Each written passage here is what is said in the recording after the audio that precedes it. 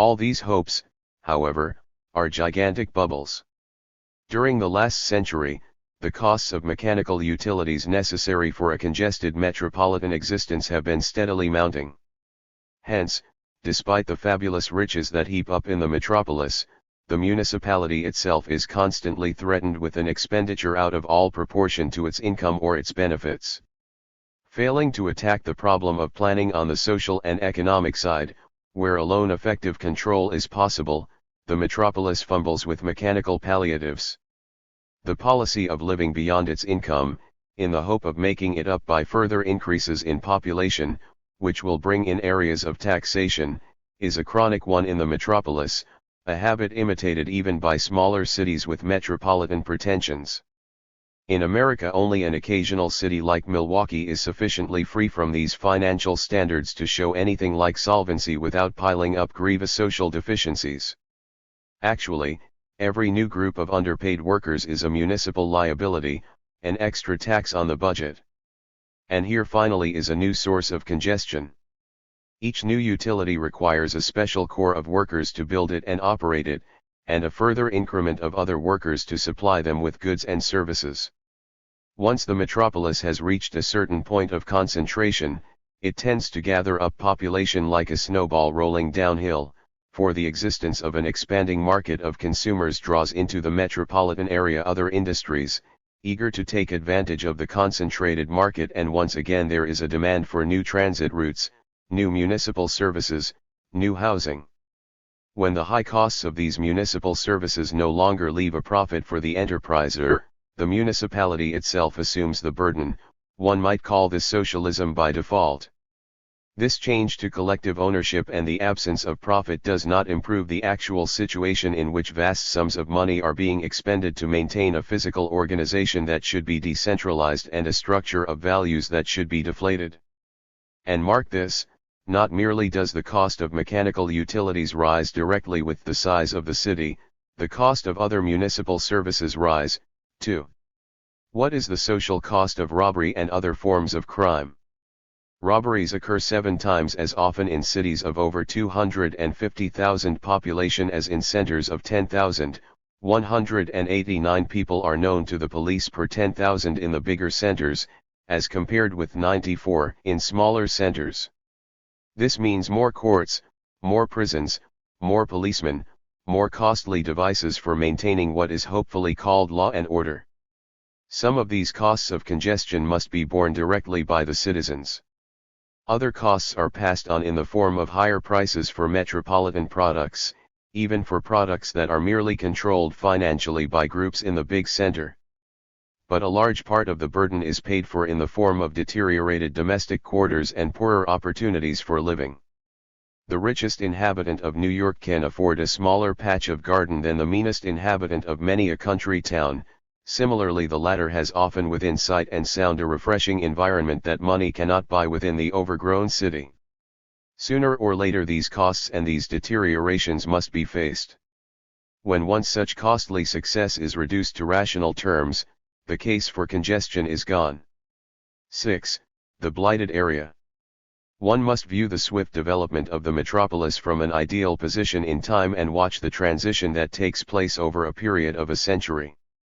First, the back gardens and the breathing spaces disappear, since the land is becoming too dear for such open areas. Then the original residential areas are eaten into from within, as if by termites, as the original inhabitants move out and are replaced by lower economic strata. Then these overcrowded quarters, serving as an area of transition between the commercial center and the better dormitory areas, become in their disorder and their misery special breeding points for disease and crime. See the careful investigations of the Chicago sociologists. But every area in the metropolis tends to be a transitional area, and because of the very instability and uncertainty as to future uses, each area tends to go through a period in which the necessary repairs and renewals are not made. Since stability of uses and values means, from the commercial standpoint, a state little better than death, there is no motive in the existing economic regime sufficient to combat the habits that make for deterioration and blight. The assumption upon which all this building is based is that population must continue to increase and values must vault skyward. The facts are that population may decrease, that values may go down, and that deterioration may be permanent. One can behold this contradiction at work in the zoning plans that have been popular in America during the last generation, following the example set by New York in 1916. Not merely do these zoning plans turn over to business and industrial uses from 4 to 20 times the area that could possibly be required at any future date, but they generously make provision for more intensive uses, when these are demanded by a sufficient number of owners, even though such uses would upset the general pattern that the city must rationally attempt to set up. Moreover, none of these zoning ordinances suggest any practicable plan for deflating land values, thus permitting a change backward from a business to a residential use or from a tenement district to a park, although it is plain that sound adaptations to new needs must work both ways. The popular assumption is that values change in only one direction, upward. But when blight sets in, the opposite process happens. The inhabitants or the owners of buildings can no longer pay their share of municipal taxes, the street cleaning department tends to overlook the more run-down neighborhoods, where the need for public hygiene is often worst, and even the fire inspectors and sanitary inspectors become lax. The repairs needed to keep blighted properties up to standard would do away with what little profits may remain in the investment, and so, by indifference or collusion or bribery, the city officials permit the blight to deepen. Roofs leak, plaster cracks on the walls, toilets fall into disrepair, pools of water gather in the cellar, the little patches of green, that once served as playgrounds, disappear, covered over with cinders, torn paper, discarded boxes, twisted bed springs and broken iron. What may have been once a street of fine mansions such as Euclid Avenue, Cleveland, or parts of the South Side in Chicago is converted into low quarters, boarding houses and tenements, usually crowded, often filthy. The last stage is depopulation, deserted houses, in ruins, no rents, no taxes, a vast economic and civic liability. The alternative to this form of progressive urban corrosion is the standardization of blight. The new law tenement districts of the Bronx, the nearer one-family house districts of Queens, the sordid streets of Brixton or Clapham Junction, the tenements of Berlin and Hamburg and Paris built before the First World War. The difference between these structures and the blight that is produced by the piecemeal conversion of old structure is the difference between officially regulated prostitution, in segregated districts, and that which takes place at random. The most that is achieved in areas of regulated blight is an outward order and decency, but the content remains the same. The fact is that these migrations of population and these alterations of use are inevitable consequences of metropolitan development under a capitalist system of production. For the rotten conditions near the center of the metropolis cause a flow into the outlying areas, to what seem by contrast better quarters. When these become built up, covered over, and run down, when their surrounding open spaces disappear by reason of the very movement they have attracted, those who can afford to jump once more beyond the pale of blight. But high land values tend to draw heavy industries that need more land to spread on toward the periphery of the metropolis, so the pressure at the center forms a new circle of blight, and rim developments are often as foul as those in the central area. Paris and London perhaps show these tendencies to a lesser degree than New York, Chicago, and Philadelphia, but it is visible, through change of fashion or pressure of commercial competition, around the Place de Vosges or Berkeley Square. Many observers of cities, as well as political administrators, tend to look upon the existence of blighted areas as an accidental fact in the modern city's development. On the contrary, the congestion of population at the center and the effort to compensate for instability by adding to the existing population, gives a large part of the building a purely transitory character. It is assumed that people will move in and out, that small businesses will eat into residential areas, that every residential street will be, potentially at least, a traffic and trading street, and that small stores and shops may, at some unpredictable point in space and time, be replaced by a department store or an office building. To plan a residential area so that it could only with great difficulty and wholesale changes be converted into any other kind of area is foreign to the metropolitan municipal engineer's mind. In this matter, a new order was instituted in London after 1910, in Amsterdam after 1920, and in other big cities at still later dates, but it has yet to become a dominant one, even in London, where rebuilding has been pushed most vigorously. The blighted area may be defined as an area which is chronically unable to pay its share of the municipal services essential to its existence, and unable by reason of its economic status to pay for its own internal renovation and repair. All working-class neighborhoods are by sheer poverty in a state of blight because, in the more outlying areas, the cost of the utilities that connect them with the center has risen steadily without any coeval rise in the income or economic privileges of the inhabitants, while in the center only intensive congestion of the foulest sort will pay its way. 7. The acceptance of depletion. In the original urban formation, the central institutions of the city bear a direct relation to its whole population. Even when organized in quarters, with separate parish churches and subordinate markets, the central institutions are within walking distance. As the city increases in size, however, these central institutions occupy a relatively less important place in the active life of the citizens. Observing this, the General Assembly of Massachusetts in the 17th century ordered that no one should live more than half a mile from his common, lest he fail in his civic obligations. In the metropolis, institutions that originally served 100,000 people fail to meet the needs of 10 times that number. Even if the city only doubled in size, such institutes would fail merely by reason of internal congestion. Now, the fact is that metropolitan expansion is accompanied by a permanent lag in building up the necessary communal institutions in the outlying sections. This, in fact, is one of the typical features of the sordid blighted areas, neglect by absence or by disuse.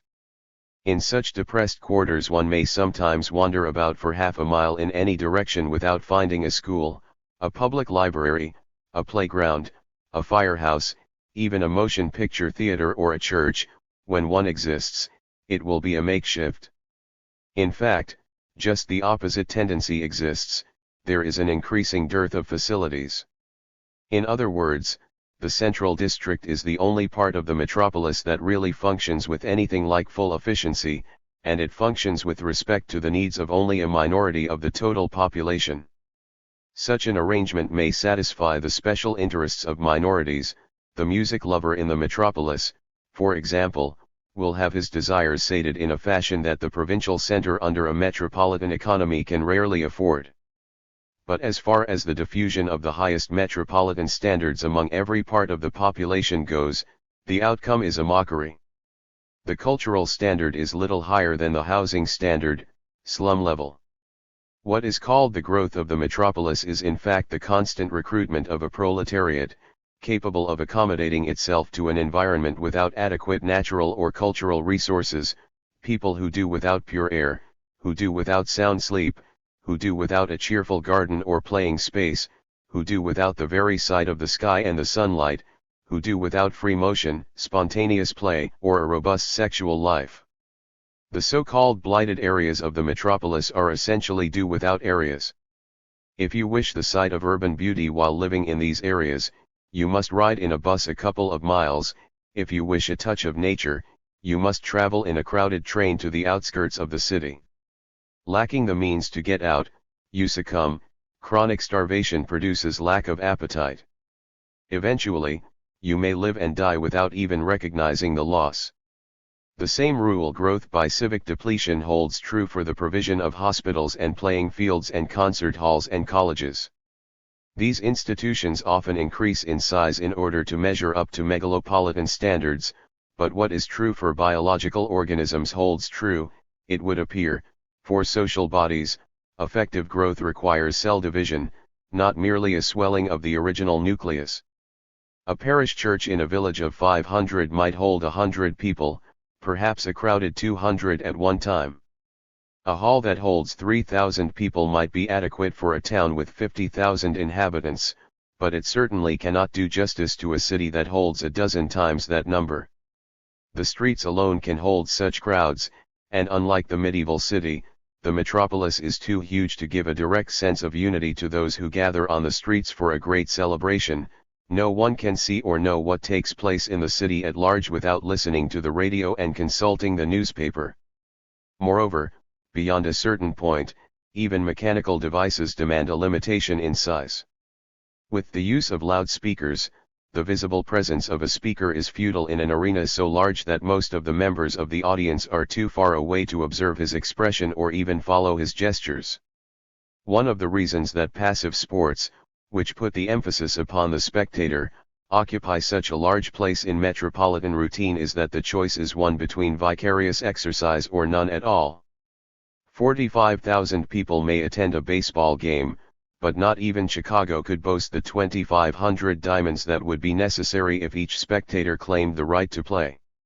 When institutions are planned rationally for convenience and for functional use, the metropolitan pattern does not suffice.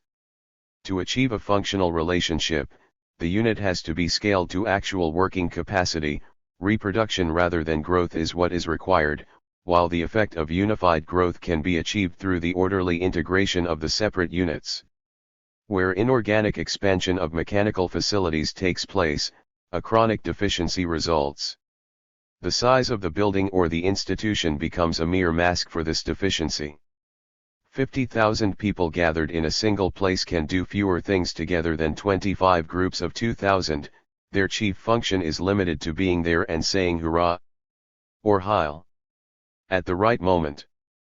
That is why dictators love crowds and seek to provide bigger arenas and auditoriums for them. The bigger the crowd, the emptier their function.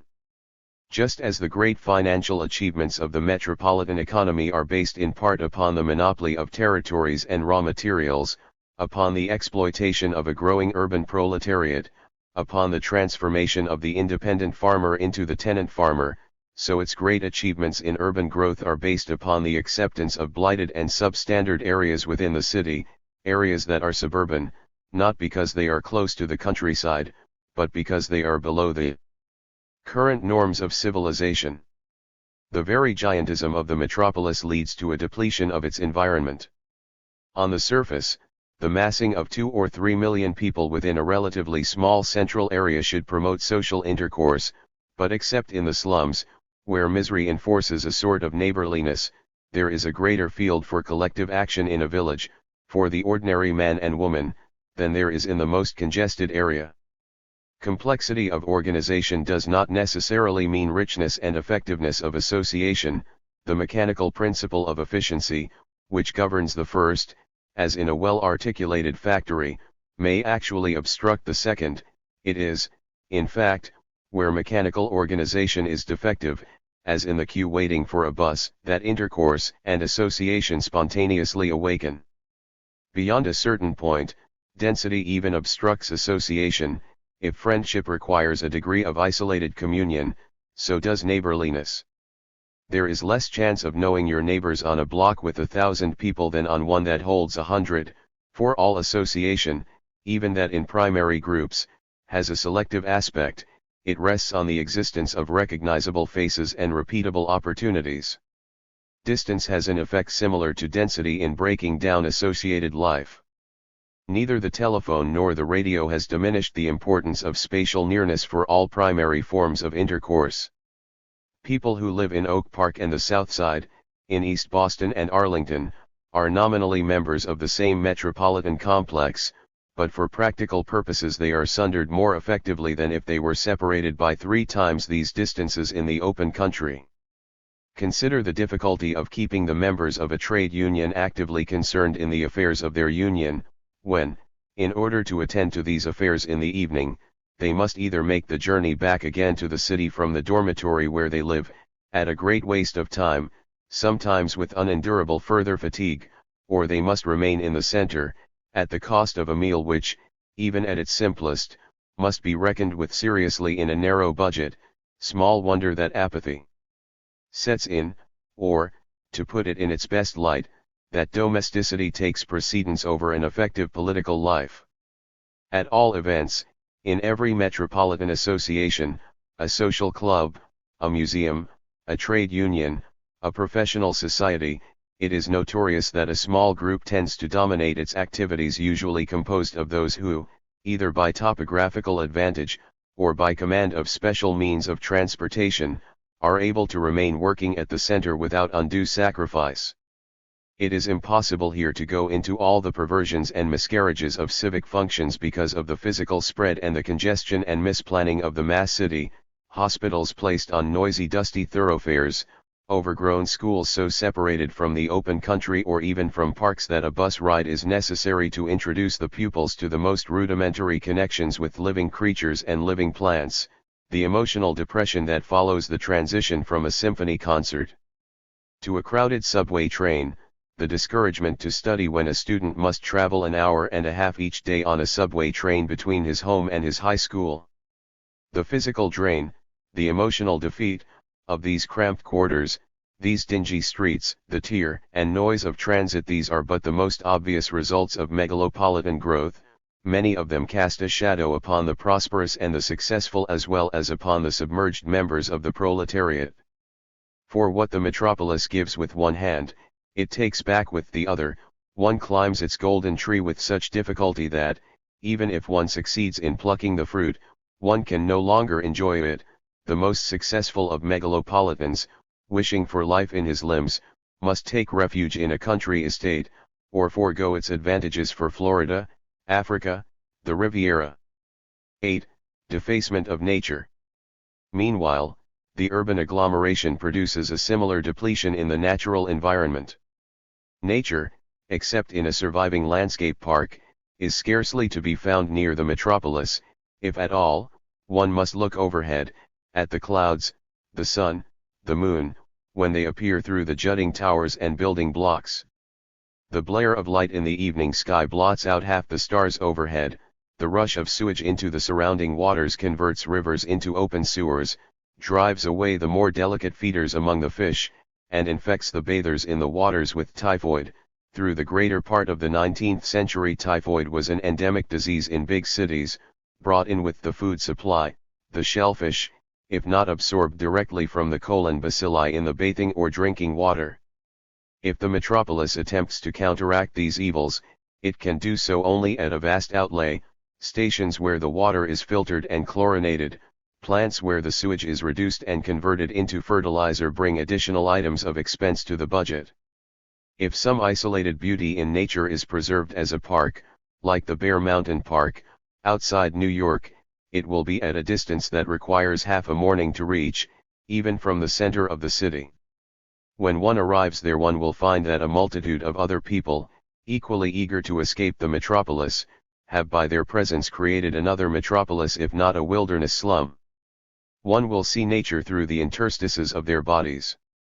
Indeed, the only successful metropolitan recreation grounds are those that accept the fact of overcrowding and give it appropriate form, a Wannsee-Bad in Berlin, or a Jones Beach on Long Island, a vast stretch of waterfront domed by a vaster sky, well organized, efficiently policed, with thousands of automobiles drawn up in ranks, giant pavilions, scores of assiduous lifeguards on spidery towers, thousands of bathers basking in the sun and watching each other. A great mass spectacle, perhaps the nearest approach to genuine life, life aesthetically intensified and ordered, that the metropolis offers. As the pavement spreads, nature is pushed farther away, the whole routine divorces itself more completely from the soil, from the visible presence of life and growth and decay, birth and death. The slaughterhouse and the cemetery are equally remote, and their processes are equally hidden. The ecstatic greeting of life, the tragic celebration of death, linger on merely as mumbled forms in the surviving churches. The rhythm of the seasons disappears, or rather, it is no longer associated with natural events, except in print. Millions of people grow up in this metropolitan milieu who know no other environment than the city streets, people to whom the magic of life is represented, not by the miracles of birth and growth, but by placing a coin in a slot and drawing out a piece of candy or a prize. This divorce from nature has serious physiological dangers that the utmost scruples of medical care scarcely rectify. For all its boasted medical research, for all its real triumphs in lessening the incidence of disease and prolonging life, the city must bow to the countryside in the essentials of health. Almost universally the expectation of life is greater in the latter, and the effect of deteriorative diseases is less. But how find the country? The depletion of the metropolis does not stop at the legal boundaries of the metropolis. Urban blight leads to rural blight. Since 1910 or thereabouts, the highways of motor traffic have begun to spread out from every metropolis in ever-thickening and multiplying streams. These highways carry with them the environment of the metropolis, the paved highway, the filling station, the roadside slum, the ribbon development of houses, the roadhouse and cabaret. The farther and faster one travels, the more the life that accompanies one remains like that one has left behind. The same standardization of ugliness, the same mechanical substitutes, the same cockney indifference to nature, the same flippant attitude, the same celluloid pleasures and canned noise. A row of bungalows in the open country alongside an express highway is a metropolitan fact, so are the little heaps of week-end cabins by lake or stream or oceanside. Their density and concentration may not be greater than that of a rural village, but in their mode of life, their amusements, their frame of social reference, they are entirely metropolitan, hardly better or worse for being 50 miles away from the center. Under this regime, every environment bears the same taint, its abiding picture of life is colored by the same newspapers, the same magazines, the same moving pictures, the same radio. Dependent upon the metropolitan markets for current cash, the outlying farming regions, mining centers, and industrial areas are all under the sway of metropolitan interests. What is not metropolitan is either the original bequest of nature, often neglected, misused, run down, or a relic of an historical past when the community once showed an autonomous and autochthonous life. But the rural regions and the provincial towns taste only the metropolitan skimmed milk. The cream has been mechanically separated for the benefit of the big city. The provincial town now faces a poverty, or at least an impecuniousness, that is without the vicarious enjoyments of the metropolis, and without the residue of philanthropies, trusts, foundations, which provide the hospitals and libraries and institutions of learning in the big city, residual pledges of a better life. The inhabitants of these rural areas, indeed, are taught to despise their local history, to avoid their local language and their regional accents, in favor of the colorless language of metropolitan journalism. Their local cooking reflects the gastronomic subterfuges of the suburban women's magazines. Their songs and dances, if they survive, are elbowed off the dance floor, at best are given an audition at a metropolitan cabaret or radio station, where they are driven to an early death by universal repetition. The whole moral of this metropolitan regime is that one does not live, truly live, unless one lives in the metropolis or copies closely, abjectly, its ways. Expensive ways, ways that may be turned into monetary profits for the benefits of those who have a capital stake in the regime and who live in the light of its reflected glory. This moral is implanted by education, driven home by advertisement, spread by propaganda. Life means metropolitan life. Not merely is the exodus to the city hastened, but the domination of the surviving countryside is assured. The same hand, as it were, writes the songs and lays down the terms for the mortgage. In short, to scorn one's roots in one's own region and admiringly to pluck the paper flowers manufactured and sold by the metropolis becomes the whole duty of man. Though the physical radius of the metropolis may be only 20 or 30 miles, its effective radius is much greater. Its blight is carried in the air, like the spores of a mold. The outcome is a world whose immense potential variety, first fully disclosed to man during the 19th century, has been sacrificed to a low metropolitan standardization. A rootless world, removed from the sources of life, a Plutonian world, in which living forms become frozen into metal, cities expanding to no purpose, cutting off the very trunk of their regional existence, defiling their own nest, reaching into the sky after the moon, more paper profits, more vicarious substitutes for life. Under this regime more and more power gets into hands of fewer and fewer people, ever further and further away from reality. 9. The Paper Dream City. When one examines the state of the metropolis one discovers a curious hallucination. the notion that its size, power, mechanical equipment, and riches have effected a corresponding improvement in the life of its inhabitants. What is the mechanism of this error?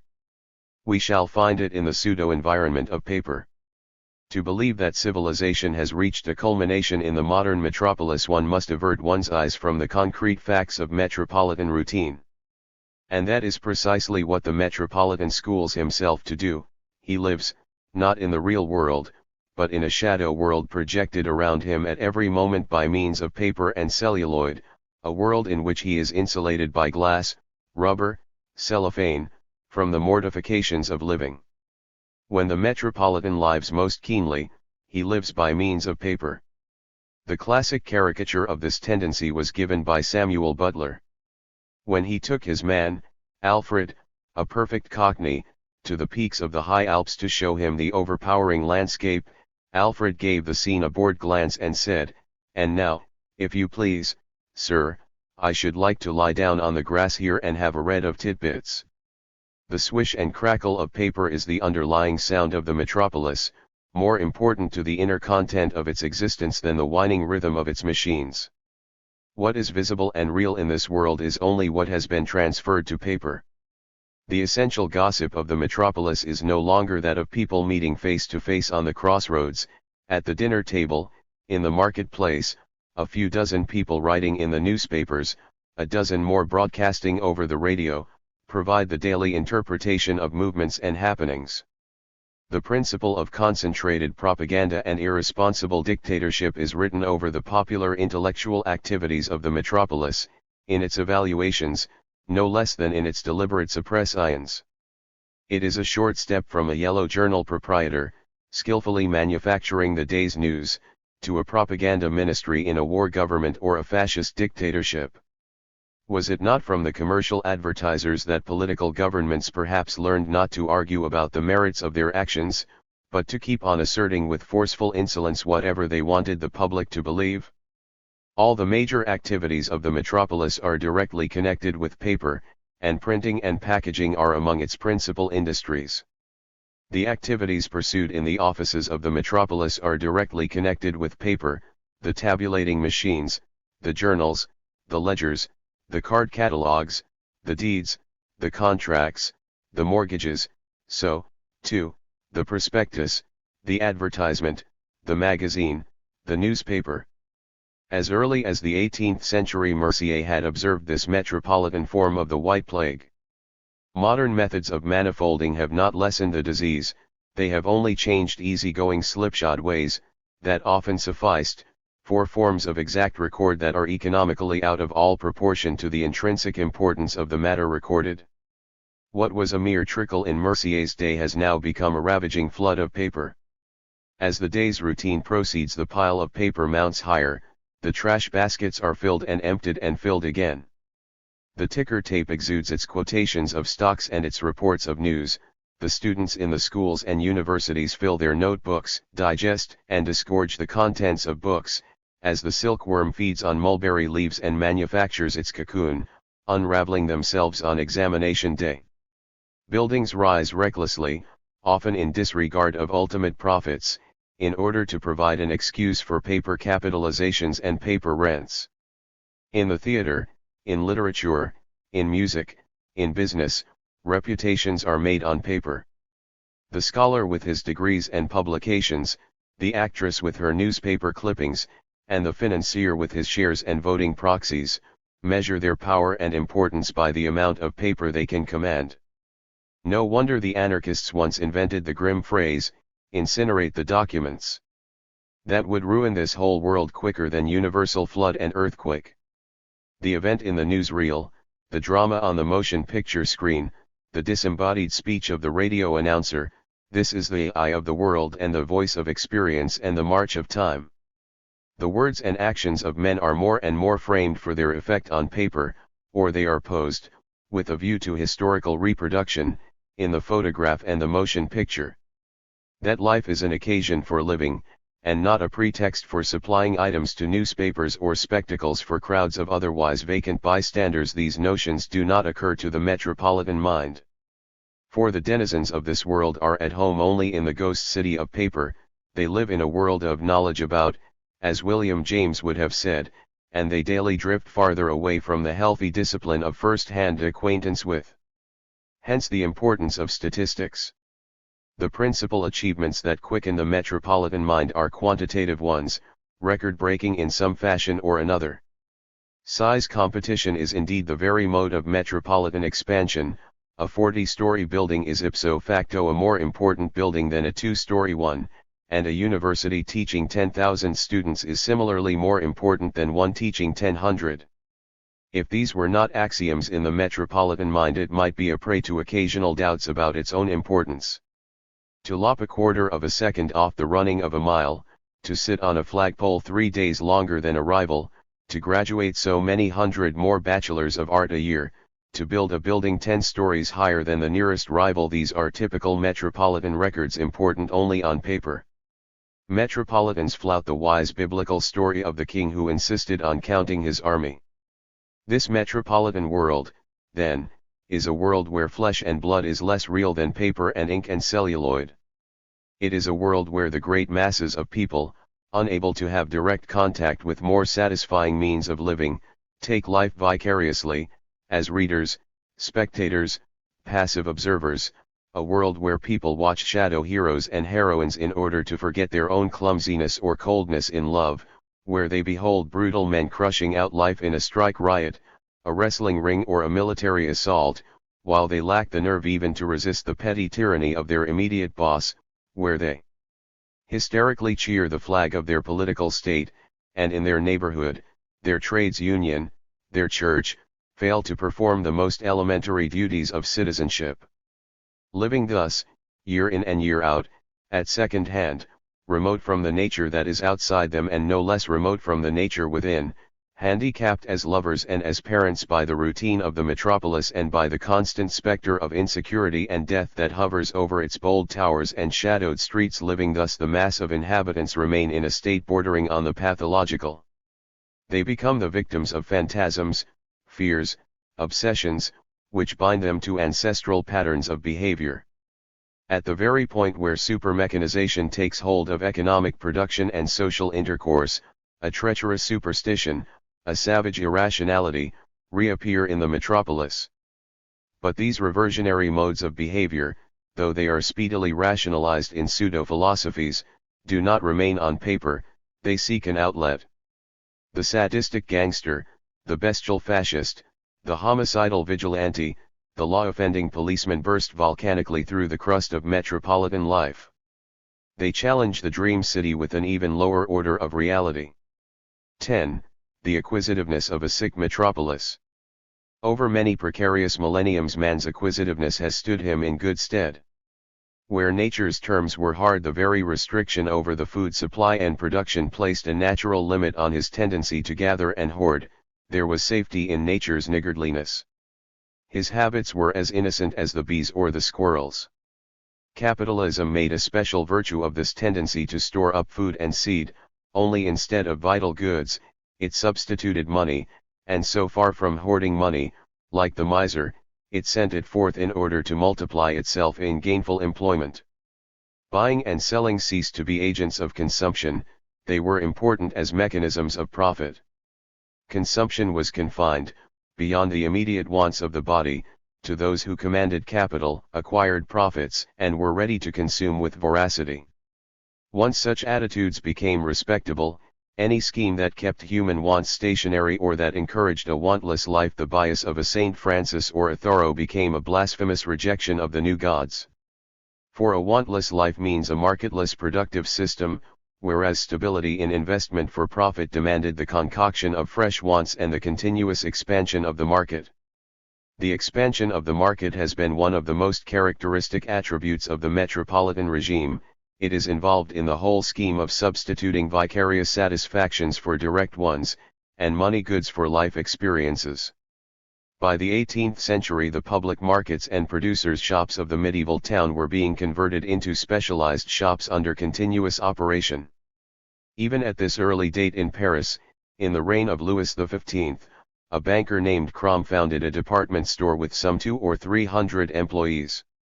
In 1844, a modern department store, the Ville de France, opened in Paris with 150 employees on its staff.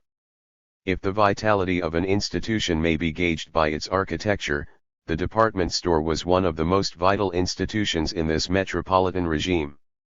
One of the first large buildings to employ iron columns instead of a masonry wall was the A.T. Stewart department store in New York, while Skinkel's design for a Berlin department store in the 1830s, though never executed, was far ahead of the labored traditionalism of Messel's overpraised Wertheim store in Berlin.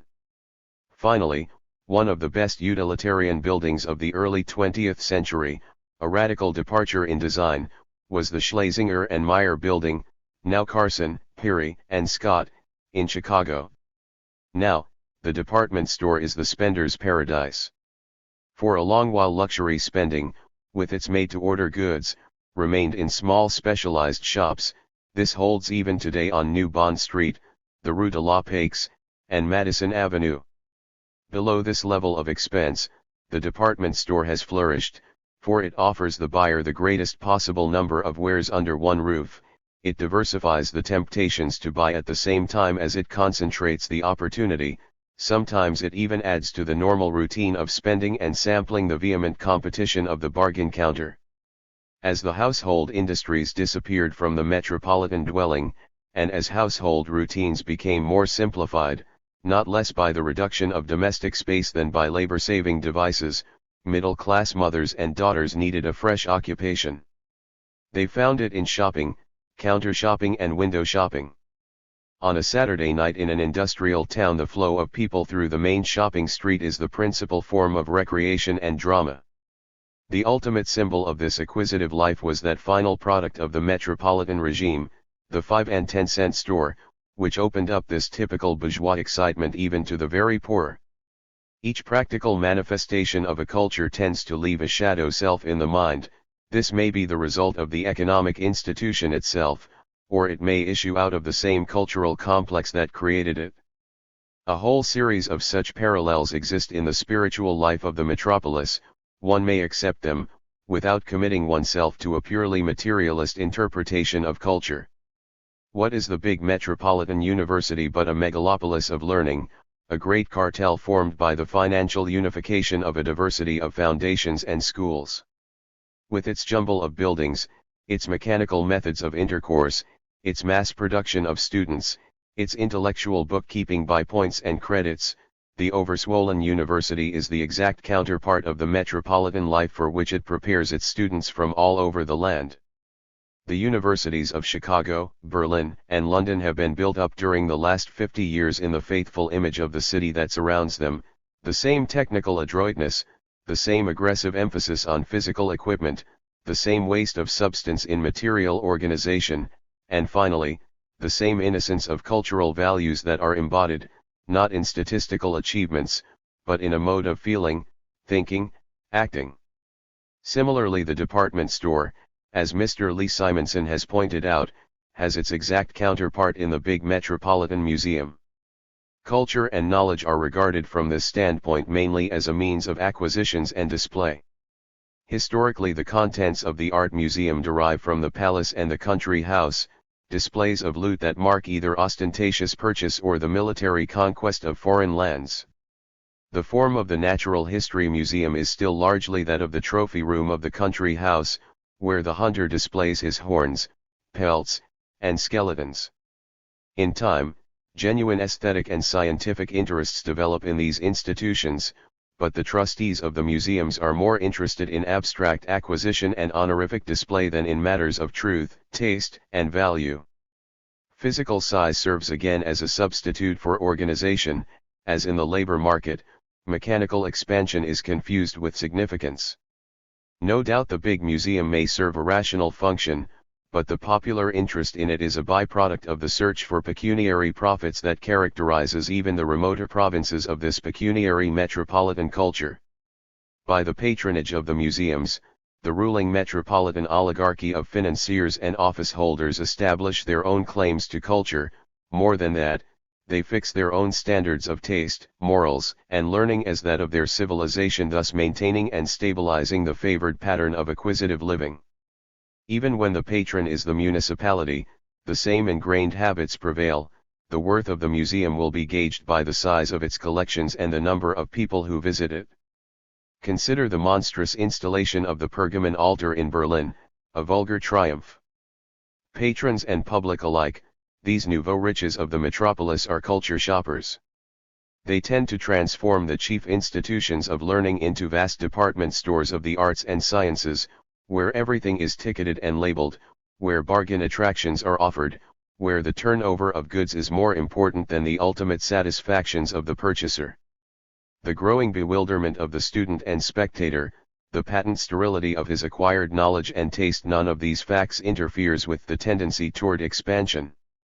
In the sciences, outside the museum, a systematic rationale has been laid down since the 17th century.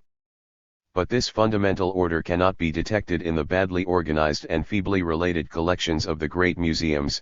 On the contrary, the total impression is that of chaos, modified by good intentions and incidental patches of order.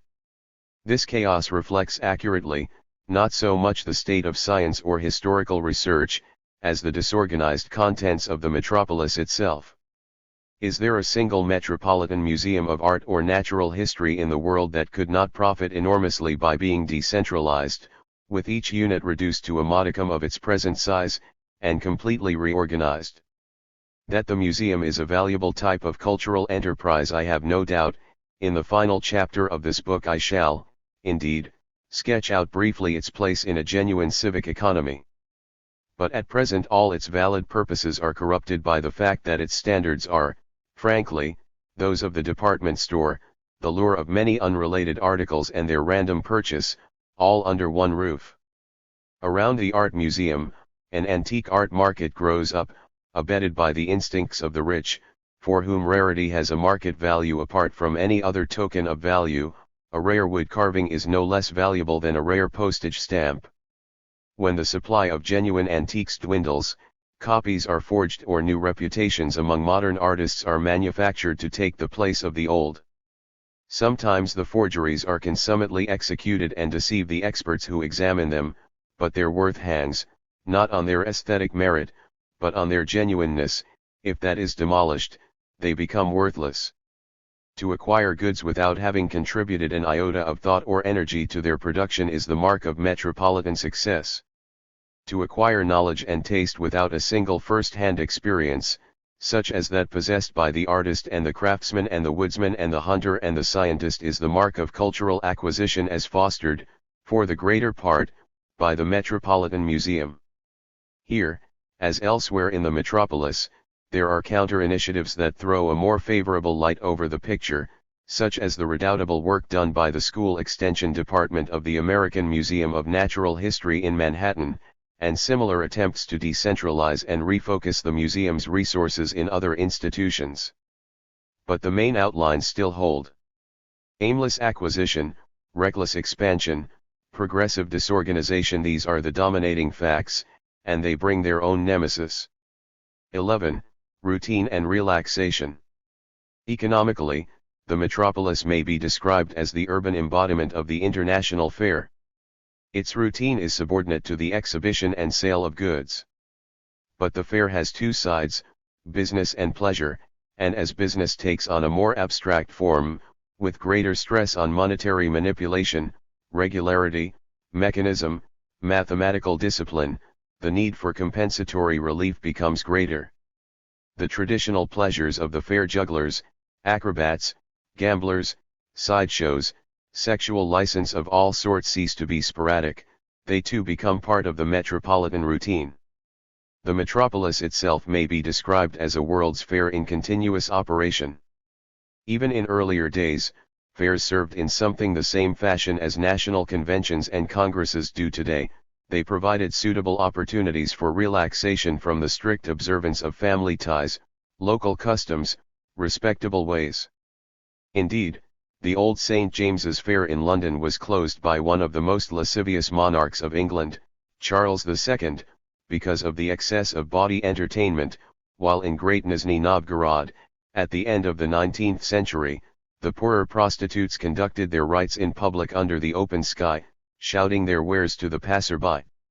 In the metropolis, the usual excess of unmarried males helps further to build up a whole fabric of institutions based upon the commercial exploitation of sexual interests: whorehouses, dance halls, burlesque shows and girl shows, houses of assignation and hotels that serve the casual couple.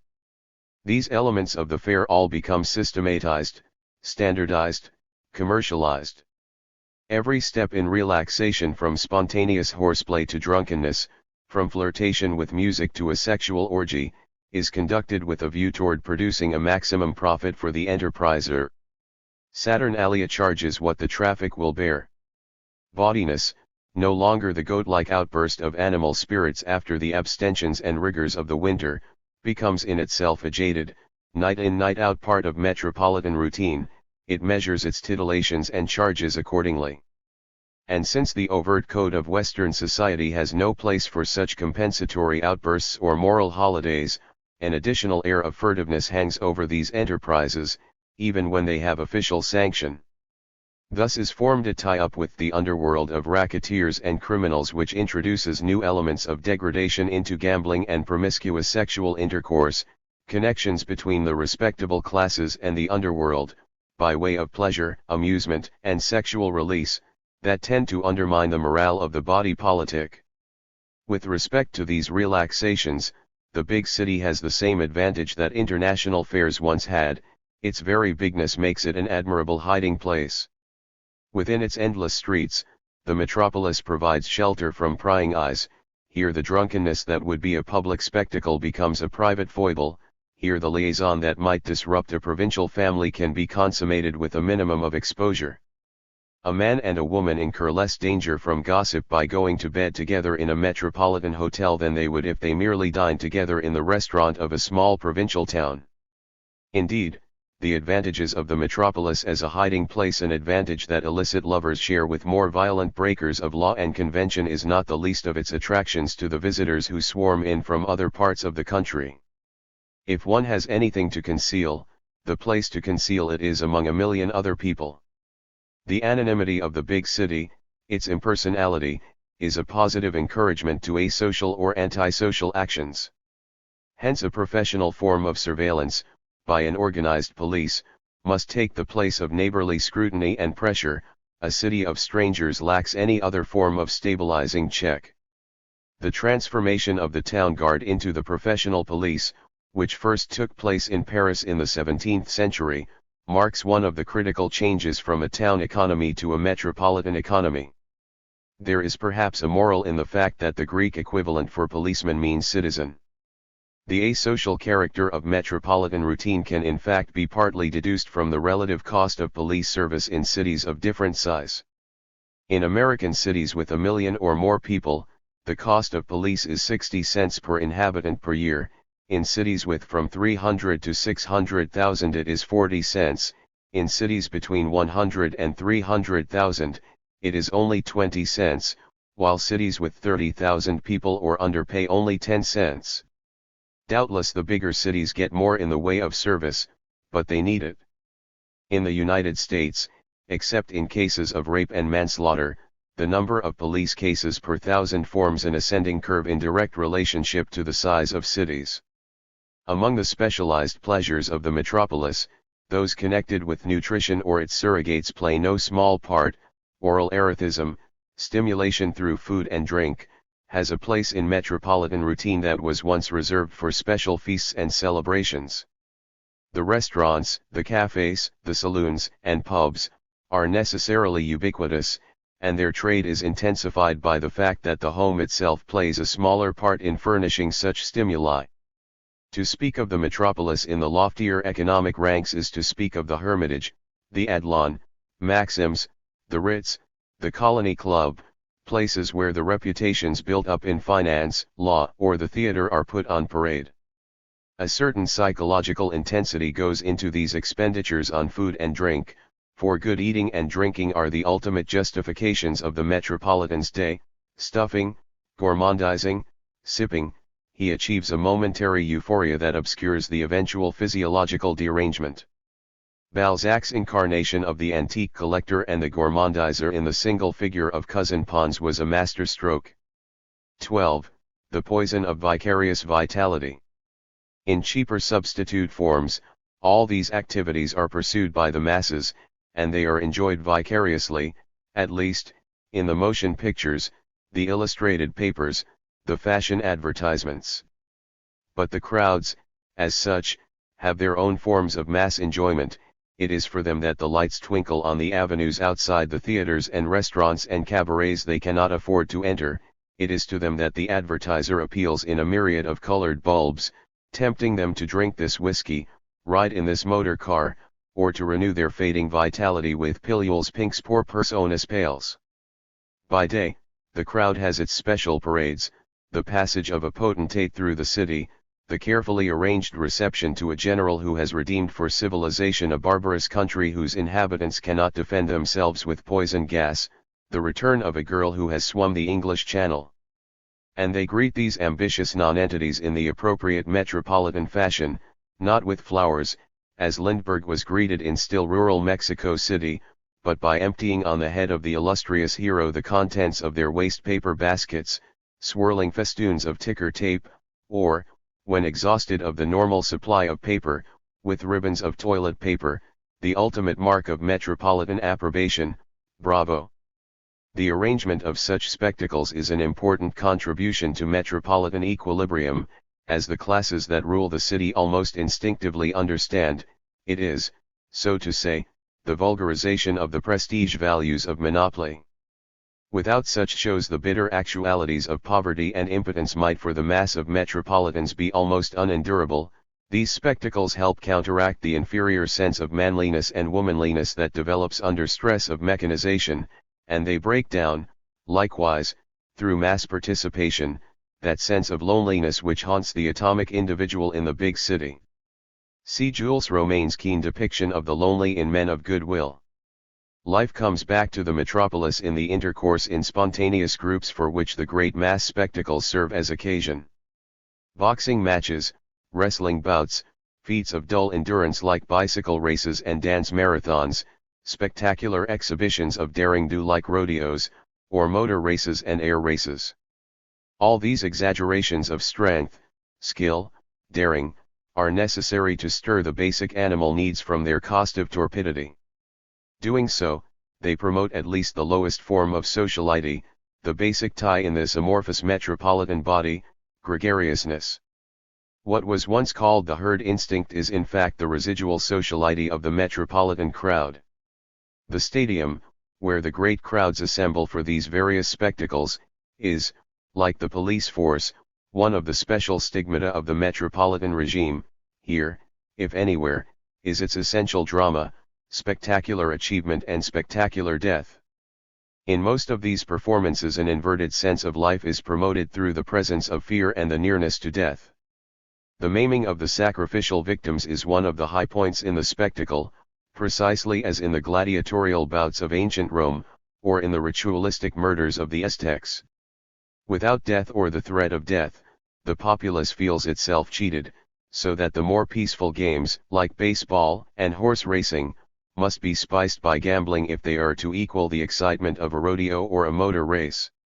Not merely are those who actually see these morbid spectacles aware of them, by means of the newspaper, the radio, the newsreel, the most sadistic exhibitions are inflicted upon those who are humane enough still to loathe them with an honest human hate. There is little doubt however as to the value of these spectacles from the standpoint of the exploiting groups. They tend to make people indifferent to the values of life. Satiated with milder forms of brutality, the spectator demands bloodier satisfactions. If games do not provide them sufficiently, he will manufacture occasions. Note the zestful terrorism practiced by the bourgeoisie under the guise of restoring law and order in a labor conflict. Note the prompt effort on the part of police to turn peaceful struggles for power into occasions for violence. The tameness of the metropolitan routine must have its compensatory mobilizations of ferocity. Perhaps the best psychological interpretation of this regime has been given by John Ruskin. I must quote it in full, for the intervening years have only underlined and more fully substantiated his analysis of the metropolitan mind in Arrows of the Chase. What thought can enough comprehend the contrast between such human life, and that in streets where summer and winter are only alternations of heat and cold, where snow never fell white nor sunshine clear, where the ground is only a pavement and the sky no more than the glass roof of an arcade, where the utmost power of a storm is to choke the gutters and the finest magic of spring, to change mud into dust, where chief and most fatal difference of state there is no interest or occupation for any of the inhabitants but the routine of counter or desk within doors, and the effort to pass each other without collision outside, so that from morning to evening the only possible variation of the monotony of the hours, and lightening of the penalty of existence must be some kind of mischief, limited, unless by more than ordinary godsend of fatality, to the fall of a horse or the slitting of a pocket. I said that under these laws of inanition, the craving of the human heart for some kind of excitement could be supplied from one source only. It might have been thought by any other than a sternly tentative philosopher, that the denial of their natural food to human feelings would have provoked a reactionary desire for it, and that the dreariness of the street would have been gilded by dreams of pastoral felicity. Experience has shown the fact to be otherwise. The thoroughly trained Londoner can enjoy no other excitement than that to which he has been accustomed, but as for that in continually more ardent or more virulent concentration, and the ultimate power of fiction to entertain him is by varying to his fancy the modes, and defining for his dullness the horrors of death.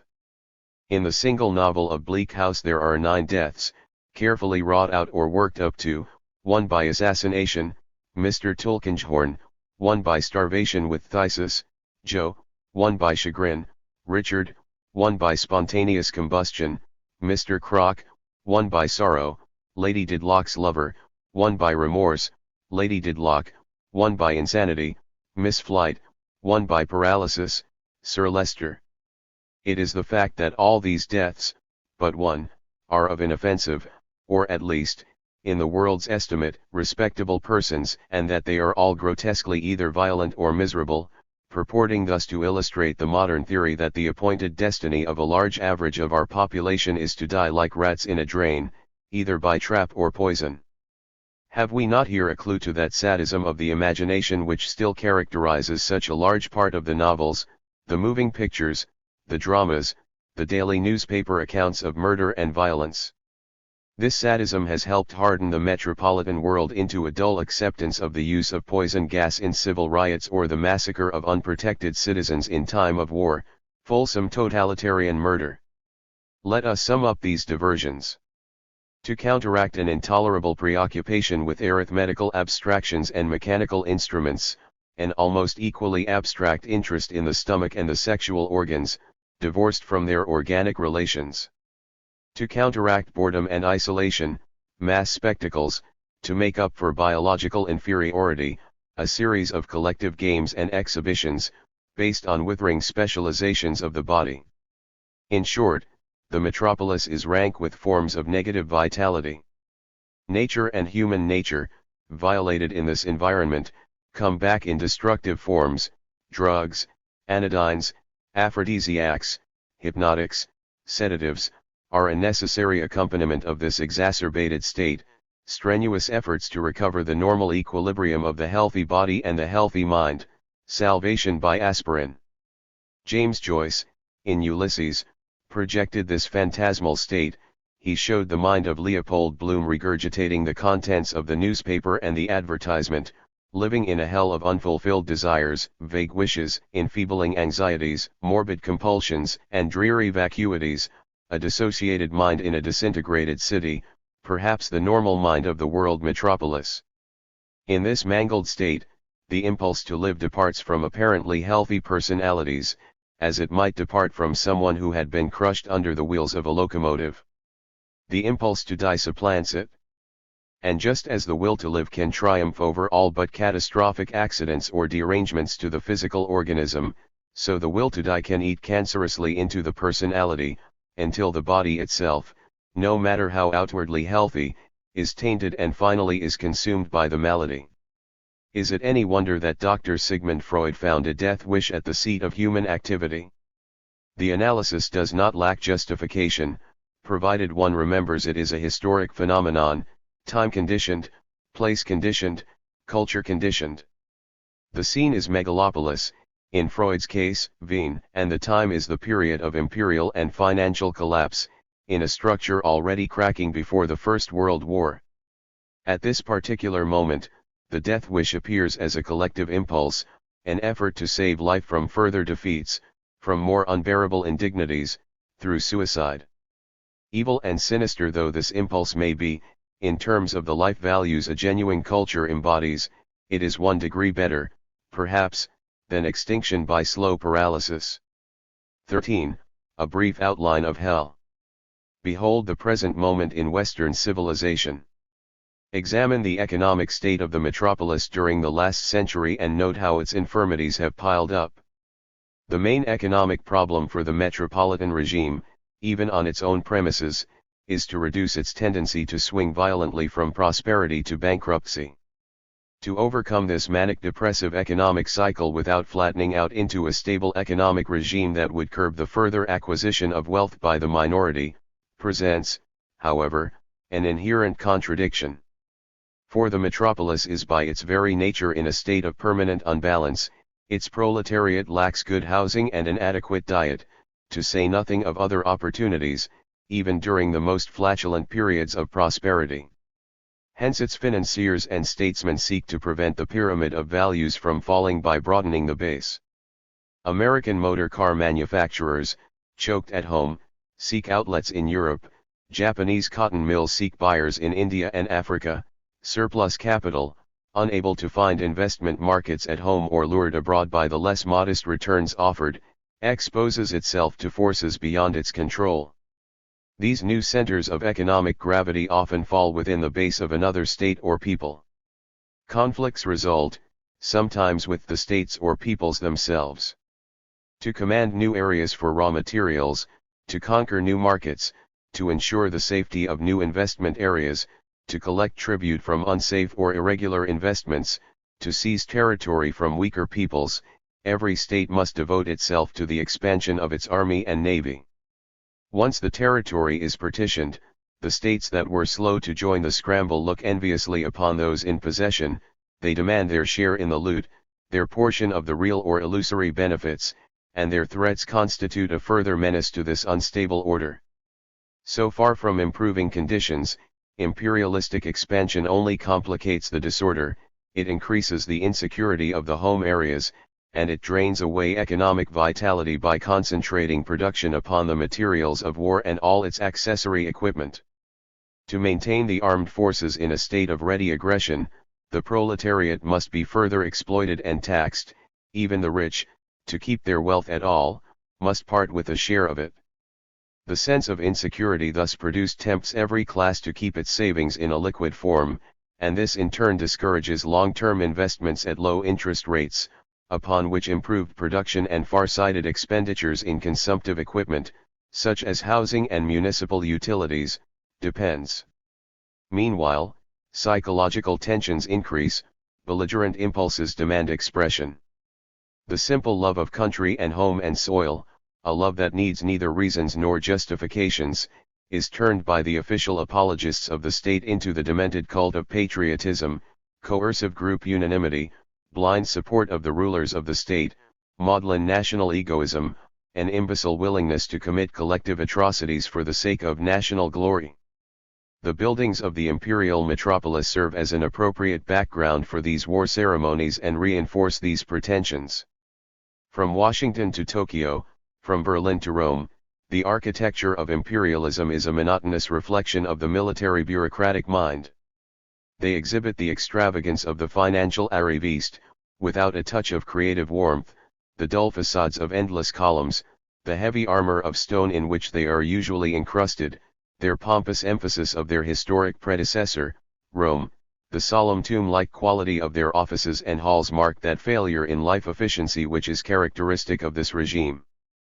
And the quarters of the bureaucracy are planned with so little discretion that a few bombs strategically dropped from the air might paralyze the major government services for weeks at a time. Except for the building of occasional vaults and underground chambers, this war regime has not in the matter of planning and building and layout mastered the most elementary demands of war protection. But the growing war bureaucracy presents an outward front of power, power as expressed in wide avenues, endless vistas of useless columns, and huge stadiums fit for martial exercises and games, the element of feeling, completely lacking in the stereotypes of architectural form, is provided by the crowds on the street, the children assembled for the singing of vainglorious national anthems, the crowds marching in parades, or the mob that assembles in the public square to behold, at a discreet distance, the leader of the state. This is the crowd whose simple hates, fueled by propaganda, transfers to foreign devils the unconscious hatred it dare not express for the classes that exploit it, or the unconscious contempt each member feels for his own thwarted self. Essential to this metropolitan regime are these passive atoms, metropolitan barbarians, a million cowards upon whose blank minds the leader writes bravery. A million scattered, bewildered individuals whom the rulers cajole, bully, and terrorize into a state of unity. What follows? External conflicts pile upon internal contradictions. Psychologically, a violent paranoia, with pronounced delusions of grandeur, takes hold of the ruling classes. The alternative is something like collective dementia precox, suspicion, hatred, isolation, desire to inflict destruction, appear in extreme forms. These psychological states are deliberately fostered by a positive cult of irrationality. Intellectual disintegration is expressed in wishful systems of anthropology, sociology, and philosophy, which hold in contempt the most elementary obligations to respect fact or to establish new truths by the discipline of objective verification.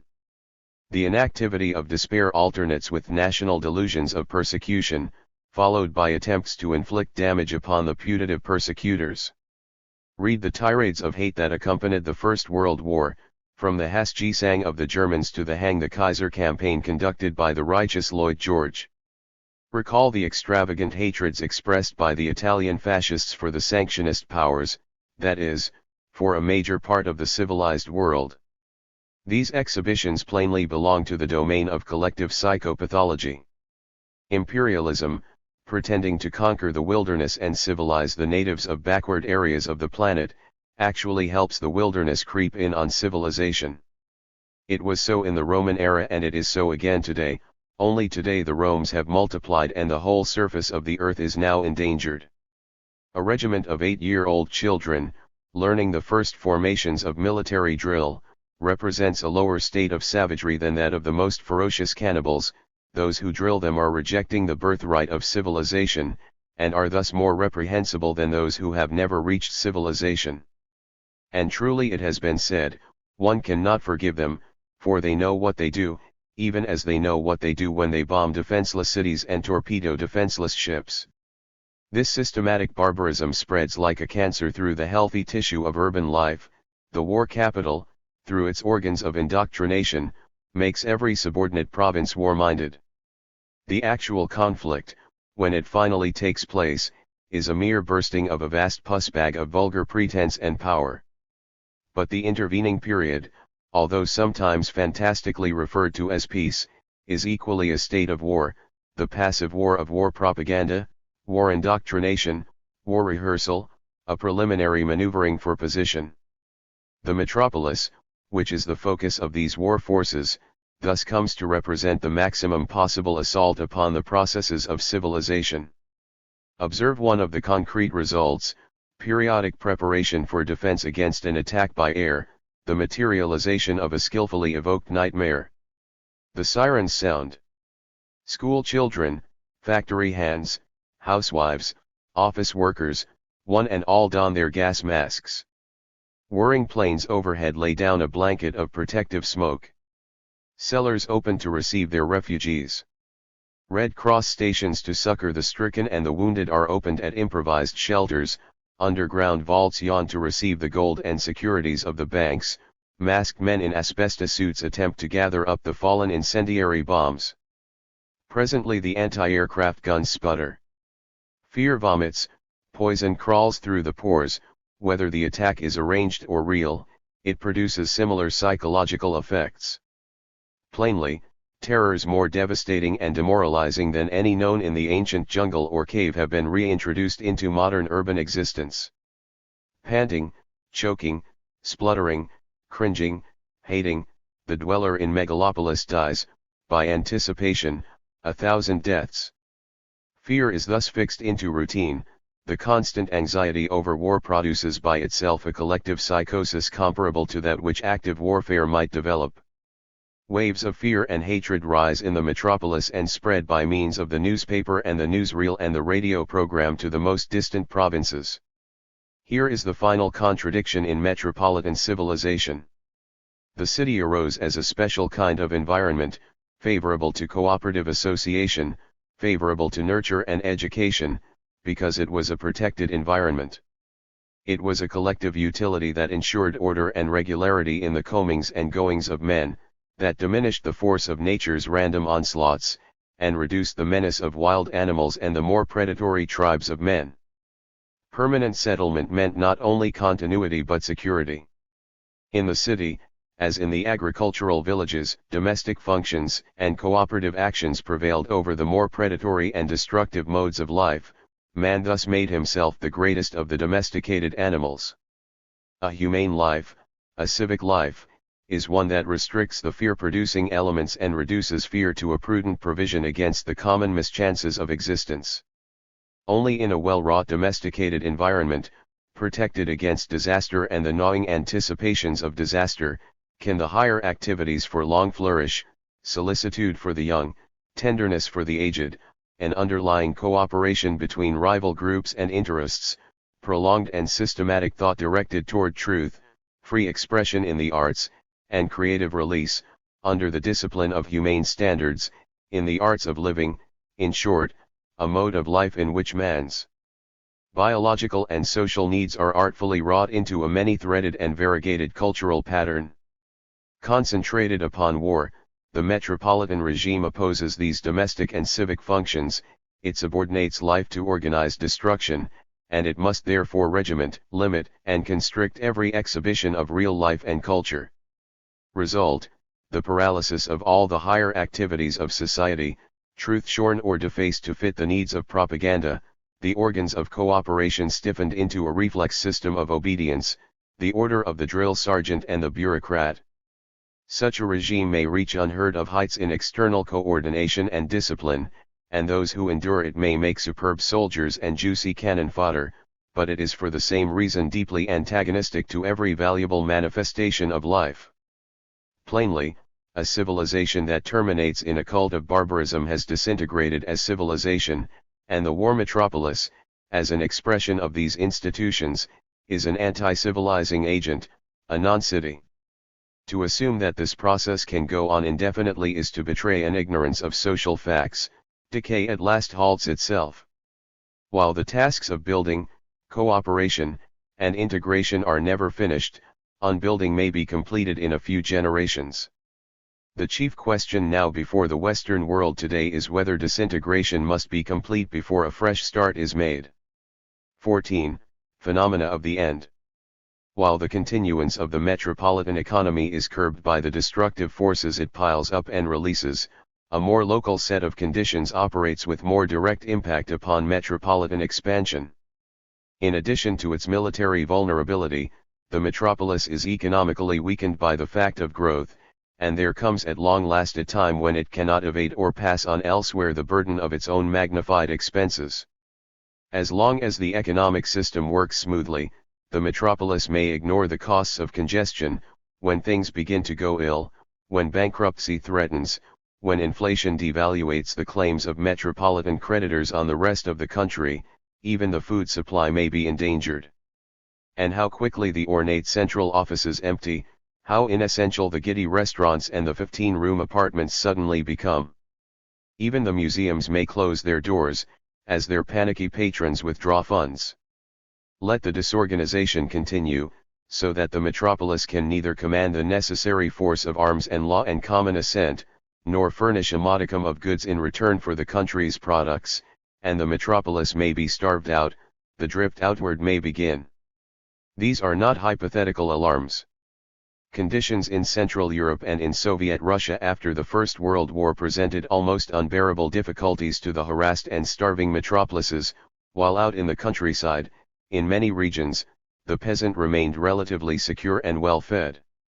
Even without the disorganization of war, similar circumstances, of almost catastrophic dimensions, may arise.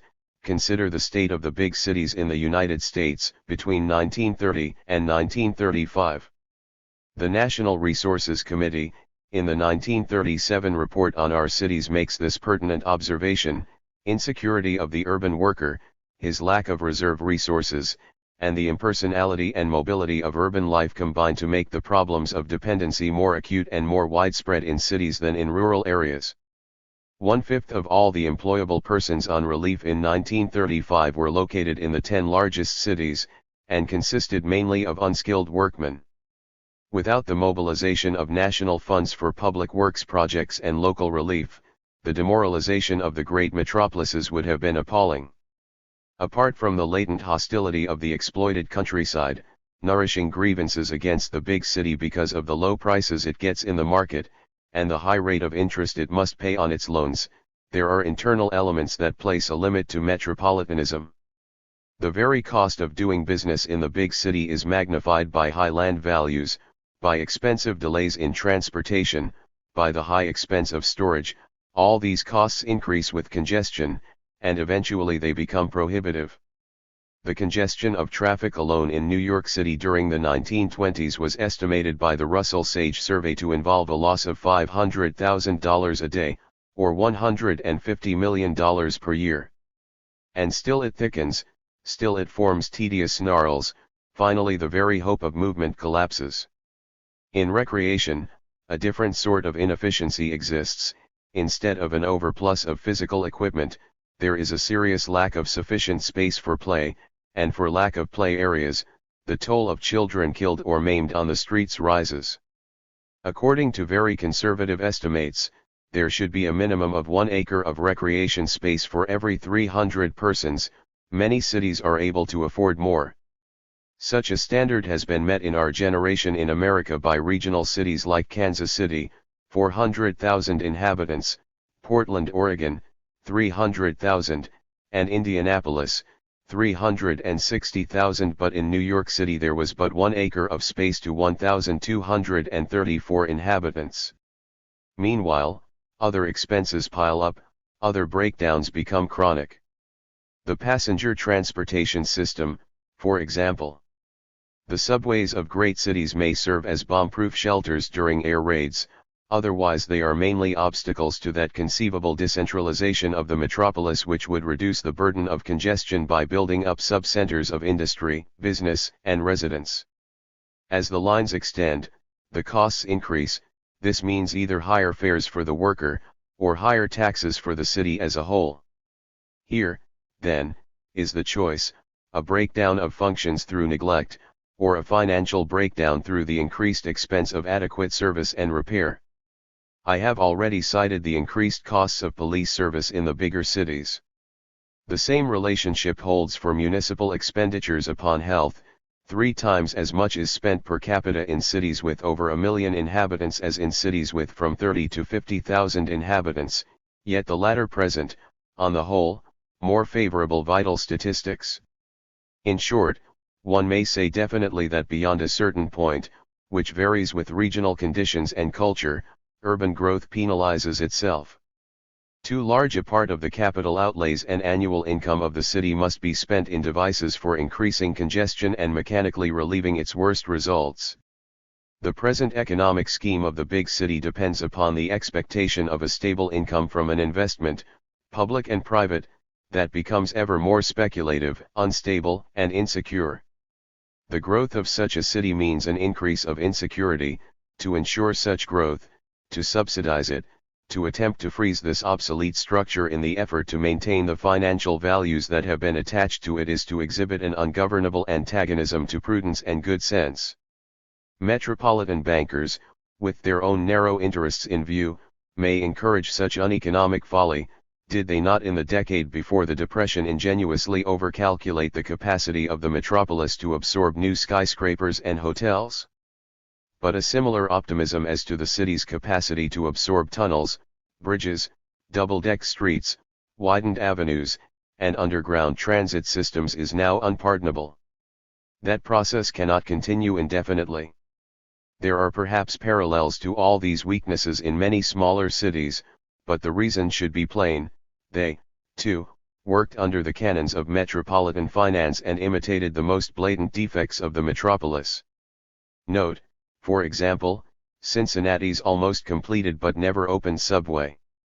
The cold facts upon which these conclusions are based are set forth, with statistical substantiation, in a 10-volume report, that by the Russell Sage Foundation for the Regional Plan of New York. The authority is unimpeachable, not least because the report naively and wholeheartedly accepted the premises of metropolitan finance and diligently endeavored to show on what terms the New York agglomeration could be increased from a population of 10 million in 1930 to between 20 and 29 million in 1965. What holds for New York holds with appropriate modifications for other metropolises and sub-metropolises.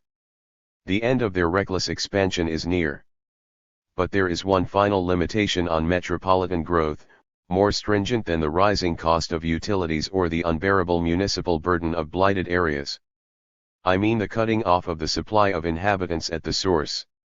In almost every country except Russia, a tapering off process has begun for the population as a whole.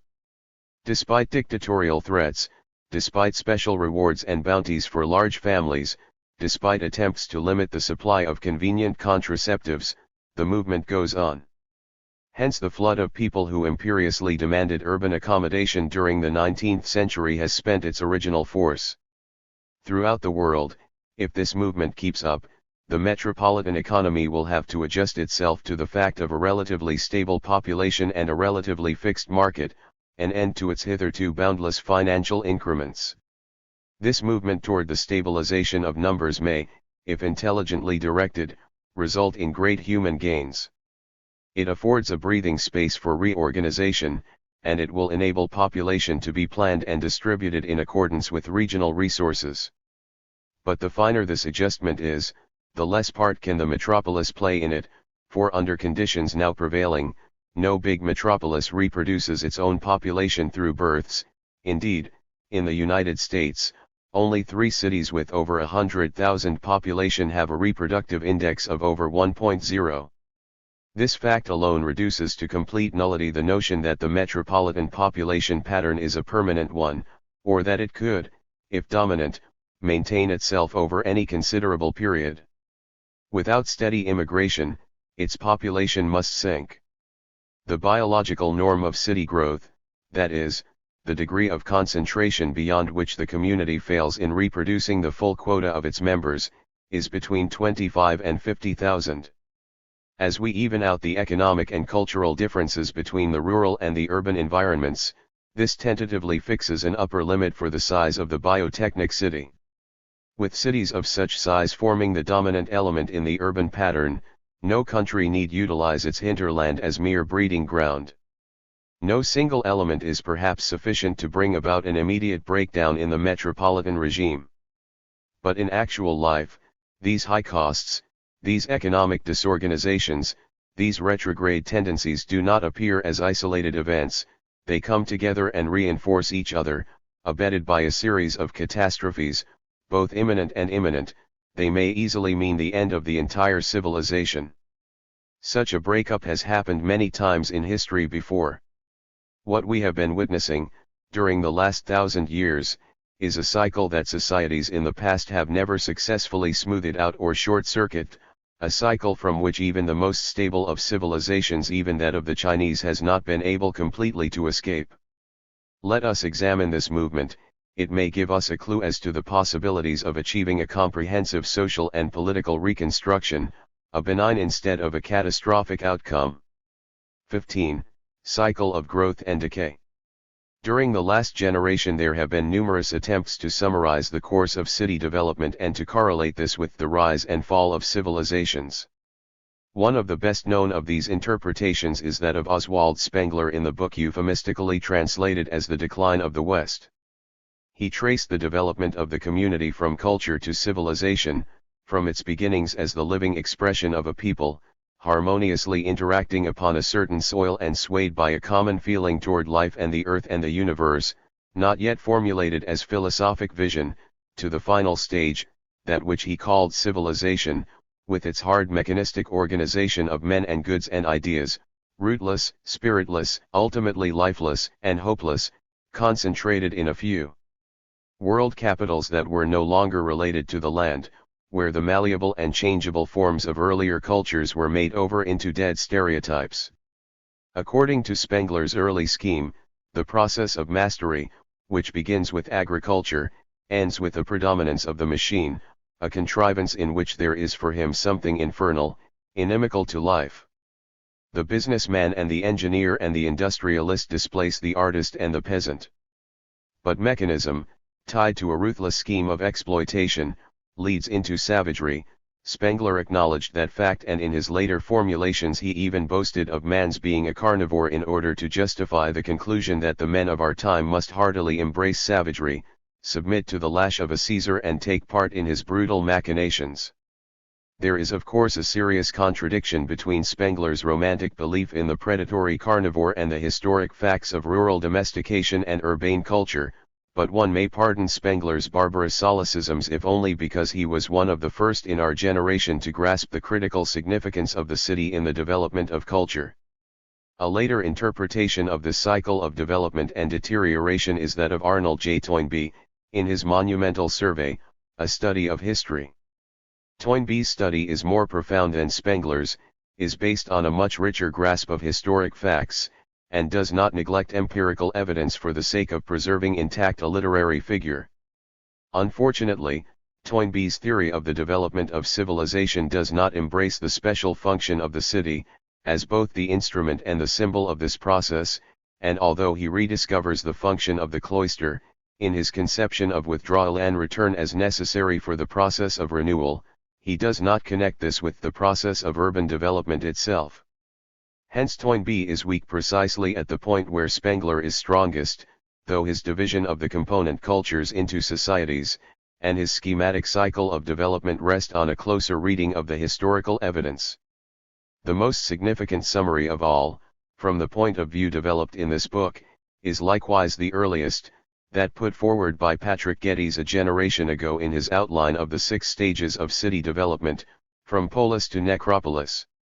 Like a true disciple, I have modified Geddes's scheme, something in the way that I modified his analysis of the paleotechnic and the neotechnic phases of the machine. Thus I propose to insert an earlier stage that he left out of the picture, and I have combined 2 of his later stages, those of parasitopolis and patholopolis, into a single stage, since there is no observable time interval between them. These modifications, made after his death, too late for his sanction, have the merit of placing the first 3 stages of the cycle on the rising curve, and the last 3 on the descending side, and this, I believe, is more in line with his essential views than his own original diagram. First stage, Eopolis. Rise of the village community. Development of permanent habitation and permanent external organs of association through the domestication of plants and the insurance of a balanced food supply by the domestication of animals. Cultivation of the hard grains and legumes, also deliberate tree and vine culture, plentiful supply of proteins, vegetable fats, and fermented liquors. Surplus production in agriculture smooths over seasonal and cyclical irregularities and ensures an orderly routine of life, security and continuity. Permanent utilities for storage, translation of kinetic energy into potential energy, food storage, brings vast increase in power, economic and cultural. Differentiation of the permanent dwelling house, and regular outlines of the village through systematic layout and orderly apportionment of land, pile villages, plains villages, etc. Important technical advances, especially in development of utensils and agricultural tools, basket work, pottery, hoe, beginnings of systematic mining and tool working, dawn of metallurgy. Fire as symbol of advance, hearth and altar. Oral transmission of tradition through occupational groups and through close companionship of senescents and youths. Association on basis of blood and neighborhood, predominance of primary groups. Culture continuous with life but limited by arbitrary restriction of experience, taboos, fear of departure from magical formulae, submissive respect for ancestral wisdom as transmitted by priesthood, and lack of stimulating intercourse with other cultures. First, crude differentiation of villages on basis of topographic facts, local resources, indigenous occupations, mining villages, fishing villages, agricultural villages. Arising probably in Neolithic culture, the village remains the most enduring of collective forms. Its life underlies all subsequent transformations of civilization, and although villages that continue as such never climb more than part of the cycle upward and never participate except by adaptive infiltration in the advances made in the city, they likewise tend to escape the worst defects of decay. The agricultural village, not the market, is the prototype of the city. Its utilities for protection, storage, and life maintenance are the essential nucleus of the city. They become etherealized in culture forms, at the same time as they are finally given concrete expression in the form of collective art. Altar becomes temple, planting and harvest rituals become drama and theater, granary bin and cellar are village prototypes of library, archive, museum and vault. The village remains the essential route from which fresh urban shoots from time to time thrust upward.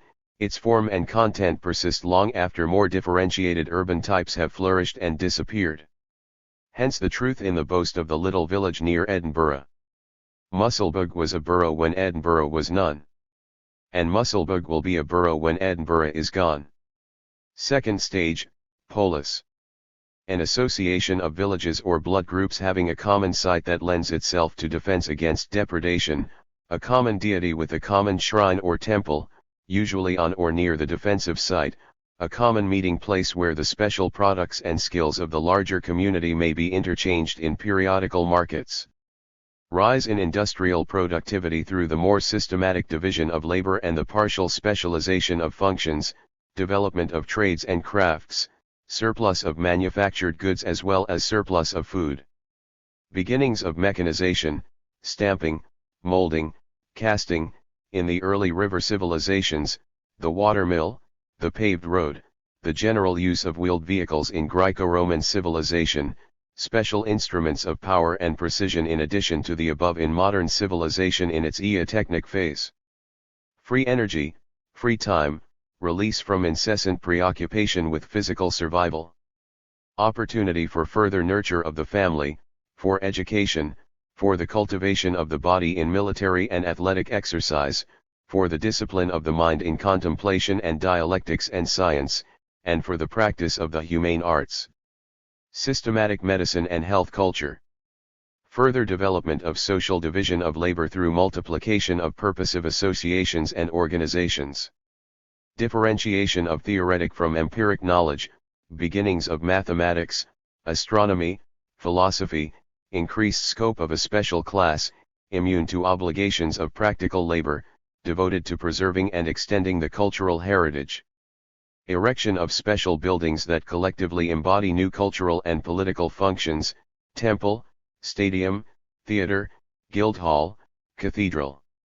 Rise of the school, as the organ for systematically transmitting elements of social heritage to the young, and further differentiation of the cloister from the school, grove, shaded walk, porch, cloister, study, studio, laboratory. Civic unity and common vision of life symbolized in temple or cathedral. Increase of cultural storage by means of sculptured figures, painted images, monuments, books. Preservation of rural occupations and rural customs, including the practice of piety toward ancestors and ancestral rites. The polis remains a collection of families. Family organization tends to prevail in industry no less than in agriculture, and seasonal and other migrations between village and polis preserve and renew rural connections. Dependence upon the local region for water, building materials, food, and main industrial resources. Transformation of structures in impermanent materials into more durable ones, refinement of architectural detail, formal modifications of shrines and important buildings so as to reflect collective sentiments about life and the universe. Pervasiveness of aesthetic and moral culture through all ranks of society, expression of a differentiated but still homogeneous way of life. Third stage, metropolis. Within the region one city emerges from the less differentiated groups of villages and country towns. Taking advantage of a strategic location, a larger supply of potable water, a more defensible site, better land for agriculture, easier command of land routes or water routes, a safer harbor. Usually with a number of these advantages coming together, one city succeeds in attracting larger numbers of inhabitants. It becomes the metropolis or mother city. In heaping up these advantages, the command of transportation routes probably marks the critical change. Compare the Hittites with the Egyptians, or the landlocked Spartans with the adventurous, mobile, waterborne Athenians. With a surplus of regional products, a specialized trade develops with other regions. This brings to the growing metropolis the necessary food supply, which can no longer be raised in the immediate vicinity, along with a host of stimulating goods from other regions, special fabrics, special forms, even aesthetic patterns, unused by the traditional industries of the local region. Cross-fertilization of culture takes place, stimulus to fresh invention, stimulus to departures from routine. Long-distance trading and long-distance administration help further invention and create a necessity for abstract symbols, pictorial signs, numerical tables, alphabets. A foreign population of traders and students enters the metropolis, unabsorbed as citizens at first. Since blood and neighborhood may still count, they bring the shock of fresh habits and ideas, challenges to old ways. Further specialization of economic and social functions, the specialized workshop, the specialized trading class, subdivisions of these.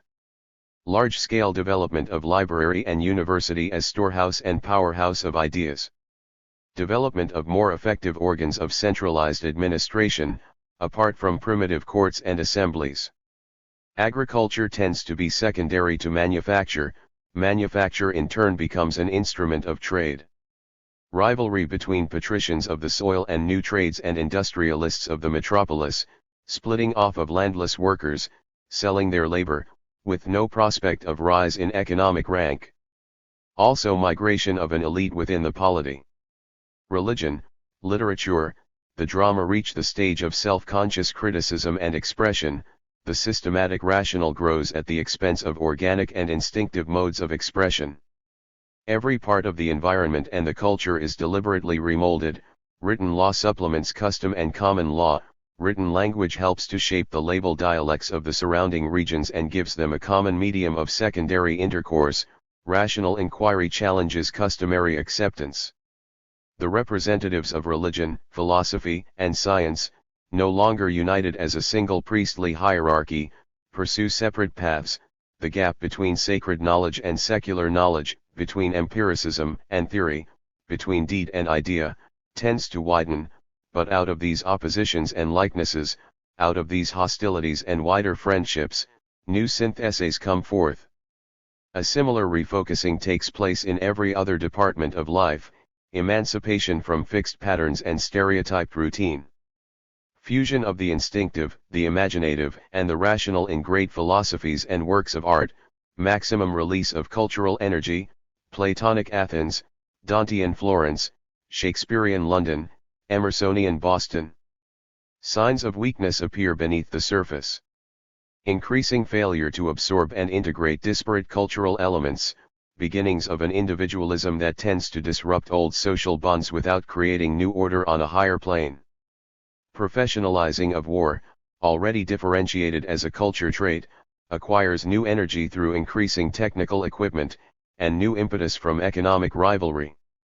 Opening up of a grave breach between the owners of the machinery of production and the workers, whether slave or free, beginning of the class struggle in active form.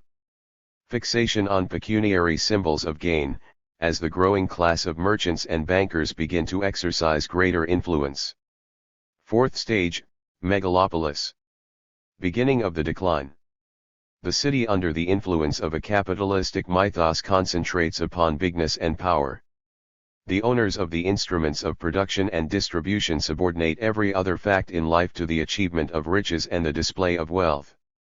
Physical conquest by military means, financial domination by trade and legal processes, loans, mortgages, speculative enterprises. The agricultural base extends, the lines of supply become more tenuous, the impulse to aggressive enterprise and enterprising aggression grows as the lust for power diminishes the attraction of all other attributes of life, as the moral sense becomes more callous and the will to culture increasingly impotent. Standardization, largely in pecuniary terms, of the cultural products themselves in art, literature, architecture, and language. Mechanical reproduction takes the place of original art, bigness takes the place of form, voluminousness takes the place of significance. Triumph of mechanism in every department, passivity, manual helplessness, bureaucratism, failure of direct action. Megalopolis ushers in an age of cultural aggrandizement, scholarship and science by tabulation, sterile research, elaborate fact-finding apparatus and refined technique with no reference to rational intellectual purpose or ultimate possibilities of social use, Alexandrianism. Belief in abstract quantity in every department of life, the biggest monuments, the highest buildings, the most expensive materials, the largest food supply, the greatest number of worshippers, the biggest population. Education becomes quantitative, domination of the cram machine and the encyclopedia, and domination of megalopolis as concrete encyclopedia, all containing. Knowledge divorced from life, industry divorced from life utility, life itself compartmentalized, disspecialized, finally disorganized and enfeebled. Representatives, Alexandria, 3rd century BC, Rome, 2nd century AD, Byzantium, 10th century, Paris, 18th century, New York, early 20th century. Overinvestment in the material apparatus of bigness. Diversion of energy from the biological and social ends of life to the preparatory physical means. Outright exploitation of the proletariat and increasing conflict between organized workers and the master classes. Occasional attempts at insurance by philanthropy on the part of the possessing classes, justice in homeopathic doses. Occasional outbursts of savage repression on the part of frightened bourgeoisie, employing basest elements in the city. As conflict intensifies, rise of a coalition between landed oligarchy, trained in combat, and a megalopolitan rabble of speculators, enterprisers, and financiers who furnish the sinews of war and profit by all the occasions for class suppression, price lifting, and looting that it gives. The city as a means of association, as a haven of culture, becomes a means of dissociation and a growing threat to real culture. Smaller cities are drawn into the megalopolitan network, they practice imitatively the megalopolitan vices, and even sink to lower levels because of lack of higher institutions of learning and culture that still persist in bigger centers. The threat of widespread barbarism arises. Now follow, with cumulative force and increasing volume, the remaining downward movements of the cycle. Fifth stage, Tyrannopolis. Extensions of parasitism throughout the economic and social scene. The function of spending paralyzes all the higher activities of culture, and no act of culture can be justified that does not involve display and expense. Politics becomes competition for the exploitation of the municipal and state exchequer by this or that class or group. Extirpation of organs of communal and civic life other than state. Caesarism. Development of predatory means as a substitute for trade and give and take, naked exploitation of colonies and hinterland, intensification of the cycles of commercial depression, following overexpansion of industry and dubious speculative enterprise, heightened by wars and war preparations. Failure of the economic and political rulers to maintain the bare decencies of administration, place hunting, privilege seeking, bonus collecting, favor currying, nepotism, grafting, tribute exacting become rife both in government and business. Widespread moral apathy and failure of civic responsibility, each group, each individual, takes what it can get away with. Widening of the gap between producing classes and spending classes. Multiplication of a lumpen proletariat demanding its share of bread and shows. Overstress of mass sports. Parasitic love of sinecures in every department of life. Demand for protection money made by armed thugs and debased soldiery, organized looting, organized blackmail are normal accompaniments of business and municipal enterprise. Domination of respectable people who behave like criminals and of criminals whose activities do not debar them from respectability. Imperialistic wars, internal and external, result in starvation, epidemics of disease, demoralization of life, uncertainty hangs over every prospect of the future, armed protection increases all the hazards of life. Municipal and state bankruptcy. Drain of local taxes to service increasing load of local debt. Necessity to appeal to the state for further aid in periods of economic disorganization, loss of autonomy. Drain of national taxes to support the growing military establishment of the state. This burden penalizes the remnants of honest industry and agriculture, and further disrupts the supply of elementary material goods. Decrease in agricultural production by soil mining and erosion, through falling off in acreage, through the withholding of crops from the city by resentful husbandmen. Decline in rate of population increase through birth control, abortion, mass slaughter, and suicide, eventual absolute decline in numbers. General loss of nerve. Attempt to create order by external military means, rise of gangster dictators, Hitler, Mussolini, with active consent of the bourgeoisie, and systematic terrorism by Praetorian guards. Recrudescence of superstition and deliberate cult of savagery, barbarian invasions from within and without. Beginnings of megalopolitan exodus. Material deficiencies and lapses of cultural continuity, repression and censorship. Cessation of productive work in the arts and sciences. Sixth and final stage, necropolis. War and famine and disease rack both city and countryside. The physical towns become mere shells. Those who remain in them are unable to carry on the old municipal services or maintain the old civic life.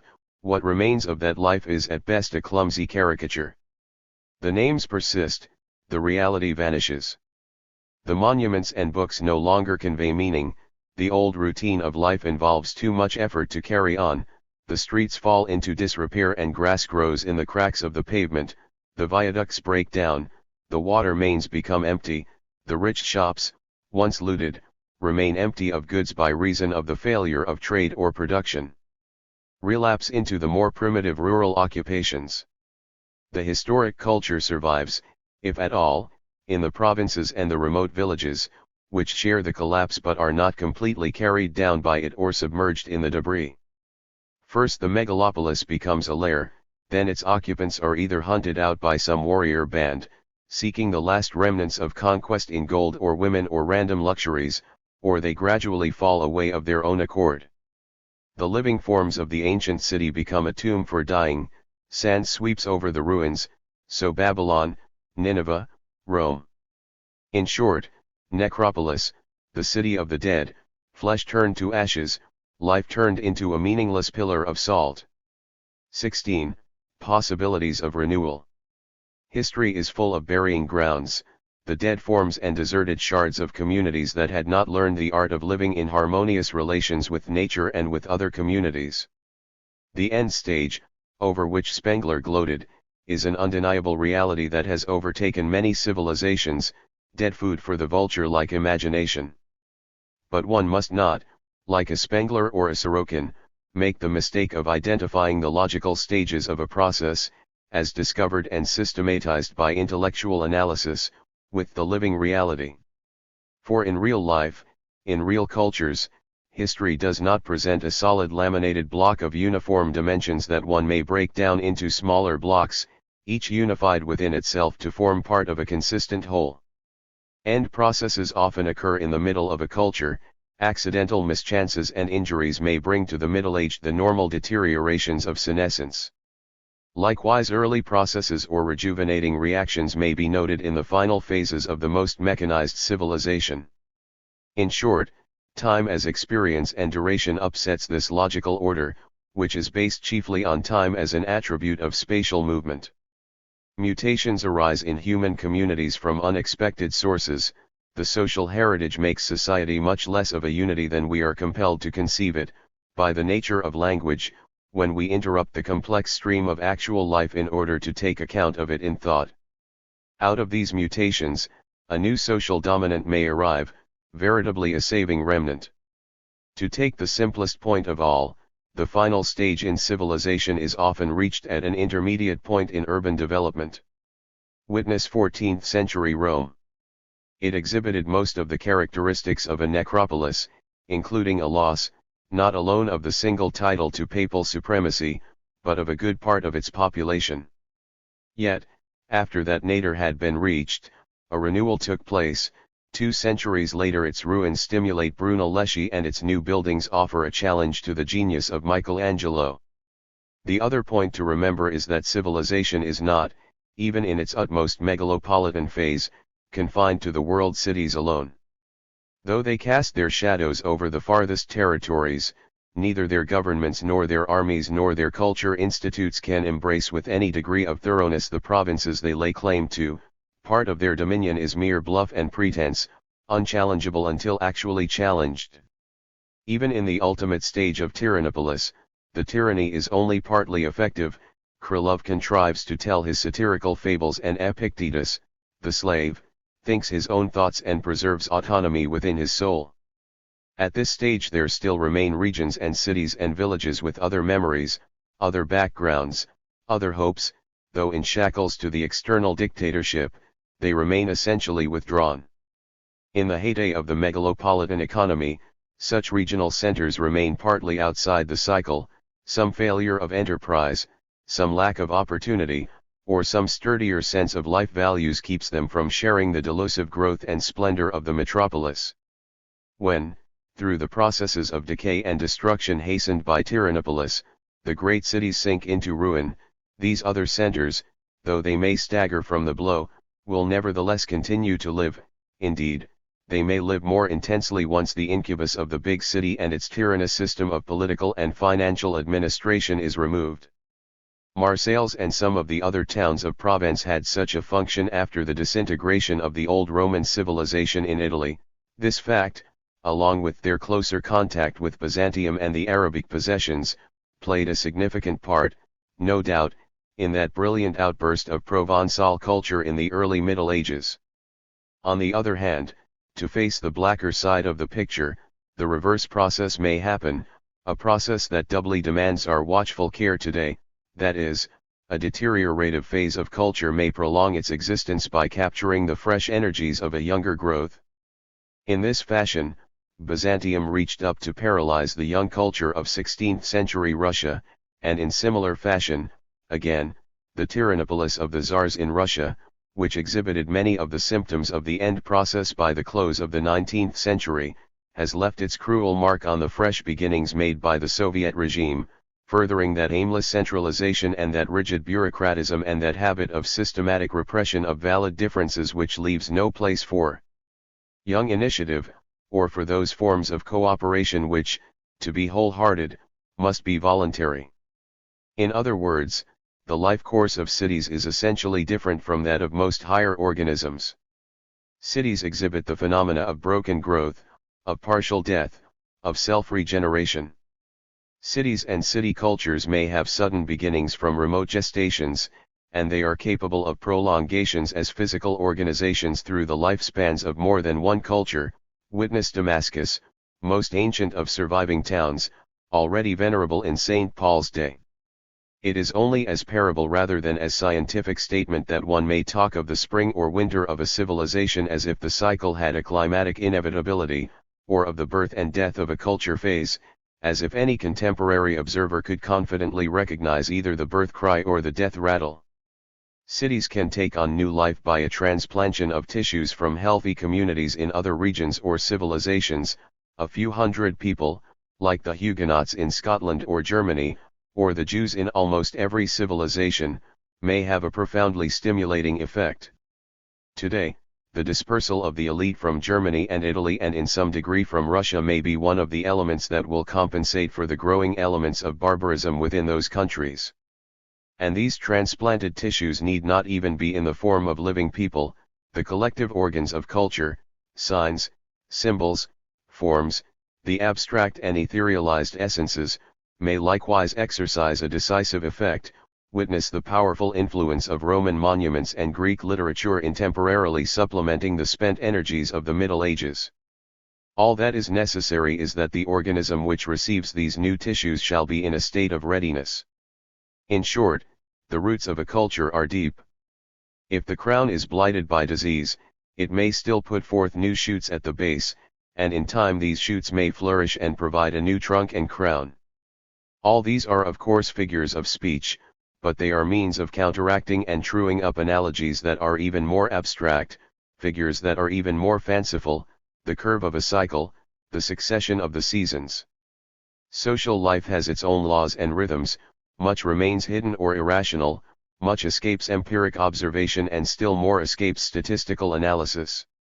All one can say with any surety is this: when a city has reached the megalopolitan stage, it is plainly on the downward path.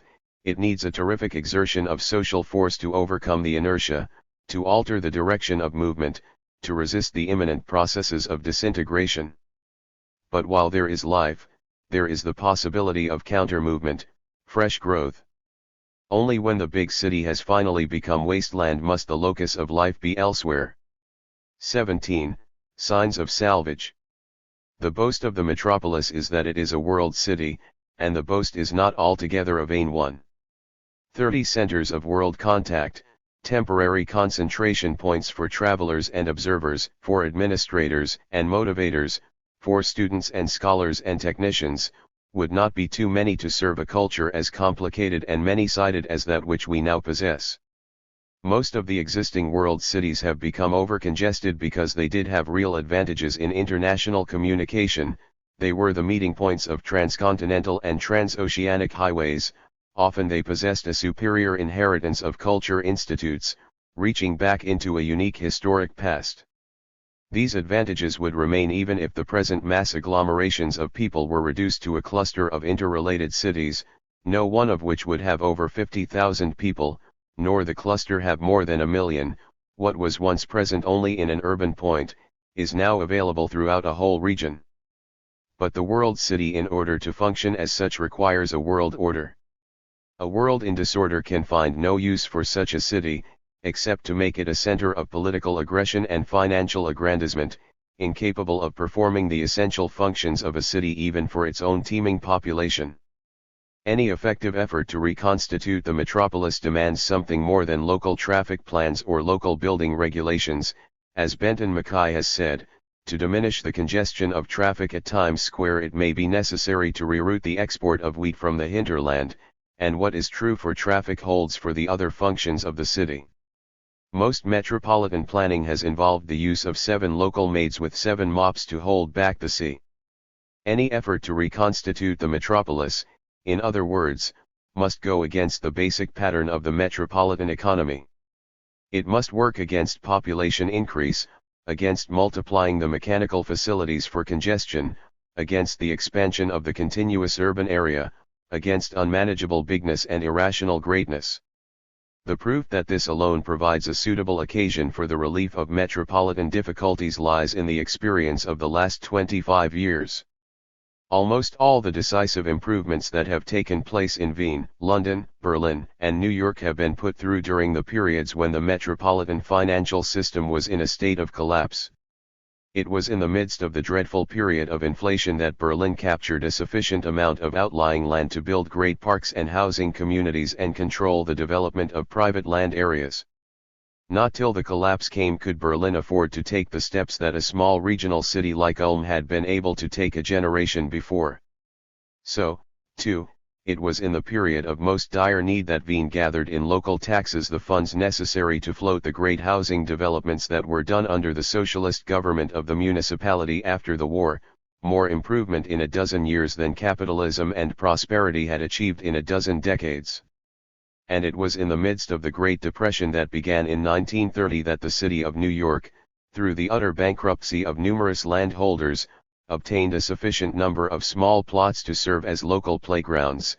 It was similarly as a byproduct of the effort to increase employment through public works that the city obtained sufficient funds from the national government to build 2 great colleges and to carry through a comprehensive program of park rehabilitation. Life values came back to the city only after financial values had been deflated. From the standpoint of decent metropolitan living one might well speak of the menace of prosperity. In laying down the foundations for a new regional order, based on the culture of life, the metropolis nevertheless has a proud part to play. At present the world cities, through the very fact of monopoly, contain many of the best elements in man's heritage. Here the keenest criticism of the metropolitan regime has come forth, and it is here that the need for decentralization has been felt and intelligent plans for it worked out. Given the concentration of power and activity in the big city, the courage to attack large tasks, the ability to assemble, transport, and organize vast quantities of men and materials have grown up, too. Energy that has so far been mobilized here to produce congestion can also be utilized toward the rebuilding of the metropolis and the founding of a biotechnic regime. The biological renewal of modern life, through the cult of hygiene and the systematic pursuit of games and sports, is a product of the metropolis, so, too, the first redefinition of the social nucleus of the modern city, in the embryonic form of the settlement house, the people's palace, and the community center. The settlement house, in fact, was the first effective effort, not merely to overcome the barbarism of the submerged areas of the metropolis, but to establish in its random neighborhoods an appropriate social nucleus which could serve as a meeting point for its social and educational activities. Young clergymen and earnest young women, a Canon Barnett, a Jane Addams, instead of traveling to remote parts of the world to carry the gospel, began in the 80s to settle in the slums. They found people as benighted as the Fiji cannibals, and in many ways just as innocent of contemporary Western culture. These denizens of Whitechapel and the South Side were outcasts, without hope, without pride, victims not merely of exploitation but of what William Morris called the damned wantlessness of the poor. The colonization of the slums by means of the settlement house was an important event. Not merely did it give the slum dweller himself his first glimpse of art, literature, drama, music, play, not merely did it provide a place for clubs and social groups to meet. Something else happened. The success of the settlement house called attention to the fact that more prosperous neighborhoods were in fact equally devoid of the elementary organs of association. Civically speaking, every middle-class neighborhood was a nonentity, too. It was, then, precisely out of the most degrading poverty and the most disorganized environment that the new conception of an organized urban neighborhood, with a central building adapted to a varied round of communal activities, took shape. This conception is fundamental to the best housing and community building that have been done during the past generation. It will probably remain, even though the name disappear and the institution be modified, the most fundamental cultural contribution of the metropolis to the new order. To cast off the dead form of the metropolitan order, and to concentrate its surviving energies upon the social utilization of its real goods, within the greater regional framework, is perhaps the most pressing task of our civilization. The issues of war and peace, socialization or disorganization, culture or barbarism, rest in good part on our success in handling this problem. Already, the symbols of the new order have appeared. In new buildings, new schools, a new program of living, fresh mutations, have disclosed themselves. In the biological and the sociological sciences, the positive foundations for this order have been laid, an order more comprehensive than Marx conceived, and more profound in its demands and readjustments than a merely economic revolution. The next step lies in contriving the political organization appropriate to this new task, and in working out, in concrete detail, the effective economic means. Before either of these steps can be taken, however, we must have a clearer visual picture of the actual changes that have occurred and of the new possibilities that have emerged. The dynamics of social change require an actual situation in time, a series of processes that can be hastened or retarded, energized or depleted, groups of people interacting with their place and their form of work, with other groups, with their social heritage, and a collective framework of interests and goals which, while slowly changing themselves, serve to concentrate and direct the intermediate social process. When all the other elements in social change are duly taken into account, the definition of the new framework itself becomes, not a piece of utopian wishfulness, but a decisive element in the whole process. Periods of rapid social crystallization, as in Rome at the time of St. Augustine, or England in the time of Bentham, are periods when the community acquires, through critical inquiry and self-conscious reorientation, a firm collective insight into its own purposes and a passionate faith in the possibility of a new attitude and a profound societal change. Further command of the social processes follows. While the rational definition of the ideal framework does not alone effect the necessary transition, it is an important element in changing the direction of the blind process, and in hastening the necessary social adaptations. The strongest social organizations and social pressures, without such well-defined goals, dissipate their energies in uneasy random efforts occasioned by passing opportunities.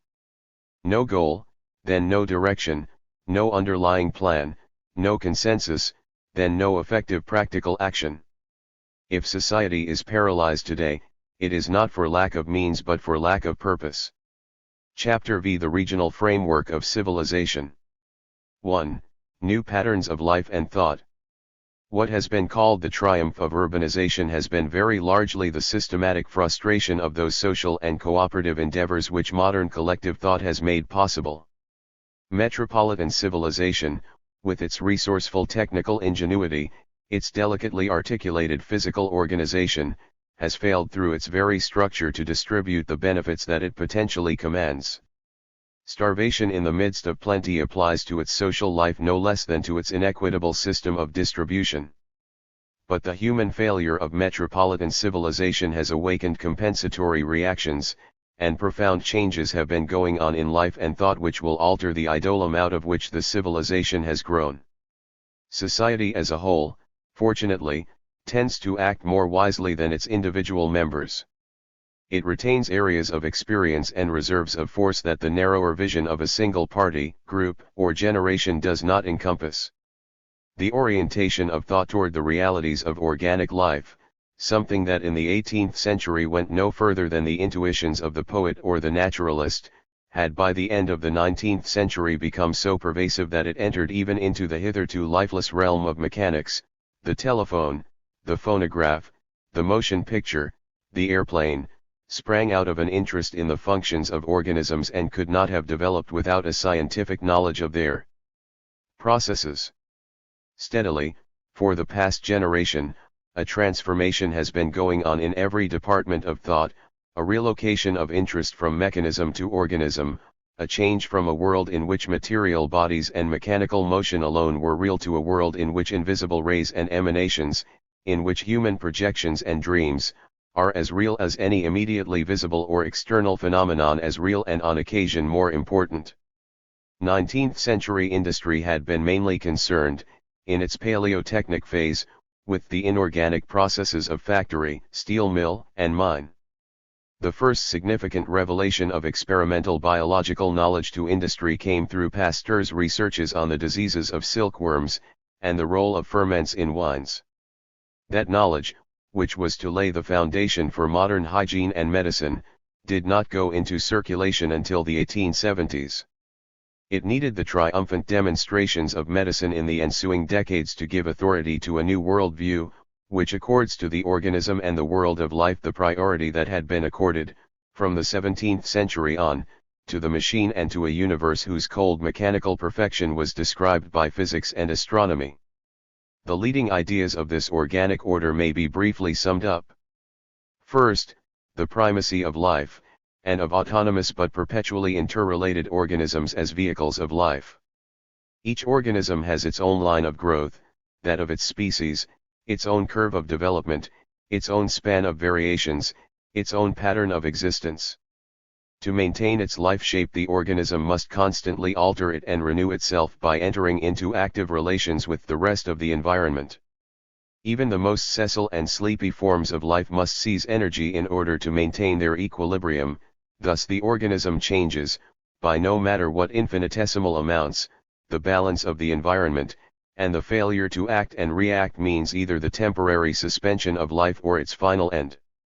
Not merely is the organism implicated in its environment in space, it is also implicated in time, through the biological phenomena of inheritance and memory, and in human societies it is even more consciously implicated through the necessity of assimilating a complicated social heritage which forms, as it were, a second environment. Human beings and groups are the outcomes of an historic complex, their inheritance, and they move toward a conditioned but uncertain destination, their future. The assimilation of the past and the making of the future are the two ever-present poles of existence in a human community. Insofar as Aristotle appreciated the future as potentiality and possibility, he was more truly a sociologist than those thinkers of the past century whose minds, even when dealing with society, have stopped short with time categories that completely suffice only for elementary mechanics. The autonomy of the organism, so characteristic of its growth, renewal, and repair, does not lead to isolation in either time or space. On the contrary, every living creature is part of the general web of life. Only as life exists in all its processes and realities, from the action of the bacteria upward, can any particular unit of it continue to exist. As our knowledge of the organism has grown, the importance of the environment as a cooperative factor in its development has become clearer, and its bearing upon the development of human societies has become plainer, too. If there are favorable habitats and favorable forms of association for animals and plants, as ecology demonstrates, why not for men? If each particular natural environment has its own balance, is there not perhaps an equivalent of this in culture? Organisms, their functions, their environments, people, their occupations, their workplaces, and living places, form interrelated and definable wholes. Such questions as yet can evoke only tentative answers, but they provide a new starting point for investigation. And from the negative processes, the destruction and deterioration of the environment through man's misuse, much has already been learned. Marsh's classic treatise on the Earth and Man was followed by the highly intelligent surveys of natural resources, in terms of potential human use, by Major Powell and Raphael Pumpelly, and the later conservationists, from Van Hise to Mackay. Beginning with Kropotkin's mutual aid, the study of human ecology has taken a more positive turn. Witness Huntington's studies of civilization and climate, the urban investigations of the Chicago School of Sociologists, and above all, Patrick Geddes' lifelong effort to develop a sociology on the basis of biology, and a social art on the positive foundation of our biological, psychological, and sociological knowledge.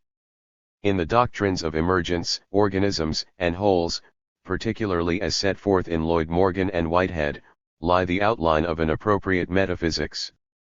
In emphasizing the importance of this new orientation toward the living and the organic, I expressly rule out false biological analogies between societies and organisms. Herbert Spencer and others pushed these to the point of absurdity. Such analogies sometimes provide useful suggestions no less practical than those derived with equally little realism from the machine. But the point is that our knowledge directs attention to parallel processes, parallel conditions and reactions, and it gives rise to related pictures of the natural and the cultural environments, considered as wholes, within which man finds his life and being and drama. So long as the machine was uppermost, people thought quantitatively in terms of expansion, extension, progress, mechanical multiplication, power. With the organism uppermost, we begin to think qualitatively in terms of growth, norms, shapes, interrelationships, implications, associations, and societies. We realize that the aim of the social process is not to make men more powerful, but to make them more completely developed, more human, more capable of carrying on the specifically human attributes of culture, neither snarling carnivores nor insensate robots. Once established, the vital and social order must subsume the mechanical one, and dominate it, in practice as well as in thought. In social terms, this means a reorientation not only from mechanism to organism, but from despotism to symbiotic association, from capitalism and fascism to cooperation and basic communism. There is one further important consequence of this recognition of the organic, that is, the disappearance of the boundary walls between the inner and the outer, the conscious and the unconscious, the external and the internal environment. With man there is no outer environment available except through the medium of society, that medium which supplies nourishment to the growing baby, equips it with the signs of language and the symbols of association, prepares it by cultural habituation to eat this food and reject that poison, to believe this truth and turn aside from that error. In order for the outer environment to function effectively, man must face it, seize it, assimilate it, and when that is done, it is no longer an outer environment. Within its figure on the web of life, each organism is by nature selective. It extracts from the total environment, its potential field of action, just those elements that can be taken in and that promote growth or security. When it makes bad selections, its life is impaired, and when it goes on making them, it ultimately dies. As man's scale of cultural development rises, nature becomes a more active element in his culture, and his culture, in turn, becomes second nature. Thus an ever greater part is played by deliberate selection, and by the collective reconstruction of the environment in terms of man's needs, desires, and purposes. The house, for example, has its origin in the nest and the cave, but in what animal exigencies is there anything to be compared to the burial tomb or the monument? Just as man himself is the most triumphant example of man's domestication of animals, so society is the result of man's long experiment in refining the processes of animal association. One might almost define the city as the structure through which domestication and association were purposively united. The time has come to express more fully this reorientation toward life and organism.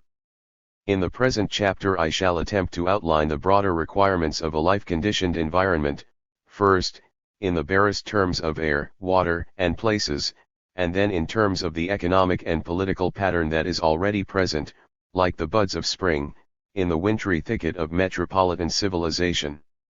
Within this emerging regional framework, we shall more easily find the place and form of the new urban community that has also begun to emerge. 2. The regional outlook. Man's conscious relation to the earth underwent a profound change in Western Europe in the 15th century. The desire to conquer space and explore the unknown upset his more sedentary habits and gave him fresh excuses for motion which undermined his close vegetative relationship to his native soil. But collectively, the great era of exploration and colonization, which opened in the 16th century, introduced a period of terrestrial neglect. In the act of seizing all the habitable parts of the earth, the colonists of Africa and the Americas systematically misused and neglected their possession, first, perhaps, out of ignorance, but no less because, even when better knowledge existed, an imperious government, a rapacious economic corporation or individual, would set no bounds to greed or to momentary needs. Where industries developed, where towns spread, land values rose and the land lost most of its value. Today the period of exploration has come to an end, and our attitude toward the earth is undergoing another profound change, a byproduct of our increased knowledge of the sources of life, and our critical examination of human history. We can no longer leave soils and landscapes and agricultural possibilities out of our calculations in considering the future of either industries or cities. For the era of the callous pioneer, who laid waste to a particular area, looted its natural resources, and moved on, is over. There is no place left to move. We have reached the end of our journey, and in the main, we must retrace our steps, and, region by region, learn to do intelligently and cooperatively what we hitherto did in such disregard of the elementary decencies of life. The grasp of the region as a dynamic social reality is a first step toward a constructive policy of planning, housing, and urban renewal. In different countries, this consciousness of the underlying geographic conditions and earth relations has taken different forms. In France, the home of regionalism as a deliberate movement, regionalism has meant first of all a protest against the excessive centralization that took place in politics and culture. It has led to the reconstitution of the provincial universities and to the active development of regions such as the French Alps, around Grenoble. In Denmark, regionalism meant the recapture of the native heritage of the ballads and the folk literature, the founding of folk high schools in the countryside, and the growth of the cooperative movement and scientific agronomy and breeding in agriculture. In Czechoslovakia, it has meant the founding of an independent political state. These movements are not unrelated, behind them are certain common ideas. At a period when the uniformities of the machine civilization were being overstressed, regionalism served to emphasize compensatory organic elements, above all, those differences that arise out of geographic, historic, and cultural peculiarities. In its recognition of the region as a basic configuration in human life, in its acceptance of natural diversities as well as natural associations and uniformities, in its recognition of the region as a permanent sphere of cultural influences and as a center of economic activities, as well as an implicit geographic fact, here lies the vital common element in the regionalist movement. So far from being archaic and reactionary, regionalism belongs to the future. 3. The region as a geographic unit. Walking through the countryside in the United States, one may find in the midst of an open field or at the corner of a woodlet a granite post, with the name of one state on one side of it, and that of the adjoining state on the other side. Similar monuments exist at every national frontier, although the population in the transitional zone may be almost as similar to the casual eye as the inhabitants of New York and Connecticut. Political boundaries of the imaginary kind have a hard and fast character, that is their convenience. They define the limits of certain man-made conventions and obligations, like constitutions and codes of law. The creation of such boundaries is part of man's efforts to create a more orderly social world, a world of uniform and predictable events. Indeed, the notion of giving some sort of spatial continuity to behavior patterns, instead of permitting them to change in form from one local district to another, with endless quirks and confusing variations, is one of the great political changes that separates the modern world of states from the spatially inconsecutive and muddled allegiances of the feudal world. Underlying all our political conventions, however, is the basic fact of the earth itself, and the question is how far these political unifications correspond effectively to those provided by nature and other aspects of human culture. The formal partition of the landscape antedated, for the most part, modern geographic knowledge. It was the empirical work of statesmen and lawgivers who believed, for the most part, that differences between peoples or regions were man-made, and could be wiped out by an act of the legislature. Even the new democratic states, in defining the limits of territorial sovereignty, followed the arbitrary patterns of the absolute rulers and prince-sealings of the Baroque period. As in the delimitation of the political departments of France during the French Revolution, administrators usually chose to ignore natural regions, with their historic complexes and their customary privileges. They could not dissociate the older organic pattern from the feudal and ecclesiastical order that had grown up with it. Antagonistic to the privileges of the latter, they sought to displace the reality of the first. In general, during the 19th century, functional geographic associations and functional boundaries were disregarded.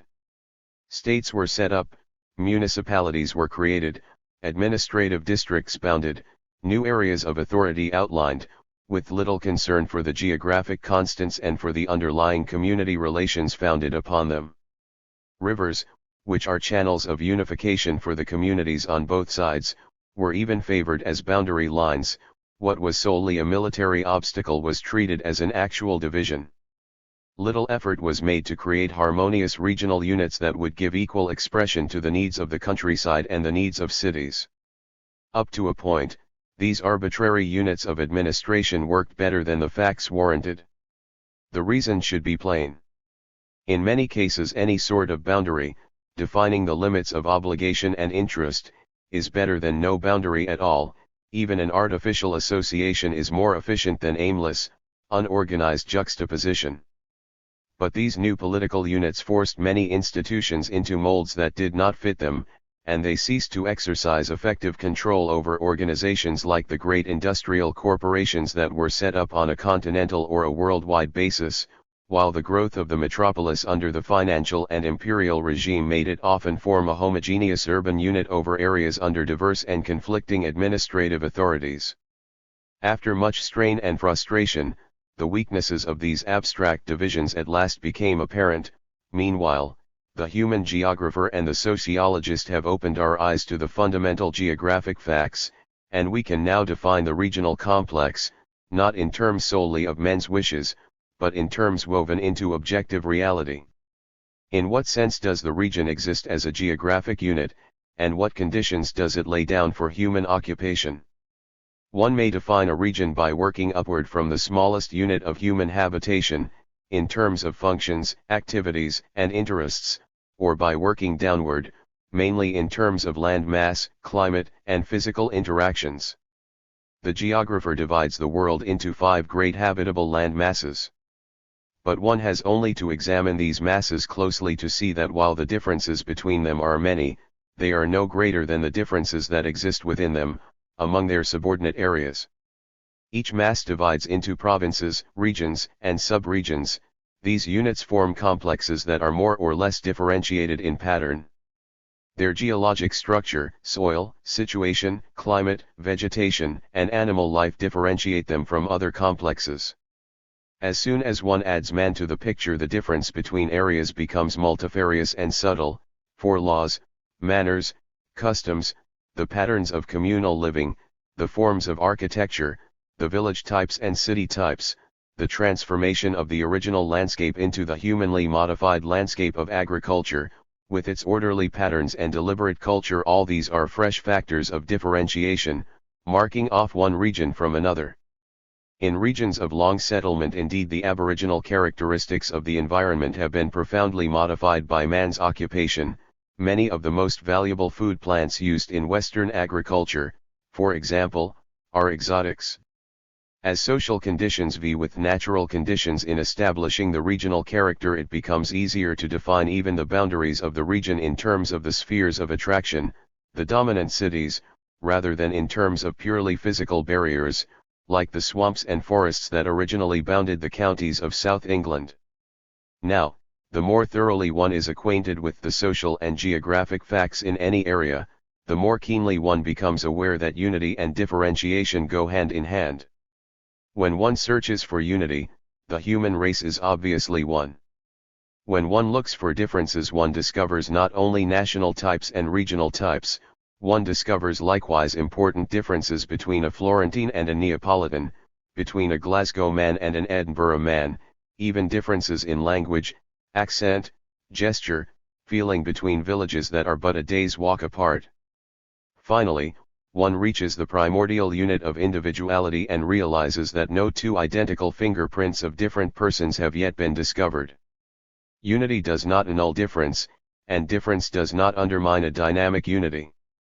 There are accordingly 2 kinds of unity which one must clearly distinguish: unity by suppression, in which a single pattern of life is universalized, and that of unity by inclusion, in which a multitude of different patterns either find their common elements, or become elements in a more complex configuration that includes them. Unity by suppression is achieved by debuilding organic relations and by the reduction of the complicated facts of life to a simpler system.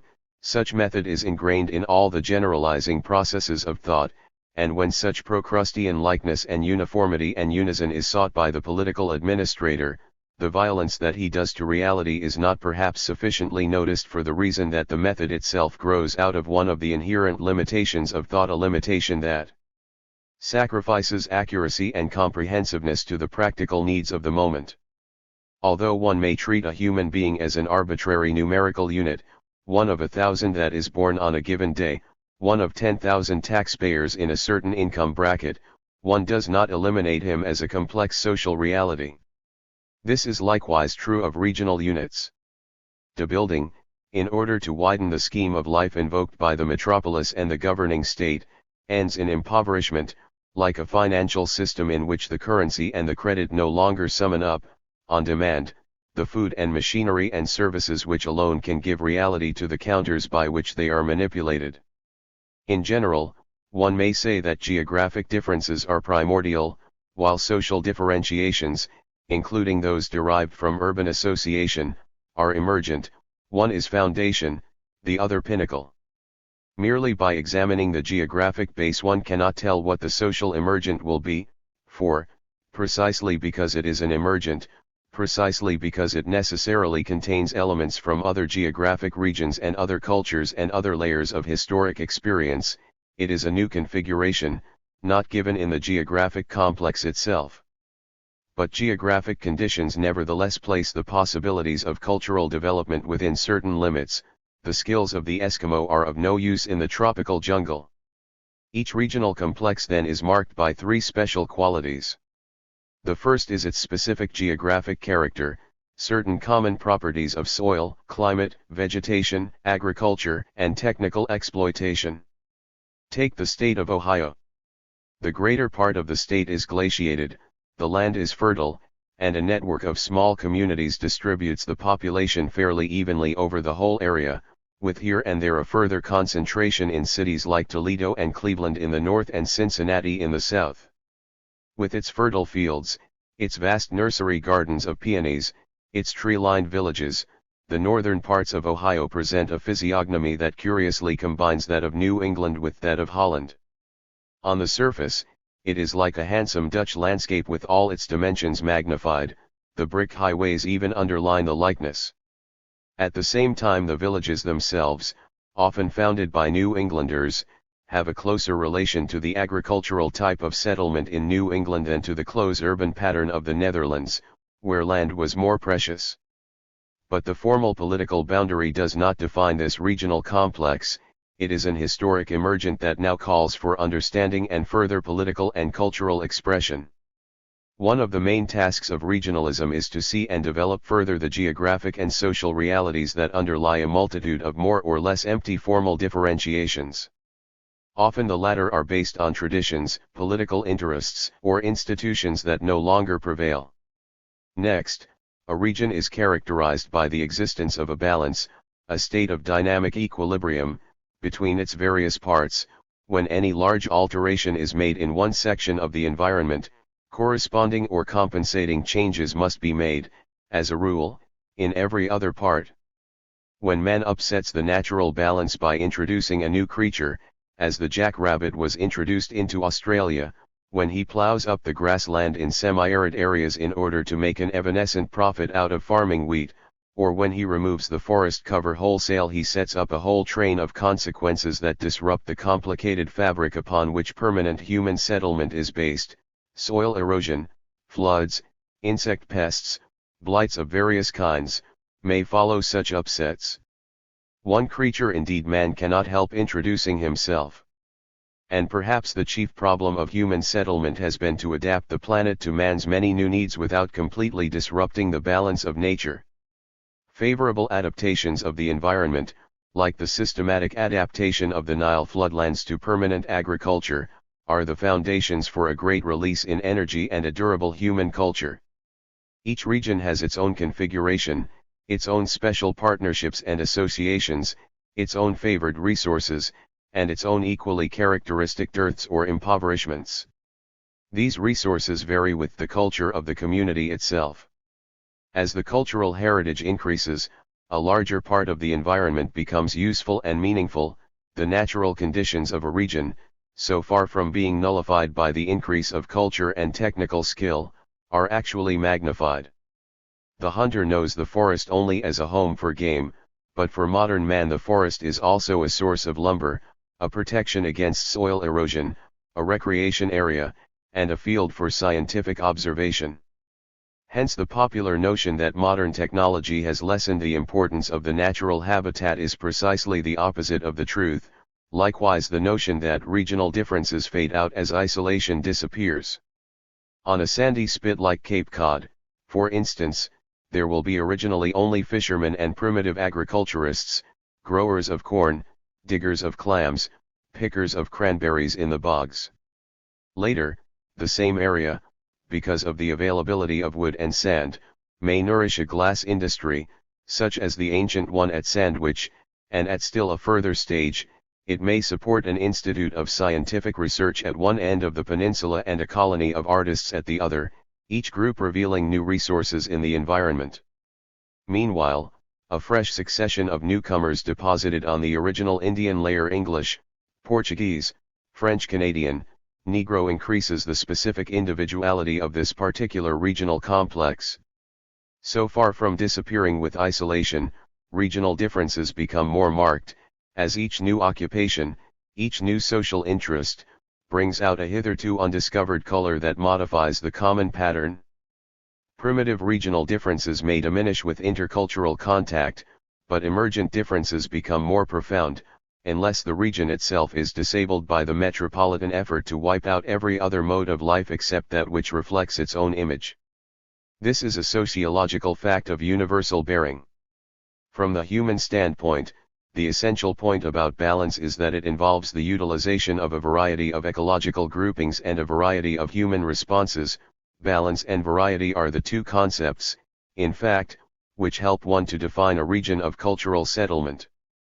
Likeness of interest and singleness of response are only one side of the regional pattern.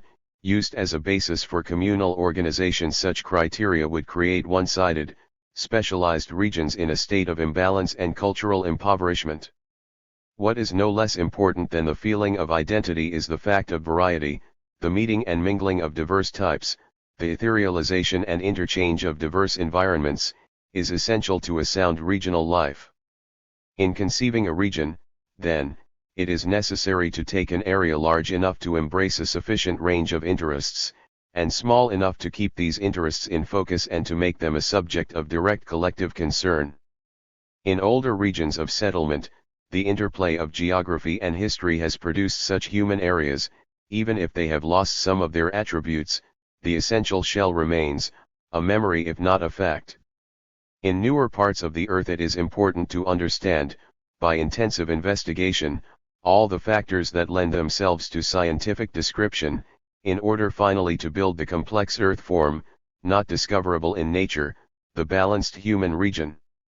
Take away the notions of variety and balance, however, and the very notion of the region becomes a mere spatial expression applicable to any of the 108 different administrative divisions of the United States, for example, as made by this or that government department in Washington.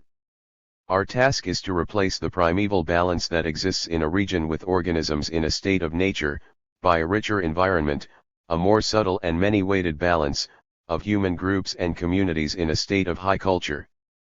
The sort of regional planning that seeks some simple arbitrary pattern, more closely fitted to the convenience of the political or industrial administrator, is regional in name only.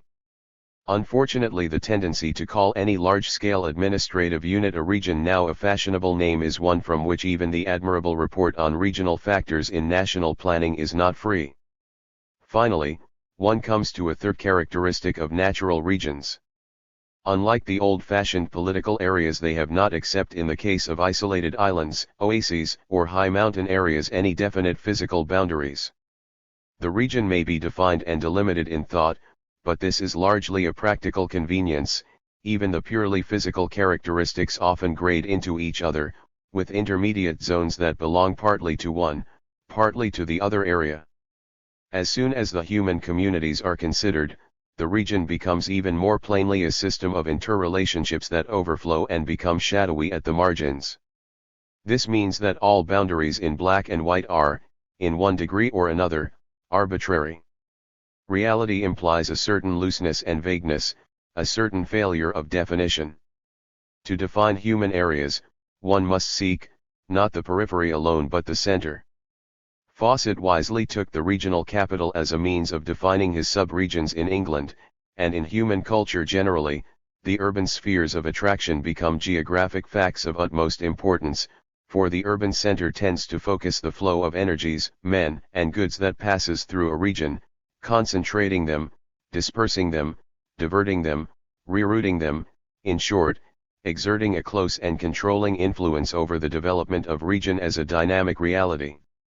Indeed, the bare physiographic area itself receives some of its contour through the operation of human needs and human processes.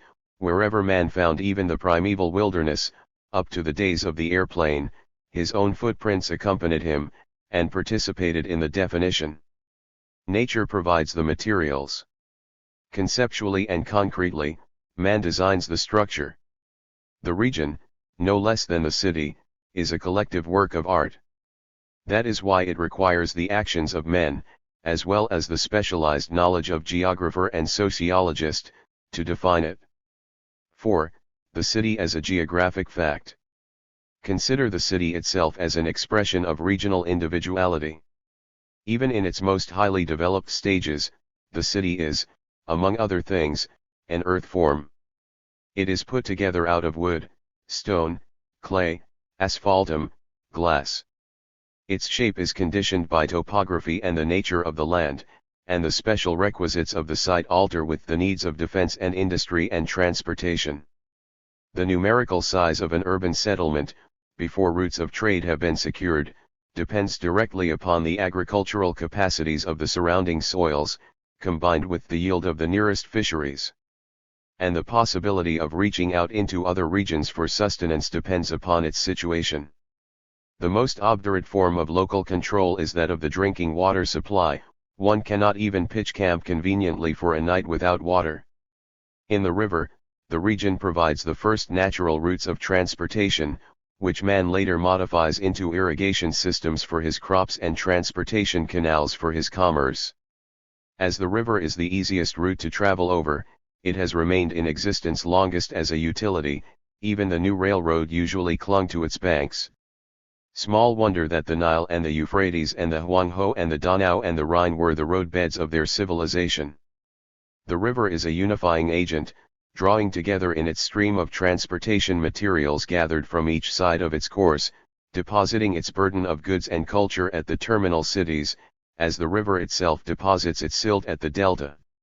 Ocean transportation on the landlocked seas was long a secondary form of transport, and it is only by degrees that cities have established themselves, though rarely without the aid of an oasis spring on land routes, and have planted themselves with success in unwatered parts of the hinterland.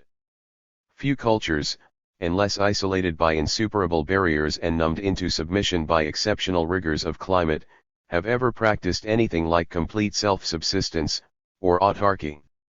Interregional transport is one of the pillars of urban life. It multiplies contacts, social relations, products, and by the very diversity of the resources it brings together contributes to the specific pattern of the city's life. The clogging of the main routes of transportation, such as the stoppage of Oriental trade through the Bosporus after the Turkish conquest of Byzantium, may vitiate the life of a city which, like Venice, lies at the other end of the route. On the other hand, the multiplication of trade routes may pour into a single center a larger population than it can handle competently. Witness the uneasy sprawl of Hamburg and London.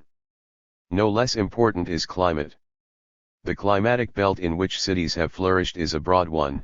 It is roughly coincident with the distribution of the hard grains, whose suitability for permanent storage probably contributed greatly to that stability and continuity out of which city life could grow. One may speak of rye cities, wheat cities, maize cities, rice cities. The city is, in effect, a means of overcoming partly the effect of climatic conditioning and direct topographic control, hence their wide range in temperature and height from Angkor to Helsinki, from Rotterdam to Mexico City or Lhasa. City life takes one form in the Mediterranean area, where the mild climate decreases the need for protective shelter and increases the opportunity for public life in the open. It takes another form in the north, where the words chimney or roof are sufficient to indicate a dwelling house. Climate does not so much limit the existence of cities as individualize the type of urban adaptation. Each city has its characteristic play of weather, set off against its special landscape, the fog of London, the stinging wind of Edinburgh, the luxuriant warmth of palm-lined Los Angeles, the dramatic patches of sunlight in the gloomy skies of Berlin, set in the midst of its pine barrens. One further influence of climate, its effects upon habits of eating and drinking. Perhaps cities first developed in the warm valleys of Asia Minor and northern Africa not merely because the food supply had increased but because a larger population could subsist on a sparser diet than was necessary in the north. As one goes northward, both the production of food and the eating of it become a more engrossing daily occupation, and whereas the temperate Greek regarded the habit of drinking undiluted wine as a barbarism, the northern city dweller, battling with the dank winds, chilled by the sloshy underfooting, depressed by the eternal dullness of the sky, drinks much and often. Not content with wine neat, he spices it, distills it, turns it into firewater. Food and drink, no less than climate, add to the individuality of a city, and they affect the port and gesture and manners and alertness of the inhabitants. The bouillabaisse of Marseilles, the fried cakes of Amsterdam, the baked beans of Boston and the hot puddings of London, the cheeses of Rouen and the spaghetti of Naples, on all these climate, vegetation, regional occupations, and regional needs, have left their mark. The quickening of European intellectual life in the urban coffee houses of the 17th century, and the befuddlement of the proletariat through cheap gin and brandy in the 19th, are capital events in the human culture of cities. Diet, too, plays a part in differentiating castes in a city, not alone the lean diet of holiness and the fat diet of assertive sensuality, but the meatless diet of the peasant, as contrasted with the Epicurean carnivorousness of the stout bourgeois, whose refined path of conduct never leads him, if he can help it, to the door of the slaughterhouse. Diet and drink, moreover, play a real if little examined role in the erotic ritual, particularly in the manner and duration of sexual intercourse. There is even evidence at hand now to indicate its effect upon procreation. The tendency of an urban diet to be mixed, interregional in origin, not limited to traditional materials or recipes, is of course characteristic of most other cultural aspects of city life. And like them, it serves to unite the citizens in a common cult. In no profane allusion one may say that every urban table is a communion table. Because of its close, if not abject, dependence upon local building materials and local qualities of site, the city epitomizes the surrounding country and gives a special character to the natural setting. At no moment in its existence is the divorce between the man-made environment and the earth complete. The red sandstone of Strasbourg, the yellow clay of London, the red brick of Bremen, the grey limestone of post-medieval Paris, the brown sandstone of old Frankfurt am Main, the very bricks and stones symbolize that underlying partnership between man and nature which is accepted and furthered, even while it is transformed, in the structure of the city. The immediate geological foundations remain an important attribute of urban individuality. They seep into the consciousness in all sorts of indirect ways. The very infant at play, digging in the earth of his dooryard, is conscious of the ubiquitous sand if he lives in Rotterdam, of the oily shale if in Pittsburgh, or of the tantalizing gleam of mica in the schist of Manhattan. And as cities develop, external conditions become internal influences, while internal impulses work themselves out in new forms and patterns born of the playful necessities or earnest choices of the human imagination. Just as the climate and food give a peculiar gleam or sallowness to the skin, so the internal influences of a region, a religion, a scientific technique, an educational doctrine will eventually alter the shape and distribution of its buildings. If the earth acts upon the city in such immediate ways, the indirect processes are even more numerous and potent. Above all, each trade and industry tends, as nothing else in the city's life does, to maximize the environment, to concentrate within a limited area, the widest sweep of resources, products, processes, and modes of life. This phenomenon is so constant and so universal that it tends to escape notice, yet it is one of the most essential features of urban existence. A handful of people, settled in a village, with a personal range of movement limited to a day's walk, can, even in a state of intense awareness, embrace only a limited environment. Their knowledge of life, however intense, will be confined to what their meadows and forests and immediate neighbors disclose to them. The city, on the other hand, may cover a visible terrain more cramped than that of the village and its fields. But its invisible regional base, embraced through the raw materials that reach it, the technical methods that are acclimatized in its workshops, the personal and regional idiosyncrasies that are poured into it through its immigrants, its regional base is much broader. Because it extracts only the essence of the surrounding regions, because so much of life comes to it in physically dismembered or sublimated, symbolic forms, the city embodies the region, and indeed the whole outside world, more fully than any other single fragment of landscape could do.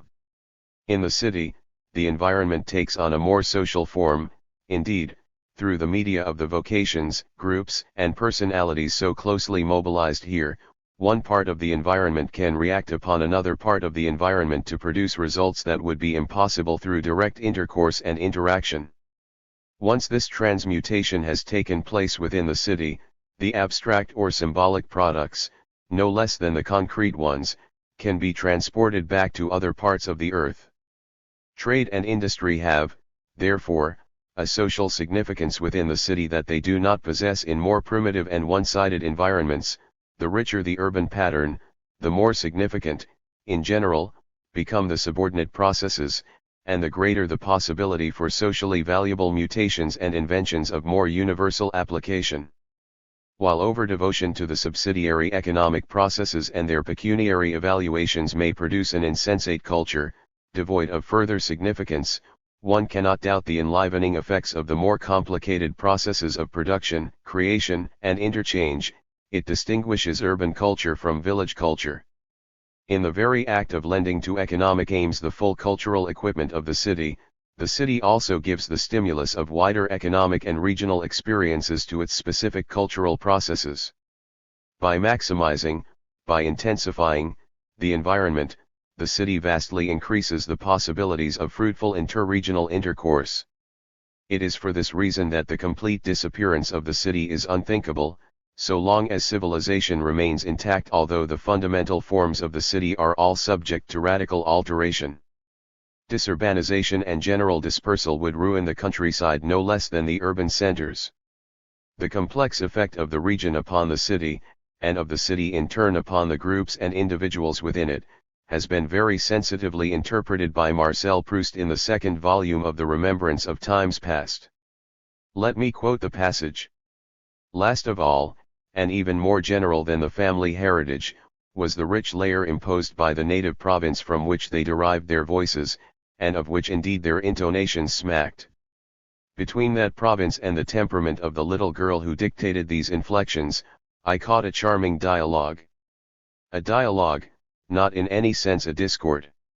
It would not have been possible to separate the girl herself and her native place. She was herself, she was it also. Moreover, this reaction of locally procured materials on the genius who utilizes them and to whose work their reaction imparts an added freshness, does not make the work any less individual, and whether it be that of an architect, a cabinet maker, or a composer, it reflects no less minutely the most subtle shades of the artist's personality, because he has been compelled to work in the millstone of Senlis or the red sandstone of Strasbourg, has respected the knots peculiar to the ash tree, has borne in mind, when writing his score, the resources, the limitations, the volume of sound, the possibilities of flute or alto voice. Note that this play of the local, individualized environment upon the community does not counteract the more universal forces that are also at work. For the very existence of universal forms and ideas within the city indicates, not merely the valiant effort of the human mind to create a viable abstract order, good for all times and places, but it also indicates the human desire to share experience, since the higher the degree of uniqueness, the smaller are the possibilities of finding a similar response in the bosom of one's neighbor. The local and the intense must be balanced off against the universal and the widespreading. The first must become more broadly intelligible, the second must become more narrowly applicable. Universals that cannot take root are of the same order as roots from whose stems no flower issues and no seeds disseminate themselves. No region can ignore universal forces. The city, above all, is an instrument for capturing them and transmitting them more effectively. The spread of a universal religion, such as Buddhism or Christianity or communism, or the conquest of a universal system of techniques, like that now based on Western science, depends not merely upon the original power of the transformer but upon the delicacy and fine-tuning of the regional receptors. Both must be adequate. One has only to compare the original production per man-hour in a British cotton factory with that in a Russian or Indian one, or an English bricklayer's production with that of an American, to see how local habits of life modify the universal pattern and produce different quantitative as well as different qualitative results. Only the careless eye will fail to detect deep cultural modifications from region to region, from city to city, quite as marked as the differences in the appearance of the common sparrow of Texas compared with the same species in New England. Beneath the Catholicism of Naples still lurk the forms of Venus and Diana, beneath the Protestantism of Germany, the violent gods and heroes of the Nibelungen tales still assert themselves. The region, then, is the warp upon which the fabric of communal life is woven. Even when the coarse geographic threads are unnoticed, their quality and number and closeness will affect the weaving of the ultimate cloth. The variety of these natural influences, the complexity and individuality of their assembled character in the city, are in fact a perpetual guarantee against man's inveterate tendency toward oversimplification. By this means he escapes that mechanization and falsification of the living reality which Bergson has correctly interpreted as a constant vice of human thought. Communities may wisely strive for uniformity, for certainty and fixity, for universality of pattern. Indeed, unless they strove for these things, the most precious human achievements would not be possible. But only upon this condition, that they shall never finally succeed. 5. The earth as home. Civilizations have risen and fallen without apparently perceiving the full import of their relations with the earth. For soil exhaustion and mineral exhaustion have been felt locally in other periods of history without stirring the rulers of the threatened communities to take effective measures against these dangers. From the standpoint of earth culture, modern civilization achieved its highest form, perhaps, in the Dutch communities of the Eotechnic period, when the usual habits of wastage and degradation were reversed. Though Holland set an example to the rest of the world in the resourceful exploitation of her terrain, the example was largely ignored. The rapid spread of mankind to new countries, where the resources seemed boundless, encouraged a more primitive type of farming. Lands were planted for a single crop, like cotton, and the farmers moved on to new areas when the older territories gave signs of exhaustion. Nomadic agriculture and nomadic forestry literally cut the ground from under the feet of countries like the United States. By the middle of the 19th century, the process had gone so far in the Appalachian area that it awakened the consciousness of keen observers, like G.P. Marsh, to the universal aspects of the situation. Viewing the result of this destruction from the standpoint of human habitability, Henry Thoreau suggested that every community in America should have, as part of its permanent domain, a portion of the wilderness, kept free for the citizens from all the encroachments of civilization, like the royal hunting parks in England. A short while after this, a movement was started to reserve through the federal government certain areas whose striking natural beauty should remain unscarred by permanent human settlement. The founding of the Yellowstone National Park in 1872, the first of a series of such reservations in the United States, was a capital event in regional culture. It was the first public recognition of the need for the primeval wilderness as a background for a civilized life, and of the value of the natural environment for other purposes than reckless financial exploitation. Utilitarian needs, such as the planting of the forests of England under Sir John Evelyn, in order to ensure a supply of timber for the British Navy, had hitherto governed the reservation of wild areas, and the state forests of Europe are one of the oldest forms of socialized ownership and activity. But although the forestry movement was, happily, to produce similar reservations in America, the United States national parks were the first recognition of landscape as a communal resource. Marsh and Thoreau were primarily concerned with the threatened extinction of the primeval wilderness and the impoverishments and dangers that might arise from the destruction of the forest cover. But other observers in the 19th century noted evils equally threatening in other provinces. Stanley Jevons pointed out that at the rate the coal beds were being exploited in the Paleotechnic period, the supply of coal would give out within a century or two unless new resources were discovered or more thrifty ways introduced. While new deposits were in fact discovered and improved methods of coal burning reduced the actual consumption per horsepower, the prediction held true in general, for mineral resources, especially energy resources like coal and petroleum and lignite are irreplaceable once consumed. This is almost equally true of the more precious metals and rare earths upon which so much of modern technology now depends: nickel, vanadium, tungsten, tantalum, manganese. None of the original warnings about the need for dealing thriftily with natural resources was without point. The recovery of scrap metals has become an important business today, and the supply of metals has now become a sort of revolving capital fund, from which only a small part need be lost, from generation to generation, through wastage and wear.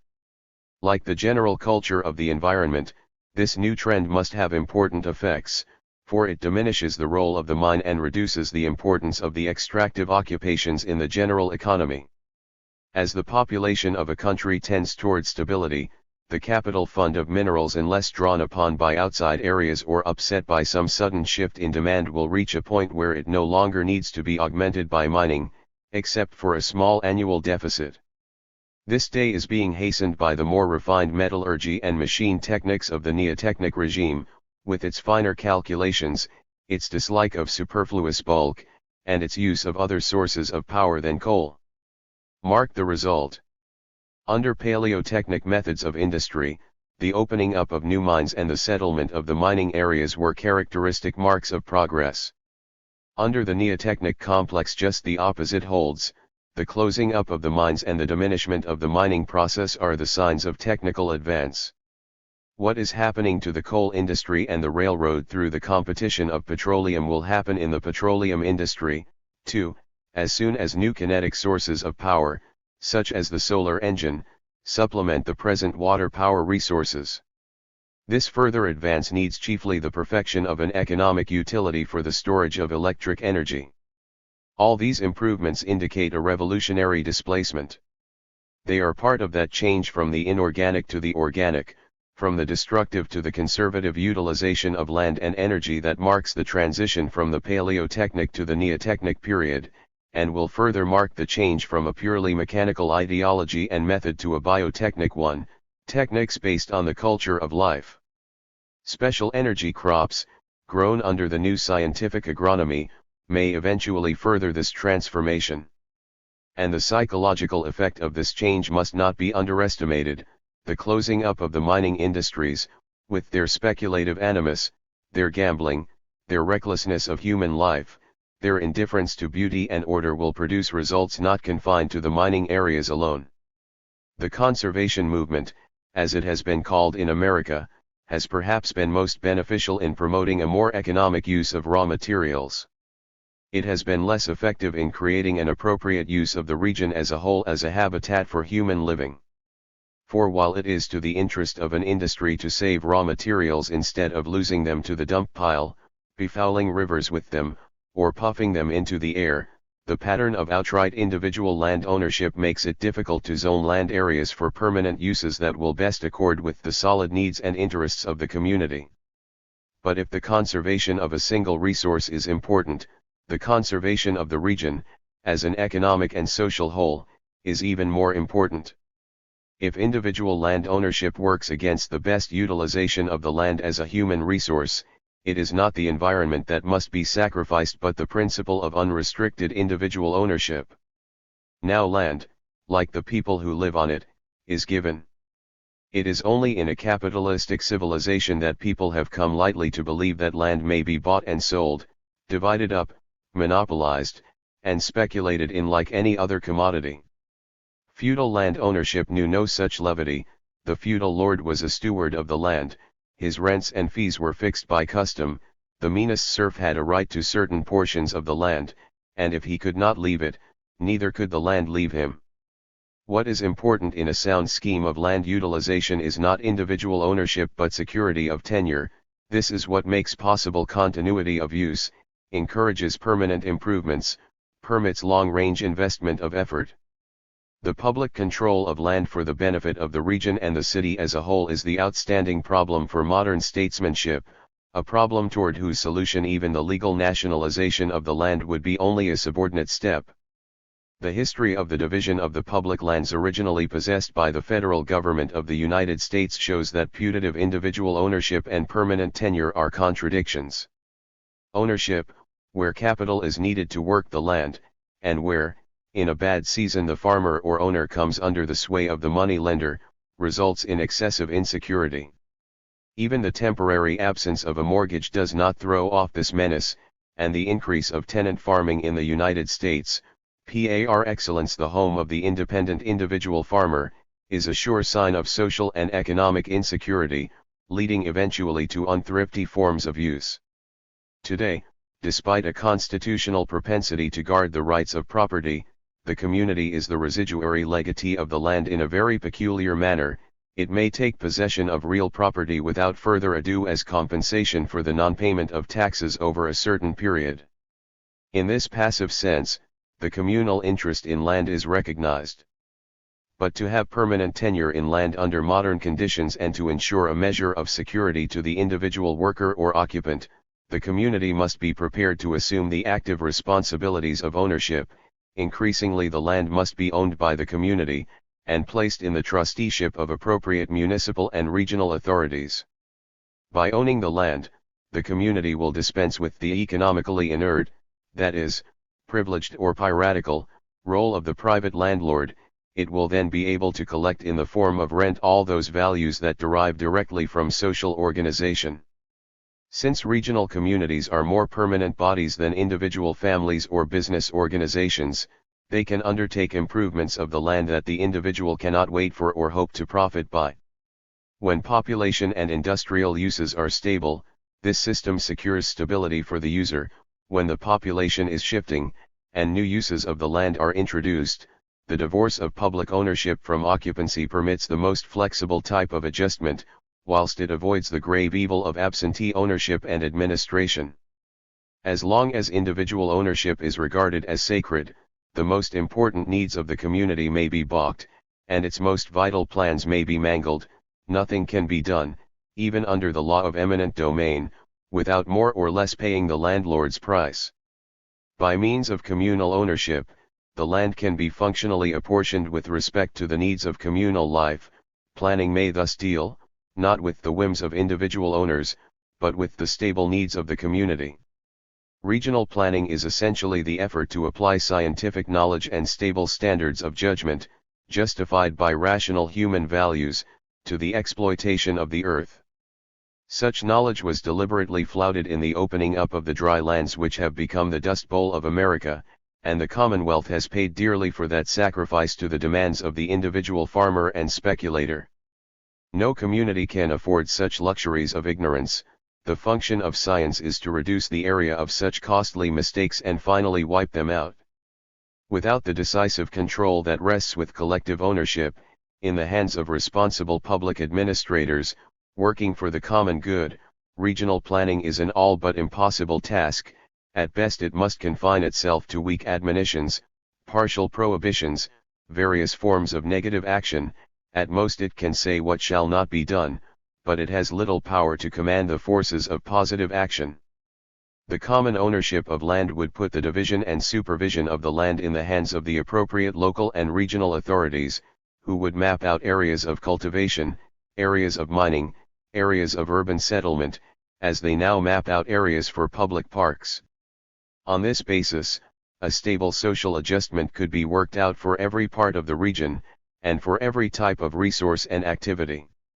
This common ownership is not an objective in itself, it is merely a means toward creating a system of dressing and keeping the land as it must be dressed and kept for an advanced civilization. Something can indeed be done by education and public regulation where the obsolete system of private ownership and control is preserved, but infinitely more can and must be done by active authorities, capable not merely of suggestion but decisive action, capable of looking ahead over half a century or more, and borrowing funds on the basis of such long-term action. A useful step toward the system of common ownership consists in a broadly applied scheme of land zoning, such as that provided in the current English law which sterilizes against change of use without public permission all existing rural areas, or like that worked out, again, under the ample administrative authority of Dr. Schmidt, with a special planning body, in the Ruhr district before 1933. A partial step in the same direction restricting marginal lands against inappropriate uses has been made in Wisconsin. But these are only preliminary steps.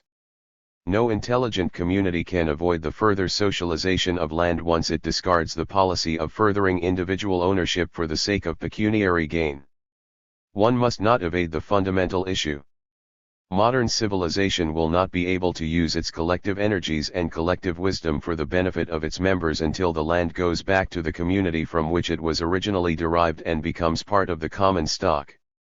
This should be particularly easy in the United States, for here there are no immemorial privileges of ownership and residence, no ancient titles that run back before the memory or written record of man, and here the greater part of the continent was still public land up to a century ago.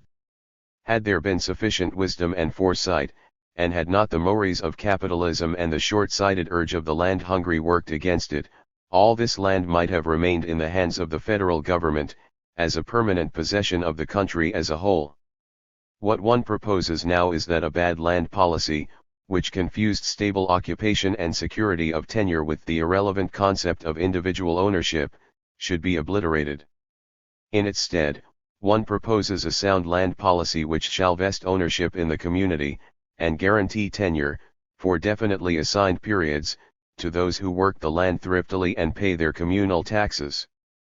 This policy can be put into effect piecemeal, by permitting cities to buy up land necessary for their development and to hold it permanently, an indispensable aid in four-dimensional planning. It can be furthered by the states buying up marginal agricultural lands, as in New York State, in order to turn them back into forest, or by the setting of great recreation areas, such as the Adirondack State Park in New York. But for regional planning on a grand scale to begin, the policy must apply to the holding of all land, and until this is effected, planning can achieve only part of its potential results.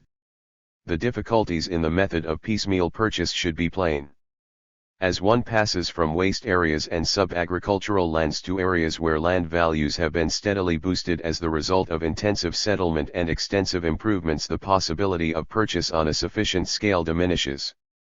No community is rich enough to redeem its own land as a whole at the prices asked by the present owners. Hence, except in Soviet Russia, where a revolutionary change in ownership took place, the most important steps in making the earth a permanent and satisfactory human home are halted by a small privileged class, upheld in turn by a much larger group who mistakenly hold exclusive land ownership to be a symbol of power and independence. But regional planning cannot be confined merely to backward areas, hence the problem must be eventually faced and a new social policy of leasehold possession worked out, under forms which will combine individual security and collective interests. The alternative consists in public regulation so broad and drastic as to turn the individual proprietor into a mere trustee or steward. An ownership so limited, though perhaps useful in effecting a transition, is bound, however, to awaken the owner's resentful protests scarcely less than a scheme for outright expropriation with drastically limited compensation. The latter, in the form of pensions, seems to me preferable, though in the United States it would demand a social interpretation of the words due process. 6. The landscape, a cultural resource. Originating in the spectacle of waste and defilement, the conservation movement has tended to have a negative influence. It has sought to isolate wilderness areas from encroachment, and it has endeavored to diminish waste and prevent damage. The present task of regional planning is a more positive one. It seeks to bring the earth as a whole up to the highest pitch of perfection and appropriate use, not merely preserving the primeval, but extending the range of the garden, and introducing the deliberate culture of the landscape into every part of the open country. Olmsted began his career as a park planner by giving advice to his farmer neighbors on the layout of their house and grounds. It is time that park planning went back into the open country, from which, in the 18th century, it originated. The parking and landscaping of highways, such as the remarkable system in Westchester County, New York, is a first step toward these more universal forms of collective gardening and cultivation. The rapid extension of such arteries and recreation grounds around the great metropolises in America is an earnest of a deeper transformation. Our planners in the past have had a tendency to single out the more striking forms of landscape.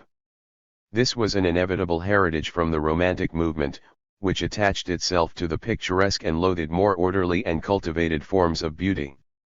There has been no comparable movement to cultivate other types of landscape and bring them up to a high pitch of aesthetic delight.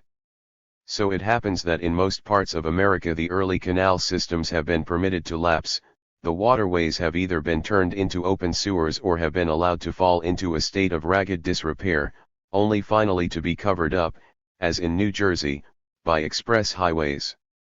And the fault is not solely an American one.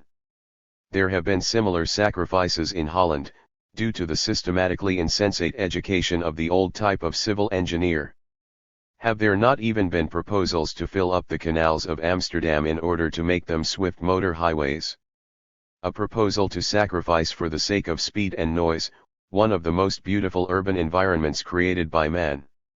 If the culture of the environment had yet entered deeply into our consciousness, our aesthetic appreciations would not stop short with stupendous geological formations like the Grand Canyon of Arizona. We should have an equal regard for every nook and corner of the earth, and we should not be indifferent to the fate of less romantic areas. Though the old canals no longer serve industrial uses in most parts of America, they have grand possibilities for recreation. They should, in fact, become the backbone of a regional park system, for swimming, boating, ice skating, and ice boat racing, to say not of being specially stocked for fishing. So much so, that where these canals have not been left over from the geotechnic economy, they should be deliberately built, as is now being done along the Delaware River in Pennsylvania. Especially in the flatter regions of the Middle West, bereft of natural recreation areas, a system of lordly water courses, banked with grass, lined with trees, dotted with groves for picnicking and camping, should be built for the whole region, supplementing and rounding out the natural water drainage, no longer the mere half-mile water courses of the Baroque Park. The reservation of coastal areas as wildernesses is equally important. For though we owe much to the romantic love of high mountains and mysterious forests, modern man finds other parts of nature equally attractive: the pine barren, the savanna, the rocky coast, the moorland, the sandy spit, no less than the more overwhelming species of scenery, the bayberry, the sweet fern, the shrub oak, and the low blueberry can touch his spirit as they outline the contours of a headland no less than the mightiest pines. As for the ocean itself, it is the least spoiled of all primeval wildernesses, except where it is tainted by the adjoining land and the offal of its population. The recapture of the coastal wilderness has become an important element in every sound scheme of regional planning. South England feels the need as well as Long Island. The reservation of the Everglades in Florida, and of forest and heath in Martha's Vineyard, are welcome signs. Similarly, the creation of a Cape Hatteras National Seashore by Congress in 1937 sets an important precedent within the national domain. Each type of environment, then, has its special interest for man, its special economic capacities above all, its special uses as a social habitat. The cultivated landscape of the plain with its soft meadows, its human definitions and landmarks, its meandering rivers and its quiet pauses of lake and marsh, is no less capable of enriching the spirit than the hanging valleys of the Tyrol, where the sun does not rise over the ice peaks until 11 o'clock in the morning. In the second milieu, man's principal care must be to step lightly and leave as small an account of himself as possible. Part of the value of the primeval environment lies in maintaining an extreme contrast with the region of close settlement.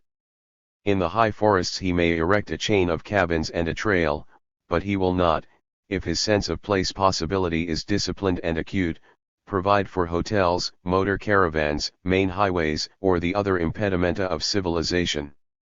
If our modern culture, with all its resources and wealth, cannot afford the final luxury of such unused spots, it is poor indeed.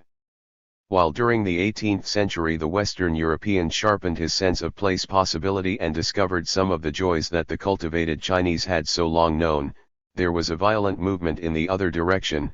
In the act of pioneering, the European peasant and townsman often lost some of that intuitive feeling for the environment that they had preserved by inertia in their original habitat. Instead of cooperating with nature in the new lands, they raped nature, eager for quick returns, and in the very act of violating her, rejected her best gifts and rejected the possibility of having permanent intercourse with her. Therein lies the vast irony of man's proud conquest of nature during the 19th century. This rape took many forms. With respect to the landscape, among the earliest was the building of funicular railways to the top of inaccessible alpine spots, whose very glory demanded for full appreciation a pitting of man's energies against the difficulties of the ascent. One of the latest violations takes the form, in the United States, of motor roads that lead into the heart of a wilderness and concentrate urban populations in big recreation halls, playgrounds, and hotels that might better have been placed at the very doors of the metropolis. In the eastern part of the United States, the so-called skyline drives along the crest of the lonely Appalachians combine extravagant expenditure with a complete debauchery of the specific character and use of the mountain wilderness. This form of desecration, in the act of making nature accessible, removes all that is valuable from the enjoyment of those who seek solitude and a renewed sense of the primeval. Both these spiritual needs increase in importance as man rises in the scale of civilization and is no longer harried by the crude enmities of nature. They are indispensable correctives to the mechanical rigors and the compulsive collective disciplines and the omnipresent crowds of modern life. Man must not merely have the privilege of selecting a type of environment in contrast to that which embraces his daily routine. Each environment should exercise its own type of selective control, choosing its men. The principle of democracy does not mean that every type of environment should be equally available to every type of person, and that every part of the natural scene should be as open to dense occupation as the concert hall of a great metropolis. This vulgarization of activities that are by their essential nature restricted and isolated would blot out the natural varieties of the habitat and make the whole world over into a single metropolitan image. In the end, it would mean that one must be content with only one type of life, and to accept only one type of environment, that of the metropolis, a degradation in both the geological and the human sense. Such perversions of the cult of nature and the principles of democracy as are marked by the skyline drive and similar types of metropolitan invasion are carried to the final level of complete caricature in the exploitation of the Great Caves of Virginia. To increase accessibility, these caves are reached by elevators. They are lighted theatrically with different colors that play over the stalactites and the stalagmites as they might play over the body of a dancer in a cabaret. This series of mechanical improvements transforms a precious experience of darkness and mystery and danger, never to be forgotten by anyone who has explored a natural cave, into something that is on the exact level of a spectacle at Coney Island. Indeed, the urban type of spectacle has the advantage of being less of a fake and more easy to reach. A culture so innocent of genuine human and aesthetic values as to encourage such exploitation will obviously stop at nothing. Hence it is under the seal of a non-metropolitan culture, still only in its embryonic phase, that genuine regional planning works. Some of its worst enemies will long be those who espouse nature for purely metropolitan ends, profitable jobs, publicity, lavish expenditure for engineering and public works. In sum, man cannot achieve a high level of economic life or culture in an environment whose resources he has plundered and defaced.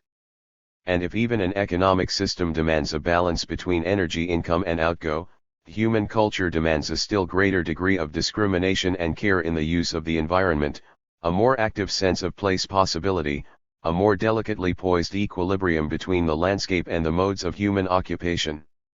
To turn a forest into a metropolitan slum is an even more serious barbarism than would be the turning of a metropolitan area back into its primeval field or forest. Each type of landscape has its special meaning to civilized man. Astronomy, geology, biology, landscape painting, poetry, send man out to face nature in another mood from that of his ancestors. And it is precisely because our culture has reached a higher stage of development that we can no longer be satisfied with the impoverished conceptions of the environment that have hitherto satisfied the urban ego. We respect, as never before, the infinite variety of nature, and wish for the sake of both wealth and health to preserve it to the utmost degree.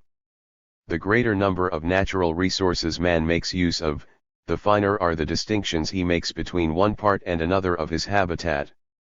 The task of regional planning, as concerns both the earth and cities, is to make the region ready to sustain the richest types of human culture and the fullest span of human life, offering a home to every type of character and disposition and human mood, creating and preserving objective fields of response to man's deeper subjective needs. It is precisely those of us who recognize the value of mechanization and standardization and universalization who must be most alert to the need for providing an equal place for the complementary set of activities, the wild, the various, the spontaneous, the natural as opposed to the human, the lonely as opposed to the collective. A habitat planned so as to form a continuous background to a delicately graded scale of human feelings and values is the prime requisite of a cultivated life. Where that is lacking, men will fumble uneasily with substitutes, or starve. 7. The economic region. There are, as Benton Mackay has noted, 3 types of economic region. The first is mainly self-sufficing and therefore in economic balance. Few regions today exhibit such a balance in its original simplicity. Our wants and our techniques have brought into existence a whole series of complicating factors. The second type is the wholly specialized region, a part of the earth that, no matter what its potential variety, has devoted itself to the production of a limited series of commodities.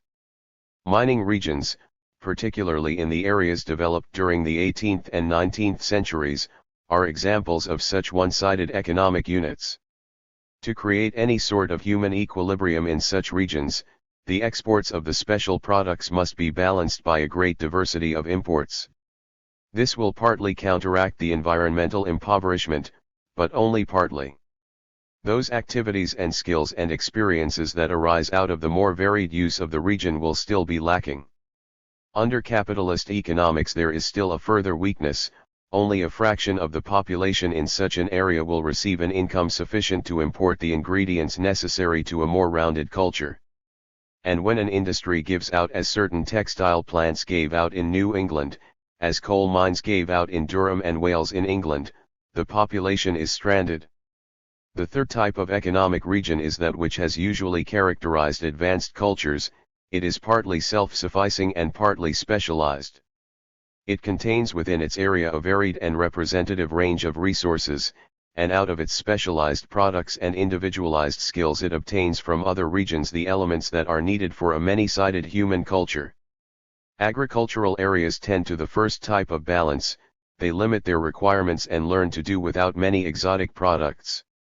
Specialized industries tend to the second type. Their achievement corresponds to that of the one-sided specialist, who eventually loses command of his own subject by the poverty of his life and thought outside the province of his specialization. Culture regions need the third type of economic base. During the 19th century the tendency toward economic balance and variety within a given region was disparaged by the popular schools of economics. It was assumed, on the basis of England's exploitation of paleotechnic industry, that balance was to be achieved only on a planetary basis, through an international division of labor. Such a scheme would have made permanent England's supremacy in utilizing coal and steam power for the mass production of textiles, cutlery, pottery, and other machine-made goods. The rest of the world was supposed to be content with the modest task of supplying some of the raw materials and consuming the products in return for their agricultural surplus. The region considered as a theater for human activity occupied no place in this scheme.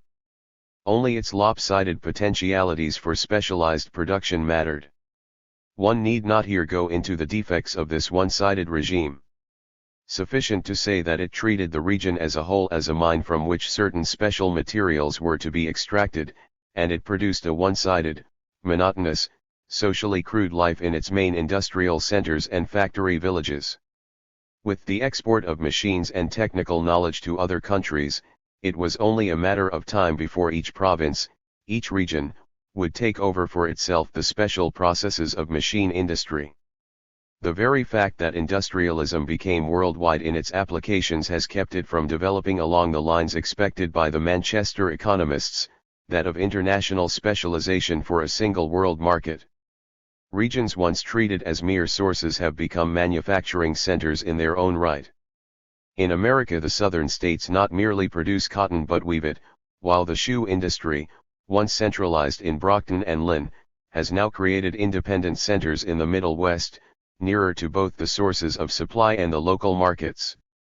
As this diffusion continues to take place, the balance of population must likewise alter, internally, by fostering a variety of occupations within any given region, and in hitherto predominantly agricultural regions it will give mechanical industries and urban communities a parity in the regional economy. Metropolitan finance with its attempt to put over national labels and trademarks, and to limit consumption to nationally advertised products, dominated largely by metropolitan bankers and investors, naturally opposes this tendency toward regional decentralization. To this end it buys up local plants and welds them into single financial organizations governed by a centralized bureaucracy. But in the very act of establishing such wide controls it finally awakens counter-forces. The protest of the local merchant against the chain store has already been recorded in the United States in state legislation. However ill-advised the restriction, the need for a different pattern of control and operation is a genuine one. Moreover, the increasing concentration of metropolitan finance makes it necessary to invent a technique for decentralized management.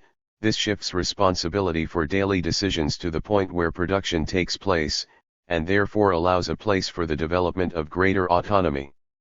And the further specialization of production tends in the same direction.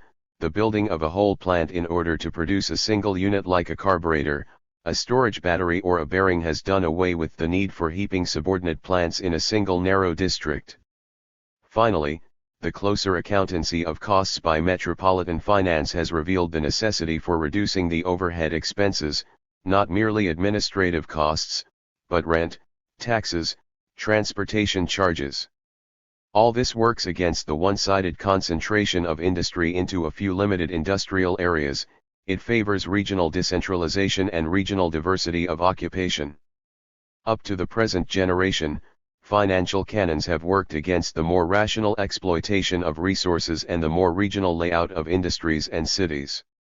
In an effort to force a national market, against the natural regional affiliations and standards, an enormous amount of energy has been thrown into sales organizations, into advertising, into fashion publicity, which might have been better used to raise the purchasing power of labor and to assist in a reorganization on regional lines of the essential means of production. All these wastes are paid for, not merely in money, but in confusion of mind and social deterioration. The questions what is economic and what is profitable belong to two different orders of thought. So far the latter, with its indifference to social values and consumptive needs, has been the almost exclusive determinant of the economic pattern of the region. Professor J. Russell Smith, the economic geographer, has discussed the matter in the following words: perhaps this regional specialization of manufacture, like the regional specialization of agriculture, has gone too far. There are signs that it has. We may yet have a renewal of manufacture for local needs as we are already having of agriculture for local needs. Two comparatively new industrial factors make this possible. One is the widespread distribution of electric power in town, village, and home. The second factor is standardization. These two factors make it possible to manufacture many small things in small villages, possibly even in the farm home. It may become easier to transport the man's raw materials and his produce than his food.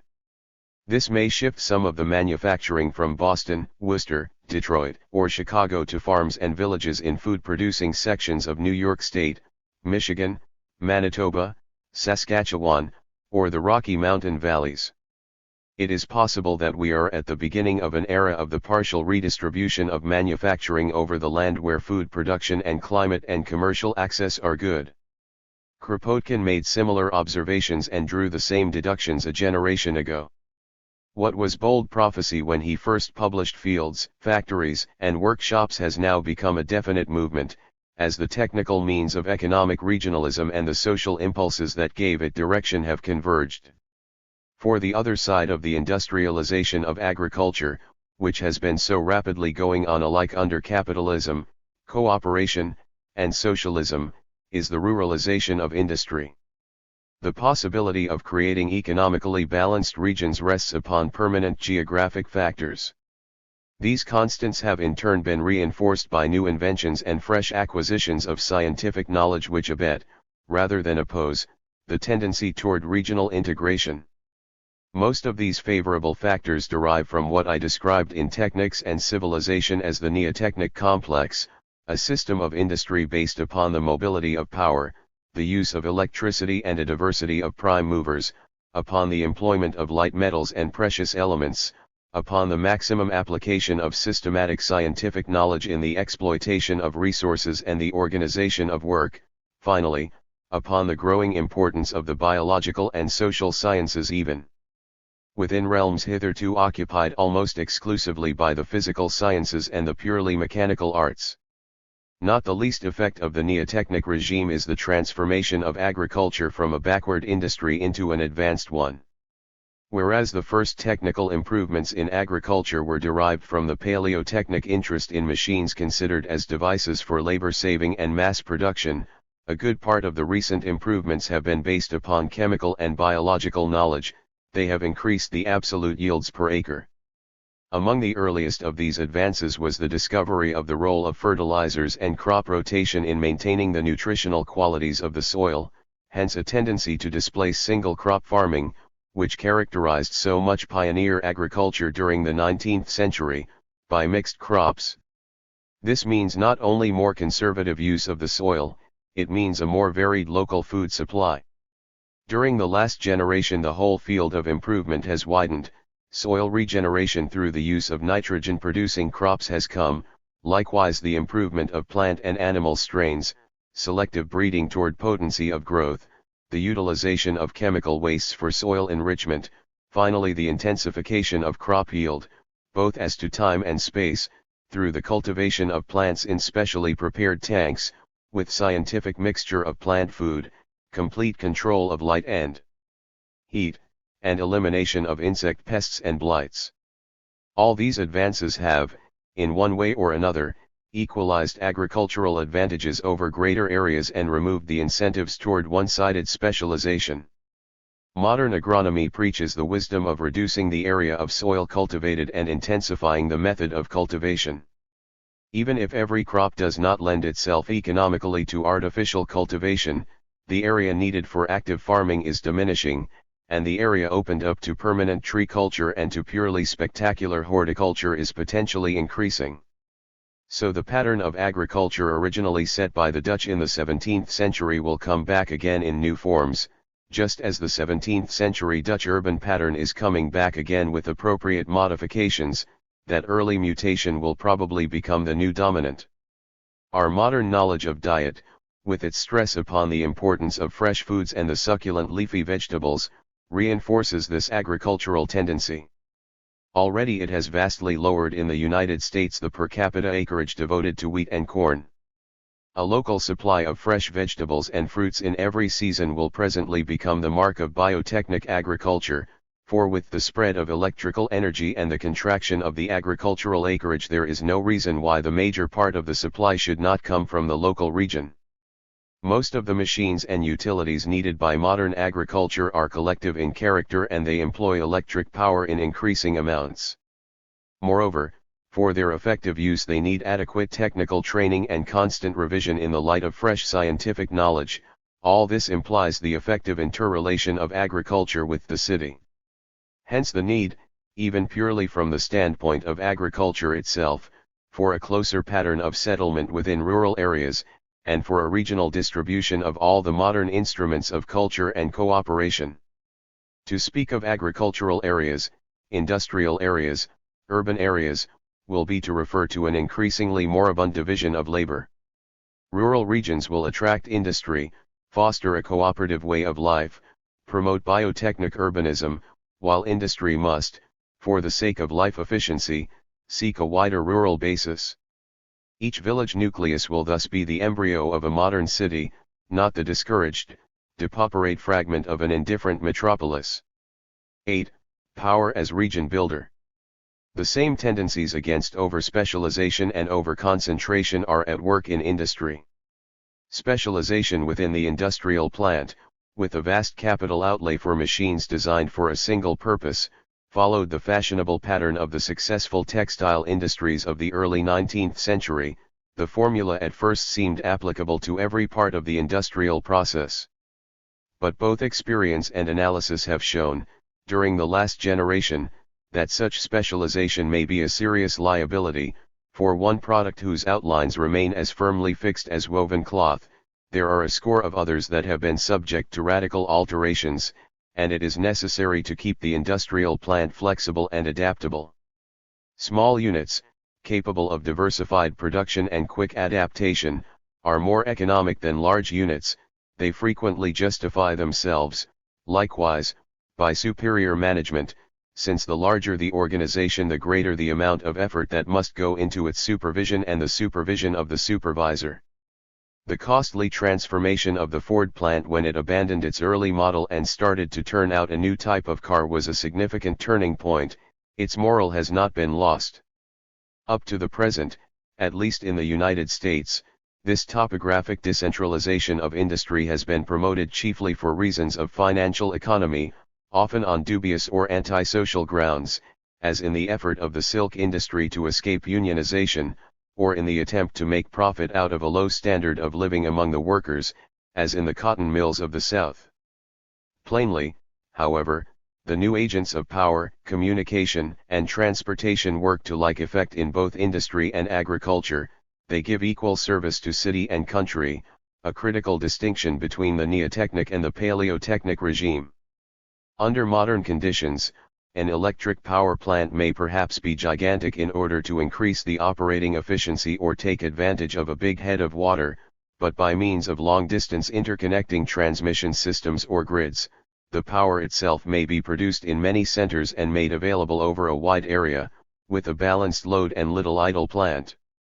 No longer is the river, the coal bed, or the railroad line the sole effective power area. In other words, power production no longer demands local concentration, either within the plant or within the manufacturing area. And the unity that was once achieved by the centralization of production in a single plant can now be achieved by plan, time schedules, and other forms of administrative and technical coordination. Indeed, as the timing of the productive process becomes finer, the size of the efficient plant tends to diminish, since part of this size is due to the stoppages which tend to pile up material at various points. But it is not power alone that has brought with it the possibility of a new industrial, and therefore an essentially different urban, structure. The same holds for systems of transportation and communication. The motor car has decentralized transportation as radically as the transformer and the motor have decentralized the applications of electric energy. Instead of the train, which increases in economy up to a point with the number of cars attached, we have begun to employ, since 1910, the motor car, the motor bus, the motor truck, a more flexibly used individual unit, which can start or stop, take the high road or the branch road, at its own convenience, without waiting for other cars. And instead of the railroad line, which tended to centralize transportation along the main arteries, and which was more or less confined to the water-level routes, at grades of 2% or less, the motor car has brought into existence the new highway network. Thus the motor car can penetrate the hinterland in a more effective and economic fashion than the railroad could, for economy in railroading depends upon loading the tracks to maximum capacity and confining transportation, as much as possible, to the main routes. Moreover, the motor car can climb steep grades and penetrate hilly country with a freedom unknown to the railroad, and it makes an effective connecting link with the airplane field and the airplane, the latest means of fast cross-country transportation. The usefulness of the airplane has up to now been greatly lessened in congested metropolitan centers through the fact that it takes as much time to journey 5 or 10 miles from the airport on the outskirts of the city as it does to cover 50 or 100 miles in the air. The motor car has potentially opened up new frontiers of human settlement, even as the airplane has extended the outposts of civilization to the very poles. For the uplands, which motors reach so easily, are the seat of the fast-running young rivers and waterfalls, the new sources of power, and by means of motor car and hydroelectric plants areas that have hitherto been remote and uncultivated can now support well-balanced industrial communities. The salubrious climate of these uplands, with their varied sports of field and forest and stream, make them, in many parts of the world, ideal centers for all-year living. In the 19th century many of these regions were the recreation grounds of the bourgeoisie, tomorrow they may become the favored seats of living for an enfranchised working class.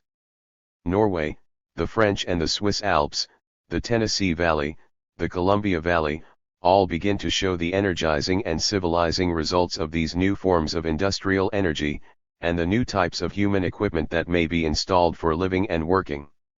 Here again, to achieve the characteristic benefits of the new systems of transportation, an open pattern of settlement must be maintained. The greater the congestion, the lower the working efficiency of the new transportation system. With these new means of transportation and power generation, special local advantages, once concentrated in a circumscribed center, a mere point, can be distributed throughout a whole region. Even under the metropolitan regime itself, the unit is no longer the central district but an area with a radius of from 10 to 60 miles of the center. To complete this, the telegraph, the telephone, the radio, the teletypewriter, and television apparatus have likewise arisen out of the neotechnic complex. The effect of all these instruments is to enlarge the sphere of activity at the same time that they diminish the need for physical movement and close settlement. Plants or offices that are 200 miles apart today may be in closer effective communication than when they were 2 miles apart 100 years ago. Yet most of the concentration of administrative units and industrial units assumes that obsolete century-old conditions still prevail. The important thing that has happened is that the geographic region has become potentially the unit that the metropolis was under the past economic regime. It needs to be linked up, interlaced, and settled with a view to the new opportunities and the new conditions of life. With a fuller exploitation of the region as an economic unit, the need for costly cross-haulage and duplex movements of like commodities will be lessened. Now that advanced technical processes lend themselves to the decentralization of production, the means of living can be once more produced in an environment fit for living, an environment that lends itself not only to production, but to a higher standard of consumption and more vivid creative activities. Under a regime of economic regionalism, industries would be varied and balanced locally in order to secure a varied and balanced life, likewise the multiform, many-threaded cultural heritage that goes with such a life. Extra-regional production and consumption, instead of stopping at national frontiers, would move, as they increasingly did during the 19th century, in worldwide channels of trade. Such a regime might require, for effective control, two systems of currency, a regional system and a foreign exchange system, in order to establish some sort of parity between disparate areas during the long, difficult period of transition. The experience of various European countries since the war, particularly that of Soviet Russia and Nazi Germany, show that the administrative obstacles, while serious, are not overwhelming. Economic regionalism, I emphasize, cannot aim at either economic or cultural self-sufficiency. No region is rich enough or varied enough to supply all the ingredients of our present civilization. The dream of autarky is merely a military dodge for putting a population in a state of mind appropriate to war. What regionalism does aim at is a more even development of local resources, a development that does not gauge success purely by the limited financial profits obtained through a one-sided specialization. Neither does economic regionalism mean bare industrial decentralization. Such a tendency has been latent from the beginning of the Paleotechnic Revolution, with manufacturers seeking to utilize the cheap sites and cheap labor of the open country, and it is still taking place in patches for this same reason. The point is that centralization and decentralization are qualitatively empty terms, merely directions of movement. The question for regionalism is what sort of life, at any particular point in a region, such movements produce. A scattered development of subsistence farms, economically connected with a sweated industry, is no less undesirable a growth than the utmost congestion of a megalopolitan proletariat. Under the new pattern, it is necessary not only to break up old centers of congestion but to create new centers of industrial and civic life, and to reinvigorate, with new plans and activities, such older towns and villages as are favorably situated and lend themselves to such renewal. But insofar as the new unit of economic and cultural life is the balanced region, rather than the vast amorphous metropolitan district, the needed movement, at the moment, is that which will result in a further emptying out of the central district, and a courageous rebuilding of life in what used to be, from the standpoint of the metropolis, merely the hinterland. Any point in the new region may be the locus of its maximum culture.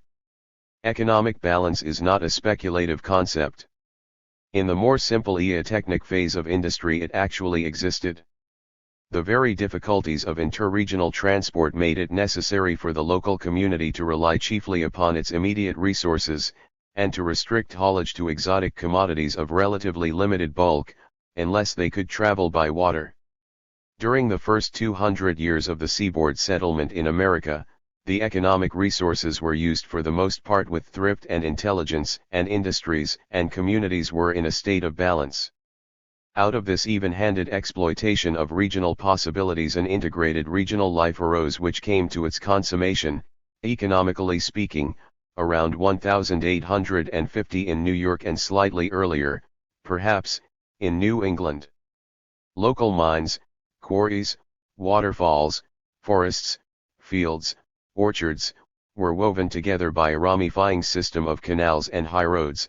This formed the basis of a multitude of settlements, no one of which, outside New York, achieved a disproportionate size. Small colleges and universities, together with lecture lyceums, were widely distributed. They served as nodes of cultural growth. A similar state had existed during the earlier part of the Eotechnic period in Europe, the basis of its great cultural efflorescence, and in many regions it continued right down to the 19th century. The problem for the regional planner and administrator is to effect a similar type of economic balance in terms of the more complicated modern industries, more lengthy production chains, and more varied consumptive needs of today, for the self-sufficient life of a cruder agricultural regime is no longer possible, except in terms of gross cultural indigence.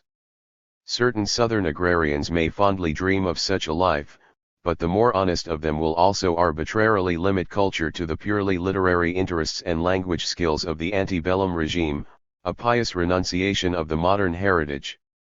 In other words, they accept cultural impoverishment. But in order to make economic planning possible, the field of planning cannot be confined to industries and services alone.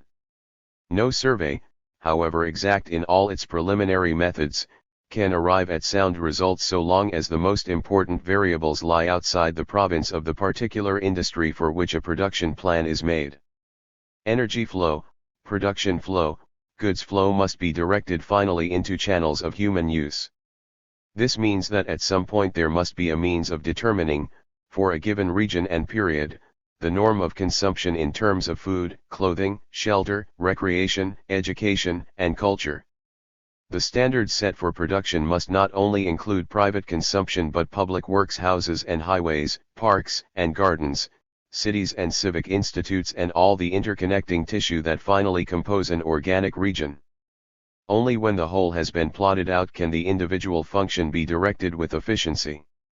Lacking such plans, there is a constant hiatus between productive energies and human fulfillments. The wheel turns rapidly, but the squirrel remains within his cage.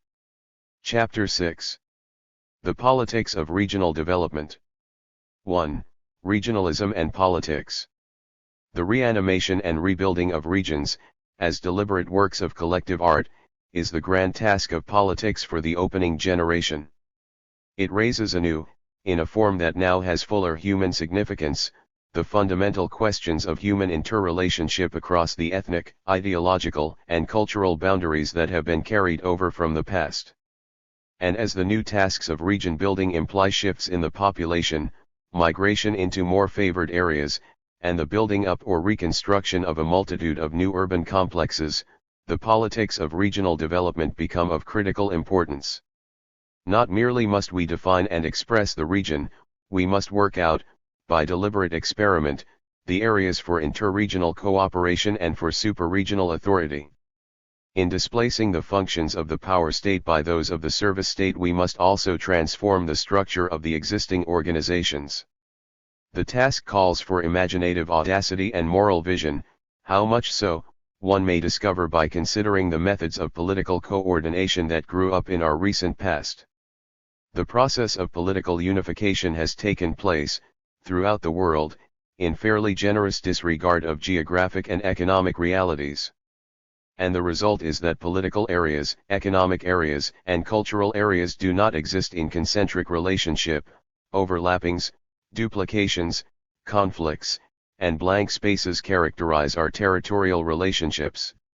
Though the sovereignty of the state is supposed to polarize all these relationships, it actually adds to the confusion, since it often attempts to displace in the interests of unity more natural allegiances. In general, political unification has meant deregionalization. This is equally true in federal states, like the United States, and in unitary states like France. As the powers of the central government have waxed and its territory increased, the powers of the local regions and cities have waned, earliest perhaps in France, latest in Germany. Finally, each state has tended to reach the pathological condition wittily described by the French critic, apoplexy at the center and paralysis at the extremities. In creating the semblance of political unity between diverse regions and communities, the idea of the nation has been an important one, a term inherently so vague and so contradictory that it must always be taken in a mystic sense, as meaning whatever the ruling classes hold it convenient to mean at the moment. Sometimes language is the key to nationhood, sometimes a common political territory, sometimes common institutions, sometimes all of these together. But a common language does not make the English and the Americans a single nation, and a common territory does not make the Germans and the Czechs in Czechoslovakia a single nation, so in any scientific sense the concept is worthless.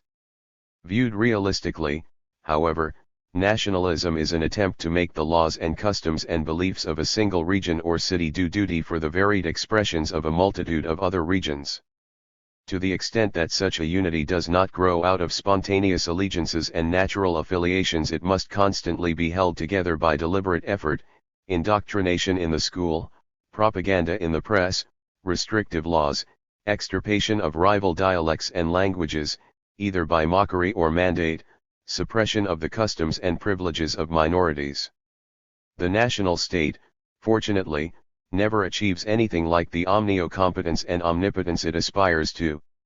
Only in times of war, when frontiers are closed, when the movement of men and goods and ideas across national boundaries can be blocked, when a pervading sense of fear sanctions the extirpation of differences, does the national state conform to its ideal pattern. All the great national states, and the empires formed around a national core, are at bottom war states. Their politics is war politics, and the all-absorbing preoccupation of its governing classes lies in collective preparation for armed assault. The final caricature of this tendency is National Socialist Germany today, with its fatuous racial mythology, taken over from the descendants of Abraham, its operatic religion, and its cult of brutality, all focused on war. In the so-called national state there is only an accidental correspondence between the outlines of the state and the departments of state administration on one hand, and the nature of the component regions on the other. Rival forces, rival authorities, rival centers of culture are suppressed under a centralized system of government. Witness the fate of the provincial centers of France between 1600 and 1900, and observe what is happening in Germany, the ancient home of municipal freedom, today. The suppression of regional characteristics, in the interests of national unity, is systematically carried on by the modern state, and in this effort the political agents are powerfully abetted by the financial forces of the metropolis, seeking to impose uniform standards in order to guarantee their own control of the national market. But at the very moment, in the middle of the 19th century, when the repressive forces of nationalism seemed about to achieve an unqualified victory, they met a fresh challenge. It was in 1854 that the Félibrigists first met in order to restore the language and the autonomous cultural life of Provence, that marked the conscious beginning of a regionalist movement that has grown slowly but steadily ever since.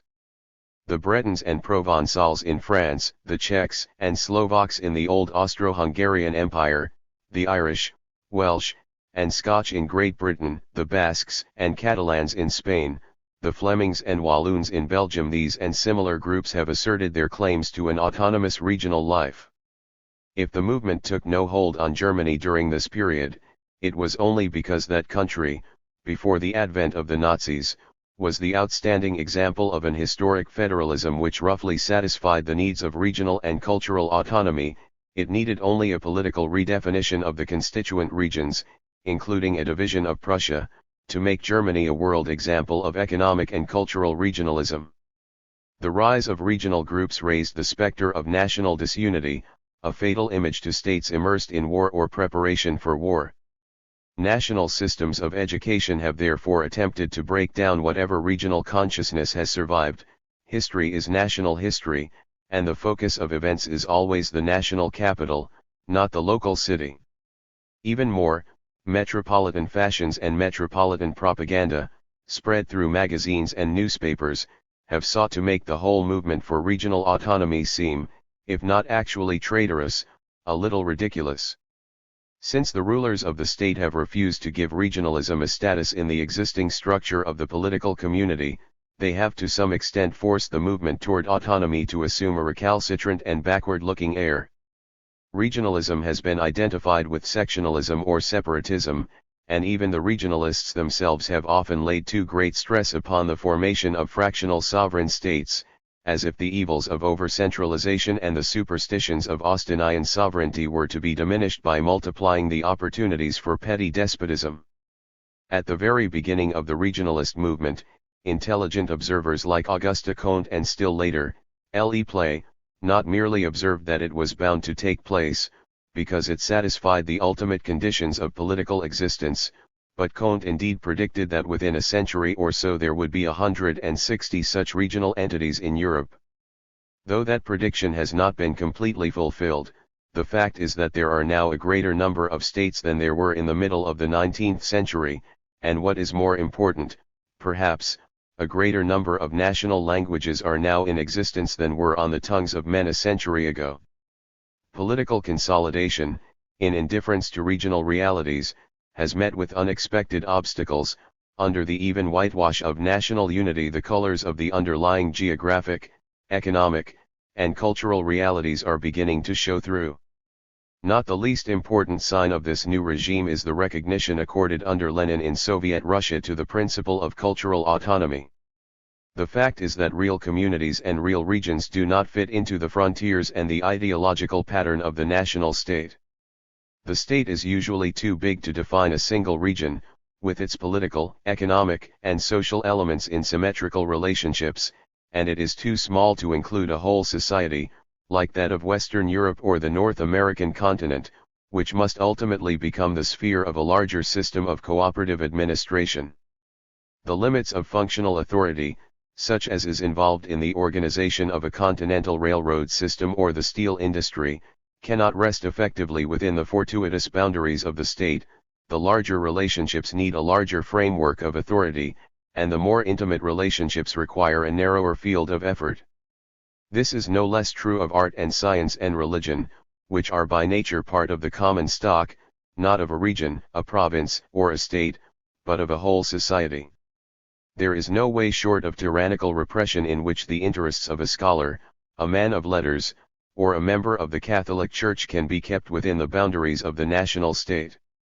Real interests, real functions, real intercourse flow across such frontiers, while the effective organs of concentration are not the national states, which means in practice the exclusive preeminence of the national capital, but the regional city and the region. The local polarization of loyalties, for all sane political uses, does not involve the building of cultural Maginot lines. One of the main reasons for getting rid of power politics, an eminent political theorist of Oxford has said, is to enable the world to get back to natural political groupings, and natural groupings mean smaller areas and smaller groups. Branford and Geddes, in Our Social Inheritance, have summarized the situation with equal perspicuity. Does it not rather seem, they say, as if something were wrong with this whole theory and practice of modern organization into great centralized states with their megalopolitan rivalry? Must we not seek some better mode of adjusting our human lives, if we would plow in peace and reap in safety? If unicentralization be obviously intolerable, and septum centralization in the 7 great national capitals be so unstable and thus unpractical, must we not look, to the decentralization of these, as the true road to European peace and reunity? At no point have the realities of social existence coincided with the claims, the demands, and the pretenses of the power state. Its politics can be successfully driven home, momentarily, only at the point of a bayonet. If this fact was true at the beginning of the Baroque attempt to centralize power, it is even more massively true today, when worldwide transportation, travel, and communication, a worldwide system of intercourse through printed books and phonograph records and moving pictures, have given to the most important activities of society a frame of reference that no longer can be restricted to the so-called national territories.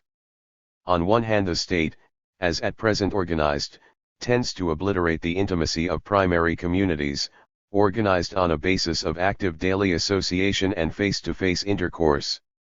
And on the other hand, it often viciously obstructs the organization and control of activities on a continental and finally a worldwide scale. This applies to the allocation of limited resources, the passage of goods and people, the migration of individuals and families, and the exploitation of unsettled or extranational territories. Power politics, as practiced in the past by Great Britain, France, Russia, and the United States, and as threatened even more menacingly today by Italy, Germany, and Japan, works merely to add to the area of unbuilding and decivilization. Yet our inability to devise at once the appropriate structure for our civilization should be no cause for permanent discouragement. Most of the forces that work benignly toward the cooperation and communion of peoples are young, most of the forces that work against such intercourse are old, and are deeply ingrained in institutional habits and in organizations. Our failure even to contrive a breathing space in bellicose effort, if one makes the very partial and dubious exception of the 19th century, is partly due to the inertia of historic burdens. Too hastily we have attempted to achieve a more beneficent alignment in culture, while retaining those power states whose existence perpetuates the habits of territorial conquest and class exploitation. One might as well turn over to a band of inveterate thieves the unsupervised guardianship of a public fund. The territorial extent of control, as implied in the original outline of the Society of Nations, could not counterbalance the inherent antagonism, on the part of its member states, to any form of cooperation that implied a diminution of their prestige and power.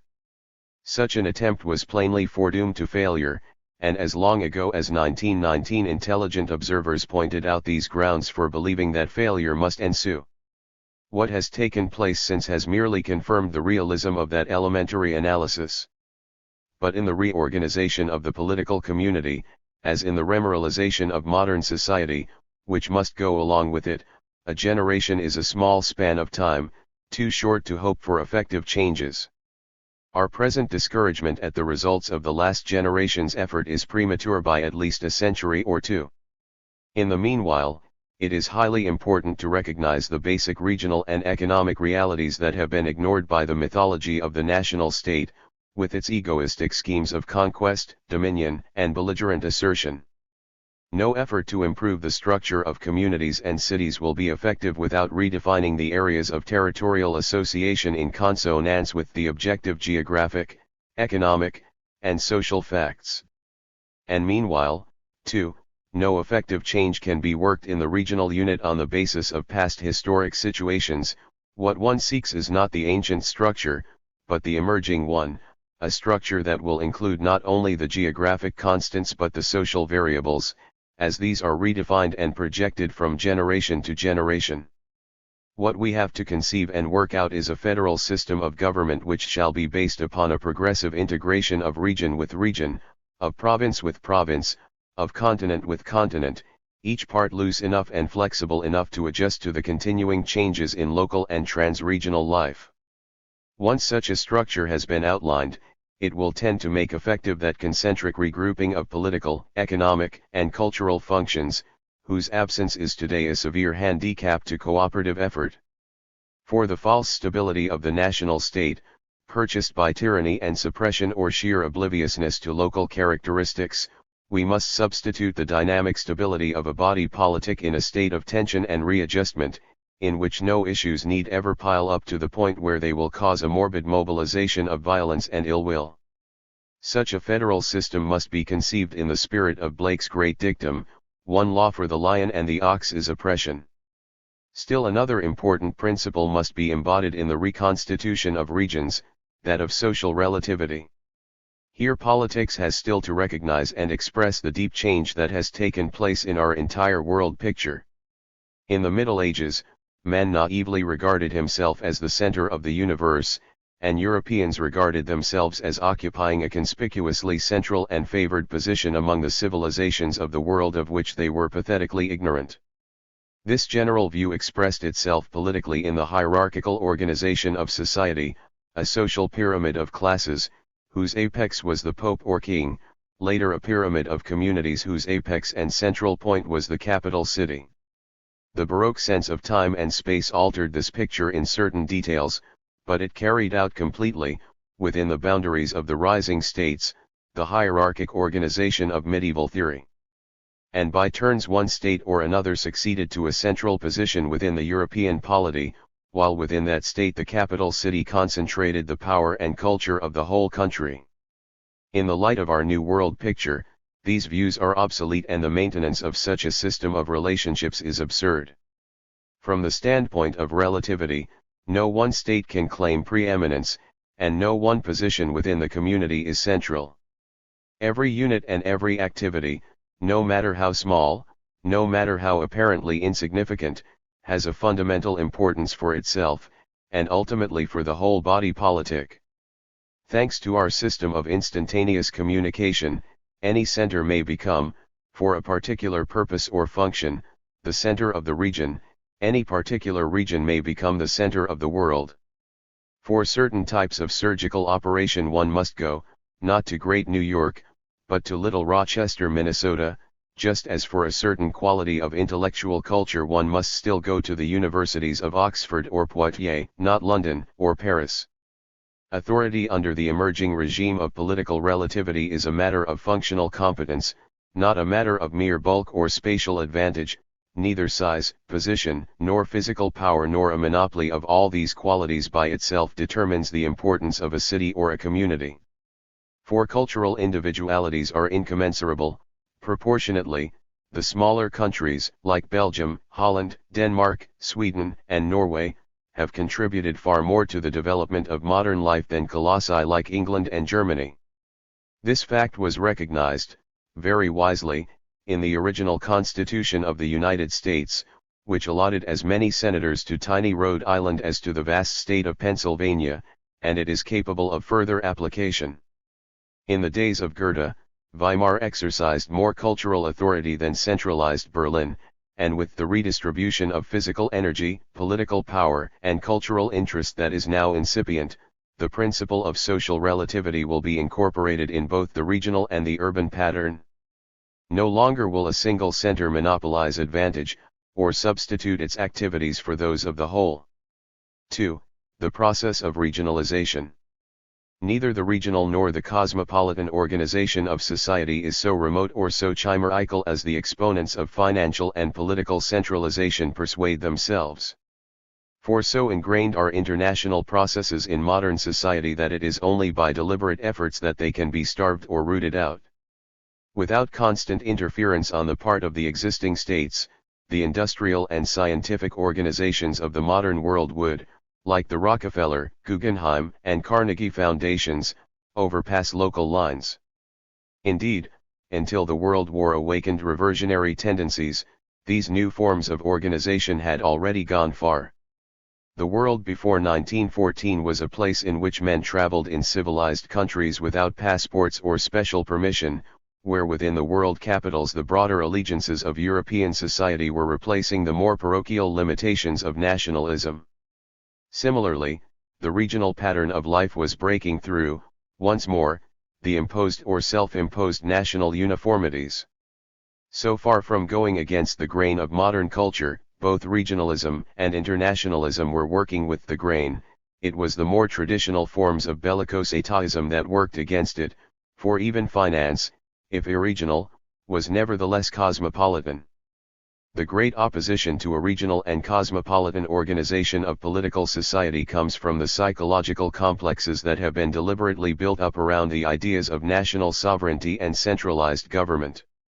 A large, so far unbreakable chunk of irrationality serves not merely as a handicap to cooperation, but as a justification of national antagonisms. men have been encouraged to project upon their nation or the state godlike attributes of wisdom and power they would never claim in their right minds for themselves as identifiable individuals. Symbols like fatherland, king, tu duce, the old flag, serve to unite in compulsive automatic behavior people who might, in relation to the everyday realities of the common life, exercise rational judgment and good sense. To nullify these atavistic emotional clusters and break up these formidable reflexes, a more humanized system of allegiances must be built up. Here the historic development of the regionalist movement itself provides a helpful example. It reminds us that the course of development is not directly from scientific truth and rational judgment to social application and acceptance. The process begins rather with a dynamic emotional urge, springing out of a sense of frustration on one hand and a renewed vision of life on the other. Only at a later stage does the movement achieve a rationale, a systematic scientific and economic basis.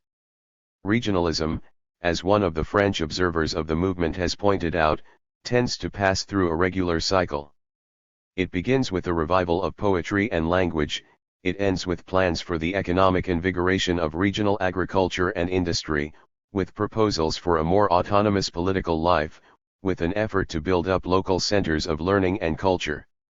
This cycle of development seems to be so common that one might examine it in India as well as in Catalonia, but in the spirit of the regionalist, I prefer to draw my illustrations from an example closer at hand, the United States. If France is the oldest exponent of conscious cultural regionalism, one might take the United States as an example of the latent, unconscious cultural processes, working out to much the same end. Before the Civil War there had come forth in the United States a number of culturally differentiated sections. Each had its characteristic polity and art and way of life. New England, Tidewater and Piedmont, Virginia, South Carolina, Kentucky, Louisiana, had distinct and special traditions, even though the state boundaries did not always coincide with the regional complex. In New England and New York the poetic cycle of regionalism had begun, not a little aided by the original federal constitution of the states. Hawthorne, Emerson, Thoreau, were New Englanders first, and Americans only for the sake of that wider unity so necessary to a flourishing local life that might equally have been worldwide as American. Although Whitman and Melville, in distinction to the New Englanders, tended to emphasize their identity with these states taken as a whole, one may see in that very concern the influence of the brisk cosmopolitan port of New York, the Empire City, already bidding for the financial leadership of the continent. The cycle of prose and the cycle of practical action were disturbed by the Civil War, by the western migration of farmers that followed the generous public distribution of land under the Homestead Act, and by the great influx of non-English speaking immigrants. In this babel of tongues, in this flux of industrial enterprise, in this drift and shift of population, regional affiliations were lost, the new trusts, the oil trust, the steel trust, and the packing trust, utilized the older division of states merely in order to protect their enterprises from national regulation. But in the writings of Liberty Hyde Bailey in the East, and of Frederick Jackson Turner in the Middle West, the cycle of prose was not altogether neglected. Indeed, Bailey was one of the great leaders in that revitalizing, and, as it were, re-ruralizing of thought that took place under the surface of the mechanical exploitation of the 19th century. The work of the state colleges, with their rising schools of agriculture, carried on in detailed surveys and in practical experiments tasks that were being undertaken on a wider scale by the United States Department of Agriculture. Indeed, the county soil surveys of the latter department, though highly specialized reports on geological data, had in them also the germs of those broader land utilization surveys which are one of the characteristic instruments of regional planning. The unit area was an arbitrary one, but the method itself was capable of being pushed further. During the last decade or so the regional pattern, broken by the Civil War with its excessive emphasis upon the unifying and centralizing tendencies of the power state, has been pieced together again. During the last generation, there has been opportunity for the newer groups to make permanent homes for themselves and to be assimilated into the landscape. To some extent this latter tendency has followed the original pattern of their homeland, California has selectively attracted Italians to its fruit-growing regions, while the hard winters of Minnesota have beckoned to the already acclimated Swedes and Norwegians. These mingled strands of linguistic and cultural inheritance from the older countries lend their colors to the newer regional patterns that are emerging. So it happens that the cycle of poetry and the cycle of prose have revived, not least in the South, where the negative notion of sectionalism, a term of reproach invented by Northerners, has given way to the more positive interpretations of regionalism. Some of the clearest and most enlightened expressions of the regional political philosophy are those that have issued from Professor Howard Odum and his colleagues at Chapel Hill, NC. The poetic consciousness of the regional setting and its cultural implications has come in the emergence of a group of poets and painters with distinct regional characteristics, artists conscious of their local identity and their local idiom even when their themes are not of a local nature.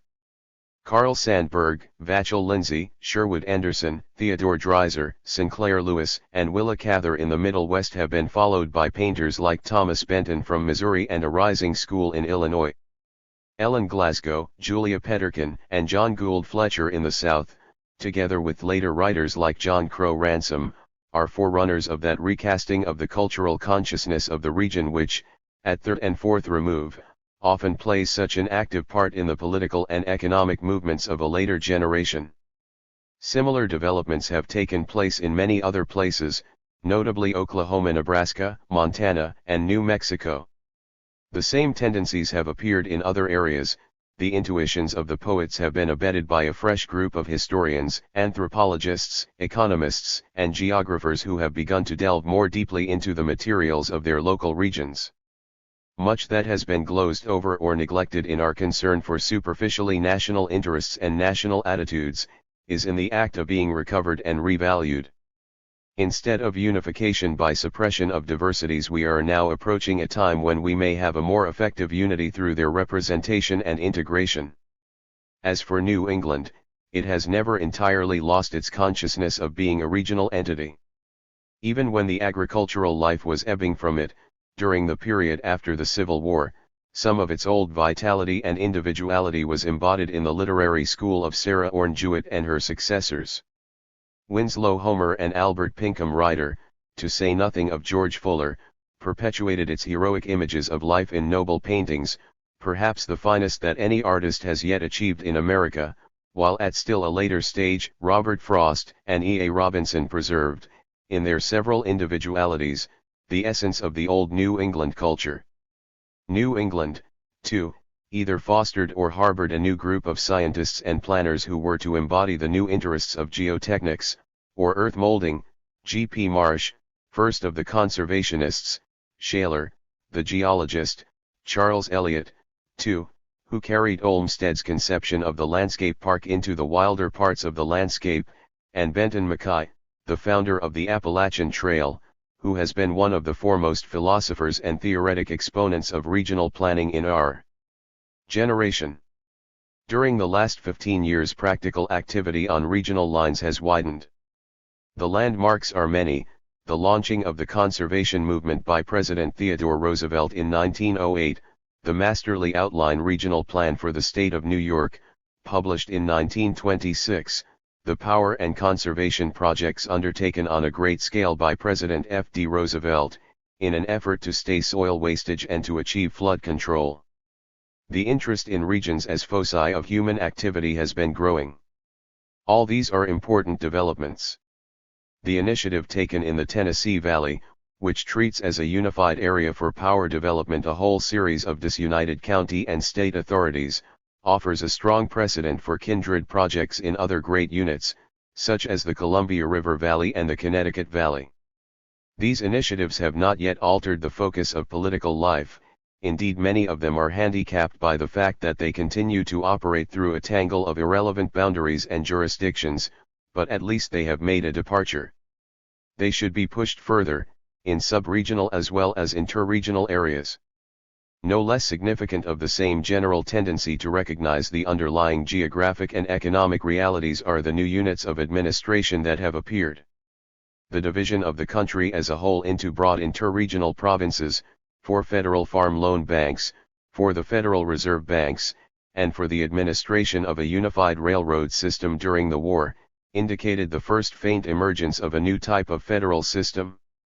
Within single local areas under conflicting political jurisdiction, the organization of the Palisades Interstate Park Commission for New York and New Jersey, and the New York-New Jersey Port of New York Authority point equally to a more realistic and rational mode of administration. If these new super-regional authorities and divisions are not to turn into another crazy quilt of overlapping or inconsecutive areas, they should be based upon the geographic and cultural constants of the constituent regions. Plainly, there are provinces, that is, interregional areas, where the administrative authority must transcend the boundaries of the national state. The Great Lakes St. Lawrence Waterway is one. In Europe, incidentally, the electrification project of the Upper Rhine Valley is another, while, under any rational system of government, the coal and iron areas of Lorraine and the Saar Basin would be a third. While regions should become the basic units of political and economic life, the interrelation of regions within the province, of provinces within the country, is no less important, for both conflicts and cooperations must take place over these wider areas. But the reconstitution of regions will not automatically solve a community's problems. On the contrary, it will raise new problems, for, as A.E. once remarked, no country can marry any particular solution and live happily ever afterwards. The advantage of creating a sound basis for economic and social activities is that the new problems will have greater significance, they will embody more important issues and lead to more fruitful results. Ideally, these interregional areas of jurisdiction and control and taxation functions implied in the political definition of sovereignty should be worked out by collective experiment. Such a method, however, is limited by various irrational factors. These form an obstacle even in countries like the United States and Canada, which have no military frontiers and no belligerent ambitions, hence temporarily the unit of interregional control must remain the existing political state. Here, however, a distinction must be drawn between the dual functions of the state, as they have defined themselves during the last century, and even more during the last 2 generations. On one hand is the power state, that creation of the Baroque imagination, a territorial unit, based on military force, devoted mainly to the protection of the powers, properties, and privileges of the ruling classes. Even in its earliest developments such a state performed certain important service functions, it maintained internal peace and order, protected the traveler on the king's highway, dispensed justice between individuals and corporate groups. One may say, however, that the power state supplied services for the common weal chiefly for the sake of enhancing its own power.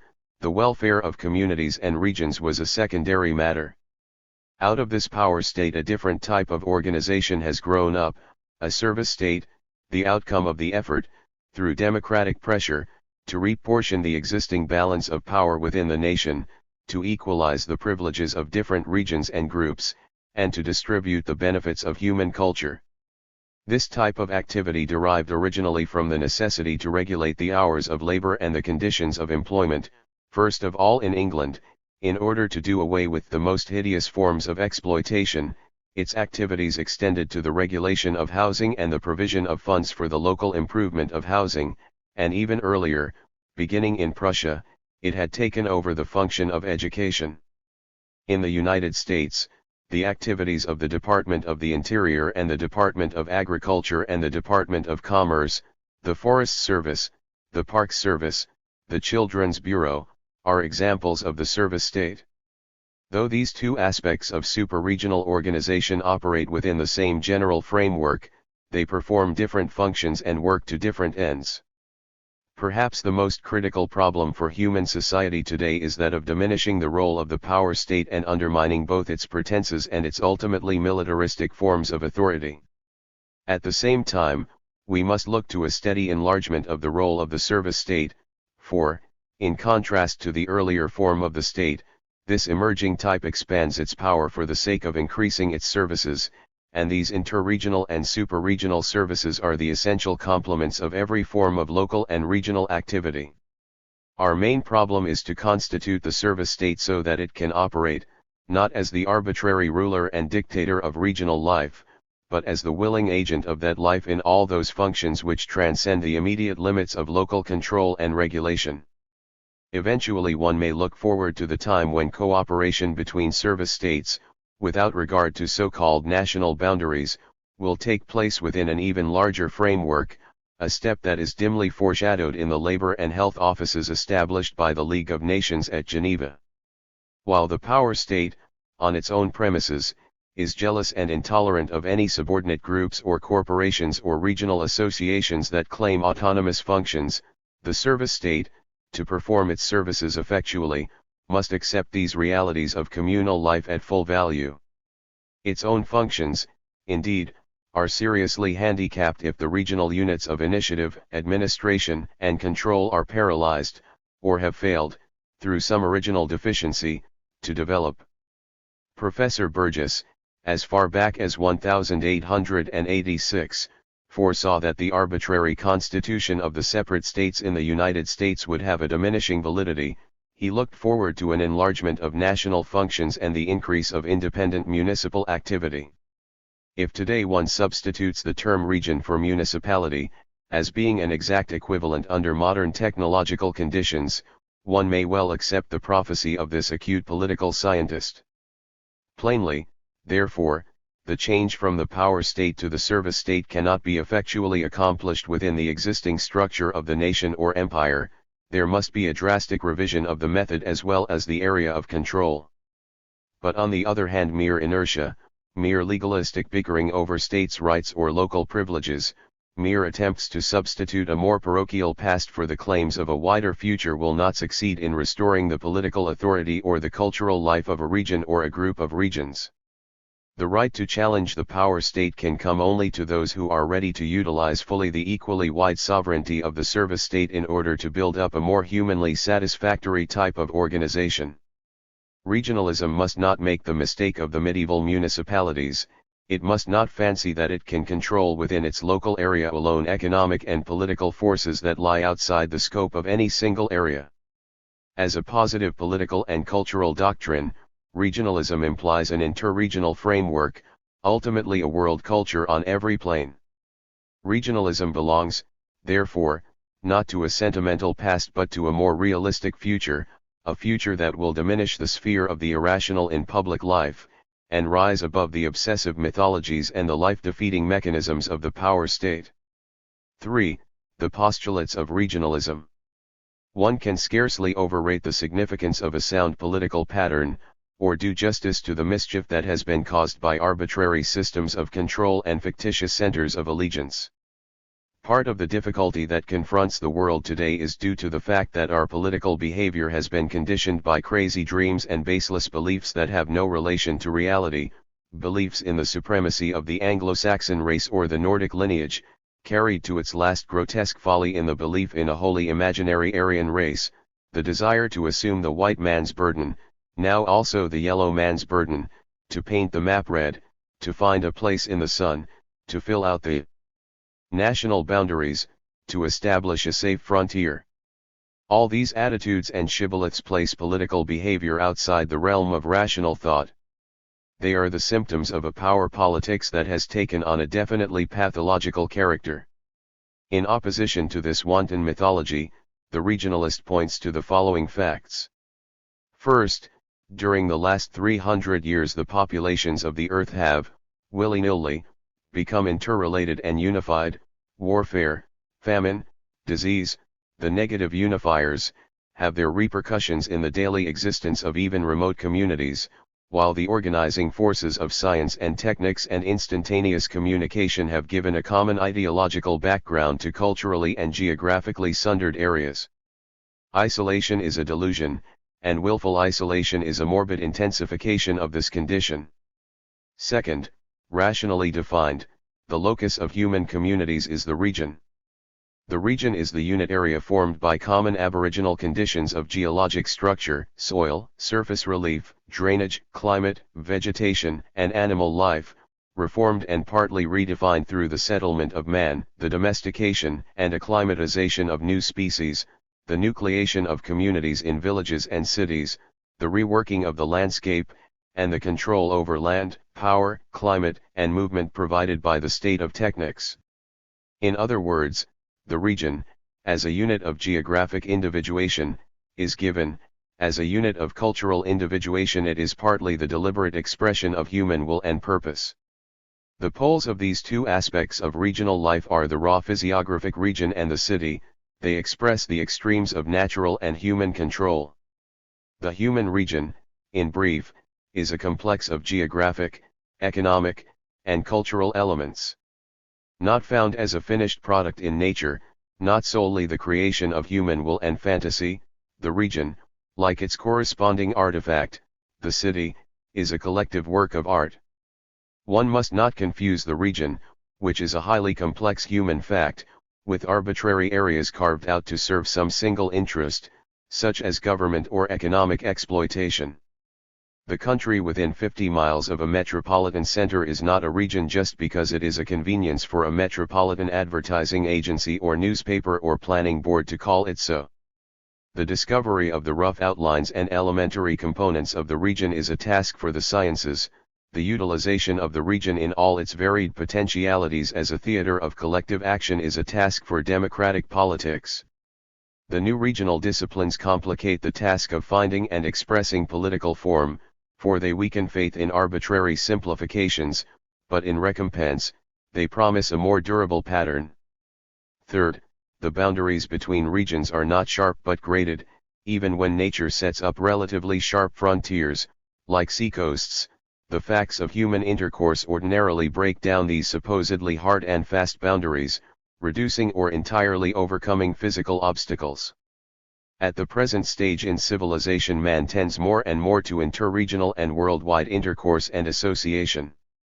To oppose this tendency, in the interests of military security, is to further barbarism. The facts of regional integration and interregional intercourse must be expressed through the technique of modern political administration, as well as through rational understanding. Communities must consciously educate themselves up to these conditions and needs. The parochial mind, stultifying in the village, has become a menace through carrying its suspicions and fears and naive hatreds into the governance of the power state. Fourth, human institutions and relationships change in the course of relatively brief years or generations, whereas the basic geographic realities alter only over centuries or eons. Hence it is important to keep the political and cultural pattern in a state of effective readjustment, within the more fixed lines laid down by the primordial region. But it is no less important to recognize, with Professor Roland Dixon, that there is some reason to believe that very often the strength of a culture, its virility and energy, and even its vitality, depends in no small measure on the tenacity of its environmental fiber, as does its richness and brilliance on the number and variety of exotic traits it contains. A rational system of political government must give a place to these two complementary conditions of culture. A migration of the elite, from region to region, is a necessary stimulus to regional culture, the higher cultural equivalent to that one-sided attraction toward the megalopolis which so fatally depleted the regions of their most precious human elements. Fifth, no existing state or administrative lines are sacred or unalterable. The political map of the world has always been in a state of constant flux, and it would be absurd to imagine that the temporary forms achieved during an era of extreme instability and rapid transition were permanent ones. Many of the existing boundary lines, whether within or around a country, are but a few generations old, at most only a few centuries, and what has been created by man in the past can be redefined and recreated in the interests of a more effective communal life. Hence local administrative boundaries or national boundaries that interrupt the more fundamental configurations of regions, or the grouping of regions into interregional areas or provinces, must be progressively diminished, eventually wiped out. This means the devolution of political power and the building up of local centers of initiative and control, but it also means the closer interlinkage of regions through the service state, and the building up of areas of cooperation far beyond the frontiers of the national state. Now, in most countries, with the exception of those smaller states which embrace only one or two regions, neither the state boundaries nor the local administrative units are based upon the fundamental economic and cultural facts. Result, a failure of focus within the local area, a distraction of interests and a confusion of effort. These conditions lead ultimately to a lapse or deterioration in the common life. The effective redefinition of regional areas, a scientific remapping of these areas and a political and cultural rewilling of them is one of the essential preliminary tasks toward building up a cooperative and serviceable civilization. For as a man can have no fruitful traffic with the world around him, until he has a firm core of personality, so the region cannot engage in the necessary interchanges and intercourse with other regions until it possesses an integrated life, on its own solid foundations. This means that the cultural reconstitution of the region is an essential part of the political and administrative task. Our most rational plans await the emotive pressure of human purposes, human desires, human urges. The most admirable mechanism is inert until its engines are fueled by these means. And it is because regionalism actually has its basis in spontaneous human motivations, that one may look forward, confidently, to its wider conquests of rationality.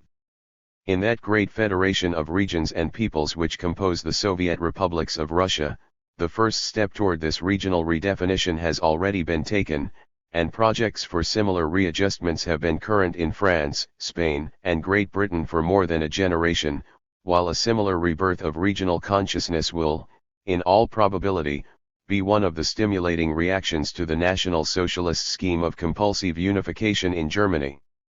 Finally, in the United States, the work of the National Resources Committee and various state planning boards has opened the way toward a broad reconsideration of the essential problems in community building, regional design, and government. Fortunately, the notion of the inviolable frontier is now dead even in a military sense. The airplane has robbed it of actuality. Railroads can be halted at frontiers, ships are confined to landing in ports and can be halted at ports, but man's latest invention, the airplane, laughs at these restrictions. For the first time in history, every region, every city, is open to attack, open and relatively helpless.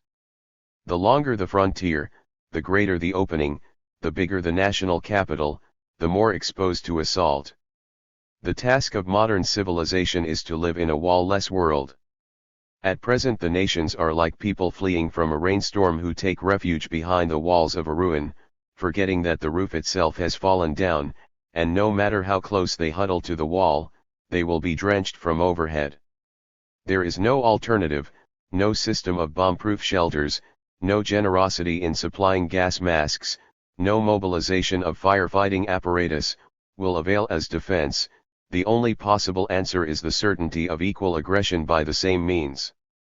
In cold realistic terms, this implies that if we cannot create a wall-less world, our civilization will die.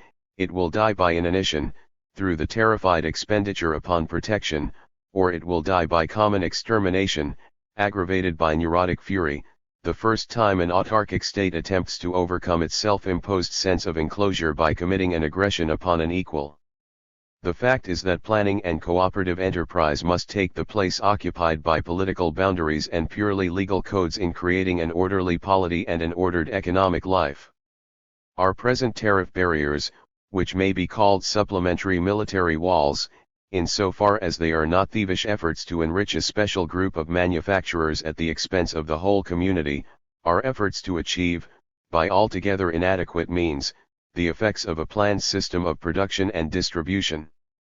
Now the great worldwide commodities, such as wheat, cotton, and rubber, commodities which are necessarily grown for an interregional market, must be planned and rationed eventually by a world authority. The fact that attempts to do this have again and again broken down during the present state of economic anarchy, does not lessen the necessity, nor should it blind us to the need for trying again under better auspices. Once a basic production was established, once the surplus was rationed, the social effects of a tariff would be created without walling off intercourse and without arbitrarily raising prices.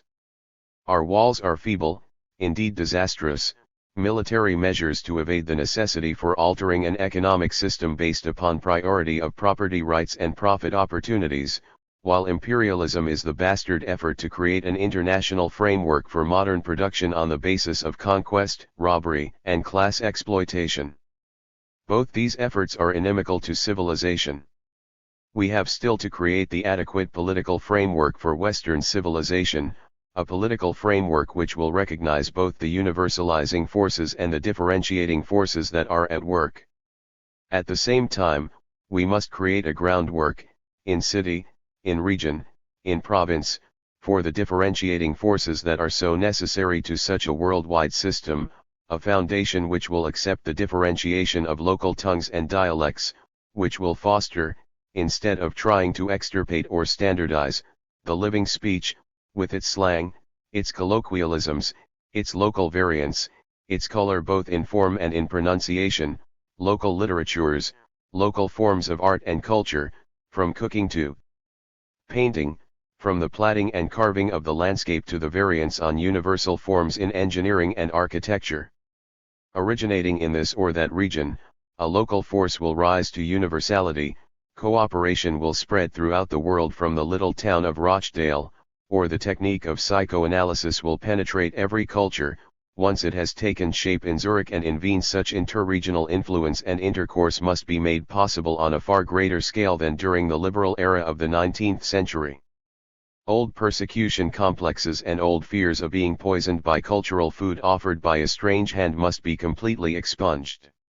For make no mistake, the creation of a more orderly world, more susceptible to reason, more adequately founded on reality, awaits a reorientation of the human ego.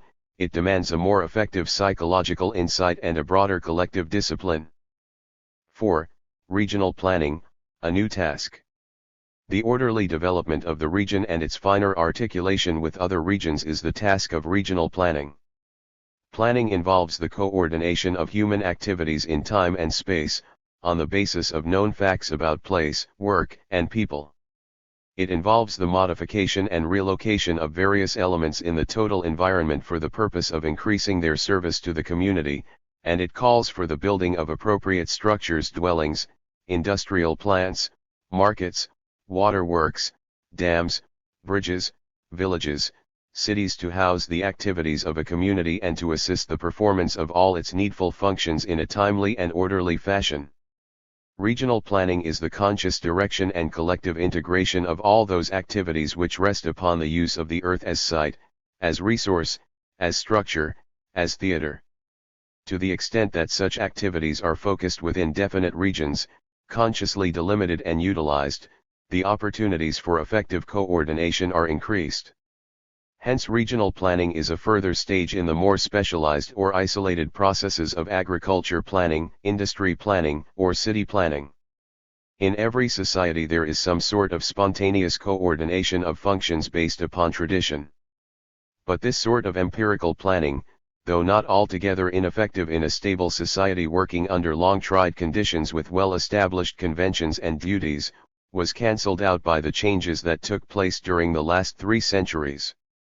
The growth of population, the multiplication of inventions, the rise of hitherto unknown needs and the employment of uncertain techniques, the acceleration of change itself, all these conditions turned empirical and spontaneous coordination into helpless mockeries.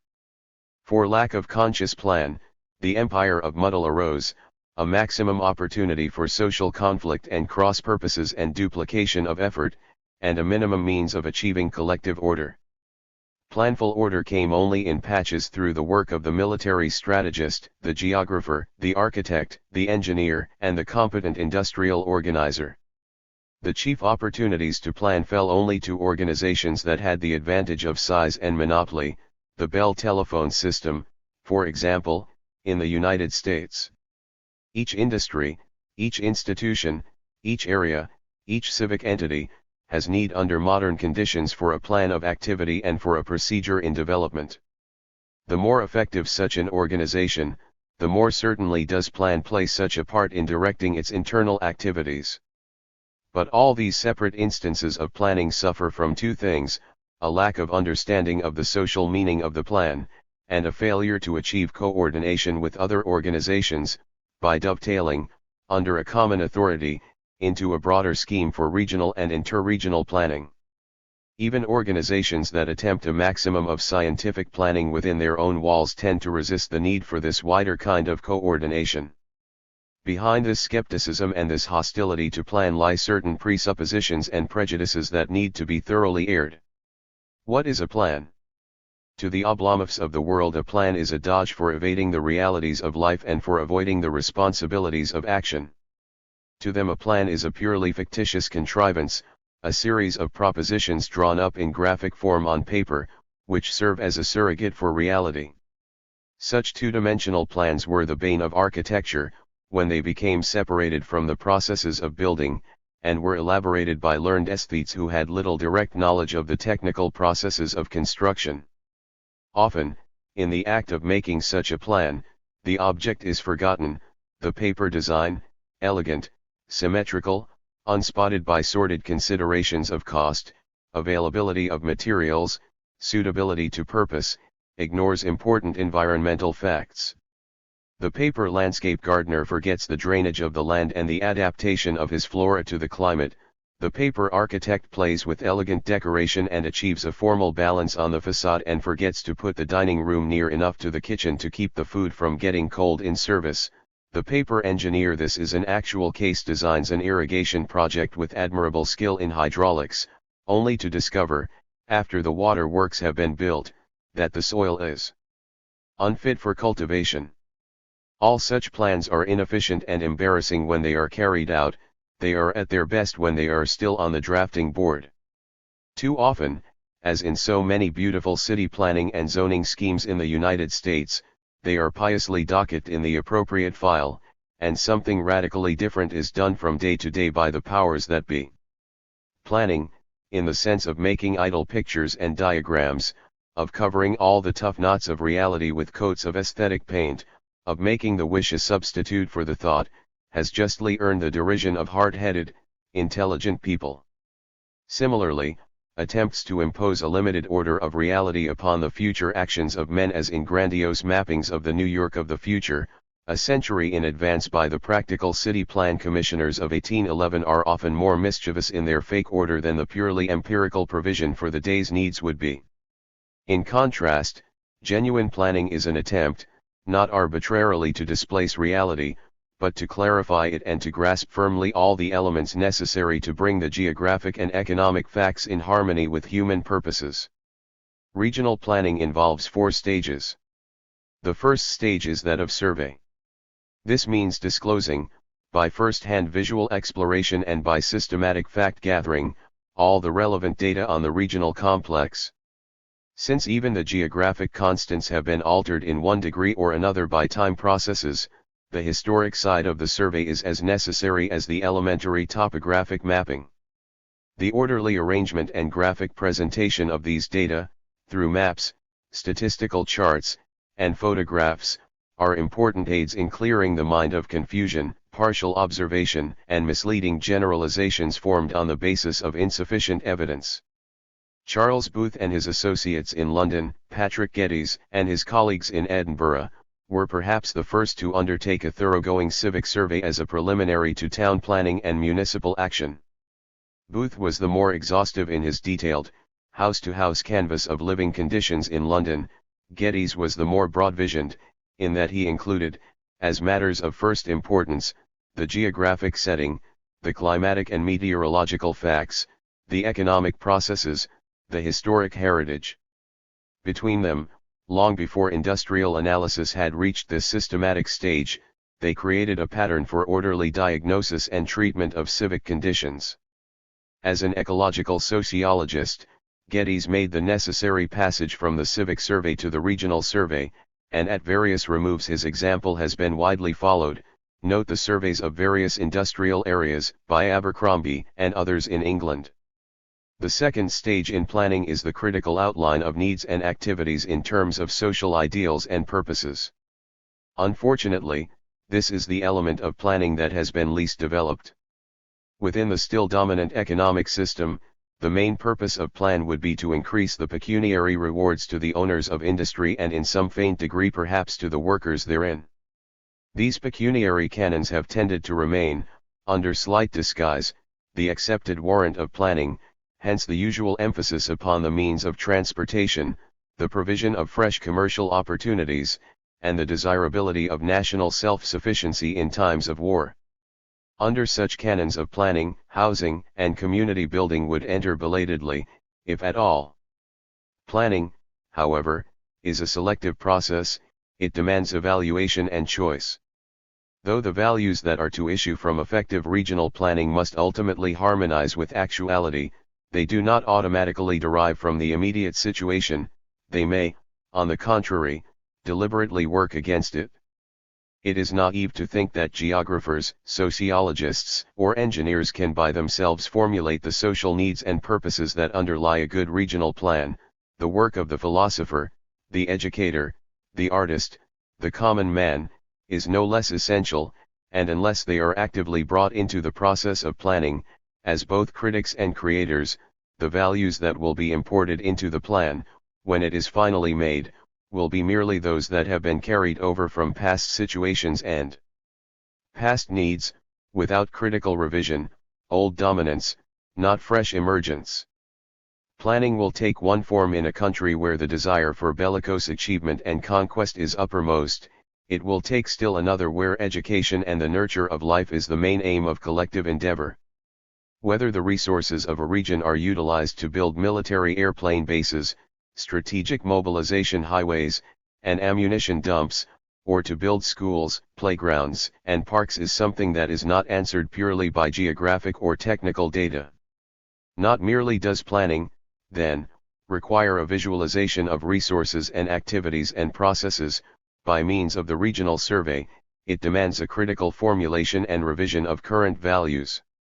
One of the main difficulties in the way of applying the advanced collective technical processes and instrumentalities of thought to the creation of a better commonwealth has been due to the dissipation of values that has taken place during the last century.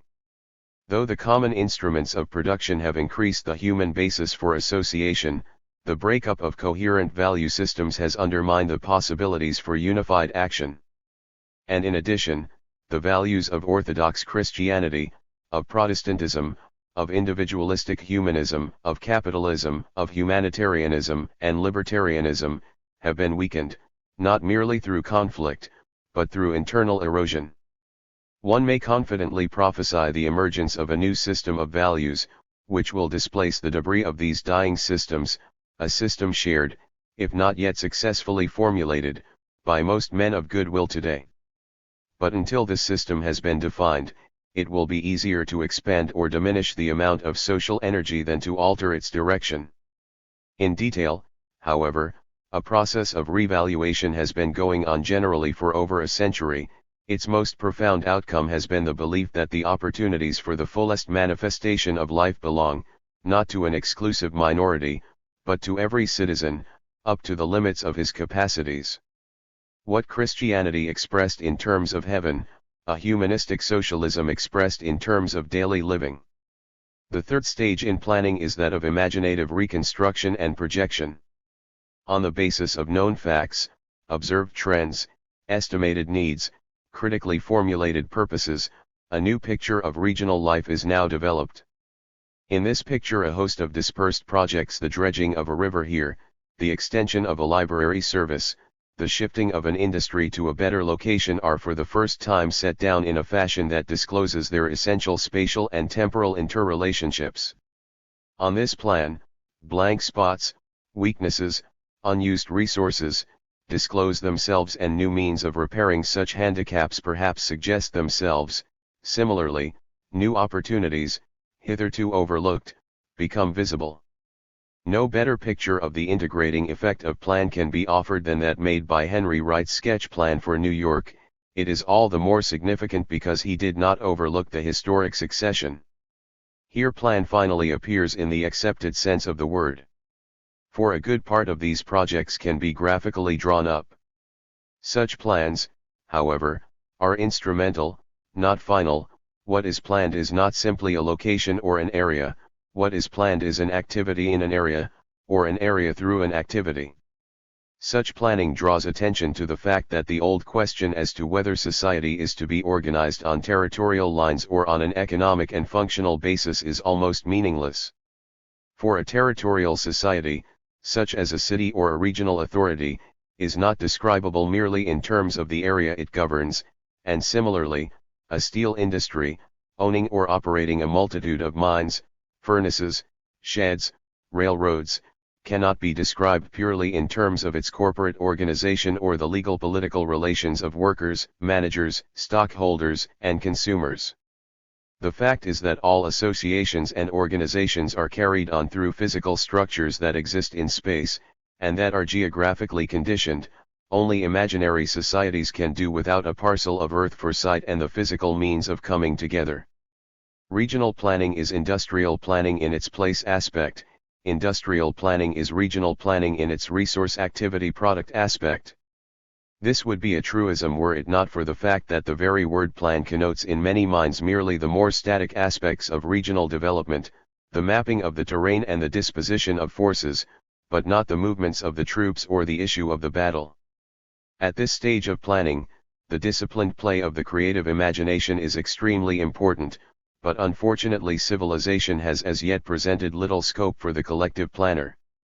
In small compass, nevertheless, one may observe a parallel process at work. Landscape architects like Olmsted and Eliot in America, architects like H. H. Richardson and Louis Sullivan, thrust deep roots into their civilization and had, in an extraordinary degree, the capacity to understand and express its new wants. In this stage of planning, new combinations of old elements, and fresh additions from new sources, make their appearance. The remodeling of the earth and its cities is still only at a germinal stage. Only in isolated works of technics, like a power dam or a great highway, does one begin to feel the thrust and sweep of the new creative imagination, but plainly, the day of passive acquiescence to the given environment, the day of sleepy oblivion to the source of life and culture, is drawing to an end. Here lies a new field for intense creative activity. Now these three main aspects of planning: survey, evaluation, and the plan proper are only preliminary. A final stage must follow, which involves the intelligent absorption of the plan by the community and its translation into action through the appropriate political and economic agencies. In this stage, the plan undergoes a readaptation as it encounters the traditions, the conventions, the resistances, and sometimes the unexpected opportunities of actual life. No plan can automatically foresee all contingencies.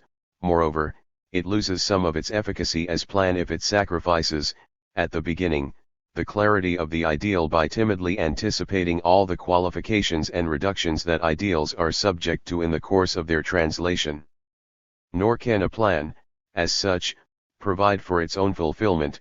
To emerge as a reorganizing agent, it must help conjure up and re-educate the very groups and personalities that will bring it to fruition. Weak plans, which hesitate to leave solid ground at all, are often far less effective than overbold ones that awaken the popular imagination. Such success as totalitarian states have shown in their collective planning has perhaps been due to their willingness to cleave at a blow the Gordian knot of historic resistances. No architect or engineer is skilled enough to be able to detail, with specific instructions, every act in such a simple job as that of building a house or installing a machine. On the contrary, he must rely upon the autonomous skill and comprehension of even the unskilled laborer. Plan, then, is not a substitute for intelligent choice, decision, or invention on the part of those who must execute it in detail. It rather assumes the existence of these qualities and organizes the milieu in which they can most effectively work. What is true in individual constructions is even more true in the complicated coordinations of society. Regional plans are instruments of communal education, and without that education, they can look forward only to partial achievement. Failing intelligent participation and understanding, at every stage in the process, from the smallest unit up, regional plans must remain inert. Hence the need for positive organs of assimilation. Regional plans must provide in their very constitution the means of future adjustments. The plan that does not leave the way open to change is scarcely less disorderly than the aimless empiricism that rejects plan. Renewal, flexibility, adjustment, these are essential attributes of all organic plans. If the problem of planning is more complex today than ever before, the means, too, have become more adequate. a community that is technically capable of inventing calculating machines for the solution of abstruse mathematical problems, and that can send talking images through space, cannot plead lack of ability when it comes to applying a more complex technique of thought and administrative procedure to its social needs. Part of the dislocation from which economic life suffers is due to the fact that our mechanical equipment has been more quickly invented and improved and scrapped than our means of social control. Except in a few matters like bookkeeping and the permanent record and limited liability organization, our vast industrial mechanisms have been built up empirically without sufficient attention to the psychology of human organization. We have isolated mechanical factors and learned to deal with them in a fruitful systematic manner, but we have still to invent that wider system of order which will assist in the transformation of our social relations. One of its symbols is the regional plan itself. 5. Survey and plan as communal education. The party politics of the 19th century was as remote from the thick tissue of actual life as were its pecuniary canons of success. A voter might loyally cast his vote every election without touching on a single issue that concerned his immediate life, without an intimate knowledge of a single phase of political administration, from taxes to the school system, and without affecting for the better a single aspect of his working life or his daily environment. The system worked in an atmosphere of windy ignorance. The new totalitarian states profess to regard the liberal politics of the 19th century with scorn, but in fact they carry on the same traditions in an even more costly way, with the further disadvantage that their political wind must be kept at high pressure in order to divert attention from the human sterility of the power state's achievements. The fascists go through the forms of voting without having the privilege of even casting a negative vote. They go through the forms of sounding out public opinion without daring to hear more than one side. Even more than the most imperialist states of the 19th century, they endeavor to wipe out local differences, local preferences, local pressures. The totalitarian state has but two important functions: to prepare for war and to keep power in the hands of the governing party. This is not in the least a new form of politics, it is merely the old form, shamelessly reduced to its naked reality. The fascist state may be defined as the war dictatorship of the power state frozen into a permanent form, opinion governed by war censorship, action governed by military coercion, all law converted, openly or implicitly, into martial law. In a sense, any fool can govern such a community, but only a fool would mistake such a process for government. None of the attributes of an advanced civilization can be maintained in a permanently cowed and servile population: the delicate initiatives, the fine cooperations, the deeper loyalties toward truth and rational judgment upon which our civilization depends cannot be preserved in governments that know no law, even in the spiritual life, except the whim of the dictator or the command of the party. If the totalitarian state still shows the surface characteristics, here and there, of our common civilization, it is only because it still lives on the going energies of the more civilized generation that preceded it. So far as fascism succeeds, these energies will wane, and barbarism will progressively rise to the surface, whether hastened by war or not. Such peoples will sink to the level of ancient Sparta, at whose very bravery the ancient world sometimes smiled. Toynbee's interpretation of this possibility in the third volume of A Study of History is extremely suggestive. The real alternative to the empty political patterns of the 19th century lies, not in totalitarianism, but in just the opposite of this: the restoration of the human scale in government, the multiplication of the units of autonomous service, the widening of the cooperative processes of government, the general reduction of the area of arbitrary compulsion, the restoration of the processes of persuasion and rational agreement. Political life, instead of being the monopoly of remote specialists, must become as constant a process in daily living as the housewife's visit to the grocer or the butcher, and more frequent than the man's visit to the barber. If the leisure that man has been promised by the machine counts for anything, it must count for the extension of the privilege of being an active political animal. For every phase of group activity, industrial, professional, educational, has its political aspect. Each activity raises special problems of power, organization, control, and discipline, problems that cry for intelligent and orderly solutions. The opposite of tyrannical compulsion is not unconditional freedom but the systematic practice of rational discipline through education and cooperative service.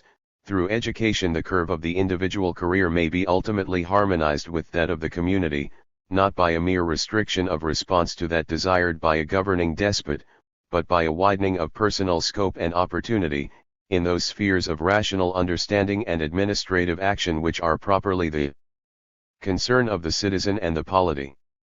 That human conduct is full of irrational residues does not lessen this need, for what is true of human beings in the mass is equally true of self-elected rulers and leaders. In any case, the problem is to increase the area of rational judgments and rational political activity, and to divert or sublimate those forces which are inimical to cooperation. To the extent that political power becomes rationally conditioned and successfully diffused by education, the individual citizen will be reluctant to sacrifice his own initiatives and his own judgments to the terroristic monopoly of dictatorship. The impotence of the many is the power of the few and vice versa. Where shall this return to political realities begin? Where better than in the region? All rational politics must begin with the concrete facts of regional life, not as they appear to the specialist, but as they appear first of all to those who live within the region. Our educational systems are only beginning to make use of the local community and the region as a locus of exploratory activities, but before the resources and activities of a region are treated as abstract subjects they should be understood and felt and lived through as concrete experiences. Beginning with the crawling of an infant in his home, the systematic contact with the environment should broaden out until it includes the furthest horizon of mountain top and sea.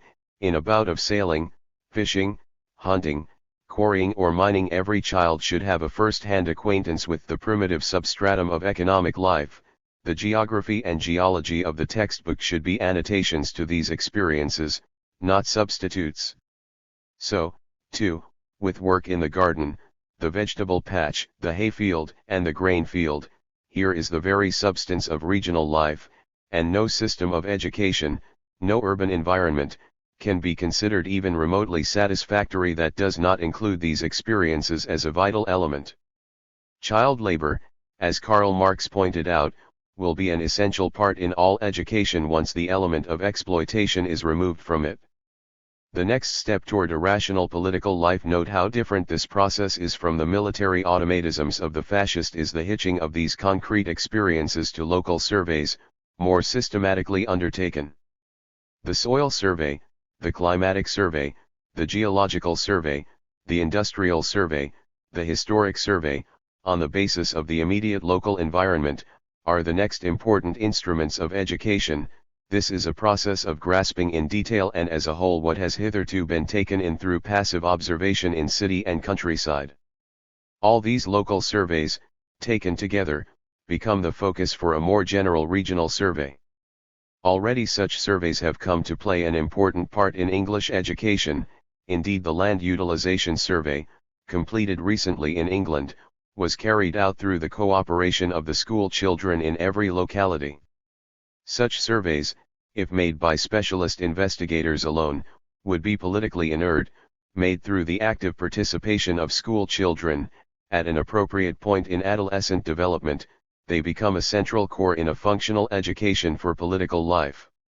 It is in the local community and the immediate region, small enough to be grasped from a tower, a hilltop, or an airplane, to be explored in every part before youth has arrived at the period of political responsibility, that a beginning can be made toward the detailed resorption of government, an alternative to that half-world of vague wishes, idle dreams, empty slogans, pretentious mythologies in which the power politics of the past has flourished. The scientific approach, the method of intellectual cooperation, embodied in the regional survey, are moralizing forces, and it is only when science becomes an integral part of daily experience, not a mere coating of superficial habit over a deep layer of uncriticized authority, that the foundations for a common collective discipline can be laid. Most of our educational routine, as built up during the past century, has reflected the dominant political and economic institutions. It has substituted mere paper counters for reality. The elimination of concrete views and concrete experiences has reduced rather than widened the sphere of effective education. Finally, We arrived at the age of extreme specialization, the present age, when the amount of specialized knowledge, often accurate, often extremely refined, has far outstripped our capacity to make use of it as part of a consistent whole. The remedy for this is not to be found in any mechanical combination of specialisms. We might digest the contents of an encyclopedia without achieving anything more in the nature of unity than a headache. The cure lies rather in starting from the common whole, a region, its activities, its people, its configuration, its total life, and relating each further achievement in specialized knowledge to this cluster of images and experiences. Here and there this organic approach to knowledge, as one with life, and to life as a constant function of knowledge, has been made in education, beginning at the lowest stage in the new nursery school. But the fact is that education, instead of rising above this unifying attitude, must keep it at every later stage, along with the element of deliberate play and art. What is needed for political life is not mere factual knowledge, for this by itself is inert. What is needed are those aesthetic and mythic impulses which open up new activities and carve out new forms for construction and contemplation. When the landscape as a whole comes to mean to the community and the individual citizen what the single garden does to the individual lover of flowers, the regional survey will not merely be a mode of assimilating scientific knowledge, it will be a dynamic preparation for further activity. The Boston Metropolitan Park System of Boston, one of the most varied and comprehensive in the world, owes its existence to just such regional surveys as practiced by Charles Eliot in his schoolboy rambles about the region.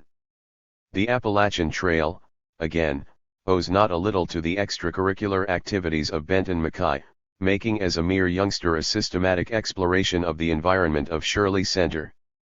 Once this more realistic type of education becomes universal, instead of being pieced into the more conventional system, we will create a whole generation that will look upon every aspect of the region, the community, and their personal lives as subject to the same processes: exploration, scientific observation, imaginative reconstruction, and finally, transformation by art, by technical improvement, and by personal discipline. Instead of an external doctrinal unity, imposed by propaganda or authoritarian prescription, such a community will have a unity of background and a unity of approach that will not need external threats in order to preserve the necessary state of inner cohesion. Science has given us the building stones of an orderly world. We need the further utilization of science, through the regional survey, regional exploration, and regional reconstruction if we are to increase the area of political rationality and human control. Visual synthesis provides a foundation for unified creative activity. Once the human scale is overpassed, once the concrete fact disappears from view, knowledge becomes remote, abstract, and overwhelming. A lifetime's effort will not provide sufficient grasp of the environment. The more people who are thrust together in a limited area, without organic relationships, without a means of achieving an autonomous education or preserving autonomous political activities in their working and living relations, the more must they become subject to external routine and manipulation. The resorption of scientific knowledge and the resorption of government must go hand in hand. We must create in every region people who will be accustomed, from school onward, to humanist attitudes, cooperative methods, rational controls. These people will know in detail where they live and how they live. They will be united by a common feeling for their landscape, their literature and language, their local ways, and out of their own self-respect they will have a sympathetic understanding with other regions and different local peculiarities. They will be actively interested in the form and culture of their locality, which means their community and their own personalities. Such people will contribute to our land planning, our industry planning, and our community planning, the authority of their own understanding, and the pressure of their own desires. Without them, planning is a barren externalism. At present, we have inferior forms of life because our metropolitanized populations throughout the world are both witless and wantless, true cannon fodder, potential serfs for a new totalitarian feudalism, people whose imaginative lives are satiated by shadows, people whose voices are dimmed by loudspeakers, people whose will is capable of response only under mass stimuli and mass pressures, people whose personalities, instead of being represented by an integer, can be represented as but a fraction 1/1,000,000th of a voting crowd, a war crowd, a drill crowd. The task of regional survey, then, is to educate citizens, to give them the tools of action, to make ready a background for action, and to suggest socially significant tasks to serve as goals for action. Ultimately, this becomes the essential duty of every vital school, every responsible university. In this concrete sense and not in any vague hope, education is the alternative to irrational and arbitrary compulsion. The opposite of this is the reduction of education to drill and cram, and the reduction of the body politic to a corpse that is galvanically brought to some semblance of life by the application of external stimuli from the center. Such a state may create heroes, it can never create a wide society of true personalities, men and women who have learned the arts of personal and communal living, who neither renounce the will to order nor seek to create it on a single monotonous pattern. Without such a broader cultural foundation, regional planning can have but a minor political significance. Once the cultural base is achieved, however, regional planning becomes one of the essential attributes of a progressive civilization, and every effective economy it introduces tends to further the capacity for association and to widen the field of significant action. 6. Conditions of urban rebuilding. Many things that were done hastily in the 19th century, because there was in a sense no time to think, now have to be done over again. The division of the exploitable areas of the world between the existing powers of Europe, on a basis that lacked reason and justice, has become an intolerable anachronism. The empires that were founded on the notion that such a division was permanent must be dissolved, unless civilization itself is to be dissolved. On the way to that end, the belligerent outlines and routines of the national state itself must be softened by systematic interregional cooperation. If neither of these things can be done so long as screaming tyrannies of the totalitarian states threaten more democratic and civilized modes of life, it will come after they have been liquidated. The men of good will outnumber the homicidal barbarians, and one day, it has been promised, peace will come to all men of good will. One of the major tasks of the 20th century is the resettlement of the planet. The past 3 centuries have been centuries of random exploration.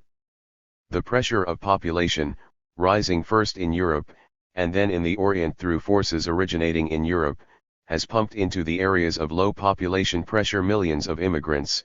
To find a parallel for this movement, one would perhaps have to go back to the desiccation of the grasslands of Central Asia, which thrust the Hun into the heart of Europe. Here again, unfortunately, the flow of population was spontaneous and unguided by sufficient knowledge, and much of the work of settlement must be done over again. In North America, this need has already been recognized. Farmlands that should have been left in forest are returning to forest. Grassland that should have been left to the grazing of cattle, instead of being plowed for wheat, will return to grass again. Grazing land in the West has been put back, through the Taylor Act, under close federal control. Population that spread with no more social direction than the surface tension which gives definition to an ink blot, must be regrouped and nucleated in a fashion that will make possible a cooperative civilized life. Industries that flowed into the centers of congestion in order to take advantage of cheap labor, must now flow out into new centers, where a better life is possible for the workers. Conscious scientific intelligence must determine the new loci of industrial advantage, and organize industries and communities in such a fashion that neither the labor supply itself, nor the organized protection of the workers against exploitation, will rest on the mere congestion of population in crowded cities.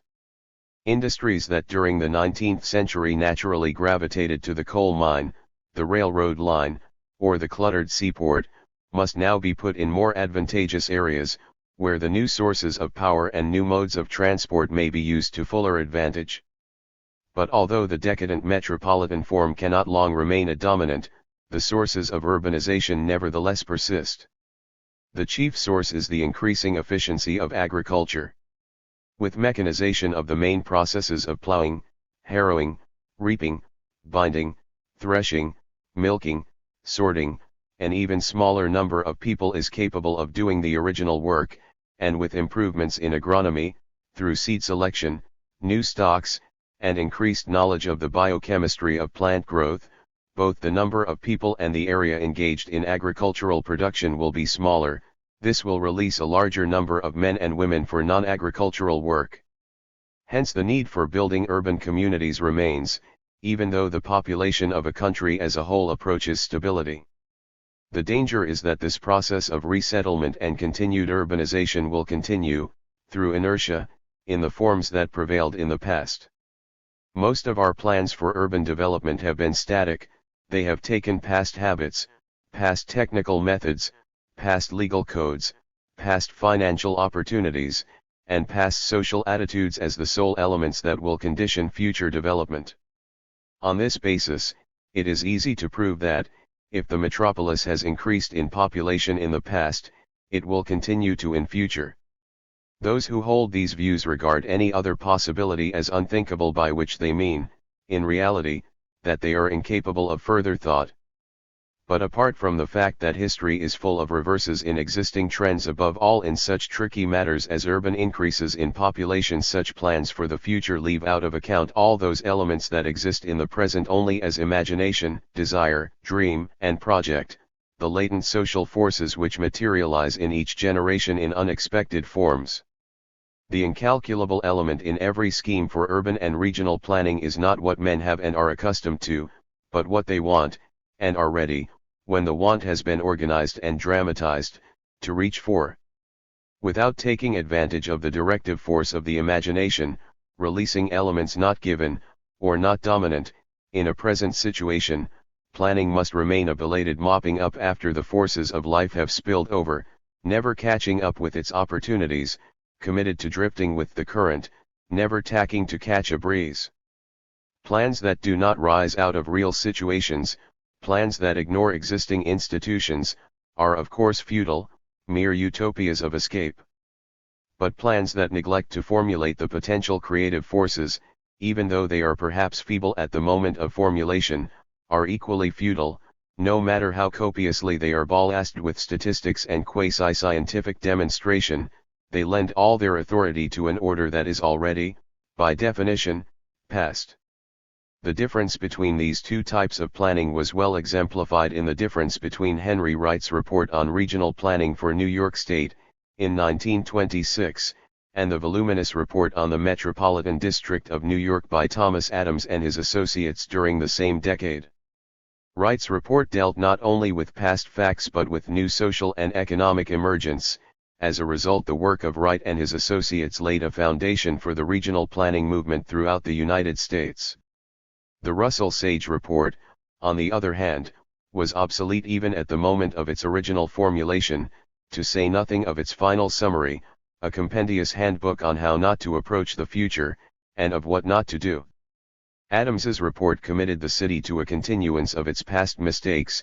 Henry Wright's report showed, in the existing situation, the latent possibilities for a new order, not a passive continuation but a reintegration. Do not ignore the difference between these two orders of thinking. It underlies the approach to the whole problem of urban resettlement and rebuilding that now confronts the Western world. This problem has two sides to it. One is the building up of new centers on lines that embody current improvements in architecture, planning, and social insight. The other side is the rebuilding of existing centers, great and small, cutting out morbid tissue, restoring functional relationships that have lapsed, giving them, in the process of renewal, a parity with the newer communities. If the planning bodies accept the existing structures of finance and administration as sound, indeed as indispensable because they have been bequeathed by the past, no important changes can be made in any part of the urban environment. Planning will be little better than the application of plasters to the sore spots of civic life, or of beauty patches upon its diseased complexion. The real opportunity for urban and regional development lies in the fact that the existing pattern of economic life cannot remain stable. The accretion of the debt structure in the great metropolises, the toppling pyramid of land values, make economic life precarious and effective social planning an impossibility. Hence the real need is to deflate this burdensome structure as a deliberate public policy and to set up a responsible public body capable of directing the flow of investment into social channels and to liquidate with the least possible hiatus the present speculative structure. Only with this radical alteration in objectives and methods will it be possible to build up through public aid and initiative alternative centers which will attract industry and population, on the basis of their own essential superiority of life. As the drift out of the overgrown cities begins, the opportunity for their replanning will come. Need I recall again that the vast increase of the number of playgrounds in Manhattan was not a result of financial prosperity, it was the outcome of deflation, failure to pay taxes, bankruptcy, and loss of population. Existing cities must eventually participate in the reurbanization of the modern environment, but before they can become regional cities, capable of sustaining a well-balanced environment for their now miserably housed masses, the metropolitan regime as a whole must be progressively liquidated. In the process of urban development, social values and financial values are in decisive conflict. Pecuniary canons of success have produced an environment destructive to life, and similarly, biotechnic standards of achievement must produce a system of values destructive to metropolitan finance. Our whole program of reurbanization and housing demands a definite choice. That choice may not be revolutionary in the sense of implying a complete break and an overpowering catastrophe, but it is revolutionary in the sense that when, by steady pressure and day-to-day movement, it has achieved its end, the metropolis and the insidious pecuniary values of metropolitan life will be obliterated, and a new set of working institutions, more consonant with a humane scheme of values, will have taken its place. Planners who are not aware of these implications are sociologically too unsophisticated to be trusted with important functions. Instead of helping to define an adequate public policy, they can only obfuscate the issues and sabotage a sound social program. 7. The new method of city development: garden cities. The above issues were first defined during the 19th century. Three groups of men had an influence upon our later conception of population grouping and civic design, and a fourth group has still to achieve widespread acceptance. The earliest contributor to the housing movement was Robert Owen, an original if somewhat fanatical mind, the first manufacturer who, out of his own success as an enterpriser, deliberately set his face against the barbarizing social results of the new machine industry, a process he had observed at first hand as an agent of a well-meaning owner, and as a working industrialist himself. Owen proposed, in order to enable the new industrial workers to rise out of the squalid state in which they lived under the new factory system, to build small balanced communities in the open country. The educational and social facilities needed by these new settlements, as well as adequate houses, would be a charge on production, no less than the wages of the workers. In the orderly community for which Owen furnished plans, one finds the first attempt, apart from the literature of utopias, to define the nucleus, or basic cell, of city growth in relation to the new form of industrial organization that had grown up in the mechanized and power-driven factory. Owen's design was not merely radically better than any other urban pattern in the early 19th century, it had the advantage over the new upper-class squares of Edinburgh or London in that it provided, as part of the plan itself, some of the essential features of social life. On the whole, Owen's original essay even compares favorably with the better work done in the 20th century, after more than a generation of intensive experiment. For one thing, his designs were not marred by a weak feeling for the quaint and the picturesque, and for another, he was not afraid to give the community the convenience and compactness of a city. Owen's combination of vision and practical experience gave a special influence to his doctrine. His hopes and feelings were a yeasty ferment that continued to work through the 19th century. He had his coadjutors and successors. Fourier's idea of a harmonic society had a richer psychological basis than Owen's somewhat arid rationalism, and Fourier's scheme for phalansteries, though sometimes fantastic and irrelevant, nevertheless contributed imaginative details to the conception of a rational civic economy. The phalanstery built by Gaudin, the steel manufacturer, at Guise in France was a direct outcome of Fourier's ideas, one of the first efforts at collective workers' housing and community building. Sheer necessity often caused the industrialist to build houses for his workers. When his plant was situated in the open country, this gave an opportunity for fresh initiative, and the work of Sir Titus Salt at Saltaire, in the 1850s, paved the way for later settlements such as those of Krupp at Essen, Cadbury at Bourneville, and Lever at Port Sunlight. In terms of open suburban living, the last two initiatives had an important immediate effect upon the design of middle-class suburbs with generous allotments of open spaces, but the improvements they instituted, their good planning and their low density, kept them from having any decisive influence upon low-cost workers' housing done by the speculator and the jerry builder. In one important way these new communities differed from middle-class suburban settlements: they were directly related to industry, they made provision for the social life of the workers, they tended to form a small civic whole. The weaknesses of such beneficent effort was that they existed mainly, if not entirely, at the initiative of the enlightened employer, and they were sometimes tyrannical in the underlying financial and administrative arrangements, so much so that in the case of Pullman, Illinois, the irate beneficiaries rebelled. Despite weaknesses in social organization, the new industrial garden villages were, on the whole, the best working-class quarters that had been built since the charitable foundations of the 16th century, if one excepts, perhaps, the small towns and villages set up in New England, Pennsylvania, and parts of Ohio before the middle of the 19th century. If they did nothing else, they dissociated the processes of industry from the idea of human degradation in a filthy environment, a useful dissociation.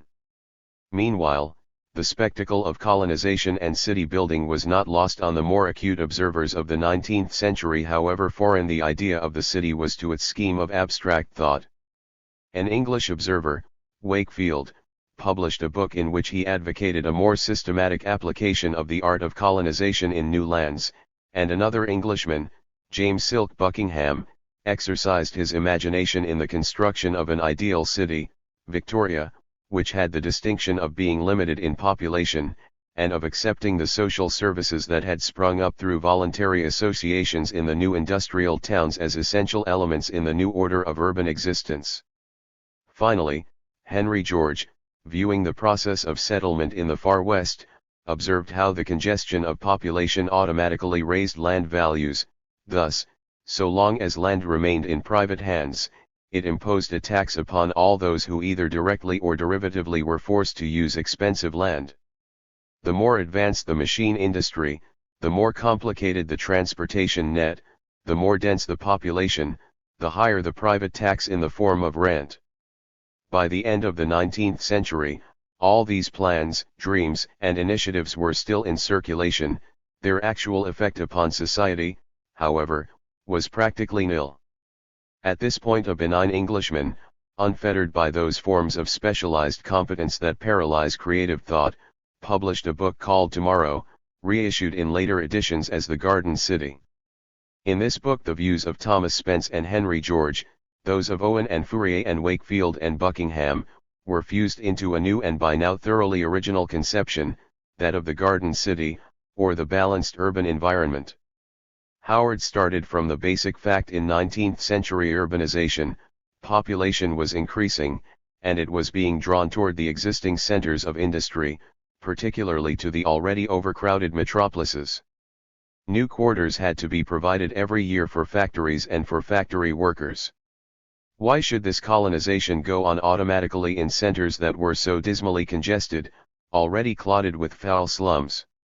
Why should there not be a deliberate attempt to create new cities out of the surplus? Every new increment of population was, in effect, a fresh opportunity to reverse those tendencies which were making life in cities more prohibitive in cost and more unsatisfactory in the social result.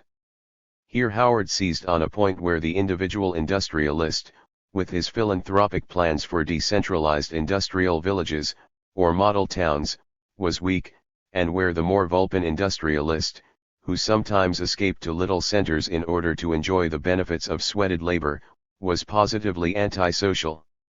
Howard recognized the human limitations of what is called in America the company town, the town organized and controlled, if not entirely owned, by a single industry. Such a method of decentralization left everyone but the industrialist himself poorer. It removed the possibility of alternative industries or modes of living from the workers, and it naturally aroused the opposition of organized labor in the better graded industries. The problem of organizing good industrial cities was something more, for Howard, than the problem of selecting good industrial sites or finding cheap land. But Howard showed his keen social imagination in still another way. His vision was bifocal.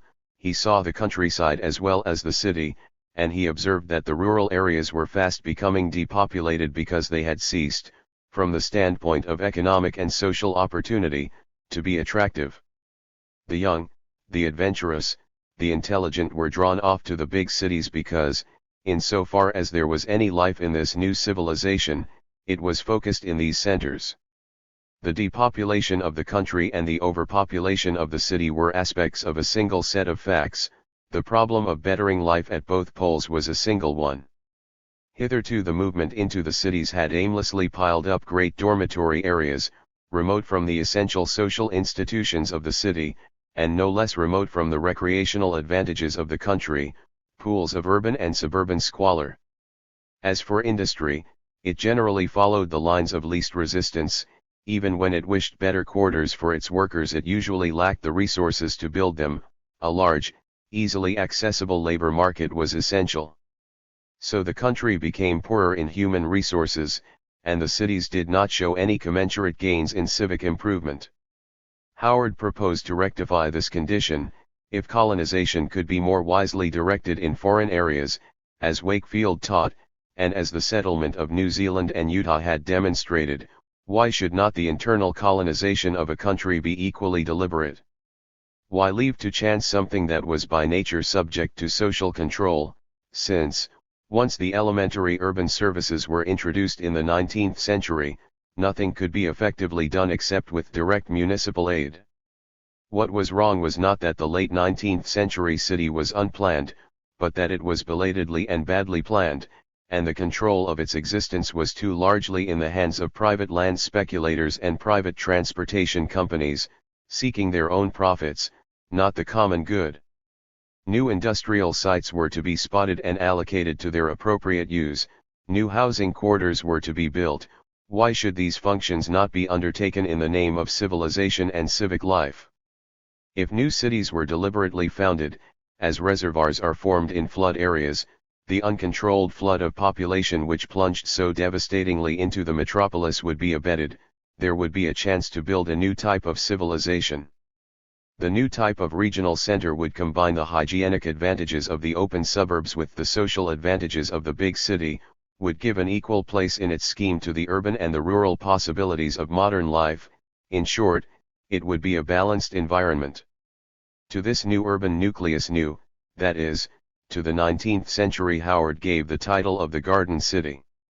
Town and country, said Howard, must be married, and out of this union will spring a new hope, a new life, a new civilization. Without using the concept of the region, Howard's contribution was to see the problem of city building and housing as a regional one. The name Garden City was quickly appropriated by groups and interests that had no conception of Howard's statesmanlike proposals. It has even in our day been treated by Thomas Sharp as a scapegoat for the open type of planning characteristic of suburbs since the Middle Ages. So it is important that we recognize what was essential and original in Howard's new concept. The first point to be noted is that the land in the Garden City is not parceled out into individual ownership. It must be held by the common authority under which it is developed. Such increments as may arise through the growth of the Garden City must be reserved for the community.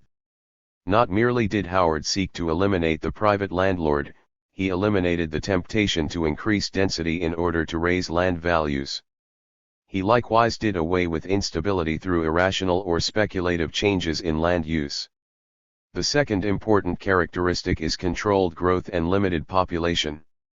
The outward limit of urban development was set by Howard's proposal to surround every garden city by a permanent reserve of open country, to be used either for agriculture or recreation. This agricultural belt was not merely to serve as a green wall against the encroachment of other communities, it was to provide opportunity for local production of food, with a good market close at hand. Once the area and plan and density of such a plan were determined, its upward limit of growth was set. Howard put this figure at about 30,000, but that was a shot in the dark. The main point was the notion that a modern city, no less than a medieval town, must be planned to the human scale and must have a definite size, form, boundary. It was no longer to be a mere sprawl of houses along an indeterminate avenue that moved toward infinity and ended suddenly in a swamp. Howard conceived the notion of promoting urban growth up to the point of maximum service to the social and economic life of the center. Further growth could take place, not by overcrowding or spreading, as in existing cities, but in the foundation of a new garden city on the same lines. The third notion that Howard introduced as an important attribute of the garden city, no less important than its human scale, was that of functional balance. In its regional relations, there was to be a balance between town and country. In its internal development, there was to be a balance between home, industry, and market, between political, social, and recreational functions. By providing in his scheme for a balanced environment, with a full equipment of social services, Howard offset the disadvantages of one-sided schemes of decentralization. Howard, in other words, not merely avoided the weaknesses of the specialized dormitory suburb and the specialized company town, he also eliminated the possibility of deterioration through success-unlimited agglomeration. Howard may be said to be the first modern thinker about cities who had a sound sociological conception of the dynamics of rational urban growth. In his plans for relieving metropolitan congestion, for limiting peripheral expansion, and for creating new urban nuclei, Howard had been anticipated centuries before by Leonardo da Vinci. On what remote sands can that bold pioneer's footprints not be found? Leonardo had proposed to the Duke of Milan that he be permitted to build 10 cities of 30,000 inhabitants each in order to separate this great congregation of people who herd together like goats on top of another, filling every place with foul odor and sowing seeds of pestilence and death.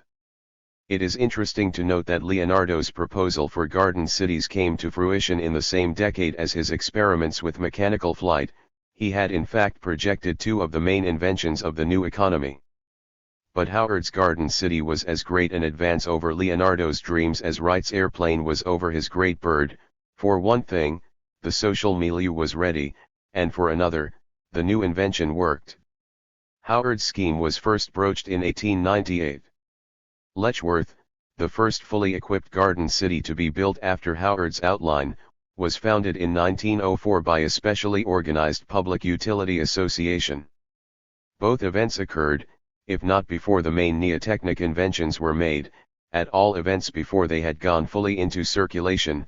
When Howard proposed this civic method of decentralization, no one could yet estimate the concrete support that was to be offered to his general scheme by the development of the electric transmission grid, the motor car and the motor road, and the use of motor vehicles for transporting goods, to say nothing of the universal reception of the telephone and radio, and phonograph and motion picture.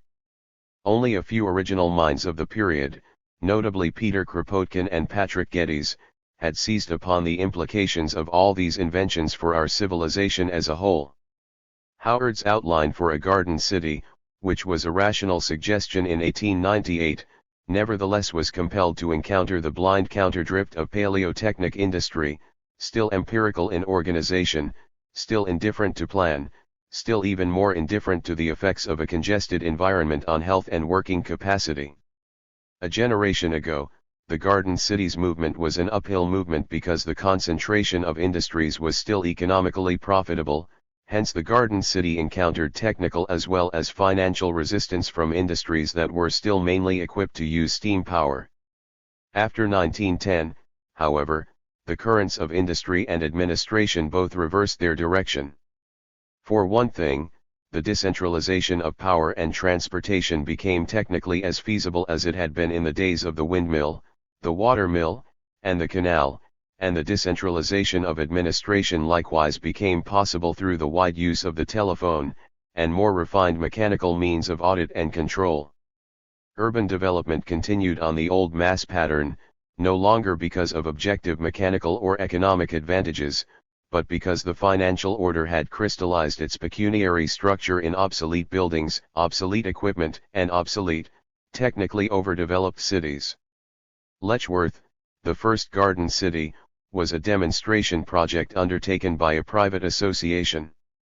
Its supporters were drawn from those bourgeois groups that were well disposed to social experiment, that were content to receive a limited return on their investment, and that for a long time even forewent the payment of interest on their debt. Because of the need for attracting industries to the new center, it grew slowly, but the growth was healthy and solid, and it was achieved without an essential sacrifice of the original principles. While other settlements, namely Hampstead Garden suburb, had physical qualities of plan that equaled, perhaps surpassed, Letchworth, they were purely middle-class developments, because of its success in incorporating industries and in building workers' houses.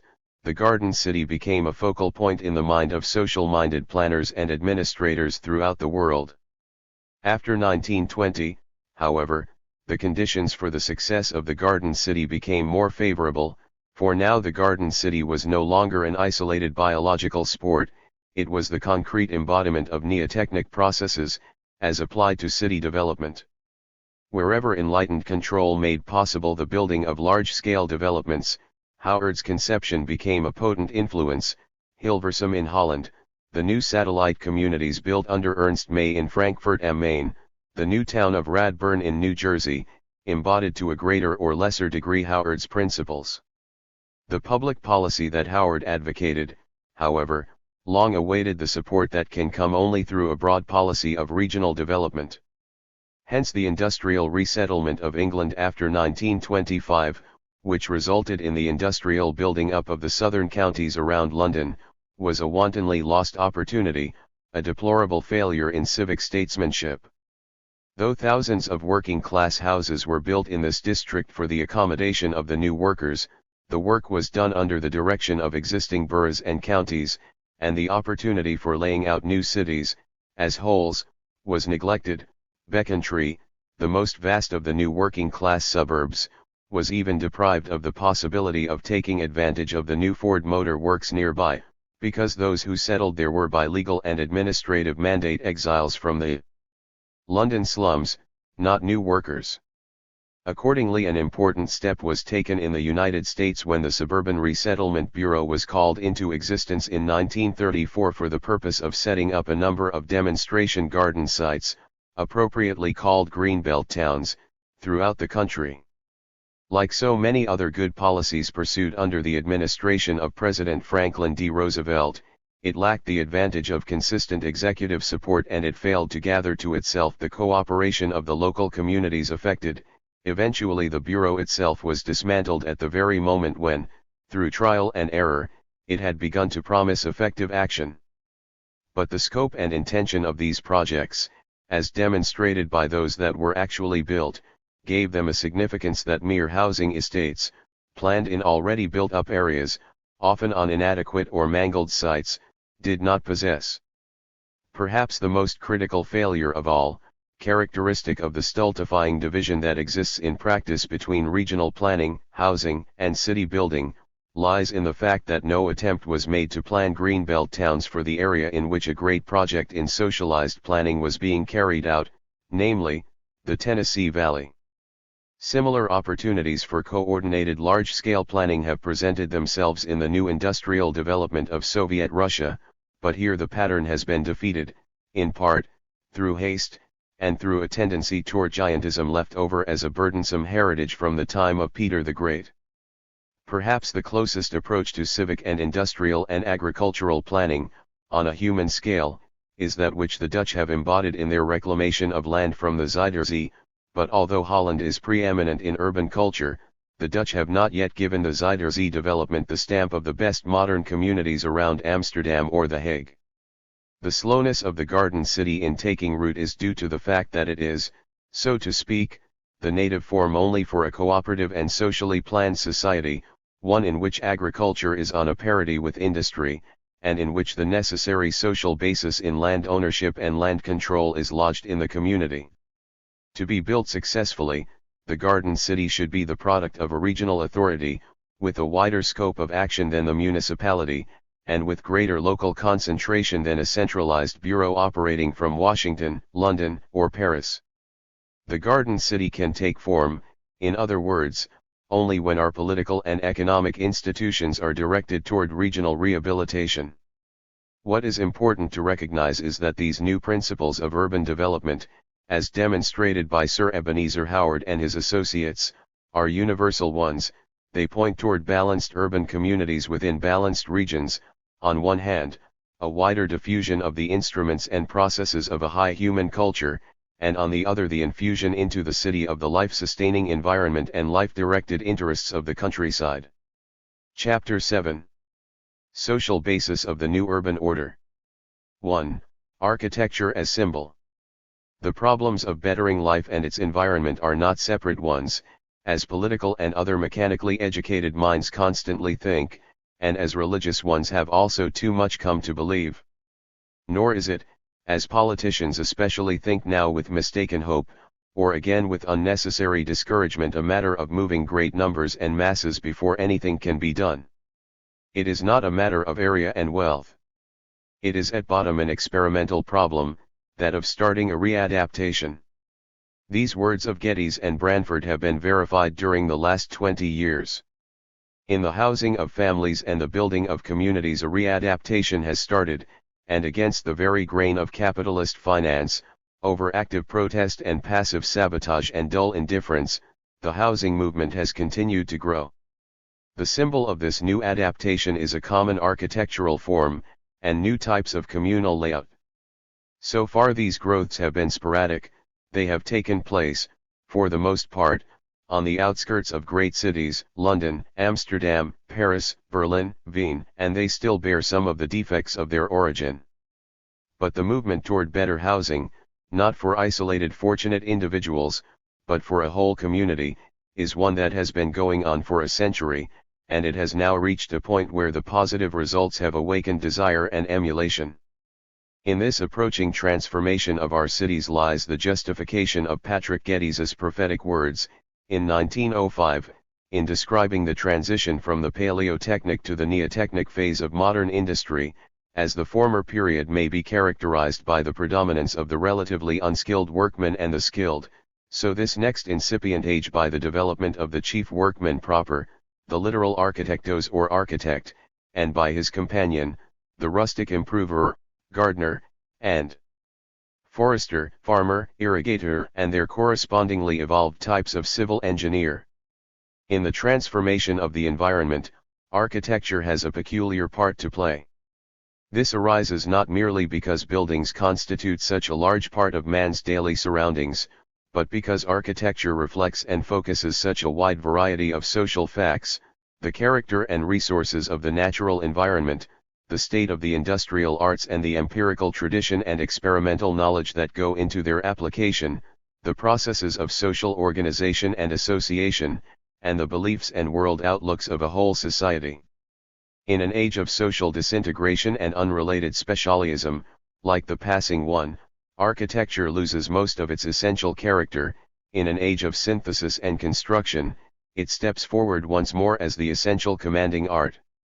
And precisely because architectural form crystallizes, becomes visible, is subject to the test of constant use, it endows with special significance the impulses and ideas that shape it, it externalizes the living beliefs, and in doing so, reveals latent relationships. With the help of his orderly accurate plans, the architect brings together a multitude of crafts, skills, and arts, creating in the act of building that species of intelligent cooperation which we seek on a wider scale in society. The very notion of planning owes more to this art than to any other, except perhaps the coordinate art of the engineer. The architect confronts human needs and desires with the obdurate facts of site, materials, space, costs. In turn, he molds the environment closer to the human dream. And in a social sense, architecture is more advanced than any purely mechanical technique because good building has always embodied, as an essential element in both design and operation, the understanding and expression of organic human purposes.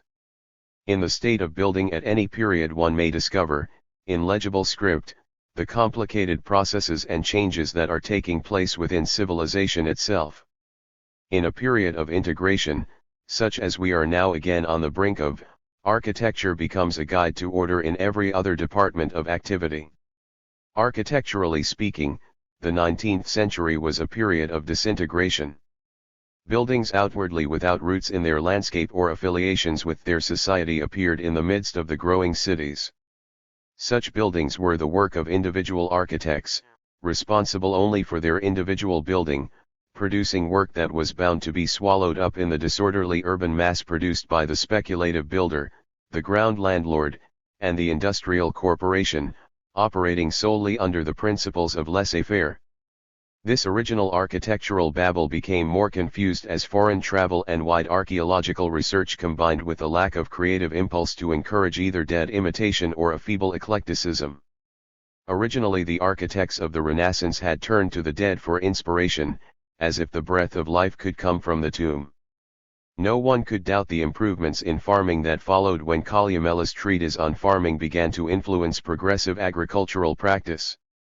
No one could doubt the stimulus to mechanical invention that arose from the reprinting of Hero of Alexandria's experiments with the steam engine. But there was a vast difference between such experimental selection and lifeless imitation. In architecture, after Brunelleschi, what was taken over was not the process, capable of modification and complete alteration as new needs arose, but the external form, the dead stereotype of another culture. Note how post-16th century architecture, instead of organizing the banked window further as a constructional form, relapsed into the more primitive system of the hole left gaping in the solid masonry wall, a loss both in terms of technical facility and livability, for the overhead glare of the tall rectangular window in turn resulted in a need for curtains to cut off some of the irritating light, while that entering in the lower part of the window was optically useless. This period from the 16th century to the 20th witnesses the fatal lack of connection between architecture and the dominant social sources of order. The proof that architecture in the social sense was dead lies in the series of dusty revivals that took place. People sought, in Roman forms, Greek forms, Neo-Gothic forms, finally in Romanesque and even Byzantine forms, some quick and easy route to a real society and a living culture. Lacking the soil and the plants that could produce a beautiful efflorescence, they fashioned for themselves paper flowers. As drawn on paper, or photographed, who could tell the difference between the living and the dead? Unconsciously seeking the bread of social life, the architect offered decorated stones, empty symbols of a non-existent society. Meanwhile, the germs of a living order existed alike in building, in techniques, and in the culture of the landscape, but the confused minds and irresolute purposes of the directing classes did not find it easy to accept these beginnings.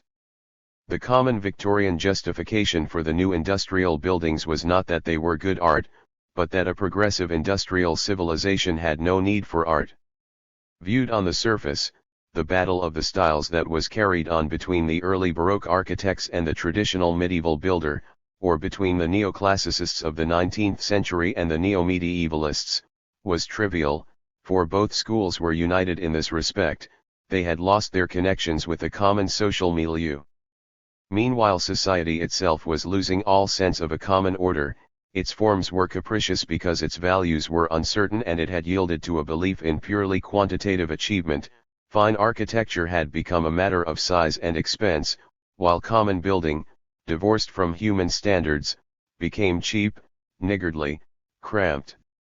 As if to add an ironic touch to this social disorganization, the field was marked out roughly between the two great schools. After the opening of the 19th century, the classic style claimed the government offices, the courts of justice, the police stations, the banks, the art museums, while the Gothic style claimed the school, the university, the town hall, the church, the natural history museum. There would, of course, be occasional compromises and modifications in this program. Survivals that stubbornly refused to acknowledge their death, mistaking mummification for vitality, combined with mutations that shrank from the struggles of birth. Such was architecture during most of the 19th century in those reaches of the community where it still had any significance. Even the most penetrating of critics was confused. Ruskin had the courage to admire the Ashmolean Museum at Oxford. Yet, from the beginning of the 19th century on, a succession of thinkers and planners appeared who knew that a more fundamental attack must be made on the whole problem of form. With those who went into form from the standpoint of community planning, beginning with Robert Owen, I have dealt in another section. Here we are concerned with the architects who realized that society itself was the main source of architectural form, and that only in terms of living functions could living form be created. There were many forerunners in this movement, but perhaps the most important figure of all was William Morris, for Morris, with Philip Webb, created the famous Red House in 1851, where Morris was to spend the early part of his married life. Here an attempt was made to discard ornamental tags and go back to essentials, honest materials, well-wrought, plain brick walls, a roof of heavy slates, every detail as straightforward and sensible as in a 17th-century English farmhouse. Heretofore architectural monuments had alone been the center of appreciation and the accepted source of style, the Pantheon, the Maison Carrée, the Palace of Diocletian at Spoleto, the Cathedral of Strasbourg, St. Mark's in Venice. These monumental buildings, crystallizations of a whole social order, were mistakenly seized as starting points for architectural design. In the middle of the 19th century this error had been carried so far that little cottages cowered behind massive Greek pediments, and the student of architecture began his apprenticeship with a study of the decorative elements in classic monumental forms, while he had so little training in matter-of-fact design that he would leave his atelier, proud of his skill in handling pencil or brush, and ignorant of the first motions in handling a trowel or a plumb line, capable of designing a hall of justice but without the capacity to design an honest dog kennel, to say nothing of a human dwelling. By making the dwelling house a point of departure for the new movement in architecture, William Morris symbolically achieved a genuine revolution. The doctrines he laid down with respect to its design were fundamental ones, implicit in them, as he himself realized in his development as a revolutionary socialist, was the conception of a new social order, oriented not toward mechanization and profits, but toward humanization, welfare, and service. Little though Morris liked the machine, little though he had reason to like it in its defective early manifestations, he had achieved an attitude toward form and society that was capable of utilizing and directing the real advances that were being made in the organization of men and materials and the impersonal forces of nature. If the factory was the nucleus of the paleotechnic community, the house was to become the nucleus of the biotechnic age. His instincts here served him well. Believe me, William Morris wrote, if we want art to begin at home, as it must, we must clear our houses of troublesome superfluities that are forever in our way, conventional comforts that are no real comforts, and do but make work for servants and doctors. If you want the golden rule that will fit everybody, this is it: have nothing in your house that you do not know to be useful or believe to be beautiful. This clearing away of the historic debris, this stripping to the skin, was the first essential mark of the new architecture, as it was, in effect, for the new view of life and cosmic relations that was introduced by the systematic sciences. In building, the open window, the blank wall, the unlittered floor, nothing for show and nothing that cannot be shown. The next great impulse toward coherent form came from the American master builder, H. H. Richardson. Starting work after the American Civil War, Richardson at first used the current eclectic symbols, and finally established a reputation for himself by his bold handling of monumental forms, so far, an obstacle to genuine achievement. But as Richardson entered more deeply into the problems of his age, and became familiar with its social and economic forces, he turned to the design of an office building, a warehouse, a railroad station, a public library. He found himself on new ground. Richardson discarded, step by step, the archaic touches and the hampering symbols. He worked with the fundamental forms of masonry, organizing the elements solely with a view to the practical and visual expression of the function to be encompassed. He carried the lesson Webb and Morris had worked out in the dwelling house into every aspect of building. Though it was only in his latest buildings that Richardson finally came face to face with the possibility of new form, organically based on the technical resources and social principles of the new society, he achieved a sort of preliminary integration in terms of masonry. He proved that the ugliness of utilitarian forms had not been due to their origins nor their uses but to the inferior quality of mind applied to their development. Organically conceived, a railroad station had no less capacity for beauty than a medieval fortress or a bridge, and a dwelling house in wood might be better related to human needs than a costly palace. Richardson's work was confirmed at a later period in Europe by the advances of kindred architects. Berlich's handsome Bourse in Amsterdam is a parallel example of great force and merit, and Richardson laid the foundation for the work of another group of architects, Adler and Sullivan, and Frank Lloyd Wright in Chicago, who carried the theme farther. Sullivan's task was to formulate, in social terms, the order that was implicit in Richardson's last work. He took up, perhaps unconsciously, perhaps quite independently, the rule laid down by the American sculptor, Horatio Greenough: form follows function. And Sullivan sought, on this basis, to create an architecture in which the fundamental principles formulated for one type of building would hold for other types, a rule so broad that it would admit of no exceptions. Such a rule must have its foundations, not only in the architect's mind, but in the political institutions, the working order, the social attitudes of his community.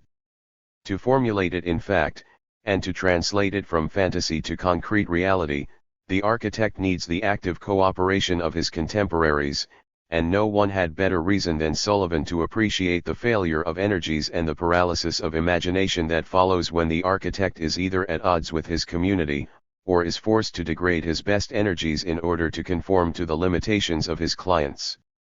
Taken together, Sullivan's buildings do not have that unity his doctrine demands. It remained for Frank Lloyd Wright, working again in the same medium as Morris, the dwelling house, to effect a synthesis of nature, the machine, and human activities and purposes. Wright increased the size of the window opening and restored the horizontal window bank, which had been lost, except for a sporadic revival or two, since the 17th century. By altering the layout of the house and keeping it low, and close to the soil of the prairie, he made a fundamental change in the relation of the house and the land, and introduced the garden almost into the heart of the living room. Outside and inside became aspects of a single unity, as in the human organism, the house in nature, nature in the house.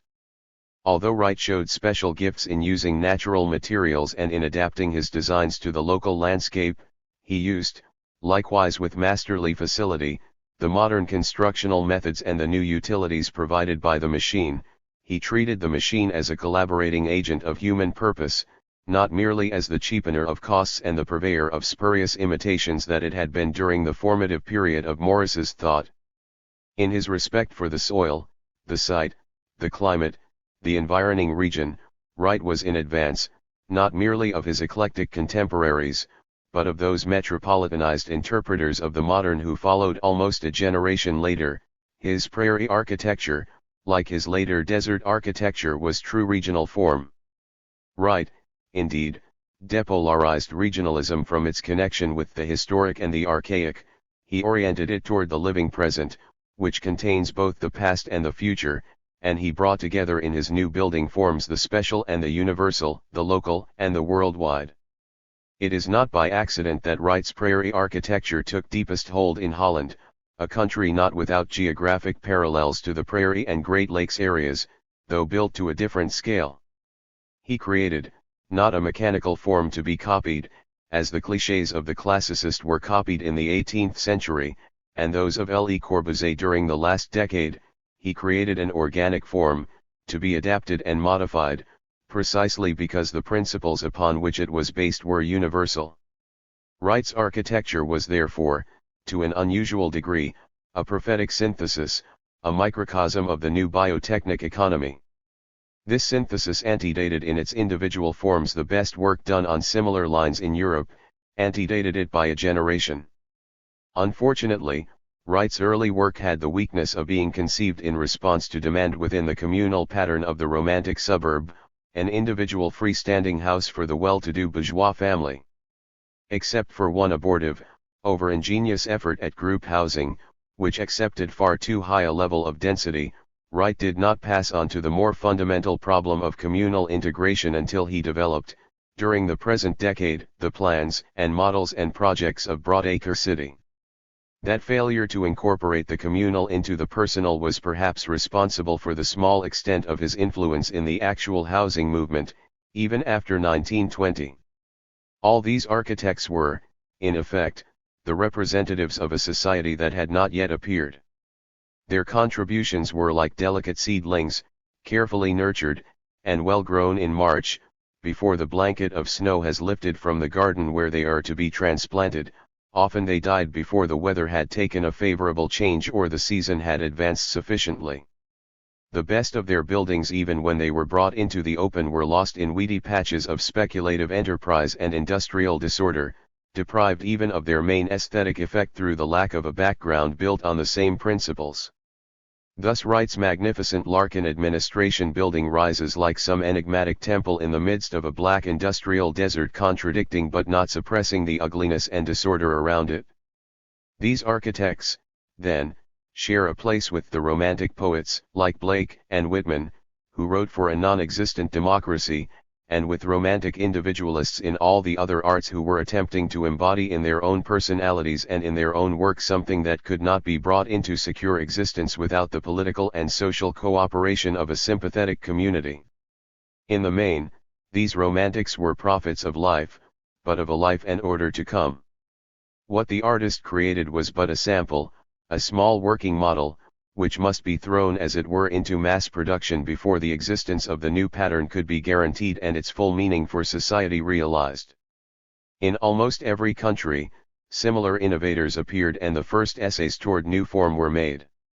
Voysey, Mackintosh, Bailey Scott, Lutyens, Unwin, and Parker in England, Van de Velde in Belgium, Wagner, Hoffmann and Loos in Austria, Behrens, Poelzig, Schumacher in Germany, Berliage in Holland, Tony Garni and the Perez in France. And in each country, with the possible exception of America, the new movement in life first registered itself in the arts and crafts, in printing, in textiles, in pottery, in furniture, before it became generalized and socialized as architectural and communal form. Being more closely connected with machine techniques than the inherited handicrafts of building, it was perhaps natural that these subordinate departments of design should be influenced first.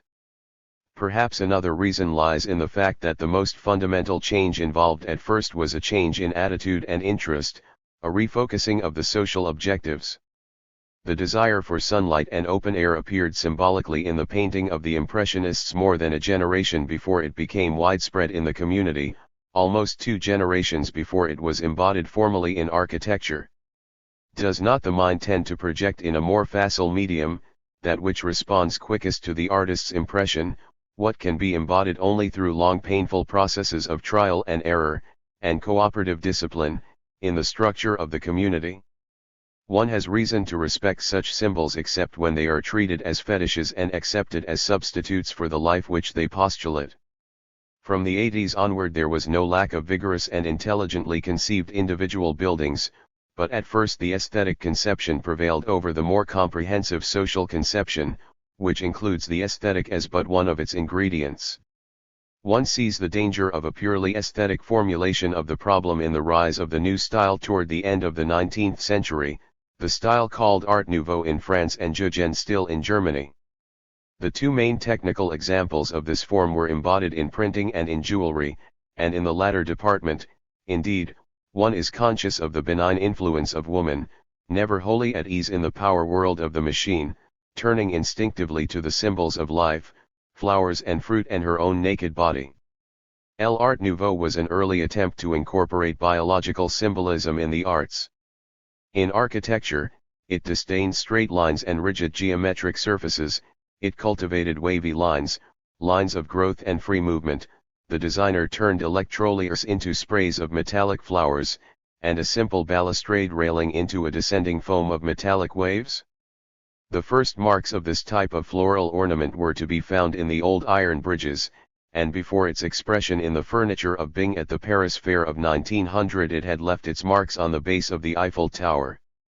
In the actual handling of its materials, chiefly metal and glass, L'Art Nouveau showed many examples of brilliant architectural design, some of which was more decisively functional than that of later schools which paid greater verbal respect to the principle of function.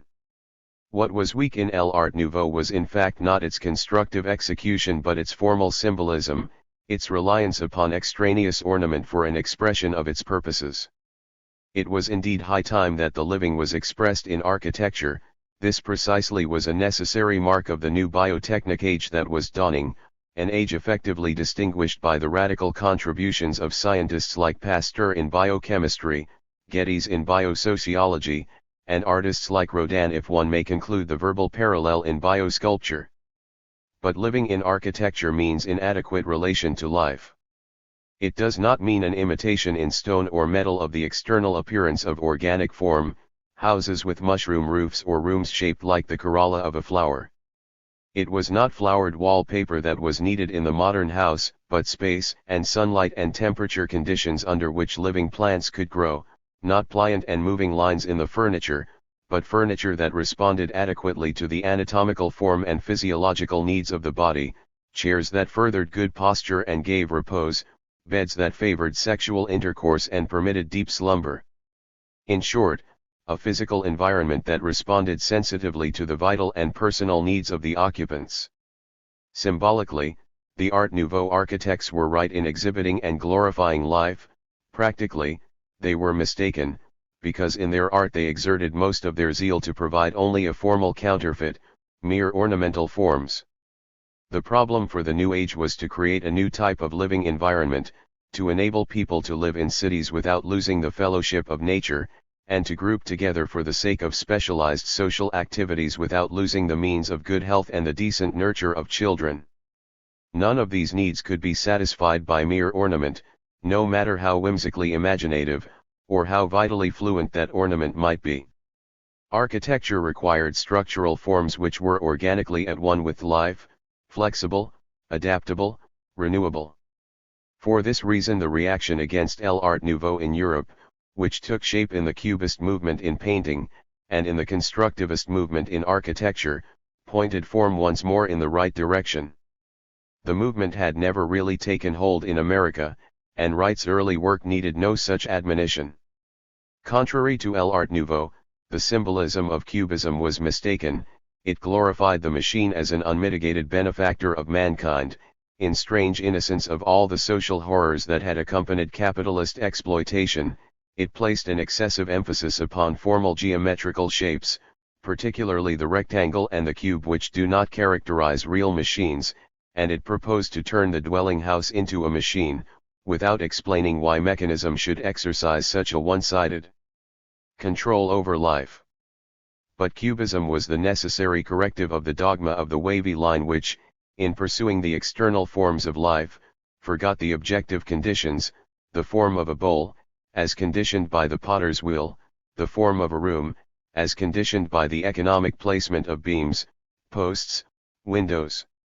Instead of disguising the forms of modern construction under a load of decoration, the Cubists sought to dramatize them.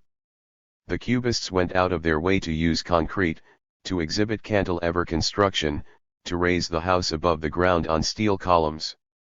And instead of seeking to display the egoistic touch of the individual architect, they sought after an anonymous method of design and a collective formula. Structurally speaking, Cubism performed an important work of purification. It divorced itself from capitalist canons of reputability and expense, and it cleared the ground for a fresh start. In its keen appreciation of the products of the machine, led by artists like Marcel Duchamp, it pointed toward more conspicuous efforts to achieve clean forms within other branches of industry than architecture. Although Cubism had at the beginning a certain bias against living forms, the fact is that the machine itself is a product and an instrument of life. The more perfect it becomes, the more it simulates the automatisms and self-regulating devices of real organisms, and the more finely it mimics the eye, the ear, the voice, the memory. In the attempt to use the machine adequately and create a more universal order, the collective interests of Cubism inevitably led toward the formulation, in modern terms, of a theory of the city. Under the leadership of Le Corbusier, the Cubists ceased to concern themselves alone with the isolated architectural product. They passed on to the urban environment as a whole, and sought to place the entire process of building and rebuilding on a fresh foundation. Le Corbusier himself began with the stale 19th-century notion of the city so often explored in the time romances of Mr. H. G. Wells, La Ville Mécanique. His early schemes explore a series of blind alleys, the skyscraper city, the traffic city, finally the grotesque combination of the two in a curving viaduct whose supports were to be filled with apartment houses. But by a steady process of reformulation he has drawn closer to the biotechnic notion of La Ville Radieuse, a marked ideological improvement, and his plan for Nemours is one of the best rational layouts that has yet appeared. Thus life re-enters the picture, not in the form of extraneous ornament, but in the demand for air, sunlight, gardens, parks, playgrounds, recreation fields, and all the various forms of social equipment that are necessary for the stimulating life of the city, informal places of meeting and relaxation, like the cafe, and formal places of purposive education, like the museum and the university. In the orientation of architecture toward life and the processes of life, the architect began with the decoration of the house, he ends with the city. In their attempt actively to incorporate the machine into architecture, the Cubists were sometimes misled by a static and external conception of the machine, but unconsciously they were recognizing the direct tribute that the mechanical arts owed to improvements that were first made in the culture of living things, particularly in horticulture. The first evolved pattern of the new architecture appeared in the glass hothouse. The Crystal Palace in London was but the monumental embodiment of this mutation. Just as the Crystal Palace was the work of an engineer in the service of horticulture, so, by reverse process, the new system of ferroconcrete construction was the invention of the gardener, Monnier, seeking to build more efficient bird baths and fountain basins for his gardens. The new improvements in domestic heating, too, were originally the conception of gardeners. One of the first persons to suggest steam heating was Sir Hugh Platt, who had the notion of conveying heat from a steam boiler on a kitchen stove through pipes to growing plants in order to keep them at a temperate heat, no matter what the conditions of the weather outside. In 1745 Platt's suggestion was improved by Sir William Cooke, who published a diagram for heating all the rooms in the house from the kitchen fire. The full importance of these inventions was grasped for the first time by Paxton himself. In a letter to the Illustrated London News, July 5, 1851, he sketched out the design of a crystal sanatorium, not merely to give patients the benefit of extra oxygen from the growing plants, but for the sake of sunlight and room wherein to exercise in all weather. To make this possible, he suggested the installation of apparatus to provide filtered and heated air, the first proposal for complete air conditioning not as a mere remedy against baneful gases, as in mines or in the British House of Parliament, but as a positive aid to health. Thus the new methods of construction, the new materials, and the new means of regulating the air of a building in order to adapt it more perfectly to the needs of living occupants came directly from the biotechnics of gardening.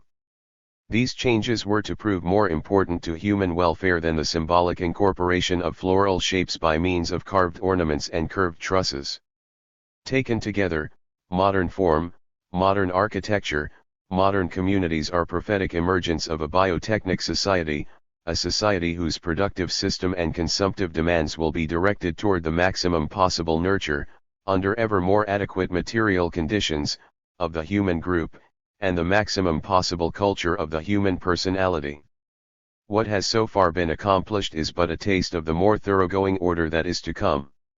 So far, architecture and community planning have aided experimentally in the clarification of this order, but further revaluations of doctrine and belief, further accretions of positive knowledge, will in turn alter profoundly the new communities we are in process of building. Throughout the world, a consensus is gradually being established among men of goodwill and effective competence. Let us then attempt to seek further the social basis of modern form, and to establish even more definitively its underlying principles. 2. Principles of modern form economy.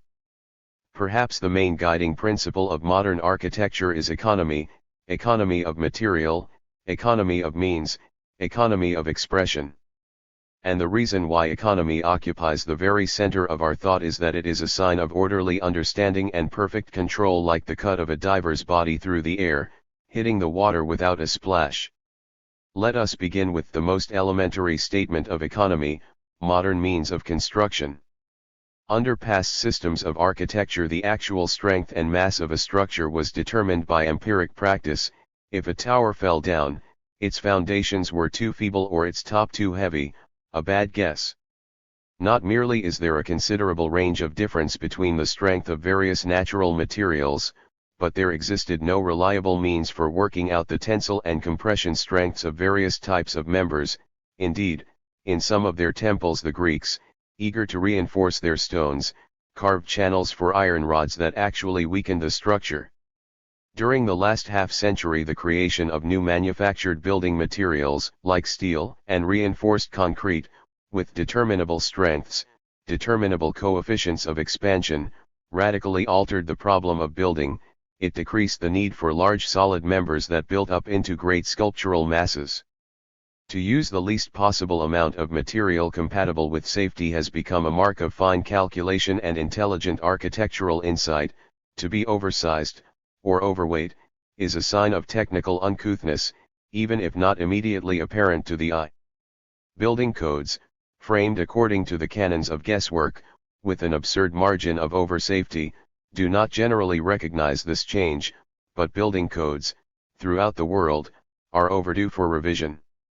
The very interest in economy has given a special sanction to the lighter materials, which are easier to transport and usually easier to erect.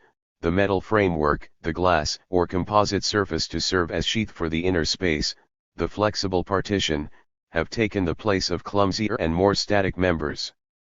The aesthetic attitude that goes with these new materials was very well put by J.J.P. Oud, the Dutch architect, one of the most able exponents of the new form.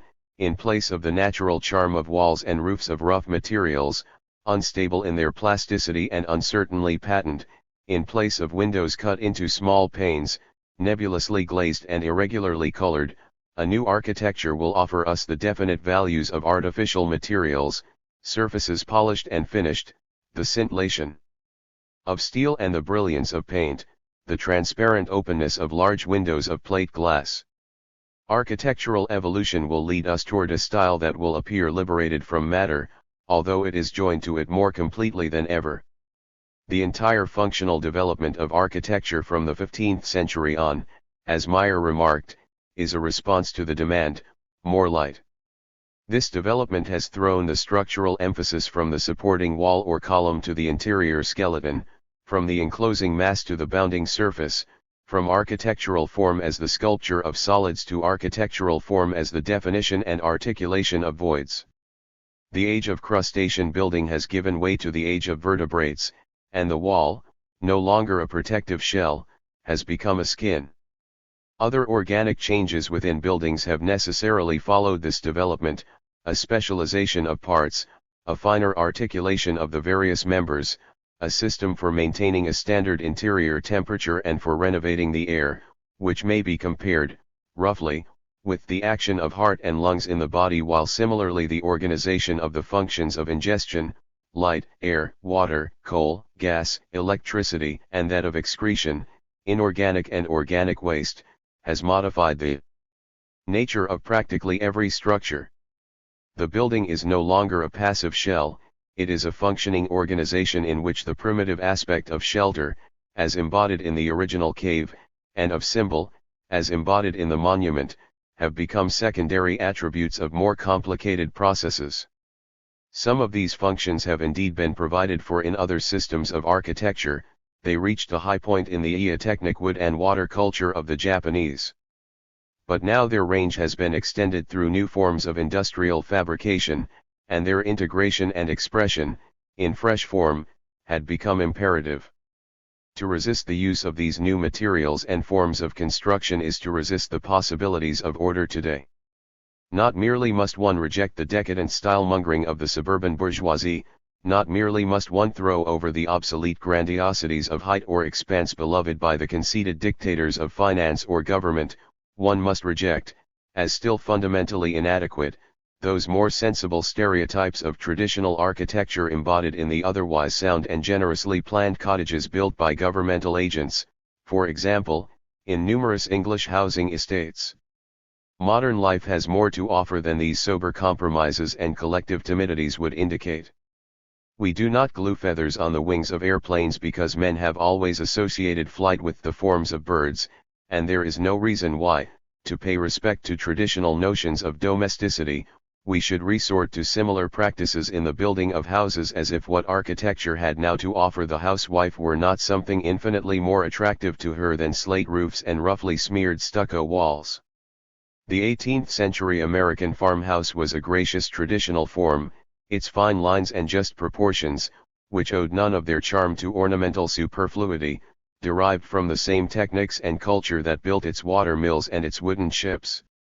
Such harmony between the various parts of the environment is what architecture today requires, worked out in terms of contemporary order.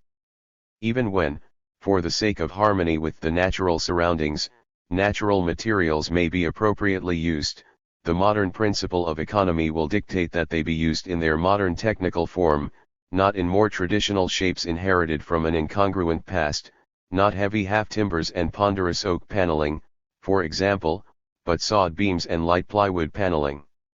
What is true of materials and construction is naturally also true of plan. Here, too, economy must prevail. A modern plan is successful only when it embraces every human need appropriate to the structure without waste of space, duplication, clumsy and inefficient means of circulation. This principle of economy is socially the opposite of the ancient canon of conspicuous waste. For the latter principle, in the interest of pecuniary and caste distinctions, emphasized the role of superfluity. Rooms were scaled, not to their specific human uses, but solely for the purpose of impressing the spectator, no matter how difficult they might be to heat, or how oppressive they might feel to the individual occupant. Rooms were often duplicated on the plan, too, on either side of an axis, merely for the sake of achieving a formal balance for the eye of the observer outside. So, too, decoration would overlay the structural form. The product of the woodturner was marked with bulges, beads, indentations, which collected dust. The oak paneling was carved in floral or heraldic designs, and the ceiling was plastered with complicated geometric figures. Wherever a clear space remained, it was filled with some product of handicraft or virtu, partly because the craftsman himself delighted in such fantasies, even more because the patron took pleasure in sheer excess. Beauty. Perhaps. Show. Decidedly. A barn, a kitchen, a fortress might be built according to the canons of economy, but not works that symbolized social station or social function. If economy today derives partly from the finer scientific calculations and the complicated inventions that enter into modern building inventions whose cost must be offset in other departments, it has a social and aesthetic basis as well. The social principle underlying the canon of economy rests on the fact that there is no modern utility or machine that we do not conceive as universal in its application. We do not have one type of electric light for the rich and another for the poor. We do not have one type of telephone, carved out of some ornate and precious material for the rich, and another type made of inferior materials for peasants and clerks. All these instruments have an objective standard of performance, determinable by experiment. They are the products of a collective economy and are meant to fit into a collective whole. One's economic position may entitle one to a greater or smaller quantity, but the quality is fixed. With respect to the fundamental goods of modern life, a basic equality has been partly established, and more goods and services are coming into line.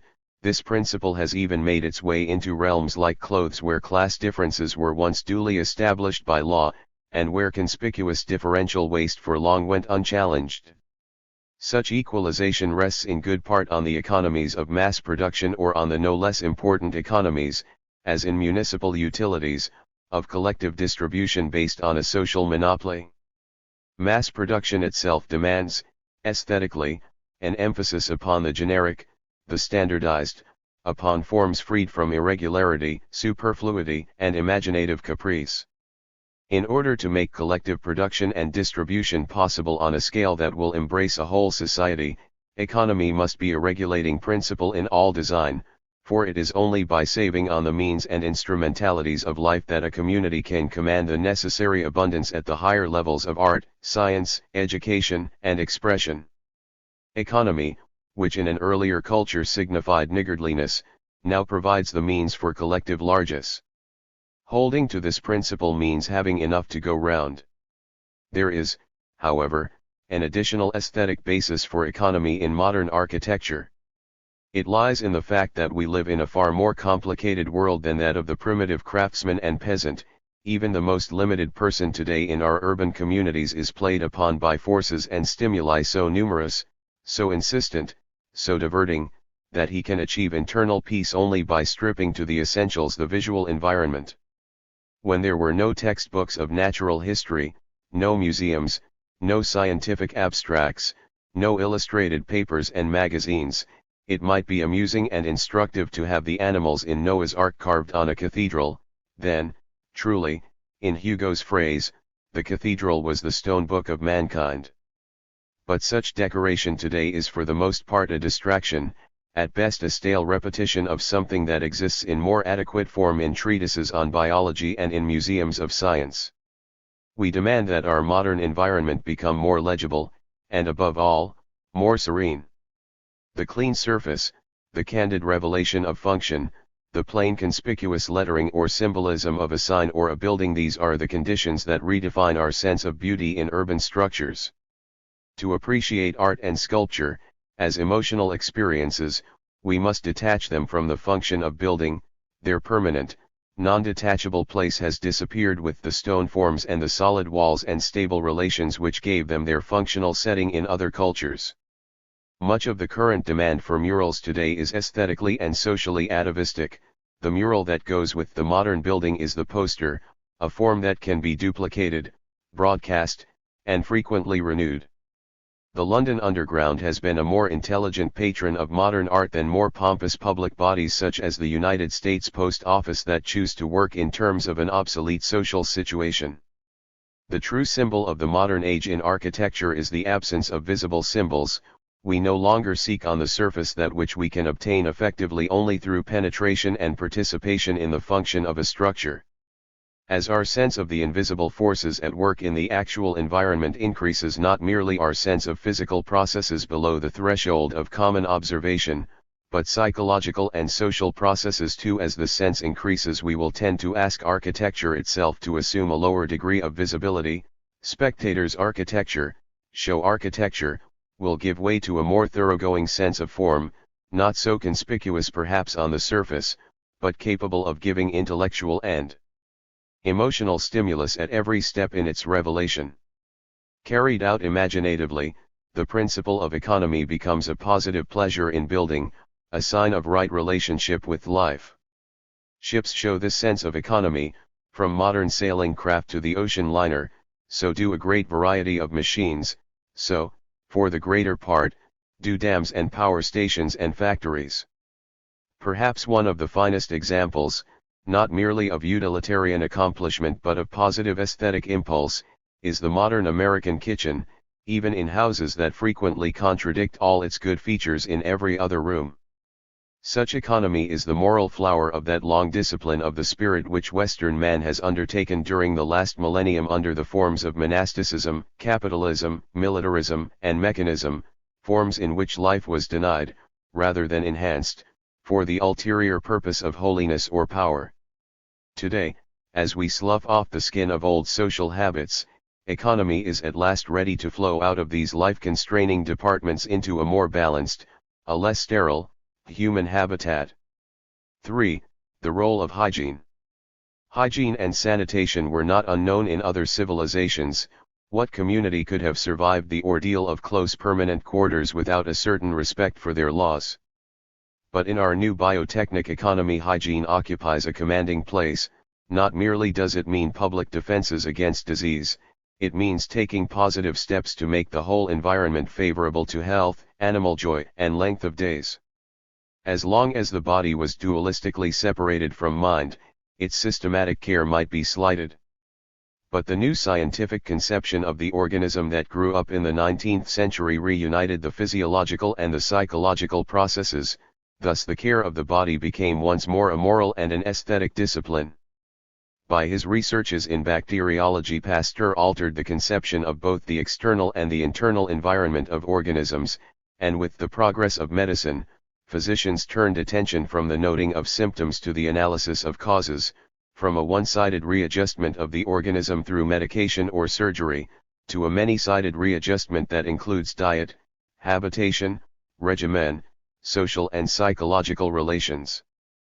Partly, the 19th century interest in hygiene and sanitation was an automatic reaction, compensation against the miserably insanitary conditions, the devitalized diet, the constant state of ill health and enfeeblement, in which the denizens of the 19th century towns lived.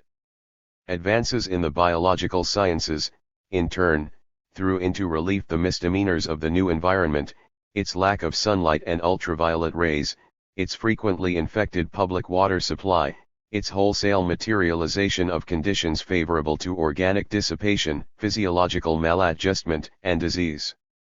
Modern hygiene has established the fact that most of our cities, not least those big ones built mainly during the last 50 years, are biologically speaking life-inimical or life-destructive environments.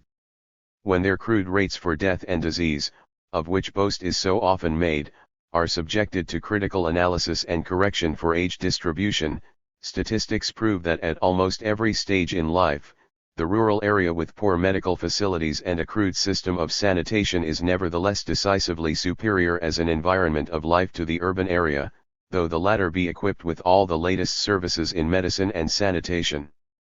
Moreover, there is an equally significant correlation between size and health. In general, the bigger the city, the poorer its showing. And there is an equally important correlation between biological fertility and the urban environment. Not merely does the city reproduce at a lower rate than the country, but the bigger the city, the lower the rate of reproduction.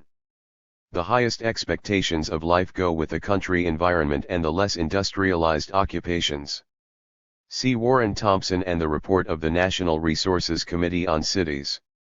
The effect of this biological knowledge, and the fresh interests that have developed with it, is further to shift the center of gravity from the world of the mine and the factory, to the world of the farmstead and the garden. The drift to the suburbs, which has been one of the most conspicuous features of the growth of cities during the past half-century, was one response to the more constant concern with health and education that has characterized the life of the middle classes. The cult of cleanliness, upon which modern hygiene fundamentally depends, had its origins, as I have already pointed out, before the 19th century. It owes much to the Dutch cities of the 17th century, with their plentiful water supplies, their large house windows showing relentlessly every particle of dust in the interior, their tiled floors. The scrubbing and scouring and shining of the Dutch housewife became proverbial. But cleanliness got new reinforcements from medicine after 1870, instead of being a delicate upper-class taste, scarcely popular even in aristocratic circles in the 18th century, it became a universal necessity.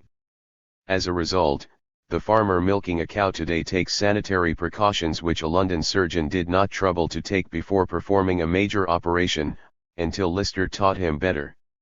Hygiene magnified the importance of the water supply, not merely demanding purity, but increasing steadily the quantity necessary, as the habits of bathing and washing spread in widening circles from one economic group to another.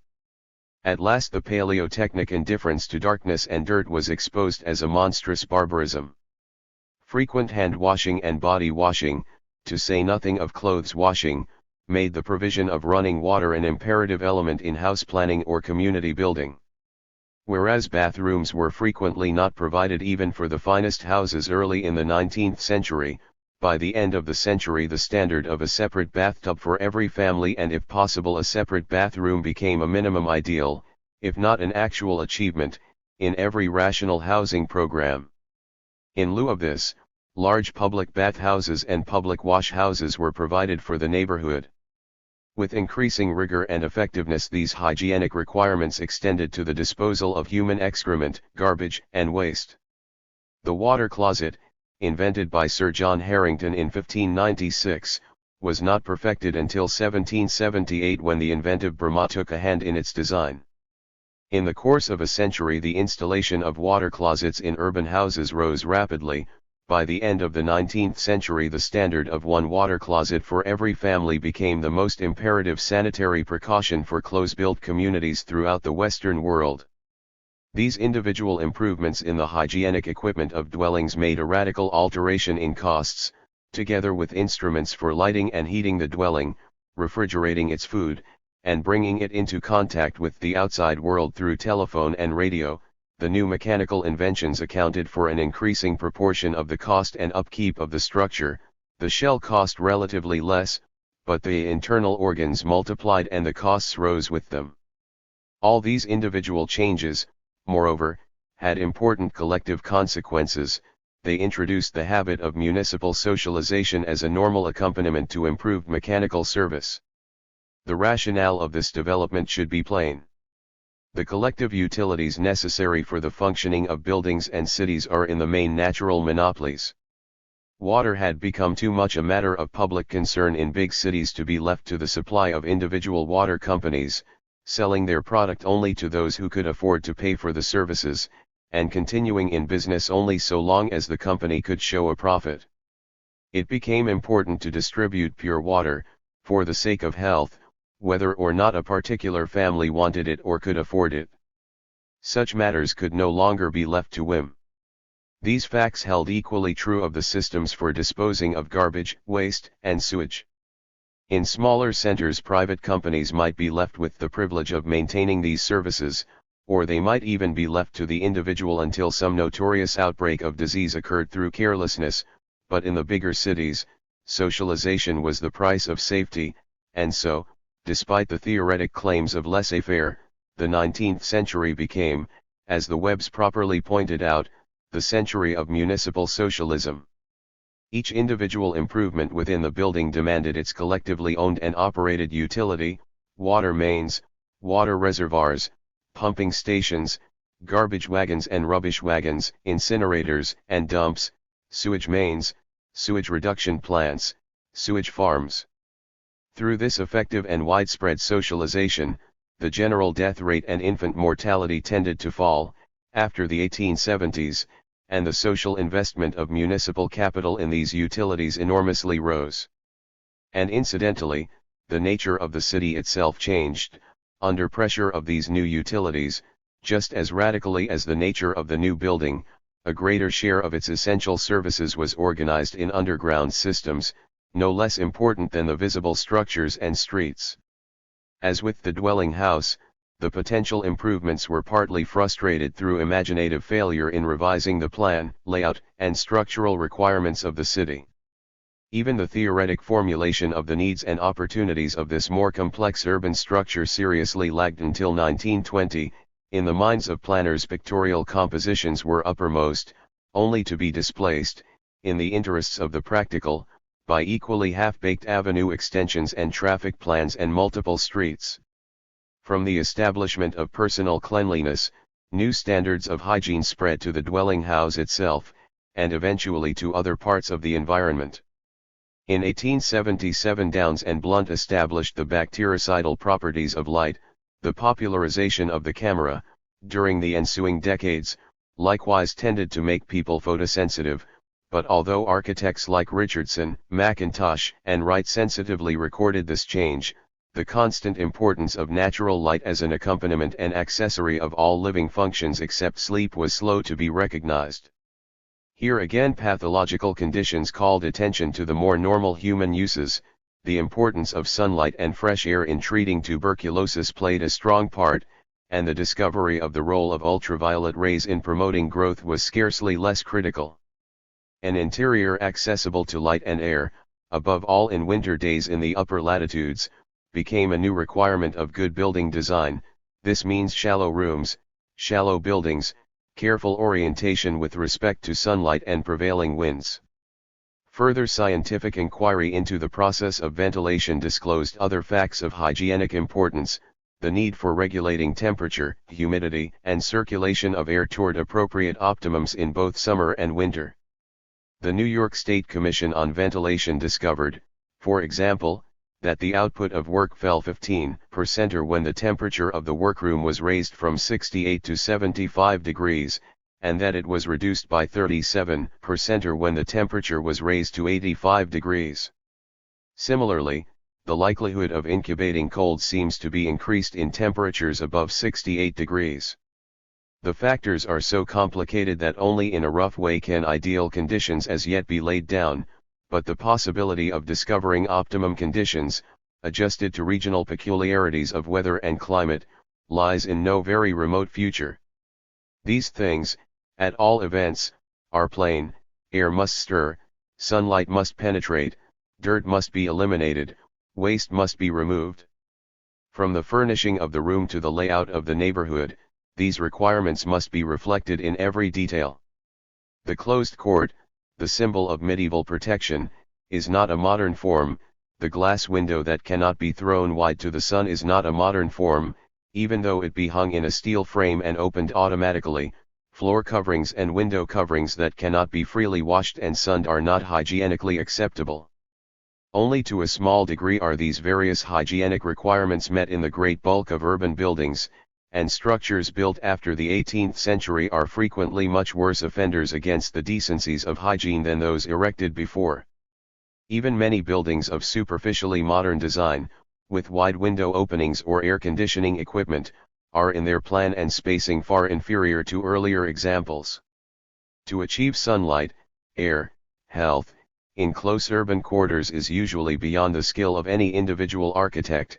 It involves a considerable knowledge of physiography, climatology, and astronomy, ordinarily not within the conventional province of the architect or the municipal engineer. Good form is a collective product and requires collective collaboration in its production. No continuing cleanliness is possible in a city that harbors paleotechnic industries whose smoke and chemical effluvia have not been eliminated.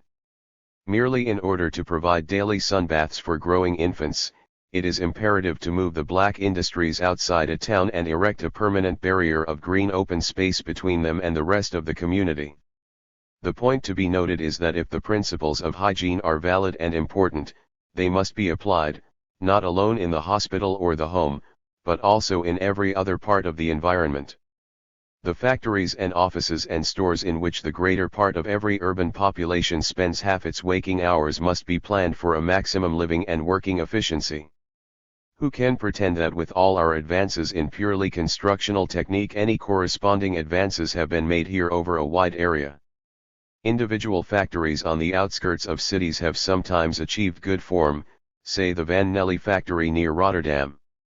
But the overbuilding and overcrowding of land, which has marked the development of office buildings in almost every city, has added to the lethal qualities of bureaucratic routine. The dead airless space in these buildings is serious handicap to the work of the staff. Here the need is obvious. The minimum standards for light and air and density that have been worked out for schools should apply equally to any and all business structures. If this does not fit in with the existing scheme of financial values, these values must be deflated.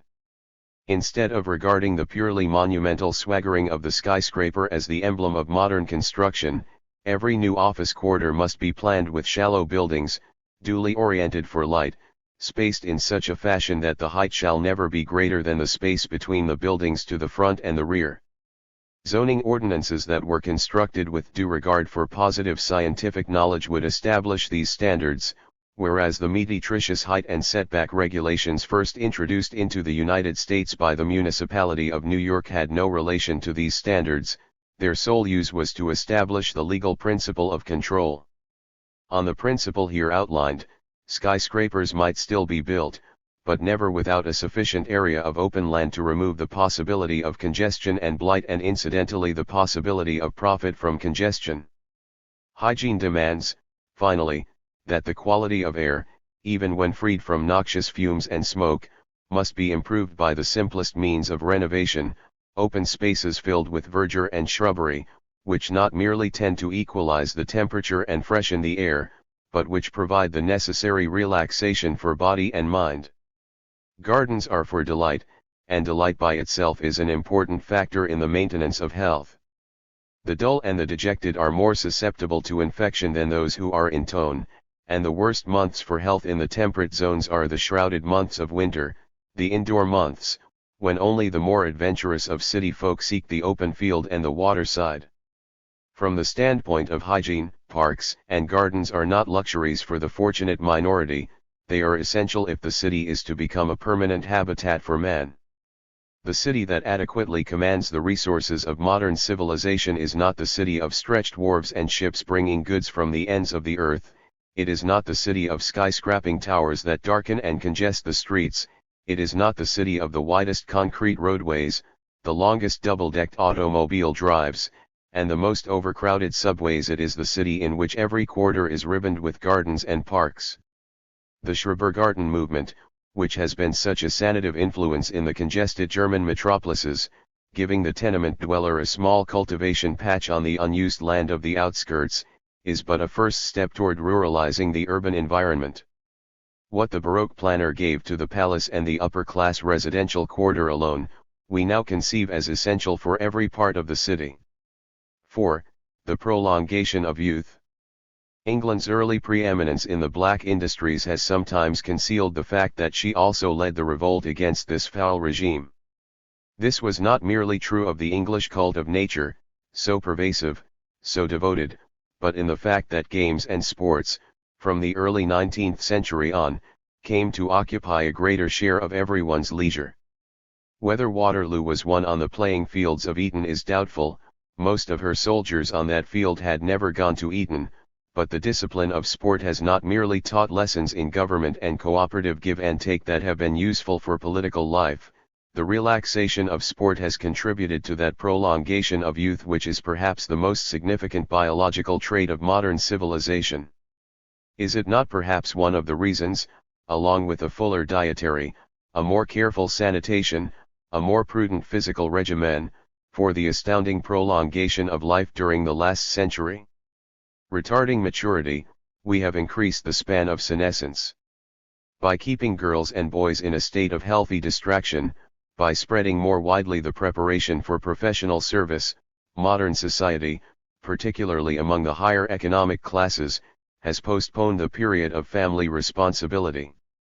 By making contraceptives available, it has helped put off childbearing to the desirable period of maturity. Whereas the women of many savage tribes or primitive agricultural regimes are old at 25, through early responsibility and premature childbearing, a well-bred modern woman remains active and wide awake and sexually attractive well into her very belated senescence. Though this effect is slightly less noticeable among males, it nevertheless is equally real. Look at the bearded somber faces of the typical Victorian youths, and compare them with the fresh, biologically youthful faces of much older men today. Sport, play, and diminished sexual anxiety probably make the difference. The cult of sport and the more suave care of the physical body proceeded from the country house and the English public school, set near a playing field. Only belatedly did they make their way into the heart of the city. In America, the first public playgrounds date back to 1871. No less significant than the provision of special urban places for children's play is the provision of special recreation grounds serving equally the adult, the public tennis court, the golf course, to say nothing of the general dedication of beaches to the more ancient pastime of bathing. Our whole conception of a well-balanced environment has been altered by this cult of the body. In its specialized metropolitan forms, with its vast gladiatorial arenas for the professional exhibition of wrestlers and prize fighters, it has inevitably taken a degraded form, and the multiplication of such great stadia with their mass spectacles is not necessarily desirable. But special provision for the play of children must be made in each housing quarter, and in each neighborhood, if it is to fulfill its function as a biotechnic environment, a provision in which relatively few cities have as yet caught up with needs, and in which many otherwise well-meaning efforts at better housing have likewise fallen short. While the passing age prided itself upon its vast congeries of hospitals, from that at Edinburgh in the 19th century to such overpowering structures as the new medical centers, in New York, the mark of the biotechnic period will be the number of playgrounds, swimming pools, and beaches a city can afford. Here, admittedly, the great metropolises have taken the leadership in creating collective facilities for sport and play. The great stadium at Frankfurt am Main is an example. Such recreation and exercise was the privilege of the aristocratic minority in Athens. Today these opportunities are open to every well-administered community, promising that physical dilation and pride which will increase the joy, the confidence, and the self-respect of the participants. Whereas in the tawdry commercial playland of an Indiana industrial town one might read over its portals the dismaying puritanic injunction, "Play hard so that you may work hard." Over the playgrounds of the New Age one may write with better sense, remembering the close association between the Athenian palestra and the academy, the motto of another Indiana town: work, study, play. Youth takes sport seriously and achieves discipline, maturity takes sport playfully, and achieves youth. 5. Bipolar domesticity. The reduction of the household to a biological unit has been one of the most consequential steps in the whole process of urbanization. It is closely tied to two conditions which distinguish a biotechnic culture from cultures in which the nurture of life was an incidental byproduct of existence. The first of these is the growing care of the child, an appreciation of childhood as a valuable phase of life in itself, not as an ordeal that is hastily to be passed through in order to attain the more blissful state of adult responsibility and autonomy. In modern times, the cult of the child began with Rousseau. Out of his own sinister guilts and conflicts with respect to procreation he achieved a fresh view of the relationship. In its essentials, his views were fundamentally sound, from his preachment to mothers nurse your infants, on to his conception that a life of activity in a simple natural environment was the best accompaniment to a child's normal growth. Up to this point, children had been little men and little women. Slowly, they came to achieve a life of their own in an environment that was in families where choice was economically permitted, more and more molded to their activities. This growing intensity of interest in the life of children was increased, no doubt, by the practice of birth control, which reduced the possibility of replacement, and made the individual child more precious to the parent, as well as the object of more concentrated attention and tender care. Birth control, indeed, has had a dual effect upon the family relation. It has introduced an element of deliberate choice in a situation where a capricious providence had hitherto prevailed.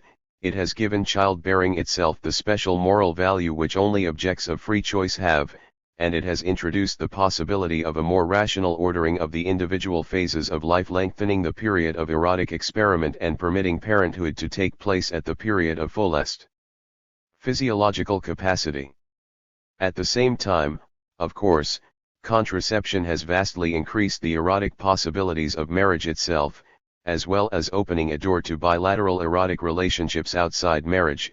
There is no comparison whatever between a married pair of the 16th century, whose sexual life would normally be interrupted by a series of pregnancies right up to the menopause, and a married pair in the 20th century. The difference is as great as that between the Blessed Thomas More's conception of the sexual act, which he compared to the voiding of urine, and that of Havelock Ellis. Erotic courtship and the fullness of erotic expression are no longer wholly accidental and uncertain delights. Still less are they confined to lubricious specialists in sex. They occupy an ever more abundant part of the daily life of healthy men and women. Despite its bludgeoning absolutisms, its vicious wars, the 20th century may yet be known as the age of sexual efflorescence. In paradoxical fashion, domesticity and eroticism, once enemies as far apart as Antony's Octavia and his Cleopatra, have now advanced together. These facts have an important bearing upon the place of the dwelling in the urban economy, and upon the internal design of the structure itself. For one thing, the child is no less entitled to space than the adult. He must have shelves and cupboards for his toys, room for play and movement, a place for quiet retreat and study, other than his bed. No housing standard is adequate that provides only cubicles or dressing rooms for the child, or forces him into the constant company of adults. The dwelling must be so arranged, so spaced, that the routine of physical care and the overseeing of activities shall demand the least wasteful sacrifice on the part of the mother. Architects, even the best of them, still have much to learn in the proper arrangement of kitchen, living room, playroom, and garden. At the same time, every part of the dwelling must be arranged equally with an eye to sexual privacy and untrammeled courtship. Private bedrooms alone are not enough, soundproof partitions are equally important, and in communal units soundproof floors. One of the reasons that the poor are so inept at using contraceptives is that the sanest and simplest devices a woman may use still require, if sexual joy is not to be changed into a sordid mockery, such facilities as go only with a well-equipped bathroom. Sexual intercourse must not forever be doomed, except for the luxuriously rich, to take place only, like burglary, under cover of darkness, in that part of the day when the energies are fast ebbing away, but before it can occur at any other times many weaknesses in house design will have to be rectified. Even at some little extra cost in corridor space, the architect must eventually learn in house and in apartment design to separate the children's wing from the adult's wing. And this restriction works both ways, for as children draw on toward maturity, they need, no less than their parents, inviolate apartments in which their hot discussions, their high confidences, their first essays in courtship, may take place. For lack of such space in America, a whole generation of girls and boys has grown up, cramped in the vulgar promiscuities of the automobile, from which they are too often graduated proudly into the no less shabby intimacies of the roadhouse or the overnight cabin, carrying into their erotic life the taint of something that is harried, aesthetically embarrassing, and emotionally disintegrating. The home, the garden, the park, must be planned for lovers and for love-making. That is an essential aspect of an environment designed for human growth.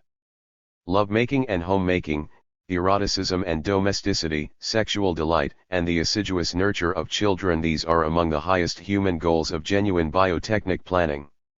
Everything from the distribution of open spaces to the heights of windows is affected by this program, and the sooner the architect and planner faces these facts of contemporary life and evaluates them intelligently, the quicker will he throw off the clichés of old-fashioned design, and the sooner will he realize that a great many of the economies in plan that have recently been effected have been purchased at too high a price. Good design means going back to fundamentals, a child at work in a stable and reassuring world, a pair of lovers at play in a room where the scent of lilacs may creep through the window, or the shrill piping of crickets be heard in the garden below. 6. The death of the monument. One of the most important attributes of a vital urban environment is one that has rarely been achieved in past civilizations, the capacity for renewal.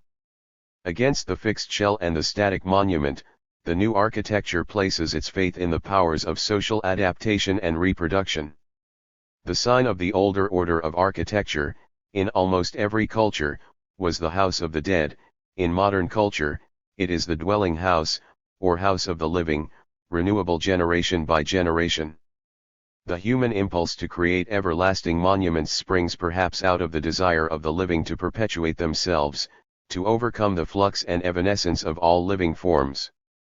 To achieve this in terms of biology, only one means is possible: organic reproduction.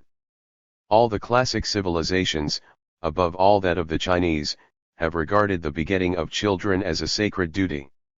Renewal through reproduction is the vulgar means of ensuring continuity, this and the transmission of the social heritage through memory, imitation, and the written record.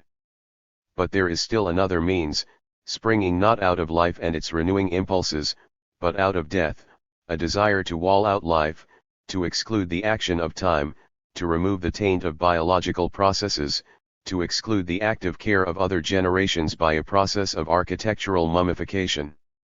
The primitive burial mounds, the big stones of the Salisbury Plains or Brittany, the pyramids and sphinxes of Egypt, the grandiose gestures of a Sargo or an Ozymandias, of a Louis XIV or a Peter the Great, these represent that respect for death which is essentially a fear of life. Ordinary men and women must be content to fix their image in their children. But the eminent and the powerful do not have sufficient faith in these powers of renewal. In their vanity, they seek a petrified immortality, they write their boasts upon tombstones, they incorporate their deeds in obelisks, they place their hopes of remembrance in solid stones joined to other solid stones, dedicated to their subjects or their heirs forever, forgetful of the fact that stones that are deserted by the living are even more helpless than life that remains unprotected and unpreserved by stones. More or less, the ancient examples of these priestly and kingly cults have been taken over by civic communities. They, too, tended to sacrifice life to the monument. In general, one may say that the classic civilizations of the world, up to our own, have been oriented toward death and fixity, the immobilization of life. A Heraclitus might observe that all things flow, a Lucretius might see that man is a part of the eternally changing cycle of nature, but the aim of civilization was permanence.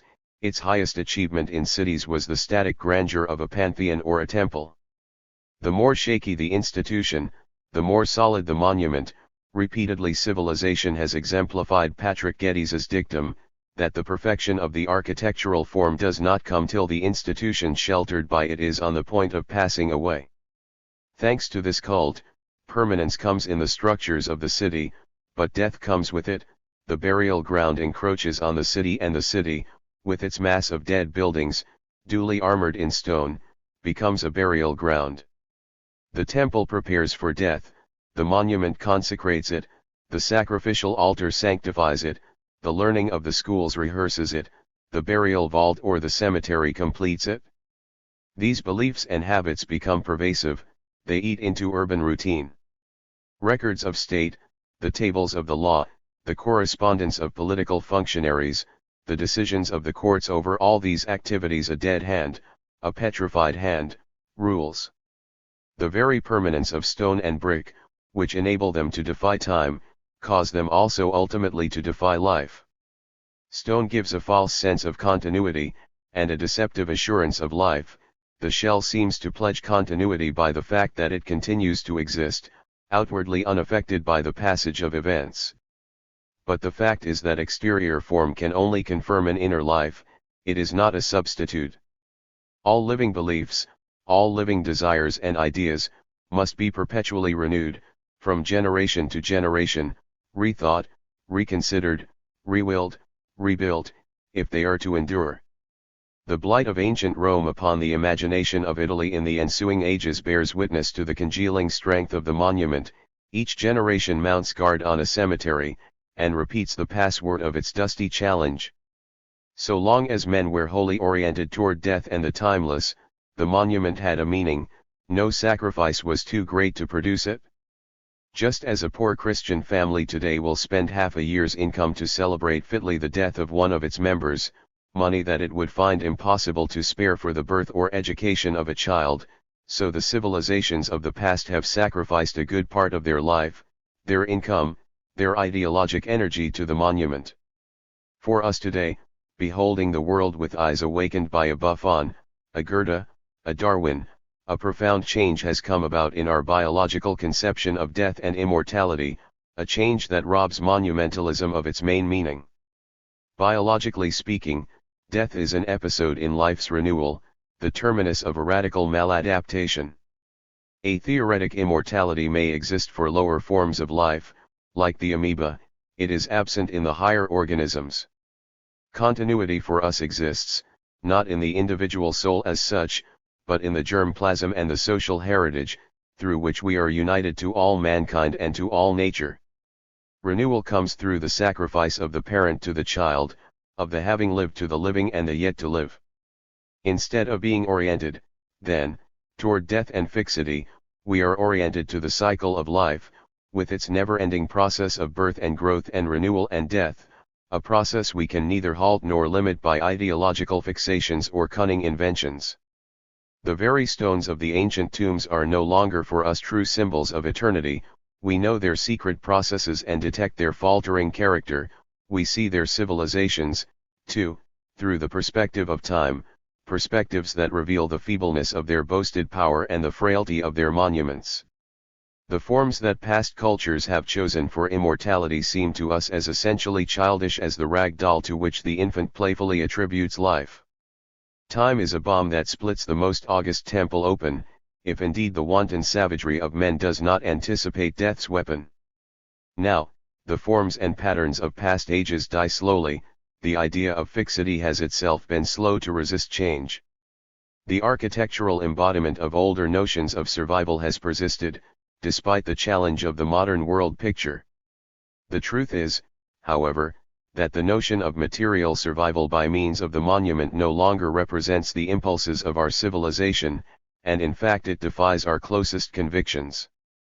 These Valhallas and Lincoln memorials, these Victor Emmanuel monuments and Vimy Ridge memorials, these eternal lights that go out when the electric power station breaks down or the bulb blows out, how many buildings of the last century, that pretend to be august and monumental, have a touch of the modern spirit in them?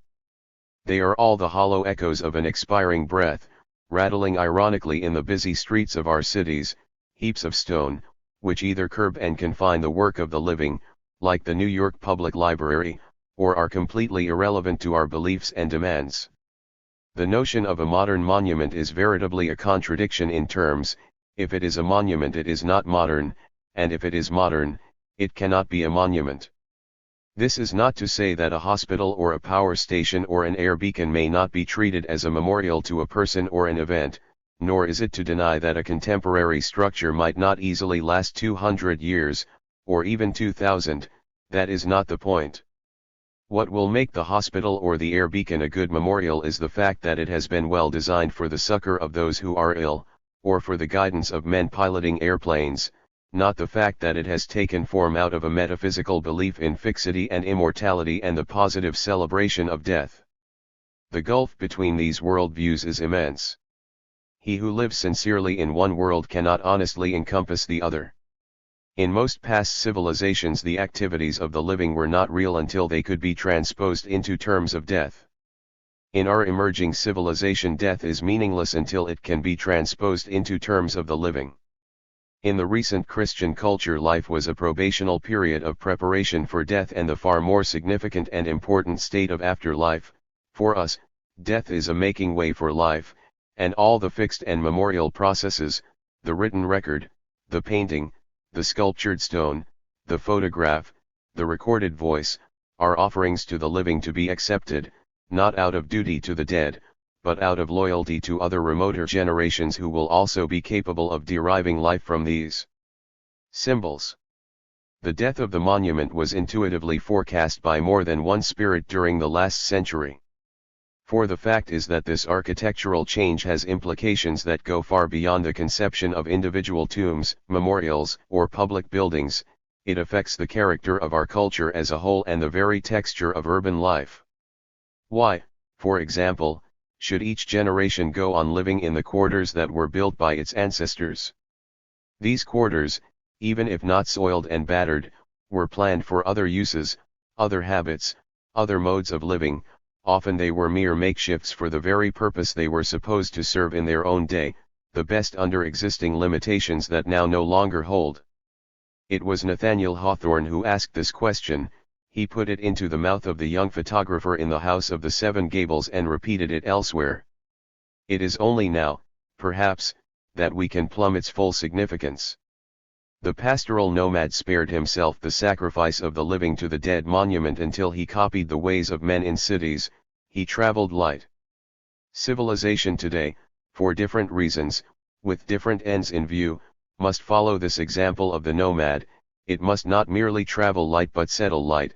It must be ready, not for merely physical movement in space, but for adaptation to new conditions of life, new industrial processes, new cultural advantages.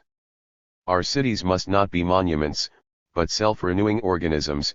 The dominating image should not be the cemetery, where the dead must not be disturbed, but the field, meadow, and parkland, with its durable cover of trees, its light boundary lines, its changing crops for which the fields are plowed every year. 7. Flexibility and renewal. Today, our distrust of the monument cannot end with the purely symbolic structures of religion and government, for the machines and utilities that have helped foster the dense occupancy of cities often take on a monumental character. Indeed, the Roman roads and aqueducts and sewers have survived at least as well as the tomb of Hadrian and the Arch of Constantine, and the modern metropolis builds subways and new traffic arteries with something of the sublime collective indifference to earthly realities with which the burghers of the Middle Ages built cathedrals. The more the energies of a community become immobilized in ponderous material structures, the less ready is it to adjust itself to new emergencies and to take advantage of new possibilities.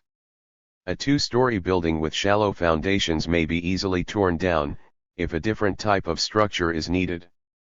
But a 20-story building has a deep foundation, elaborate mechanical equipment, and expensive superstructure.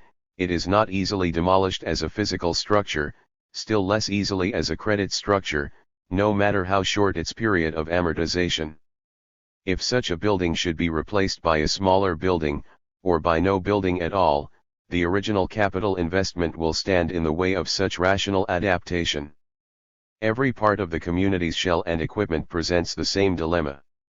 The wholesale investment in electric street railways in the 1890s certainly retarded the development of automobile transportation a generation later. The overinvestment in subways in big cities has made a stubborn enforcement of the pattern of congestion almost a condition of municipal solvency.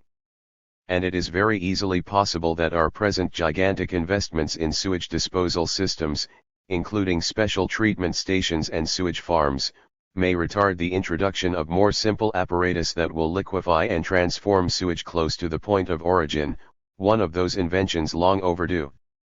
It follows that every proposal to elaborate the physical shell of the community should be critically examined, and social alternatives to the mechanical means proposed should be canvassed, or the possibility of simpler and lighter mechanical equipment decentralized rather than centralized, small rather than big should be examined. Very often there is a live choice between mechanization and socialization, a choice that capitalism naturally prefers to be oblivious to, since its profits spring out of the production and sale of mechanical utilities. The more gigantic, the more numerous, the more profitable. So deeply ingrained is the pecuniary order that even a socialized republic like the USSR more than once has adopted capitalist methods, even superstitions, under socialist slogans. Our older cities, planned as monuments, with heavy capital investments duly incorporated under capitalism in the toppling structure of mortgages and land values, are incapable of adjustment to fresh needs and fresh demands. Their assets are, as the saying is, frozen. From the standpoint of life they are preposterous and paralyzing deficits, obstacles to a flexible method of meeting new situations by means of appropriate structures.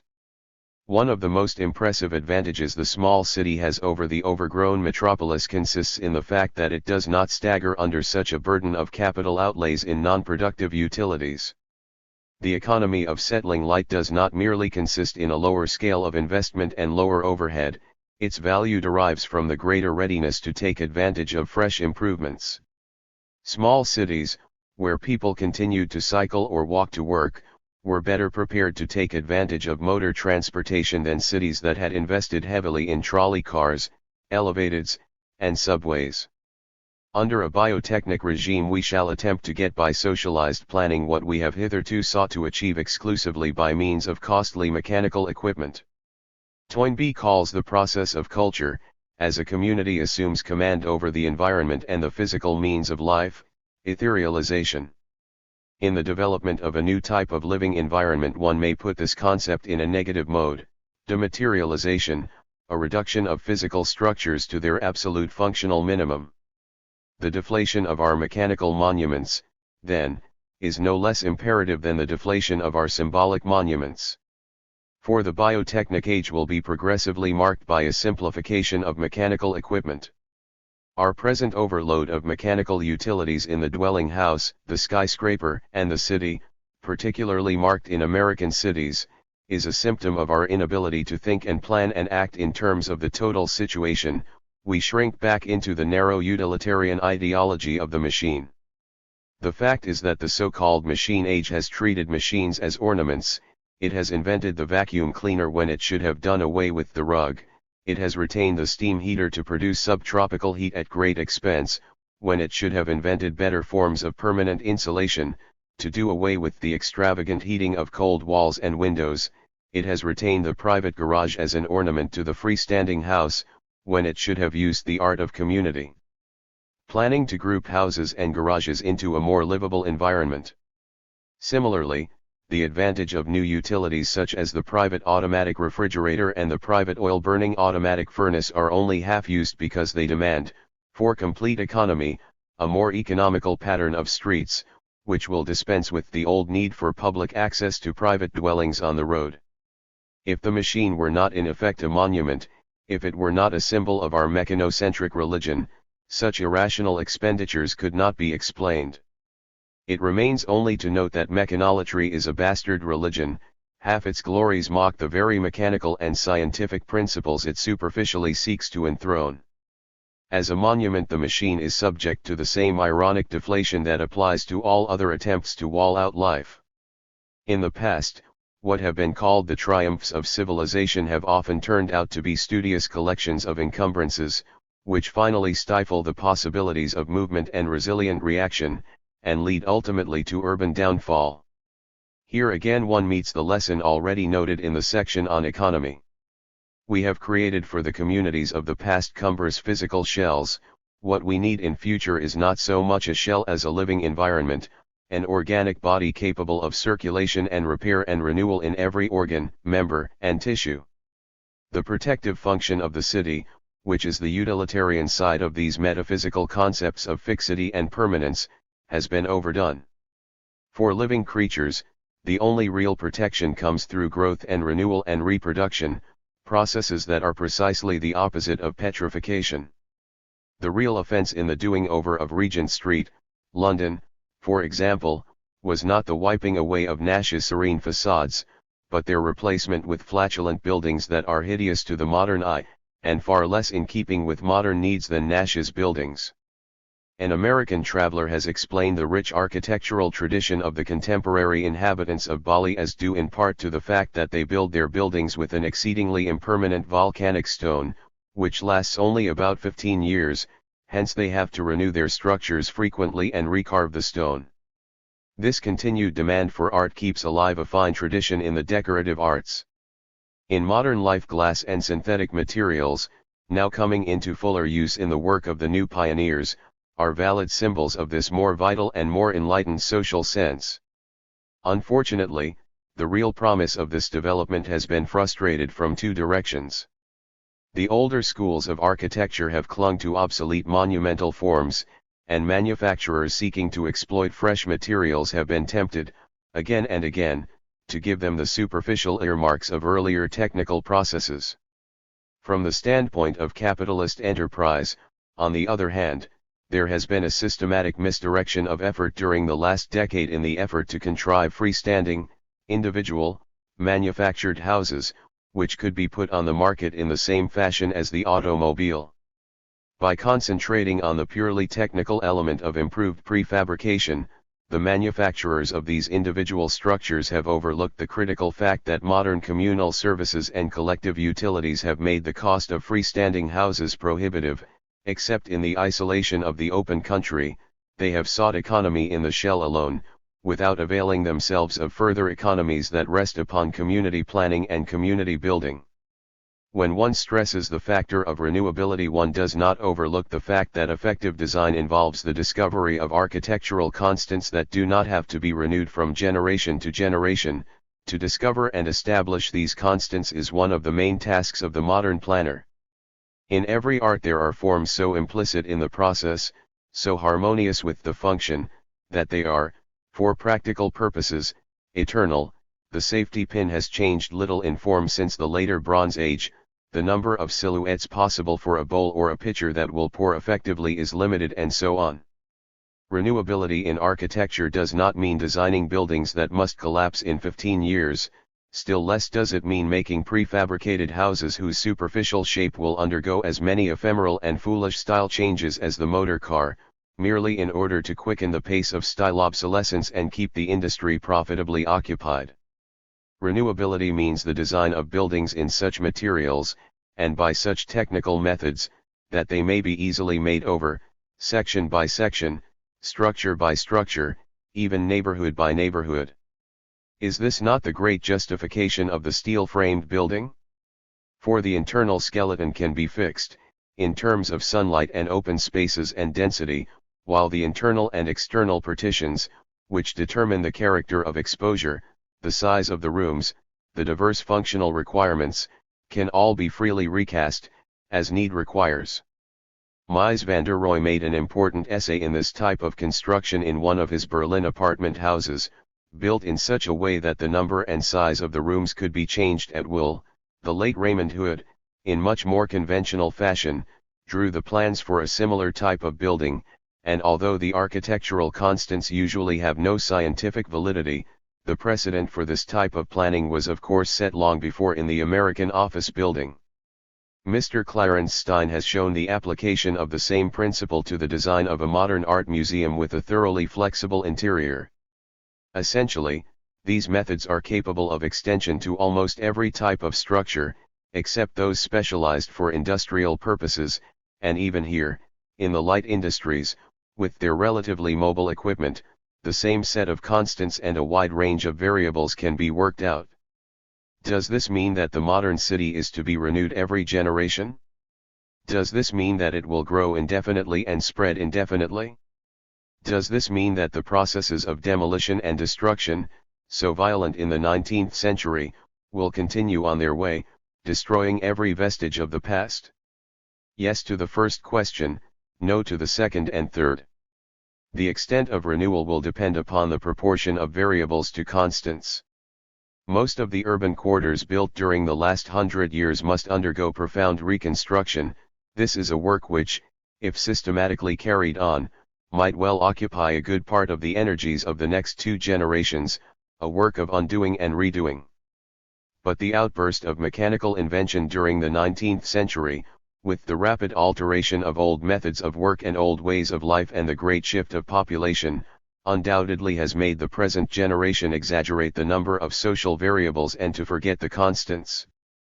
Purposive change tends to crystallize once it has achieved its goal, once instantaneous communication at a distance has been achieved.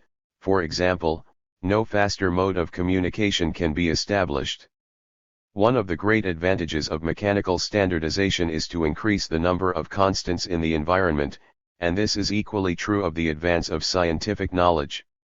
It is extremely unlikely that medical science will suddenly discover that dark and airless buildings are preferable to light and airy ones, or that a cultivated landscape is more inimical to life than a crowded, dusty street. Once we establish constants in our urban planning, a certain kind of variation and change that was common during the last century changes toward higher densities and overbuilding will no longer take place. Some of these constants were achieved by other periods, and were permitted to lapse, through a failure to maintain real standards of life. Quarters built with even an approximation to the standards that are already visible in terms of modern science, quarters like the Place Vendôme in Paris or the Fougueray in Augsburg, or Gray's Inn in London, have a far greater degree of permanence than the great mass of recent building.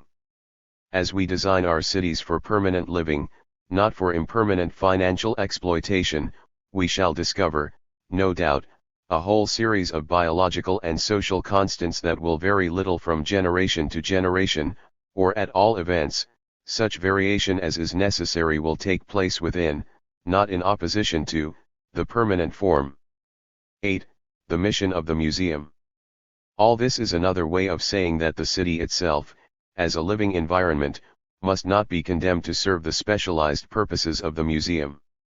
If the city is to escape being a confused rubbish heap, the function of preservation and storage must be taken over by the museum. The very meaning of the Museum of Art and Social History is that it is able to detach the memorials of life from the culture that originally supported them. By confining the function of preservation to the museum, we thus release space in the rest of the city for the fresh uses of the living. Where the fragments of a local culture are to be preserved, one of the best means of effecting this is perhaps by the use of an historic building, such as the Taft Museum in Cincinnati, the Ben House and the St. Annencloster in Lubeck, the Musée de Cluny in Paris, and the historical museums of Edinburgh and London. The museum gives us a means of coping with the past, of having significant intercourse with other periods and other modes of life, without confining our own activities to the molds created by the past. Starting as a chance accumulation of relics and valuables, half safety deposit vault, half showroom, the art museum has in the course of its development gradually discovered its special function, that of selectively preserving the memorials of culture. Here at last is a genuine means of escaping the monument. What cannot be kept in existence in material form, we may now measure, photograph in still and moving pictures, record in sound, and summarize in books and papers. We may and should do all these things while the life is still present, so that we shall have, filed away for future reference, not merely a fragment of the original shell, but a working knowledge of the physiology of the building or work of art. As far as works of pure art go, this detachment may become complete.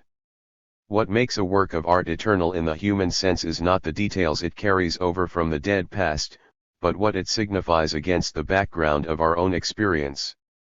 It follows that while the Social History Museum necessarily seeks to preserve and enshrine the background, the Museum of Art, properly speaking, should forego any such attempt. One does not need a medieval house to appreciate a picture by Roger van der Weyden or Bruppel, because, even if we had the house, we could not see either the environment or the picture through medieval eyes. On the contrary, the more complete the detachment and the more effectively we can screen a symbol from what it meant to another generation, the more swift and final is our own response.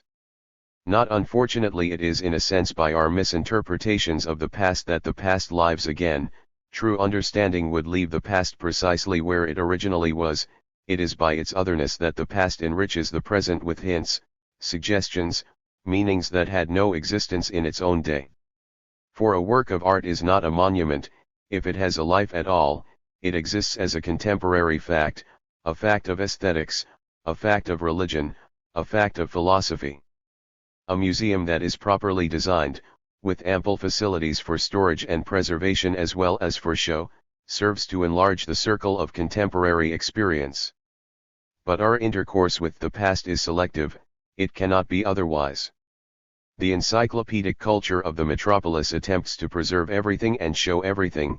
It mistakes acquisition for appreciation, a knowledge of names and incidents for aesthetic intuition, and mechanical imitation for cultural intercourse.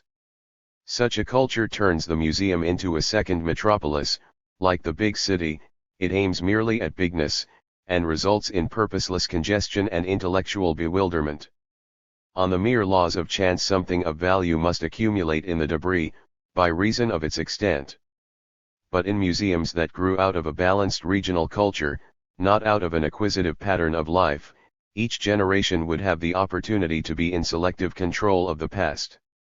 Each city would have its special museum of civic history, each community within the larger urban cluster would have its type museum of natural history and human culture, portraying in compact and coherent form the actual environment, from the infinitely remote stars to the infinitesimal particles of protoplasm or energy, the place, the work, the people in all their ecological relations. Under such a mode of distribution, a great part of the collections might be centrally stored, so that there would be a wider and more systematic circulation of objects, but the outlet and place of exhibition would not be a confused, overgrown building. Even in the clumsy organization of the big capitals today there is a tendency in this direction, but any thoroughgoing application of these principles awaits the coordinate development of integrated neighborhood communities and integrated cities. 9. The undifferentiated background. Another significant social change has come about during the last 3 centuries, but it has only been partly consummated, and its expression in architecture has not been fully appraised. This is the transference of interest from caste to personality, the lifting of the naive moral mask, and its replacement by a more complex tissue of individuality. The death of the monument has its counterpart in the disappearance of the uniform. Although the English and French revolutions left a mark on every Western community, they were only partly able to remove the older foundations of caste and status. The process of social destratification took place most thoroughly in the countries of the New World, particularly in the United States, where under the pressure of conquering the wilderness and seizing a vast territory, the old habits of life, the old gradations, the old subserviences were replaced by a more fluid sense of the personality. Not where have you come from, but what can you do, was the question asked, not what is your social position, but what is your business function. Under this new freedom, a virile type of personality emerged within a few generations, a type understood and celebrated by Emerson, Thoreau, Hawthorne, and Whitman. In the new lands men were socially equal, politically equal. This meant that differences were no longer merely historic congealments but psychological facts. Backward and barbarous though this pioneer culture was in many ways, it achieved a practical revaluation of the personality which carried into daily living an animus that only the deepest psychologists, such as Shakespeare, had succeeded in achieving in a caste society. The naked man, the individuated man, divorced from his background of caste, taken on his merits, rose up from the hitherto stratified mass. His character, his conditions, his feelings were no longer conditioned by his economic class. A shiftless farmer, brought up in this new social environment, became a great military leader, a rail splitter became a statesman, a sailor became a profound tragic writer, a pencil maker became a philosopher. In contrast to the inhabitants of the more established European societies, the typical pioneer American was a mere jack of all trades, but another way of expressing it is that he was no longer a caste-limited man. If the doctrines of the class struggle were slow to make headway in America, it was because to the average American of the old stock classes were no longer social realities. Equal opportunity to have access to the soil meant unlimited differentiation. It was only with the closing of the frontier and the hemming in of opportunity that social stratification fully set in. The expansion of educational opportunity during the last century and the collective promise of leisure offered by the machine has reopened, on a higher level, the crude opportunities for social equality that the frontier environment provided. For the modern man, caste is not a permanent attribute of personality, and the personality itself, instead of being a static unit, with a single fatal shape which it bears till eternity, is a function of its habits and responses, a complex if coherent resultant of its manifold associations and linkages. Occupation and regional background may tinge the personality with certain unmistakable colors, but the generic and human, with their vast range of opportunity and choice, provide endless shades and combinations. Wherever a modern sense of the human personality has penetrated, the external uniform disappears, except as a functional accommodation to climate or work.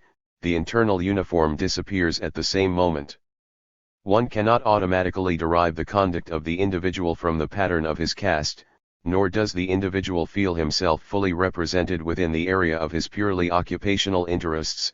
He preserves, as it were, the standing of the amateur. This attitude springs not only out of a new social milieu but out of a profounder understanding of human aptitude and motive. Since however the psychological evaluation and control of conduct is still in its infancy, the modern sense of the personality is still unexpressed except perhaps in America, where it exists as a holdover of the pioneer experience. Indeed, part of the world at this moment is in a regressive state. The automatic compulsions of war discipline have, in fascist states, recreated the image of the caste-ridden, uniformed individual, with no center of his own, and no life except that prescribed by the rulers of the state. A world of heroes and villains, a world of black shirts and brown shirts and blue shirts, a world in which personality ceases to have existence or value save in the anarchic despotism of the leader's little men, magnified by martial law and public bullying into the external dimensions of greatness. The uniform, in both its physical and metaphoric senses, is nevertheless an atavism, a degrading effort to ignore our deeper knowledge of the personality and to limit the effects of science upon human behavior.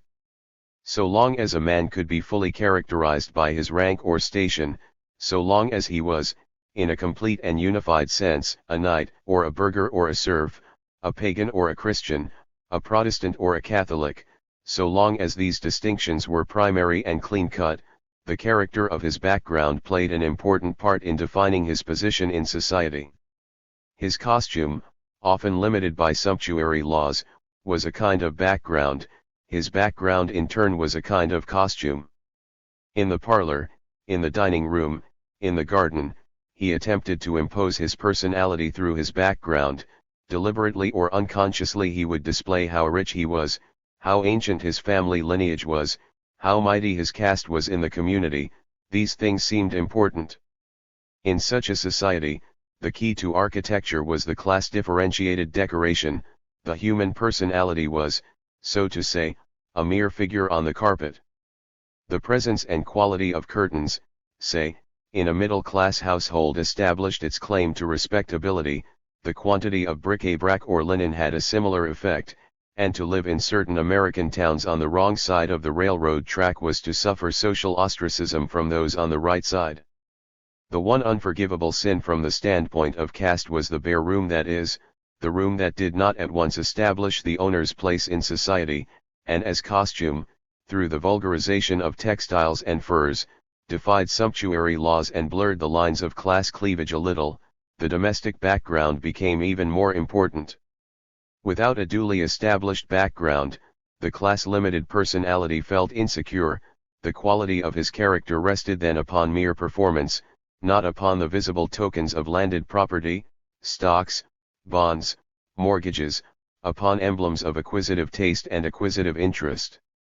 All these habits linger, but a fresh sense of the personality, in all its immense and fascinating complexity, has been awakened by modern psychology. Much as our modern attitude toward time and death differs from that which prevailed in the past, the modern attitude toward background and foreground differs even more, and the essential innovation of modern architecture is, in effect, to abolish the background and to concentrate attention on the foreground.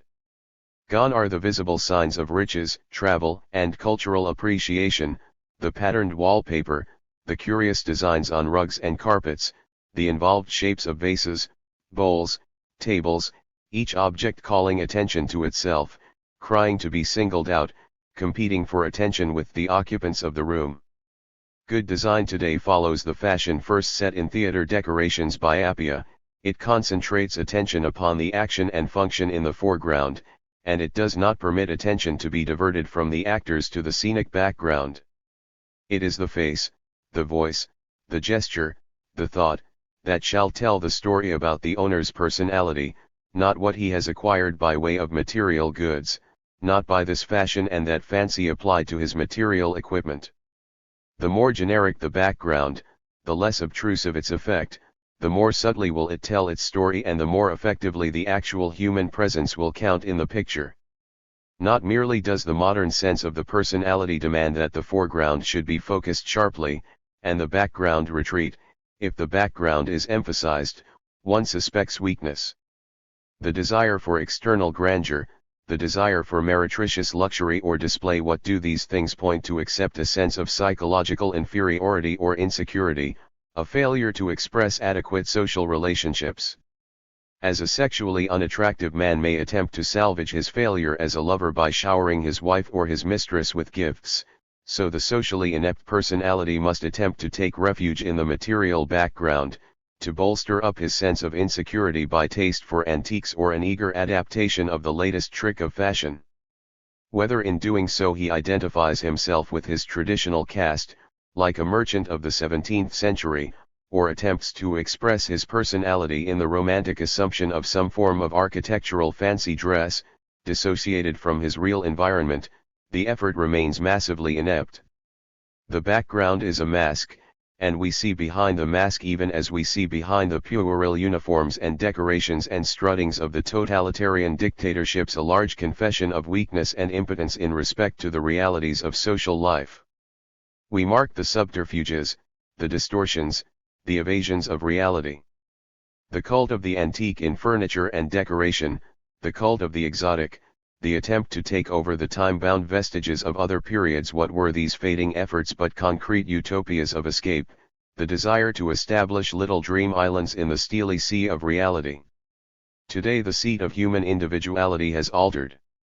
The garden, the flower, the sculpture, the painting, the beautiful costume, the human body and the human face, belong to the foreground, direct servants of the personality, not badges of class and pecuniary position. And as the background becomes more standardized, so that it no longer applies to a single caste but a whole community, no longer to a single community but a whole civilization, so will the foreground become more individuated. Here we have in architectural taste that necessity for combining the intimate and the individualized, which we find in the region, with the generic and universalized, which we shall find only in the widening of the processes of culture to our whole planet. The common ground will thus become broader. But immediate taste and psychological appraisal will become more refined, as the foreground becomes the main center of interest, a psychological foreground, freed from the factitious standardizations of class, money, social rank. On this basis, within this setting, real groups and real personalities will have the freedom to emerge, to coalesce, to function, and to dissolve again. 10. Individuation and socialization. What we have been discussing, in this new conception of architectural form, is in fact the concrete examples of sociality and individuality. Both modes are undergoing radical changes. In the past, each of these attitudes stood for a whole theory of society. They came before us as social and political philosophies, clustered around the dogmas of private property and individual liberty that had taken shape in the 18th century. They were looked upon as alternatives. Individualism was a theory that believed in the existence of atomic individuals as a primary fact.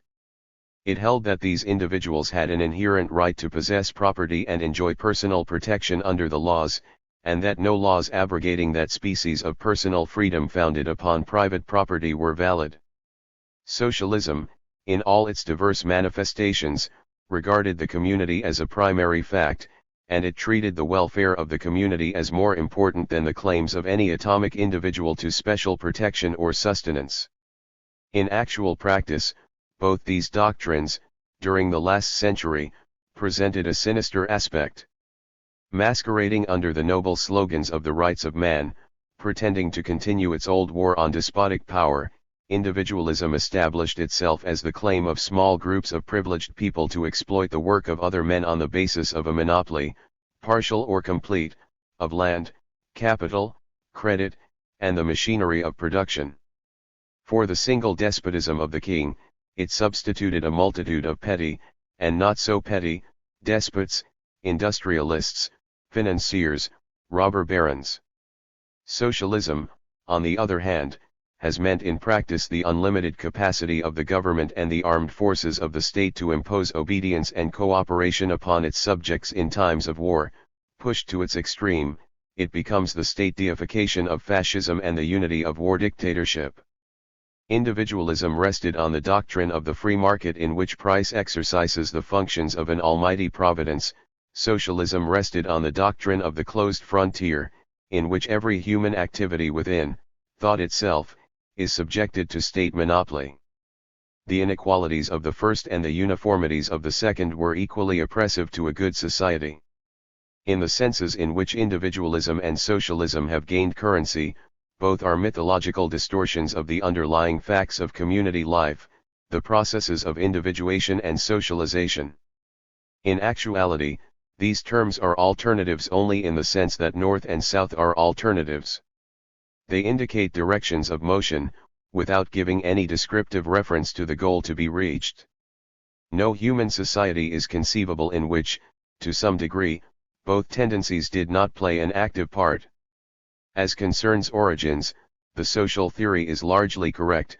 Society exists as a fact in nature, and without an underlying symbiosis no single member could survive. The more primitive the state of existence, the greater the influence of brute compulsion and irrational but coercive taboo. The separation of the individual from the generic is a social fact that occurs only in those socialized animals that have some extra-organic means of inheritance, otherwise individuality is a matter of accident and latent tendency. Only through a specific social heritage, beginning with the art of language, can individuation arise.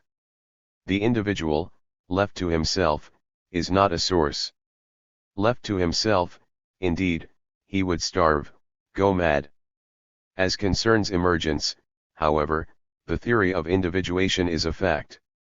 When the apparatus of socialization becomes more adequate, through language, through the written word, through the division of labor, through the development of cities, special forms arise in the hitherto less differentiated mass. Each group, each community, each vocation, each habitat creates new patterns of individuality, by their interaction in the close medium of the city, they provide endless permutations and combinations in all its members. The common environment provides an underlying unity. The city itself may become the cohesive symbol of that unity, but within that common environment all the differentiations of a true culture arise with a wealth of example hitherto unexplored. Through intermixture of stocks and races in the city, the biological inheritance, in turn, combines with the equally complicated facts of social inheritance. These facts are individuated from moment to moment as personal experience. For practical purposes one often forgets the fact of individuation, but by intercourse with a de-individuated person, whose full human inheritance has been ideologically castrated, one realizes the difference between the deadened oneness of totalitarian doctrine and the vital and many-faceted product of a genuine community, in which social conflicts and cultural intermixtures play an active part.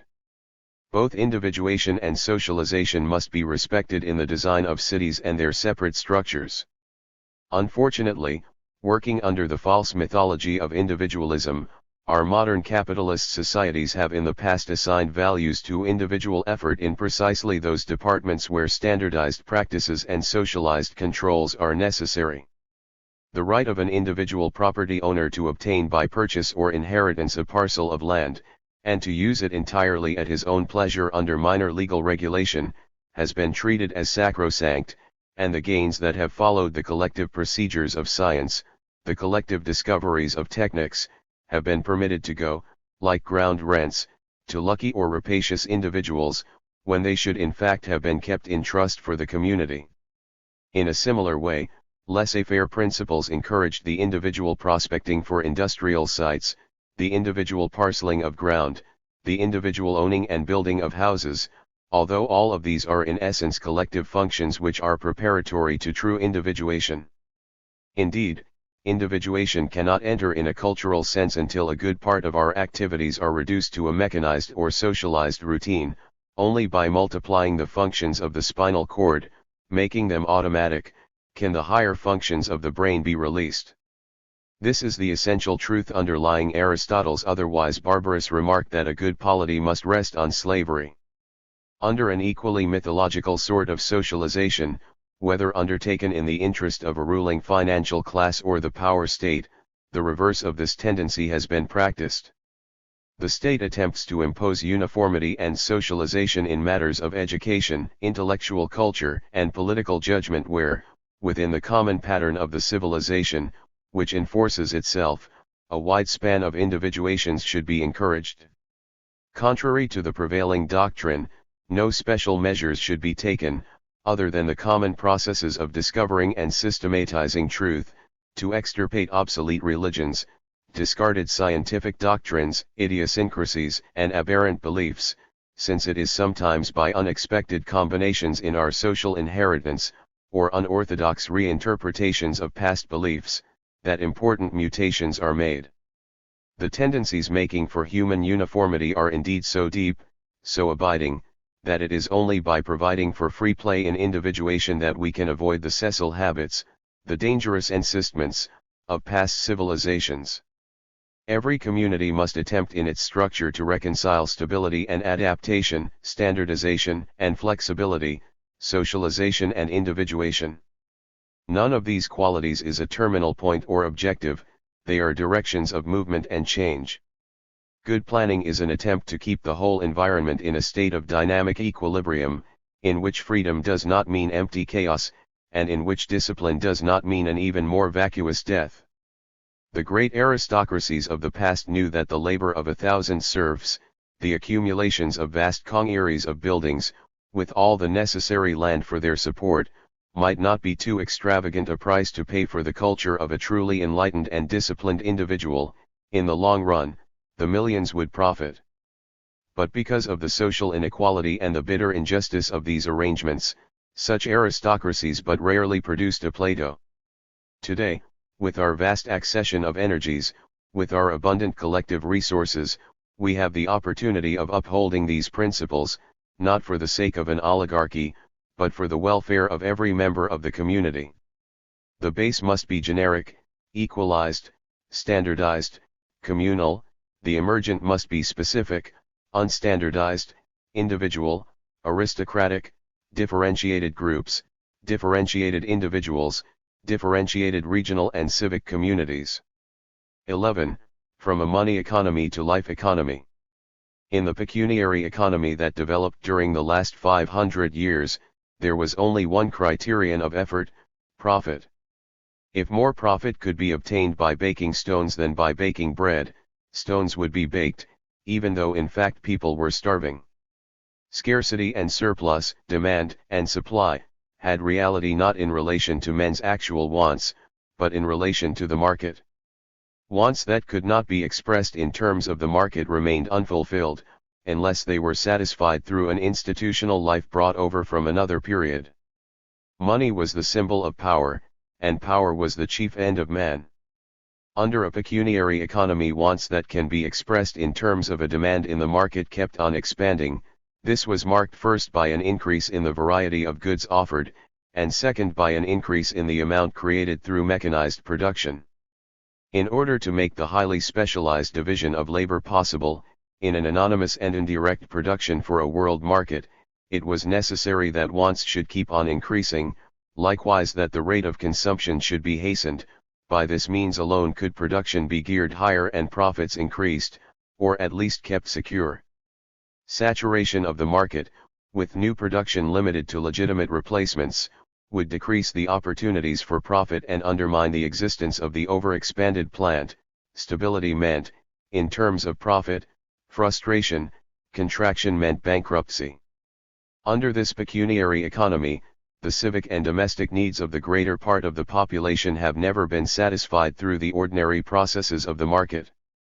Calicos, knives, and watches might be cheaper, as they entered the channels of international trade and displaced increasingly the local products, by a price competition which often concealed the eventual inferiority of the goods, but the low wage levels which entered into the production of these cheapened goods made it impossible for any large mass of workers to make an adequate demand for dwellings and for the community equipment that goes with urban living. This held true in the 18th and 19th centuries, with results that I have described in detail in earlier chapters, but the point is that it holds equally true today. Without doubt, the prime obstacle to urban decentralization is that a unit that consists of workers, without the middle class and rich groups that exist in a big city, is unable to support even the elementary civic equipment of roads, sewers, fire department, police service, and schools. At present it is only by remaining in metropolitan areas, where the taxes derived from the well-to-do districts can be partly applied to the working class quarters, that the worker can obtain even a modicum of the facilities for a good life. This fact was discovered by the planners of Radburn, N.J., in attempting a rational organization of its municipal life, and it was further demonstrated by Mr. Clarence Stein in a study made for the Resettlement Administration. It has been amply substantiated by the London County Council's efforts at municipal decentralization, Becontree, for example. What effect did machine production, corporate economy, specialized division of labor, and concentration of output on a blind market of buyers have upon the provision of dwelling houses? Here again the total inadequacy of a pecuniary economy to satisfy the essential biological and social needs of a community has been completely demonstrated. As the standards of housing have risen, the opportunities for profit through their sale or rent have dropped. In a capitalist economy, this means that production has gone into other channels. Result: a quantitative shortage in dwelling space has been chronic in highly industrialized countries like England ever since the beginning of the 19th century, and in the more overcrowded industrial centers, like London, since the 16th century. In order to make it possible for capital to enter this field at all, the qualitative standards have kept consistently below the level of decency available under the existing technology. The dwelling house, far more than the farm, has been the backward point of modern techniques. Wage levels and incomes have borne simply no relation to the requirements for a decent dwelling.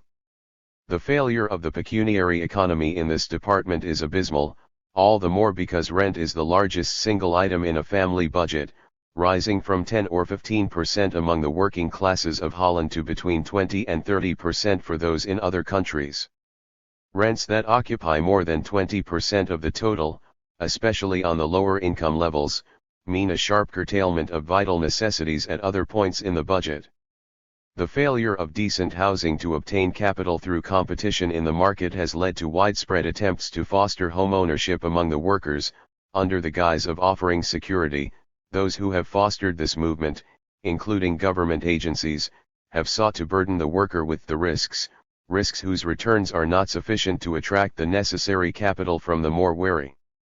This diversion of the worker's meager budget to housing not merely undermines his standard of life, it lessens his freedom of movement and, during a financial crisis or a local shutdown, often results in the complete loss of his entire investment and the roof over his head as well. Needless to say, this is no solution of the housing problem, even apart from the fact that the building of individual houses is technically an extremely wasteful process. Except for the income groups well on the comfort level, the building of houses for profit has been carried on throughout the Western world only by debasements of design, systematic overcrowding of the land, and overpopulation of the interior quarters on the part of those who must eventually rent them. And so long as pecuniary canons remain uppermost, there is no prospect for a change. What do all these facts signify? They signify that some of the most essential items in the construction and equipment of cities cannot be produced, on any terms, under a pecuniary economy, and that houses in particular can be built only by ignoring the positive standards, based on scientific data, that are appropriate in an advanced civilization. This discovery has been slowly sinking into the minds of thoughtful people for the last century, and in the realm of both city development and housing it has resulted in a series of measures that cannot be sanctioned in terms of private gain and pecuniary aggrandizement. Housing, in fact, is the focal point in that change from a pecuniary to a biotechnic economy which has been slowly developing throughout the Western world, and which received a great impetus in the decade that followed the First World War. The older type of industrialism chose to meet the inadequacy of income to a genuine standard of life by maintaining low wage levels as long as possible and ignoring the possible existence of a positive standard of life. Whatever the worker could get along on, whatever a landlord could demand, in the main determined the rental levels and the standard of accommodation. Even during periods of relative prosperity for the worker, housing remained a third choice in his expenditures. In Middletown the Linds discovered workers who owned automobiles of the latest model, whilst they bred their families in houses that lacked even bare sanitary conveniences. Even the worker, guided by advertising, sales talk, and emulation, followed fashions. Under the biotechnic economy, these conditions are reversed. Instead of wages and income directing market demand, vital demand determines the level of income and directs production into socially useful channels. First, we must erect a standard of living. In terms of housing, the minimum standards are set by objective criteria of air, water, sunlight, heat, privacy, and so forth, and further modified by those social provisions which tradition and current investigation prove to be necessary for the nurture of children and the education of responsible citizens. At any given period, in any given region, these standards should set a minimum level for wages. Industries that cannot meet such a level must be looked upon as economically inefficient and socially defective, to be abolished or taken over by the community. Where such standards have been set to a greater or less degree in publicly aided housing, one of two things must happen: either incomes in industry will rise to the necessary level, or the state will tax the larger incomes and make the reapportionment directly in the form of subsidies to the housing, money lent at low interest rates, subsidies to rents to make up the difference between the cost of the house and the worker's ability to pay, or outright grants. In the governmental housing that has been undertaken so widely through Europe, beginning with the first efforts in England and Belgium after the middle of the 19th century, one or all of these methods have been used. Inevitably, had the capitalist discovered for himself a way to supply decent housing to a depauperate or indigent population at a profit to himself, he would have followed it.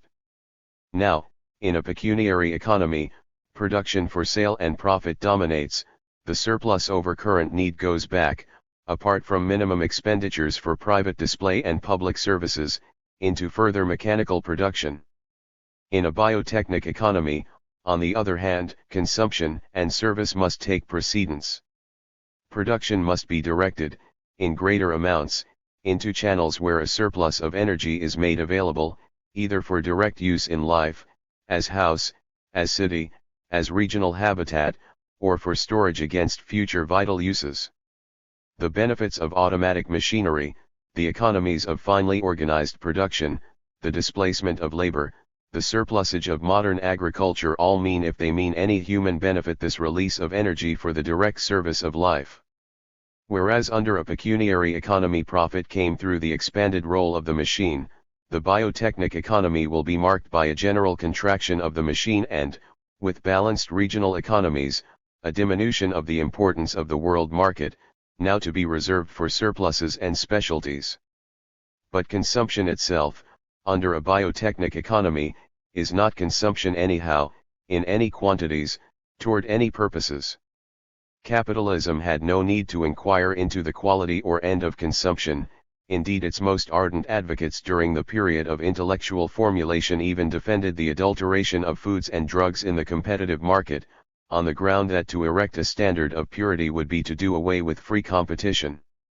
Under a biotechnic economy, consumption is directed toward the conservation and enhancement of life, a matter where qualitative standards are imperative. One uses the word life in no vague sense. One means the birth and nurture of children, the preservation of human health and well-being, the culture of the human personality, and the perfection of the natural and civic environment as the theater of all these activities. Here are substantial goals for consumption not envisaged in the abstract doctrine of increasing wants, operating within an ever-expanding circle of new inventions and multiplying productive mechanisms.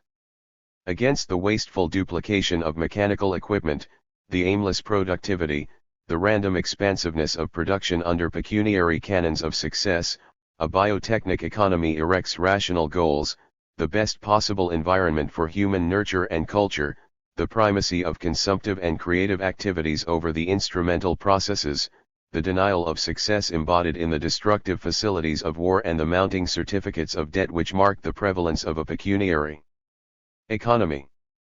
But to normalize consumption is to erect a standard that no single class, whatever its expenditures, possesses today. That standard cannot be set down in terms of any arbitrary sum of money, like the $5,000 a year suggested by Bellamy, for it involves the use of a complicated civic equipment whose individual appropriation is beyond the scope of even wealthy individuals. And indeed, the higher the vital standard, the less can it be expressed adequately in terms of money, and the more remote it is from the operations of the market. Vital standards must be expressed in terms of leisure and health and biological activity and aesthetic pleasure and social opportunity, that is, in terms of goods and environmental improvements in which machine production and all the devious and indirect processes that subserve such production have but a subordinate part. In putting a vital standard first, we thereby make the dwelling house, the school, and the city the concrete, all-engrossing end of industrial and agricultural production. The aim is not more goods for more people to buy, but more opportunities for them to live, hence only such increases in goods as are instrumental to the best life possible. Under such an economic order, communal choices become more important than individual choices, and more of the activities of the citizen's life are released from pecuniary constraint. Until such standards are erected, planned production is merely a wishful abstraction, and none of the preparatory incidents of current production, however resourceful in a technical sense, can contribute more than a modicum of their possible benefits to the community.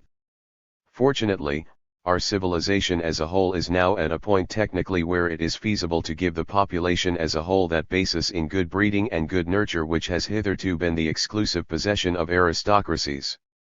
This, then, is the meaning of the change that has been slowly taking place in our civilization since the third quarter of the 19th century. The increase of collectivism, the rising of municipal and governmental housing, the expansion of cooperative consumers and producers associations, the destruction of slums and the building of superior types of community for the workers, all these are signs of the new biotechnic orientation. This change is so deep, so pervasive, that it can be witnessed even in places where the profit system, which is its antithesis, has reached a pinnacle.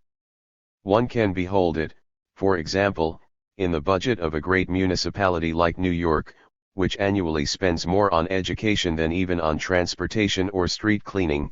One may watch it at work in a country like England, which has been tearing down slums and planting new communities whose tiled roofs are deeply embedded in green trees and greensward.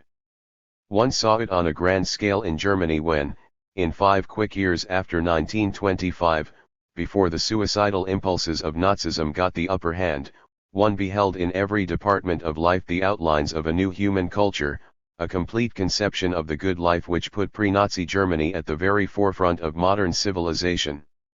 Whereas the pecuniary economy expanded the role of the machine, the biotechnic economy enlarges the role of the professional services. A greater proportion of the income and free energy go into the support of the artist, the scientist, the architect and technician, the teacher and physician, the singer, the musician, the actor. This shift has been going on steadily during the last generation. The tendency is statistically demonstrable. But its significance has not been generally grasped, for its result must be the transfer of interest from the subordinate mechanical arts to the direct arts of life. And it brings with it another possibility, indeed another necessity, the universal rebuilding of cities for the sake not merely of better conditions of living, but of a more purposive creation and utilization of the social heritage, such a life as men have occasionally had a glimpse of in Jerusalem, Athens, Florence, or Concord. 12. Modern housing by communities. As I have already pointed out, the dwelling house occupies a peculiarly central place in the biotechnic economy. About 90% of the structures in any urban community are houses, so, from the standpoint of practice, an adequate insight into the task of housing today is essential to the development of cities. The socialized provision of housing, in integrated neighborhood units, is the economic foundation for the biotechnic city. Today, even the finest urban dwellings of the last century are, for the greater part, obsolete. They were conceived in terms of a limited and now outworn mode of living. Few of them, even by drastic renovation, can encompass our modern demands. As mere shelters they are sometimes sufficient, but as a frame for living, they are absurd. All our new needs are desire to avoid unnecessary menial labor, our more conscientious and efficient child care, our recognition of play as an essential part of life from childhood onward, our acceptance of the need for quiet and privacy, all these create a demand for a different type of dwelling and a different communal form. In many ways, we have already crossed the threshold of a new age, but our housing remains behind, clinging to dreams that no longer satisfy, making a parade of sickly archaic tastes, attempting to meet conditions that no longer exist and failing to take advantage of conditions that do exist and promise far more by way of human reward. Even much of the new housing done by both public bodies and private builders exhibits only a stuccoed modernity over an obsolete form. The new approach to housing is distinguished by the fact that it no longer looks for a satisfactory dwelling house in terms of a single-factor good planning, an isolated advance in technical design, a more socialized system of exploiting the land. For the dwelling is in reality a very complex adaptation to an exceedingly complicated set of requirements, and it is quite unlikely that any simplified solution, expressible in purely mechanical terms, will satisfy all the necessary conditions. What is important is to treat the geographic, economic, social, technical, and personal requirements on a single plane. 20th century techniques cannot be fitted into laissez-faire economics and 17th century taste. Improvements must be made coordinately all along the line, and the most spectacular advance is no advance at all until it is integrated. To conceive of a prefabricated house designed in a civic and environmental vacuum is to conceive of something that is, by definition, half-baked, scamped, and inadequate. What is a modern dwelling? The new home is primarily a biological institution, and the house is a specialized structure devoted to the functions of reproduction, nutrition, and nurture. To expand the definition a little, the dwelling house is a building arranged in such a fashion that meals may be easily prepared and served, that the processes of hygiene and sanitation may be facilitated, that rest and sleep may be enjoyed without disturbance from the outside world, that sexual intercourse may take place with privacy and a minimum of distraction at all times in the year, and that the care of the young may be carried on under favorable conditions of companionship and supervision. None of these functions, needless to say, is restricted to the dwelling house. But the house, with its special utilities, is peculiarly adapted to perform all of them in unison with the necessary cooperative help of the members of the household. Add to these primarily physiological requirements the provision of space for social intercourse and play and study, and the definition of the modern dwelling is complete. Certain functions, domestic in origin, require more ample space or special facilities. These should be taken out of the house even further than they are today. Childbirth and infectious illnesses, weddings and funerals, need their communal buildings. What remains is an irreducible minimum. With the return of entertainment to the house, through the phonograph, the radio and the motion picture with the near prospect of television, the modern house has gained in recreational facilities what it lost through the disappearance of many of the earlier household industries. The radio and the telephone, moreover, have made the house no less a center of communication than was the old marketplace. So if certain functions have diminished, others have gained, while our growing concentration upon biological functions in general has increased the importance of this institution in relation to all competitive activities. As a well-distributed leisure takes the place of hopeless unemployment, it is probable that more time will be spent within the environs of the house in future than during the passing transition from the mixed household to the single-family group. Now more than ever, the intelligent design of the domestic environment has become a matter of critical importance. It demands a sensitive, well-balanced judgment, capable of distinguishing between primary and accessory needs. Now, in order to provide for the essential biological functions of the dwelling house, we must ruthlessly cut down on many conventional requirements. We must abandon, not merely the old-fashioned desire for ornament and conspicuous waste, but we must also shave down the modern desire for ornament in the form of wasteful mechanical gadgets. As Henry Wright, again, was the first to demonstrate clearly, the simple walls and roof and foundations of a century ago has long ceased to constitute the structural reality of the modern house. Most of what was added to the structure, before 1750, was by way of ornament. After this time a succession of mechanical utilities pushed into the house, the heating stove, running water, the bathroom, the kitchen range and the gas lamp, the water closet, the central heating plant and the icebox, electric light, gas and electric ranges, automatic systems of refrigeration and heating, aerials for radios, garages for motor cars. Finally, in the present decade, Palladio's original suggestions for air conditioning have been converted into a costly mechanical fact. These new utilities and machines changed the nature of the dwelling house in two important ways. They broke down its self-sufficient isolation and linked it up, with specially built roads, water mains, sewer pipes, gas pipes, electric wires, telephone lines with other parts of the urban environment. The house functioned as an element in a collective unit, and the efficiency of the individual cell was now conditioned on the efficiency and economy of the whole. Well-equipped houses, without appropriately modified community plans, could achieve only a small part of their mechanical promise. All these improvements, furthermore, added to the total cost of the house, for whereas the bare structure constituted originally about 90% of the cost, today this structure constitutes but 20%, and even the total cost of the fully equipped dwelling, with all machines and utilities installed, represents from 45 to 65% of the final cost of the dwelling. A reduction of the interest rate by 2% gives a far more decisive saving than either cheese paring or prefabrication can promise. If one assumes a stationary family budget, it would follow that for each economic group a far greater proportion would have to be spent on housing in 1940 than in 1740.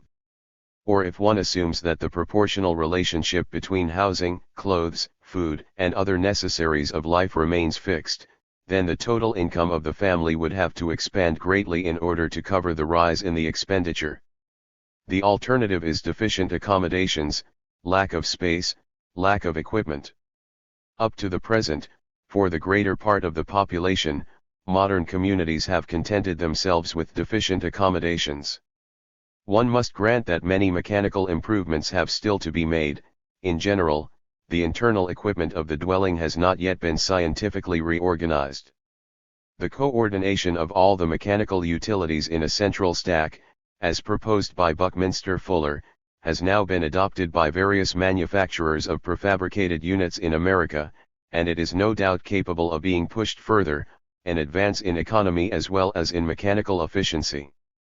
But though every such gain must be avidly seized, the act of rationalization does not solve the problem of cost that results from the multiplication of utilities and services, nor will it be solved by the further prefabrication of floors, roofs, and walls, although each and all of these steps may be decisive improvements.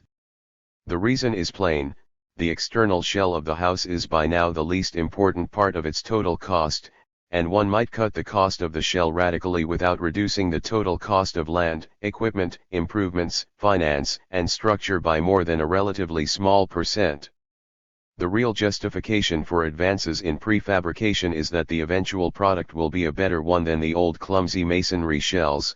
It will be capable of expansion and renewal and adaptation in a fashion that more antique forms are not. In the modernization of the dwelling during the last century, most of our mechanical improvements have remained half-baked.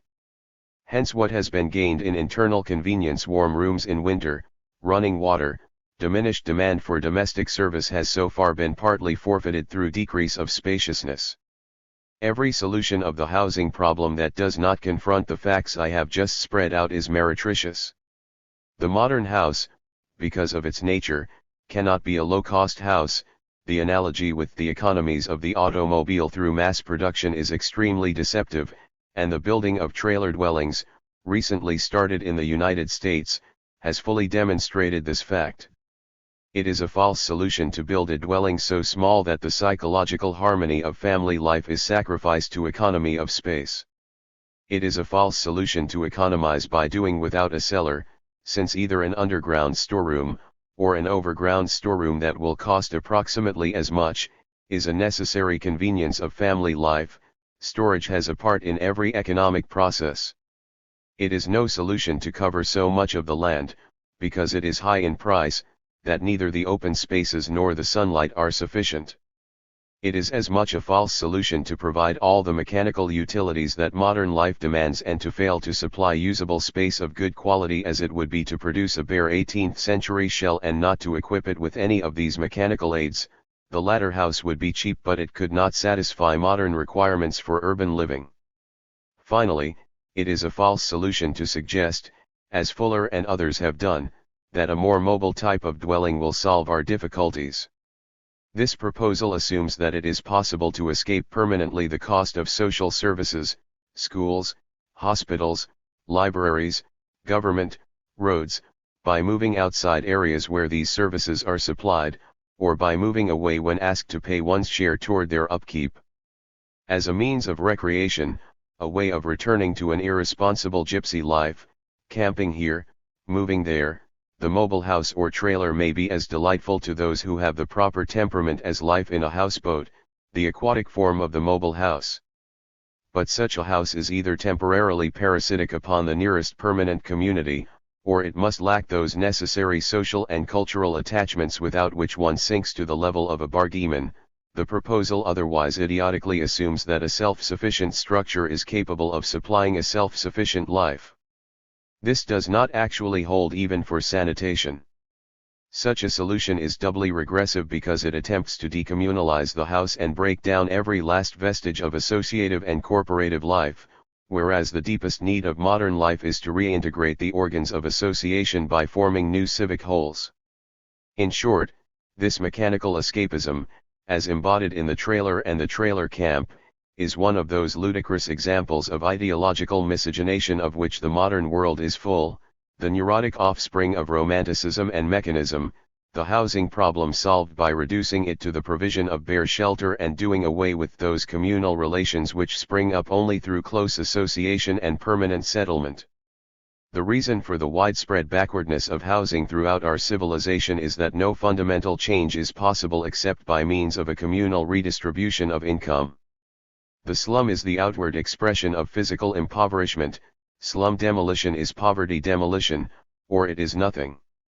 And by the same token, the building of houses fit for the nurture of human beings is dependent upon making production and distribution directly subservient to biotechnic standards of consumption, available for the whole community.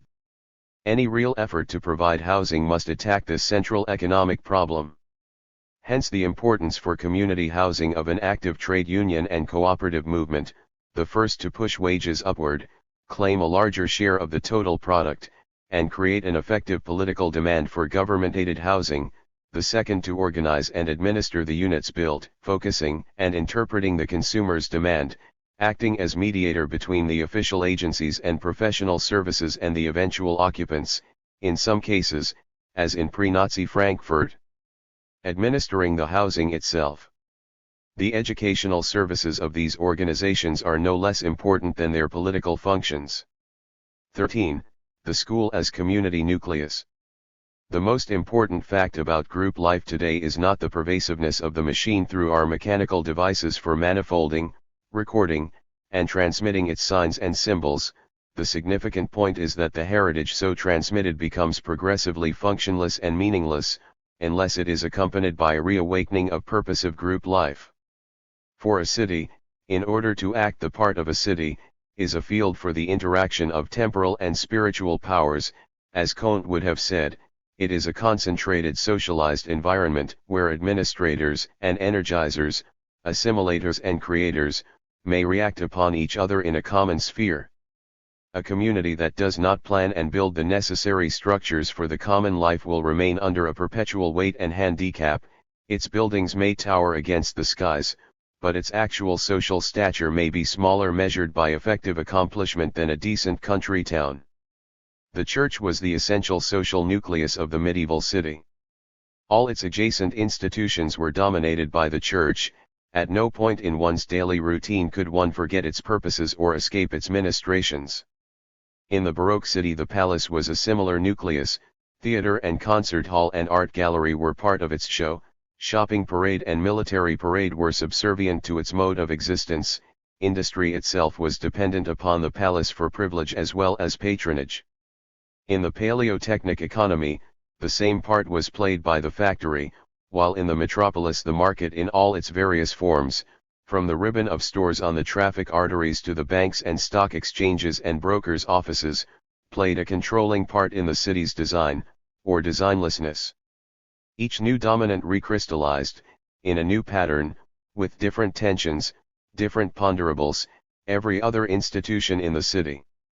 What are the new dominants in the opening biotechnic economy? They are not far to seek. The dwelling house and the school, with all their specialized communal aids, constitute the essential nucleus of the new community. And as the new region is the city writ large, a statement that is not to be taken as mere metaphor, we shall find in every well-organized and well-developed region the corresponding institutions, no longer serving a class, a minority group, but acting as organs of the whole community. In older cities, the domestic neighborhood, even when formed on the basis of some original village, had no physical identity. It is only verbally that it detached itself from the larger urban area with which it coalesced. Suburbs, indeed, usually began their existence with visible marks of unity and isolation, but except in the case of remote and fortunate ones, they would eventually be swallowed up in the spreading mass of the city. In the new city, a neighborhood has visible definition.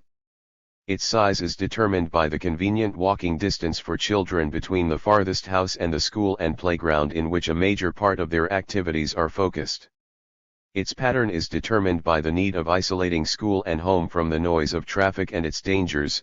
So main traffic arteries of any sort must never run through a neighborhood. They may exist at its boundaries, separated for both safety and amenity by a broad parkway.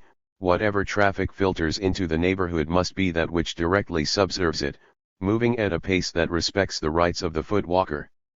Even country villages today often lack this element of safety and freedom from anxiety. While the school has become a universal institution, and the main symbol of the educational process, the instruments of modern education are continuous with life itself. No mere building can fully house them, and the notion of making education economical or comprehensive by creating megalopolitan buildings holding from 1,500 to 3,000 pupils, and then expanding the scale of the neighborhood so that it can bestow a sufficient number of children on these buildings may be dismissed as a typical megalopolitan perversion. A neighborhood should be an area within the scope and interest of a pre-adolescent child, such that daily life can have unity and significance for him, as a representation of the larger social whole, and accordingly a special effort should be made in the design of neighborhoods to incorporate in them those light industries which directly subserve neighborhood life. There should be a compact, orderly industrial zone containing not only a garage and filling station, but likewise a laundry and a bakery, perhaps even a small electrically powered plant such as a woodworking shop or a garment factory, examples of the industrial process which the child at school may not merely inspect and understand, but also, perhaps, take part in as an educational experience. The direct observance of all kinds of industrial processes in the open workshops of Athens no doubt gave to Plato and his fellow citizens that visual acuteness and that intelligent grasp of the processes of existence which accounts for the extraordinary production of able minds in a town that certainly never harbored more than 300,000 people. If in addition a neighborhood could provide a place for other types of activity such as a plant nursery or a painter's studio, the educational value of the equipment would be highly increased. The class education of the past and the narrow vocational education of the passing order are both antagonistic to the biotechnic concept of education as the extension and refinement and integration of human experience in all its manifold aspects. The cultivation of the senses, by visual and tactile explorations of the environment, the intensification and communal refinement of feelings in the group activities of sport, in the theater, where the spectator and actor may interchange parts, in the civic festival and religious ritual, above all in the relations of friends, lovers, mates. This is the essential business of life, and all other business is trivial except as a preparation and an underpinning to these experiences. The active routine and the orderly duties of workshop, factory, farm, and office are likewise essential contributions to this education, but so far from educations being ordered merely to prepare the pupil for assuming the economic responsibilities of maturity, it is no less important to order industry so that it will contribute to the maturing educational needs of its members. The real question at every step is not simply what one does, but what one makes of it. The workaday economic relations become significant only as they contribute to the better ordering of life itself, and as we pass from the regime of specialization to the balanced industrial and personal economy, more effort must be made to develop the flexible and many-sided personality of the amateur, rather than the vocationally narrowed capacities of the specialist. In America, partly by shaking off the caste system, partly by accepting the challenge of the frontier, we achieved this type of living education before the full onset of the machine. We have now to recover it in a world that has need both for the machine and for the high discipline of science. But such a new integration cannot be worked out merely with the aid of a specialized institutional routine. The best of schools must remain poor in certain essentials even in relation to the poorest of cities. Under the new biotechnic economy, the city becomes again, as it has often been in the past, the chief instrument of education, the wider school of the young and the university of the adult, whilst the factory, the meeting hall, the political committee, the scientific society become, as it were, auxiliaries of the school. And under such conditions an important result must follow: the processes and activities of the school will tend to set a mold for the social process as a whole. The training of the young is a major preoccupation of all societies, and the school was one of the earliest differentiated institutions in the city, but in earlier cultures, the fixed pattern and limited possibilities of adulthood were usually taken as given, and the process of education was essentially one of pouring life into a predetermined mold. Since the 18th century, however, the molds have been broken. The period of education and the period of experiment, instead of being limited to youth, must now range over every phase of life. Only the grave brings the process to an end. Under the impulse of psychological thought and revolutionary political hopes, directed toward the rational improvement of society, the school has, from the 18th century onward, tended to assume a more critical place in the whole political order. From Rousseau and Fichte to Dewey and Croce, pedagogy and politics have gone hand in hand, and the main interest of public education has been to effectuate, through collective means and processes, a better political society. With the growth of specialized machine industry, the educational opportunities of the extra-school environment, in the confused, amorphous cities that this regime has produced, have become more limited. And the systematic techniques of the modern factory or office, while it promotes a rationalization of the process itself, derationalizes, that is, makes automatic and non-reflective the conduct of those in charge of the operation. What happens in the economic world happens also in the play world. The listener to the radio, the spectator at the motion picture, tends to be passive and machine conditioned. The results have become familiar, a growth of irrational conduct in the very midst of a meticulous mechanized order and a decrease of what Mannheim distinguishes as substantial rationality. In order to prevent this hiatus from becoming greater, the humanizing and rationalizing elements in human conduct must be more fully incorporated in the organization of both school and city, while the automatic and compulsive processes, already as pronounced in the factory and the bureau as on the military drill ground, must be reduced and narrowed. This means, among other things, the introduction of small units, scaled to direct activity and participation. In every phase of organization, giantism must be challenged and made to prove itself not merely as mechanically adequate but as humanly assimilable. We need, in every part of the city, units in which intelligent and cooperative behavior can take the place of mass regulations, mass decisions, mass actions, imposed by ever remoter leaders and administrators. Small groups, small classes, small communities, institutions framed to the human scale, are essential to purposive behavior in modern society. Very stupidly we have overlooked the way in which large units limit opportunity all along the line, not merely by physical friction of space, or the burden of a vast mechanical and administrative overhead, but also by diminishing opportunities for people with special capacities. Thus Sir Raymond Unwin has pointed out that 20 communities with a population of 50,000 people would not merely be more adequately governed, probably, than one city that contained 1 million, it would, for example, give an opportunity for 20 mayors or city managers against one in the big center. This rule holds true in every other part of society. We demand the impossible in the way of direction and specialized service from a few people, and we fail to demand the possible from those who are better equipped to handle adequately a smaller job. With our overgrown institutions, overgrown colleges, overgrown corporations, overgrown cities, is it any wonder that we easily become the victims of propaganda machines, routineers, and dictators? From the 19th century on, the criteria of life began to penetrate the school, and the school became the essential instrument in effective orientation of society toward whatever ends its members and its ruling classes conceived.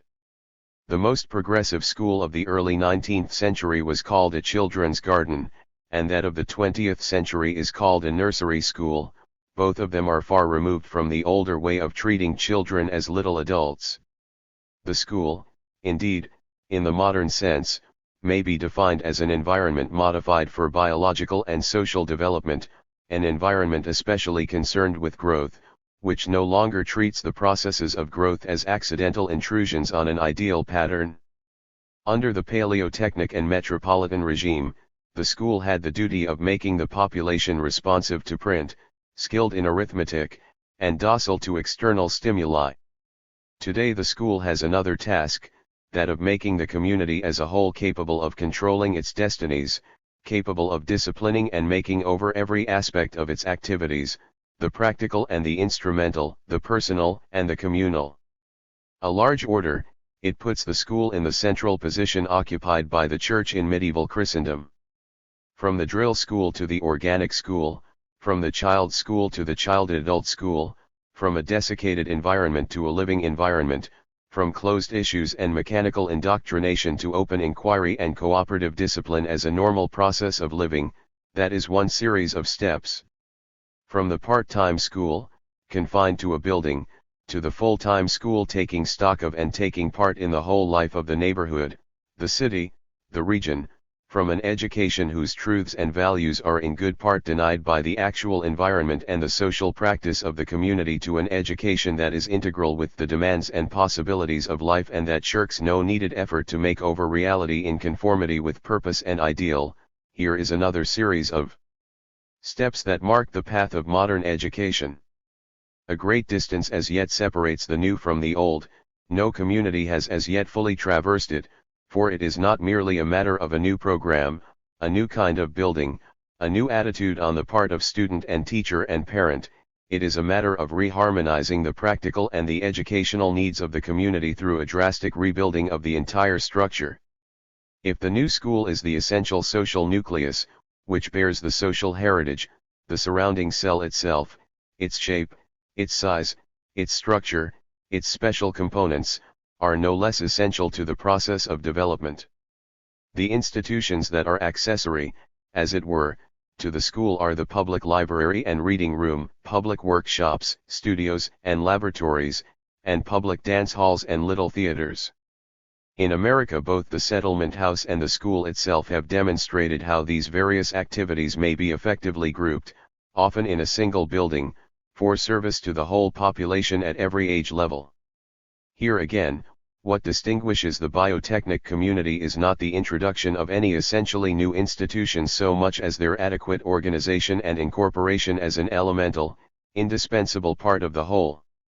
Most neighborhoods, even where public housing has been achieved, lack more than the most rudimentary physical facilities for a good social life. It is no criticism of these proposals to urge that they are beyond the financial resources of our existing communities, on anything like the scale contemplated. That is equally true of good housing. Both points may be freely granted. In an industrial system devoted solely to producing saleable goods for the market, we have not produced anything like the surplus necessary for well-balanced consumptive and creative activities. That is an elemental truth of the present economic regime. Neglect, disease, crime, filth are in one way or another signs of this environmental deficiency and economic anemia. So far I have been talking about the essential civic nucleus of the neighborhood. These institutions must be enlarged in order to embrace a city, and there must be further buildings and organizations on a regional scale. But although the ascent to the region implies differences in scale, size, specialization, and opportunity, the fact is that all the facilities that are needed within the larger frame must exist, as active ingredients, in the life of the smallest and simplest unit. The great university, museum, laboratory, serving an elite drawn from every part of the world, will have its counterpart in the local community. And at the same time, the breaking up of overgrown megalopolitan institutions through the multiplication of local units as in the Metropolitan Museum and the colleges of the City of New York is a needful step toward urban integration. The important thing is to recognize the nature of the civic nucleus, and the necessity of a civic economy. Industry must be planned to put domestic and civic needs first, and industrial enterprise directed into such channels as will produce that surplus of energies out of which will come the equipment and structures, efficient equipment, handsome structures, needful to urban existence. A well-directed economy will reduce the number of manual workers and robots, will lessen the enterprise directed toward competitive salesmanship and advertising, will eliminate wanton wastes and stoppages, and it will multiply by many-fold the present supply of doctors, teachers, administrators, artists, scientists, and scholars. A biotechnic economy demands that those interests and activities that directly subserve life shall come first, and that those which are instrumental to life, the extraction of raw materials, the preparation and processing of foods, the transformation of raw materials into all their thousand useful forms, shall be put second. The quantity, the direction, and the flow of the latter are to be determined, not by the standards of the market, but by the higher needs of man, as confirmed from year to year, from generation to generation by the desires of the many and the wisdom of the competent. Recreation, education, welfare, and health are the most rapidly growing urban public services, observed the National Resources Committee in its report on cities, 1937. As our cities become the object of broader planning and design, these activities will occupy a growing share in the total budget of every community, and their effective embodiment will be the first task of architect and community planner and administrator. 14. The social concept of the city. Much recent housing and city planning has been handicapped because those who have undertaken the work have had no clear notion of the social functions of the city. They sought to derive these functions from a cursory survey of the activities and interests of the contemporary urban scene. And they did not, apparently, suspect that there might be gross deficiencies, misdirected efforts, mistaken expenditures, here that would not be set straight by merely building sanitary tenements or widening narrow streets. The city as a purely physical fact has been subject to numerous investigations. But what is the city as a social institution? The earlier answers to these questions, in Aristotle, Plato, and the utopian writers from Sir Thomas More to Robert Owen, have been on the whole more satisfactory than those of the more systematic sociologists. Most contemporary treatises on urban sociology in America throw no important light upon the problem. One of the soundest definitions of the city was that framed by John Stowe, an honest observer of Elizabethan London, who said, "Men are congregated into cities and commonwealths for honesty and utility's sake, these shortly be the commodities that do come by cities, commonalties, and corporations. First, men by this nearness of conversation are withdrawn from barbarous ferity and force, to certain mildness of manners, and to humanity and justice, whereby they are contented to give and take right, to and from their equals and inferiors, and to hear and obey their heads and superiors. Also the doctrine of God is more fitly delivered, and the discipline thereof more aptly to be executed, in peopled towns than abroad, by reason of the facility of common and often assembling, and consequently such inhabitants be better managed in order, and better instructed in wisdom. Good behavior is yet called urbanitas because it is rather found in cities than elsewhere. In sum, by often hearing, men be better persuaded in religion, and for that they live in the eyes of others, they be by example the more easily trained to justice, and by shamefastness restrained from injury. And whereas commonwealths and kingdoms cannot have, next after God, any surer foundation than the love and goodwill of one man towards another, that also is closely bred and maintained in cities, where men by mutual society and companying together, do grow to alliances, commonalties, and corporations. It is with no hope of adding much to the essential insight of this description of the urban process that I would sum up the sociological concept of the city in the following terms. The city is a related collection of primary groups and purposive associations. The first, like family and neighborhood, are common to all communities, while the second are especially characteristic of city life. These varied groups support themselves through economic organizations that are likewise of a more or less corporate, or at least publicly regulated, character, and they are all housed in permanent structures, within a relatively limited area. The essential physical means of a city's existence are the fixed site, the durable shelter, the permanent facilities for assembly, interchange, and storage. The essential social means are the social division of labor, which serves not merely the economic life but the cultural processes.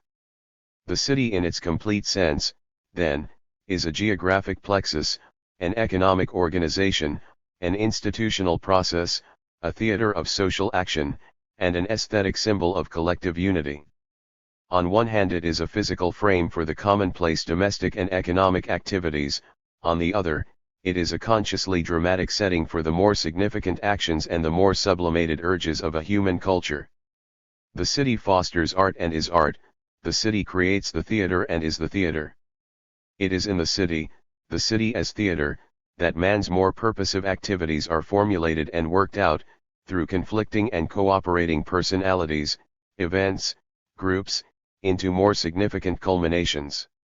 Without the social drama that comes into existence through the focusing and intensification of group activity, there is not a single function performed in the city that could not be performed and has not in fact been performed in the open country. The physical organization of the city may deflate this drama or make it frustrate, or it may, through the deliberate efforts of art, politics, and education, make the drama more richly significant, as a stage set, well designed, intensifies and underlines the gestures of the actors and the action of the play. It is not for nothing that men have dwelt so often on the beauty or the ugliness of cities. These attributes condition men's social activities. And if there is a deep reluctance, on the part of the true city dweller, to leave his cramped quarters for the physically more benign environment of a suburb, even a model garden suburb, his instincts are partly justified. In its various and many-sided life, in its very opportunities for social disharmony and conflict, the city creates drama, the suburb lacks it. One may describe the city, in its social aspect, as a special framework directed toward the creation of differentiated opportunities for a common life and a significant collective drama. As indirect forms of association, with the aid of signs and symbols and specialized organizations, supplement direct face-to-face intercourse, the personalities of the citizens themselves become many-faceted. They reflect their specialized interests, their more intensively trained aptitudes, their finer discriminations and selections. The personality no longer presents a more or less unbroken traditional face to reality as a whole. Here lies the possibility of personal disintegration, and here lies the need for reintegration through wider participation in a concrete and visible collective whole.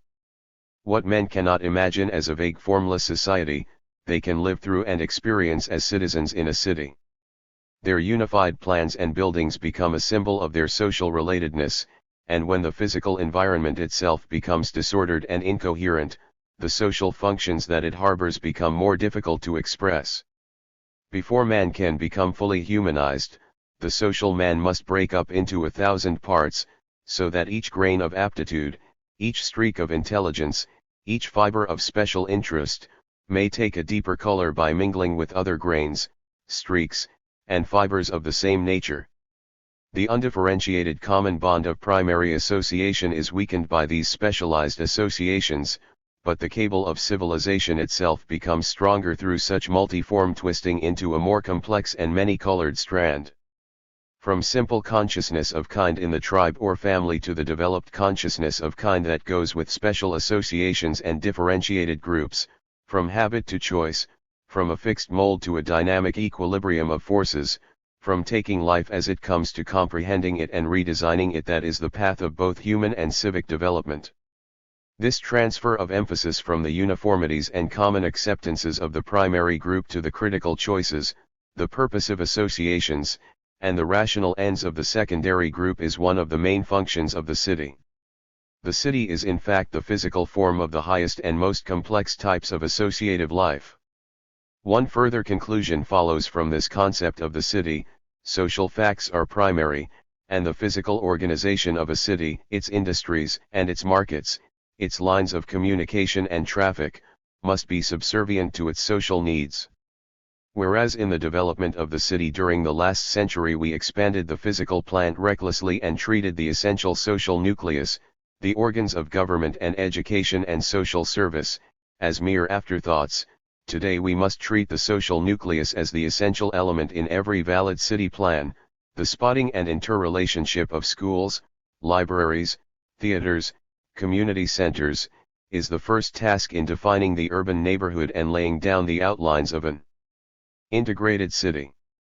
If this is the correct interpretation of the nature of the city, a good part of the work that has been done under the name of city planning must be discounted and discredited. It has no more to do with the essential functions of living in cities than the work of the scene shifter and property man have to do with the development of Hamlet.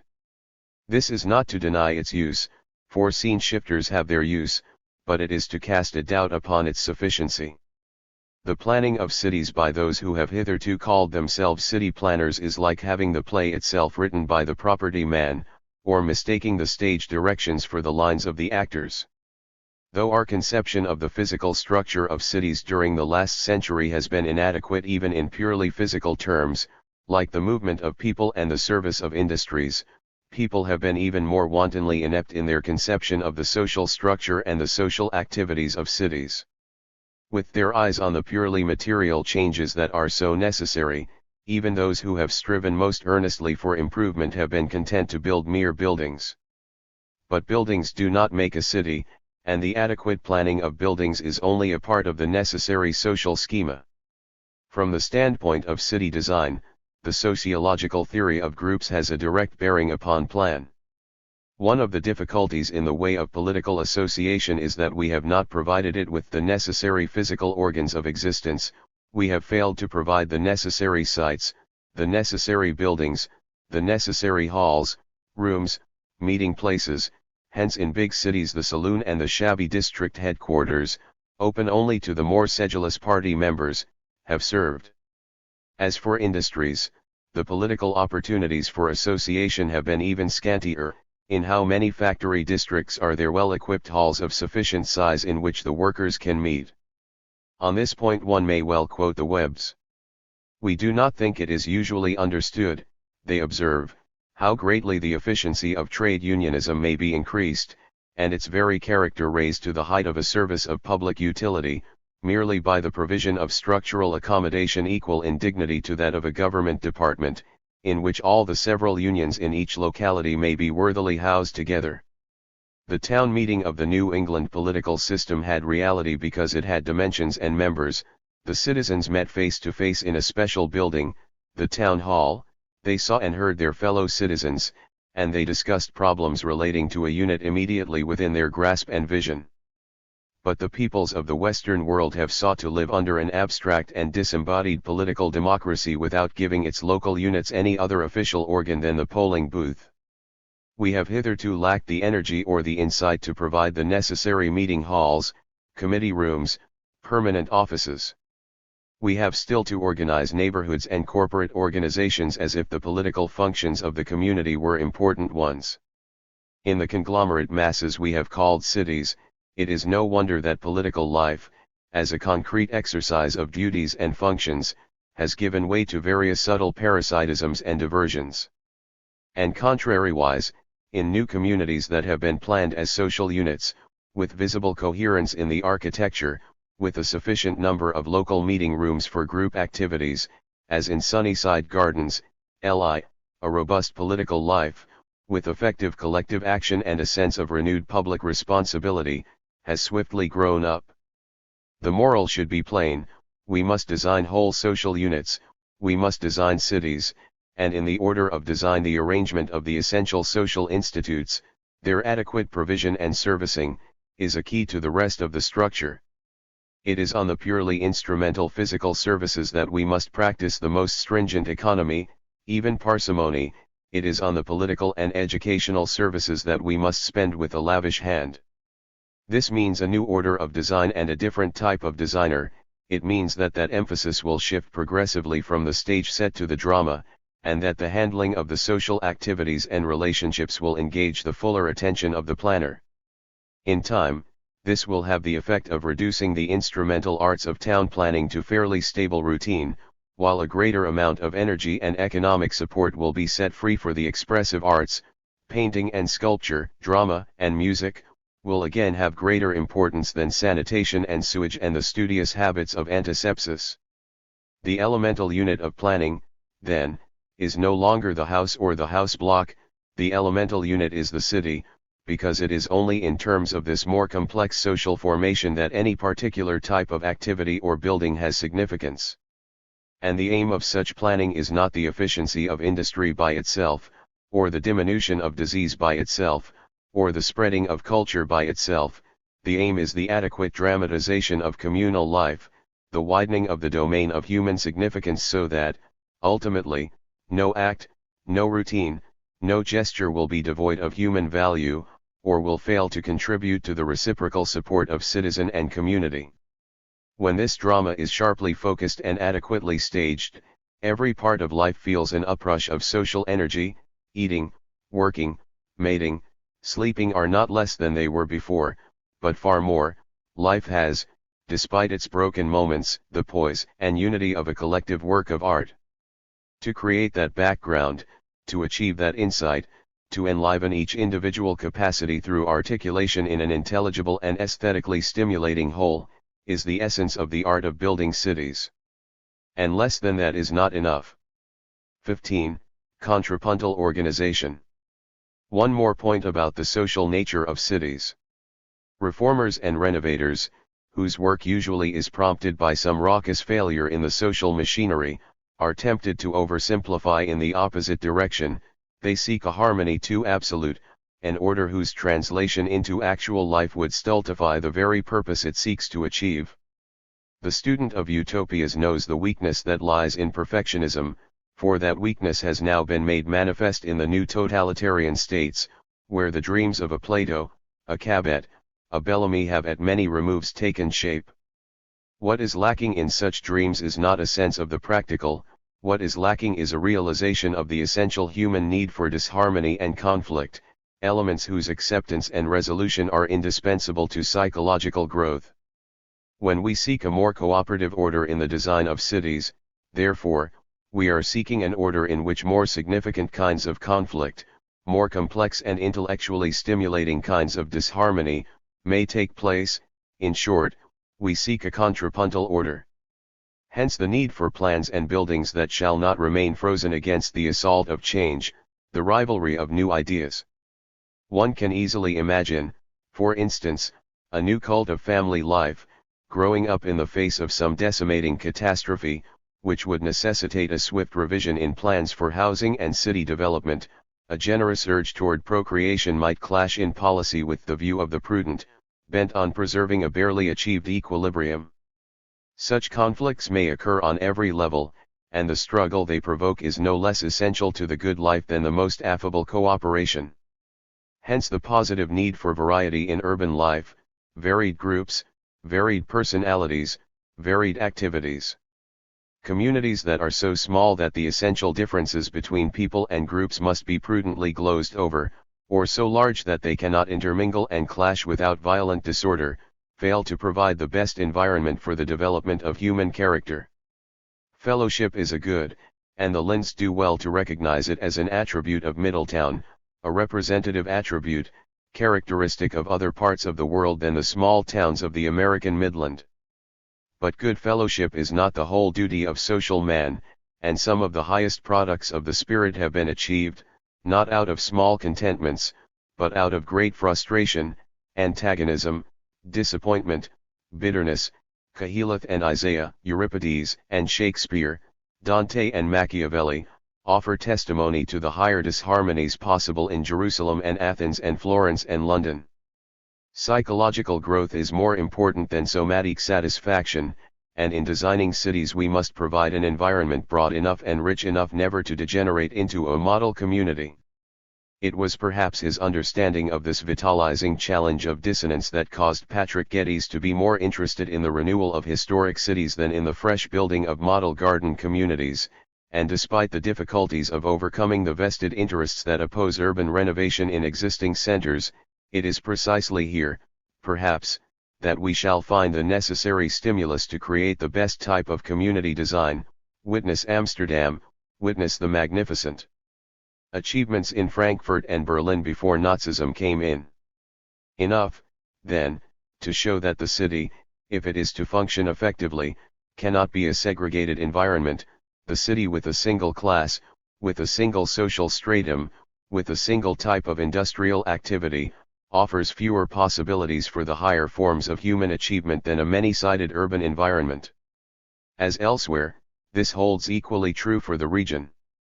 If metropolitan districts have grown at the expense of smaller towns during the last generation, it is partly because, under a metropolitan economy, this dramatically viable many-sidedness is to be found only in metropolitan areas. 16. Principles of urban order. In giving this sociological answer to the question, what is a city? One has likewise provided the clue to a number of important other questions. Above all, one has the criterion for a clear decision as to what is the desirable size of a city, or may a city perhaps continue to grow until a single continuous urban area might cover half the American continent, with the rest of the world tributary to this mass. From the standpoint of the purely physical organization of urban utilities, which is almost the only matter upon which metropolitan planners in the past have concentrated, this latter process might indeed go on indefinitely. But if the city is a theater of social activity, and if its needs are defined by the opportunities it offers to differentiated social groups, acting through a specific nucleus of civic institutes and associations, definite limitations on size follow from this fact. Without such limitations the community lacks social focus. Plato defined the desirable size of a city as 5,000, this was the number of people who could hear the voice of a single orator and so participate in the active political life of his day. In our time, new technical facilities have altered many social functions, but the principle of limitation is still imperative. In one of Le Corbusier's early schemes for an ideal city, he chose 3 million as the number to be accommodated. The number was roughly the size of the urban aggregate of Paris, but that hardly explains why it should have been taken as a norm for a more rational type of city development.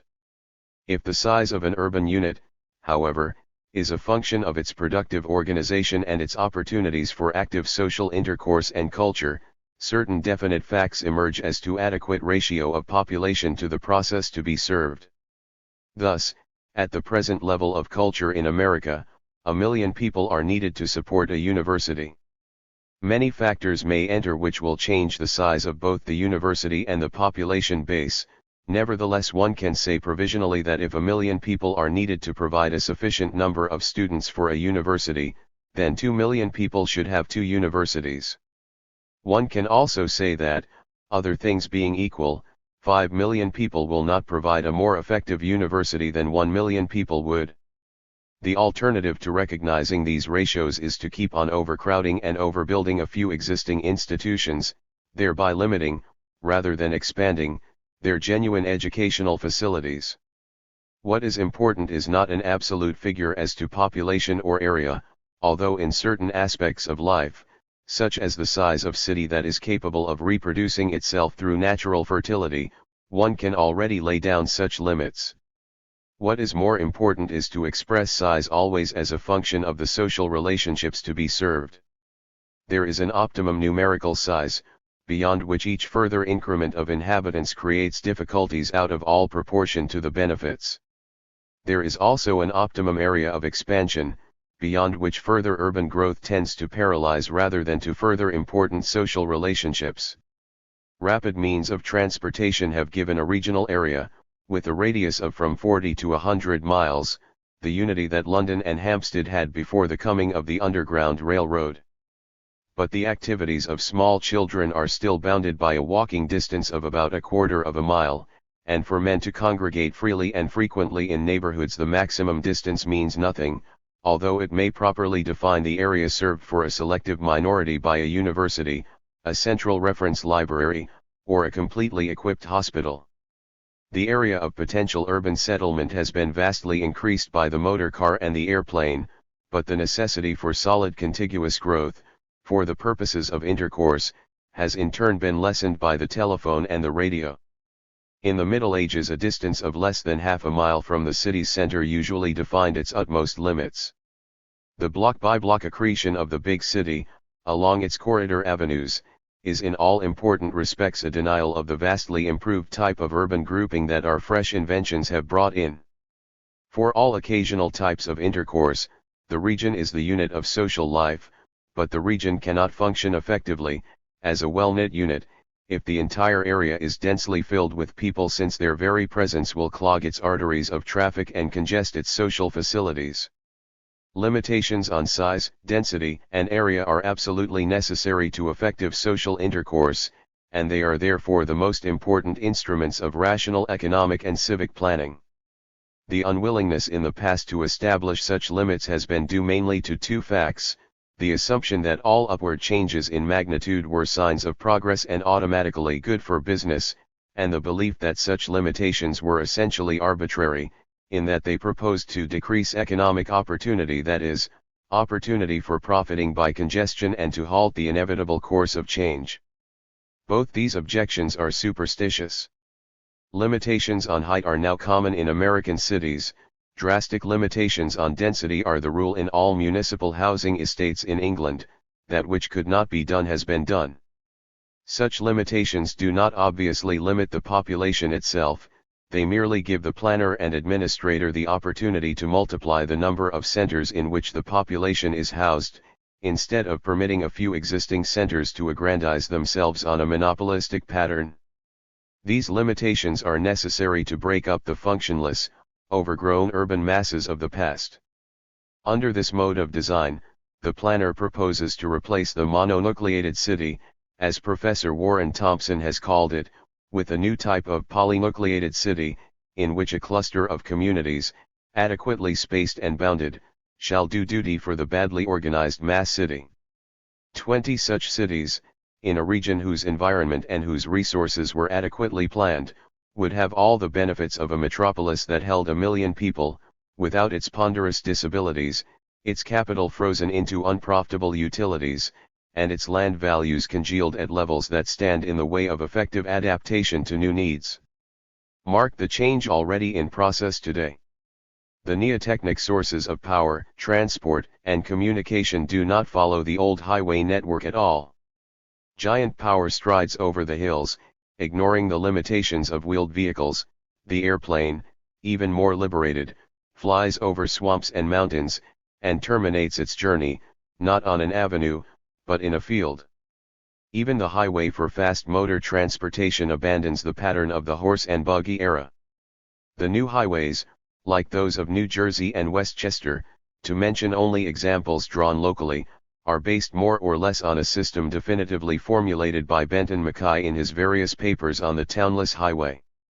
The most complete plans form an independent highway network, isolated both from the adjacent countryside and the towns that they bypass, as free from communal encroachments as the railroad system. In such a network no single center will, like the metropolis of old, become the focal point of all regional advantages. On the contrary, the whole region becomes open for settlement.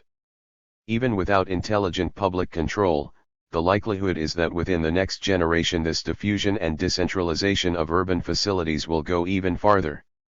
The townless highway begets the highwayless town, in which the needs of close and continuous human association on all levels will be uppermost. This is just the opposite of the earlier mechanocentric scheme of road town, as pictured by Edgar Chambliss and the Spanish projectors of the linear city. For the highwayless town is based upon the notion of effective zoning of functions through initial public design, rather than by blind legal ordinances. It is a town in which the various functional parts of the structure are isolated topographically as urban zones, appropriately designed for their specific use, with no attempt to provide a uniform plan of the same general pattern for the industrial, the commercial, the domestic, and the civic parts. The first systematic sketch of this type of town was made by Messrs. Wright and Stein in their design for Radburn in 1929, a new type of plan that was repeated on a limited scale and apparently in complete independence by planners in Cologne and Hamburg at about the same time. Because of restrictions on design that favored a conventional type of suburban house and stale architectural forms, the implications of this new type of planning were not carried very far in Radburn. But in outline the main relationships are clear: the differentiation of foot traffic from wheeled traffic in independent systems, the insulation of residence quarters from through roads, the discontinuous street pattern, the polarization of social life in specially grouped civic nuclei, beginning in the neighborhood with the school and the playground and the swimming pool. Through these convergent efforts, the principles of the polynucleated city have been well established. Such plans must result in a fuller opportunity for the primary group, with all its habits of frequent direct meeting and face-to-face intercourse. They must also result in a more complicated pattern and a more comprehensive life for the region, for this geographic area can only now, for the first time, be treated as an instantaneous whole for all the functions of social existence. Instead of trusting to the mere massing of population to produce the necessary social concentration and social drama, we must now seek these results through deliberate community planning and closer regional linkages. The words are jargon, but the importance of their meaning should not be missed. One might call this new method of designing city and region in working partnership the principle of unity by apportioned distribution rather than unity by centralization. The latter means physical spreading and control from a dominant center, whereas the first means functional spotting. Any one part of such a complex may become, for a special purpose, the center of the region. But instead of existing merely as a specialized unit, it is part of both a smaller unit, the local community or city in the old-fashioned connotation, and of a larger unit, the region, and finally of even greater groupings with wider ramifications, provinces and interregional areas. The working library in any neighborhood should be, for whoever is capable of using it, the sum of all the separate libraries. This principle has already been wisely incorporated in the development of the branch library system in America, and, even more, in the relation of the greater libraries that serve the scholarly community to the Library of Congress.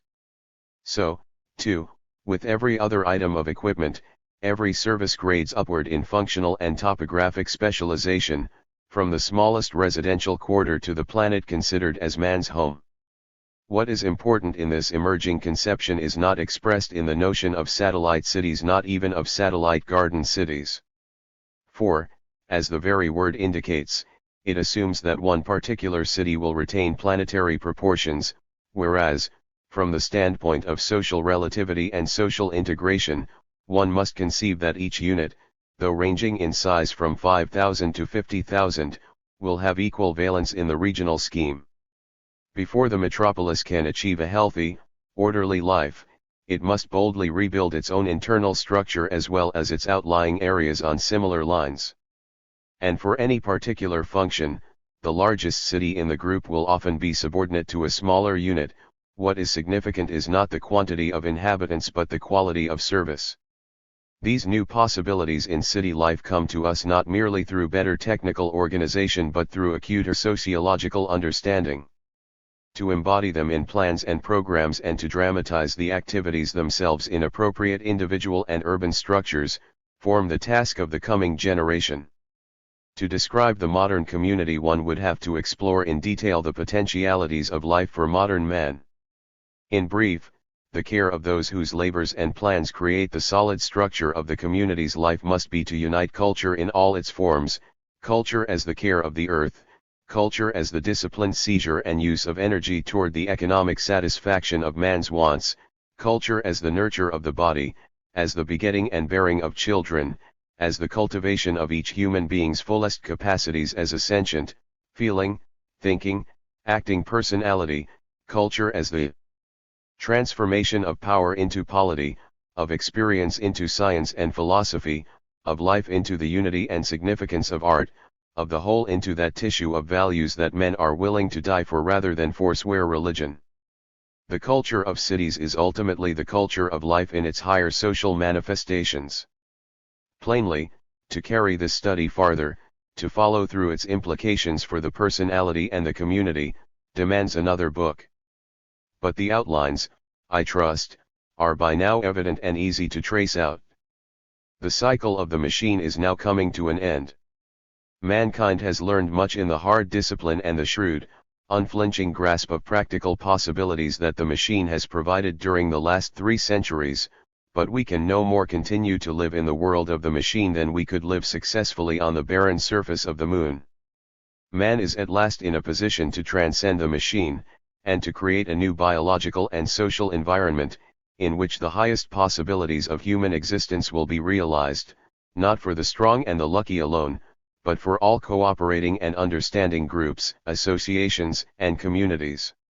Men come together in cities, said Aristotle, in order to live, they remain together in order to live the good life. Only fragments of this purpose are fulfilled in the modern world, but a new pattern of the good life is emerging, partly by pressure from within, partly by reaction against the disordered environment, the wry, dehumanized purposes, the ugly barbarisms that still prevail in the world at large.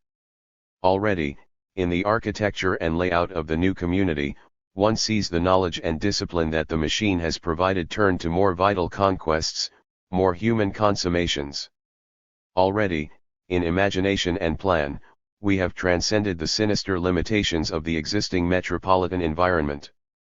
We have much to unbuild, and much more to build, but the foundations are ready, the machines are set in place and the tools are bright and keen, the architects, the engineers, and the workmen are assembled. None of us may live to see the complete building, and perhaps in the nature of things the building can never be completed, but some of us will see the flag or the fir tree that the workers will plant aloft in ancient ritual when they cap the topmost story. Glossary. Certain terms, originally coined by Patrick Geddes a generation ago, have been freely used in the culture of cities. For the convenience of those who have not read Technics and Civilization, in which they are more fully defined, the following definitions are provided. Geotechnic refers to the dawn age of modern techniques, an economy based upon the use of wind, water, and wood as power, with wood as the principal material for construction. Dominant in Western Europe from the 10th to the 18th century. Marked by improvements in navigation, glassmaking, and the textile industries, from the 13th century on, by widespread canal building and increased utilization of power and power machines in the later phase. Paleotechnic refers to the coal and iron economy, which existed as a mutation in the Eotechnic period, blast furnace and primitive railway, but began in the 18th century to displace the Eotechnic complex, and became a dominant between 1850 and 1890. Key inventions: steam engine, railroad, steamship, Bessemer converter, various automatic devices in spinning and weaving. Up to the last quarter of the 19th century the Eotechnic economy remained as a recessive. Neotechnic refers to the new economy, which began to emerge in the 80s, based on the use of electricity, the lighter metals, like aluminum and copper, and rare metals and earths, like tungsten, platinum, thorium, et al. Vast improvements in utilization of power, reaching its highest point in the water turbine. Destructive distillation of coal, complete utilization of scrap and byproducts. Growing perfection and automatism in all machinery. Key inventions: electric transformer, electric motor, electric light, and electric communication by telegraph, telephone, and radio, likewise vulcanized rubber and internal combustion engine. At the present time, the Eotechnic complex is a survival, the Paleotechnic is recessive, and the Neotechnic is a dominant. Biotechnic refers to an emergent economy, already separating out more clearly from the Neotechnic, purely mechanical, complex, and pointing to a civilization in which the biological sciences will be freely applied to technology, and in which technology itself will be oriented toward the culture of life. The key inventions, on the mechanical side, are the airplane, the phonograph, the motion picture, and modern contraceptives, all derived directly, in part, from a study of living organisms. The application of bacteriology to medicine and sanitation, and of physiology to nutrition and daily regimen, are further marks of this order. Parallel applications in psychology for the discipline of human behavior in every department are plainly indicated. In the biotechnic order the biological and social arts become dominant, agriculture, medicine, and education take precedence over engineering. Improvements, instead of depending solely upon mechanical manipulations of matter and energy, will rest upon a more organic utilization of the entire environment, in response to the needs of organisms and groups considered in their multifold relations: physical, biological, social, economic, aesthetic, psychological.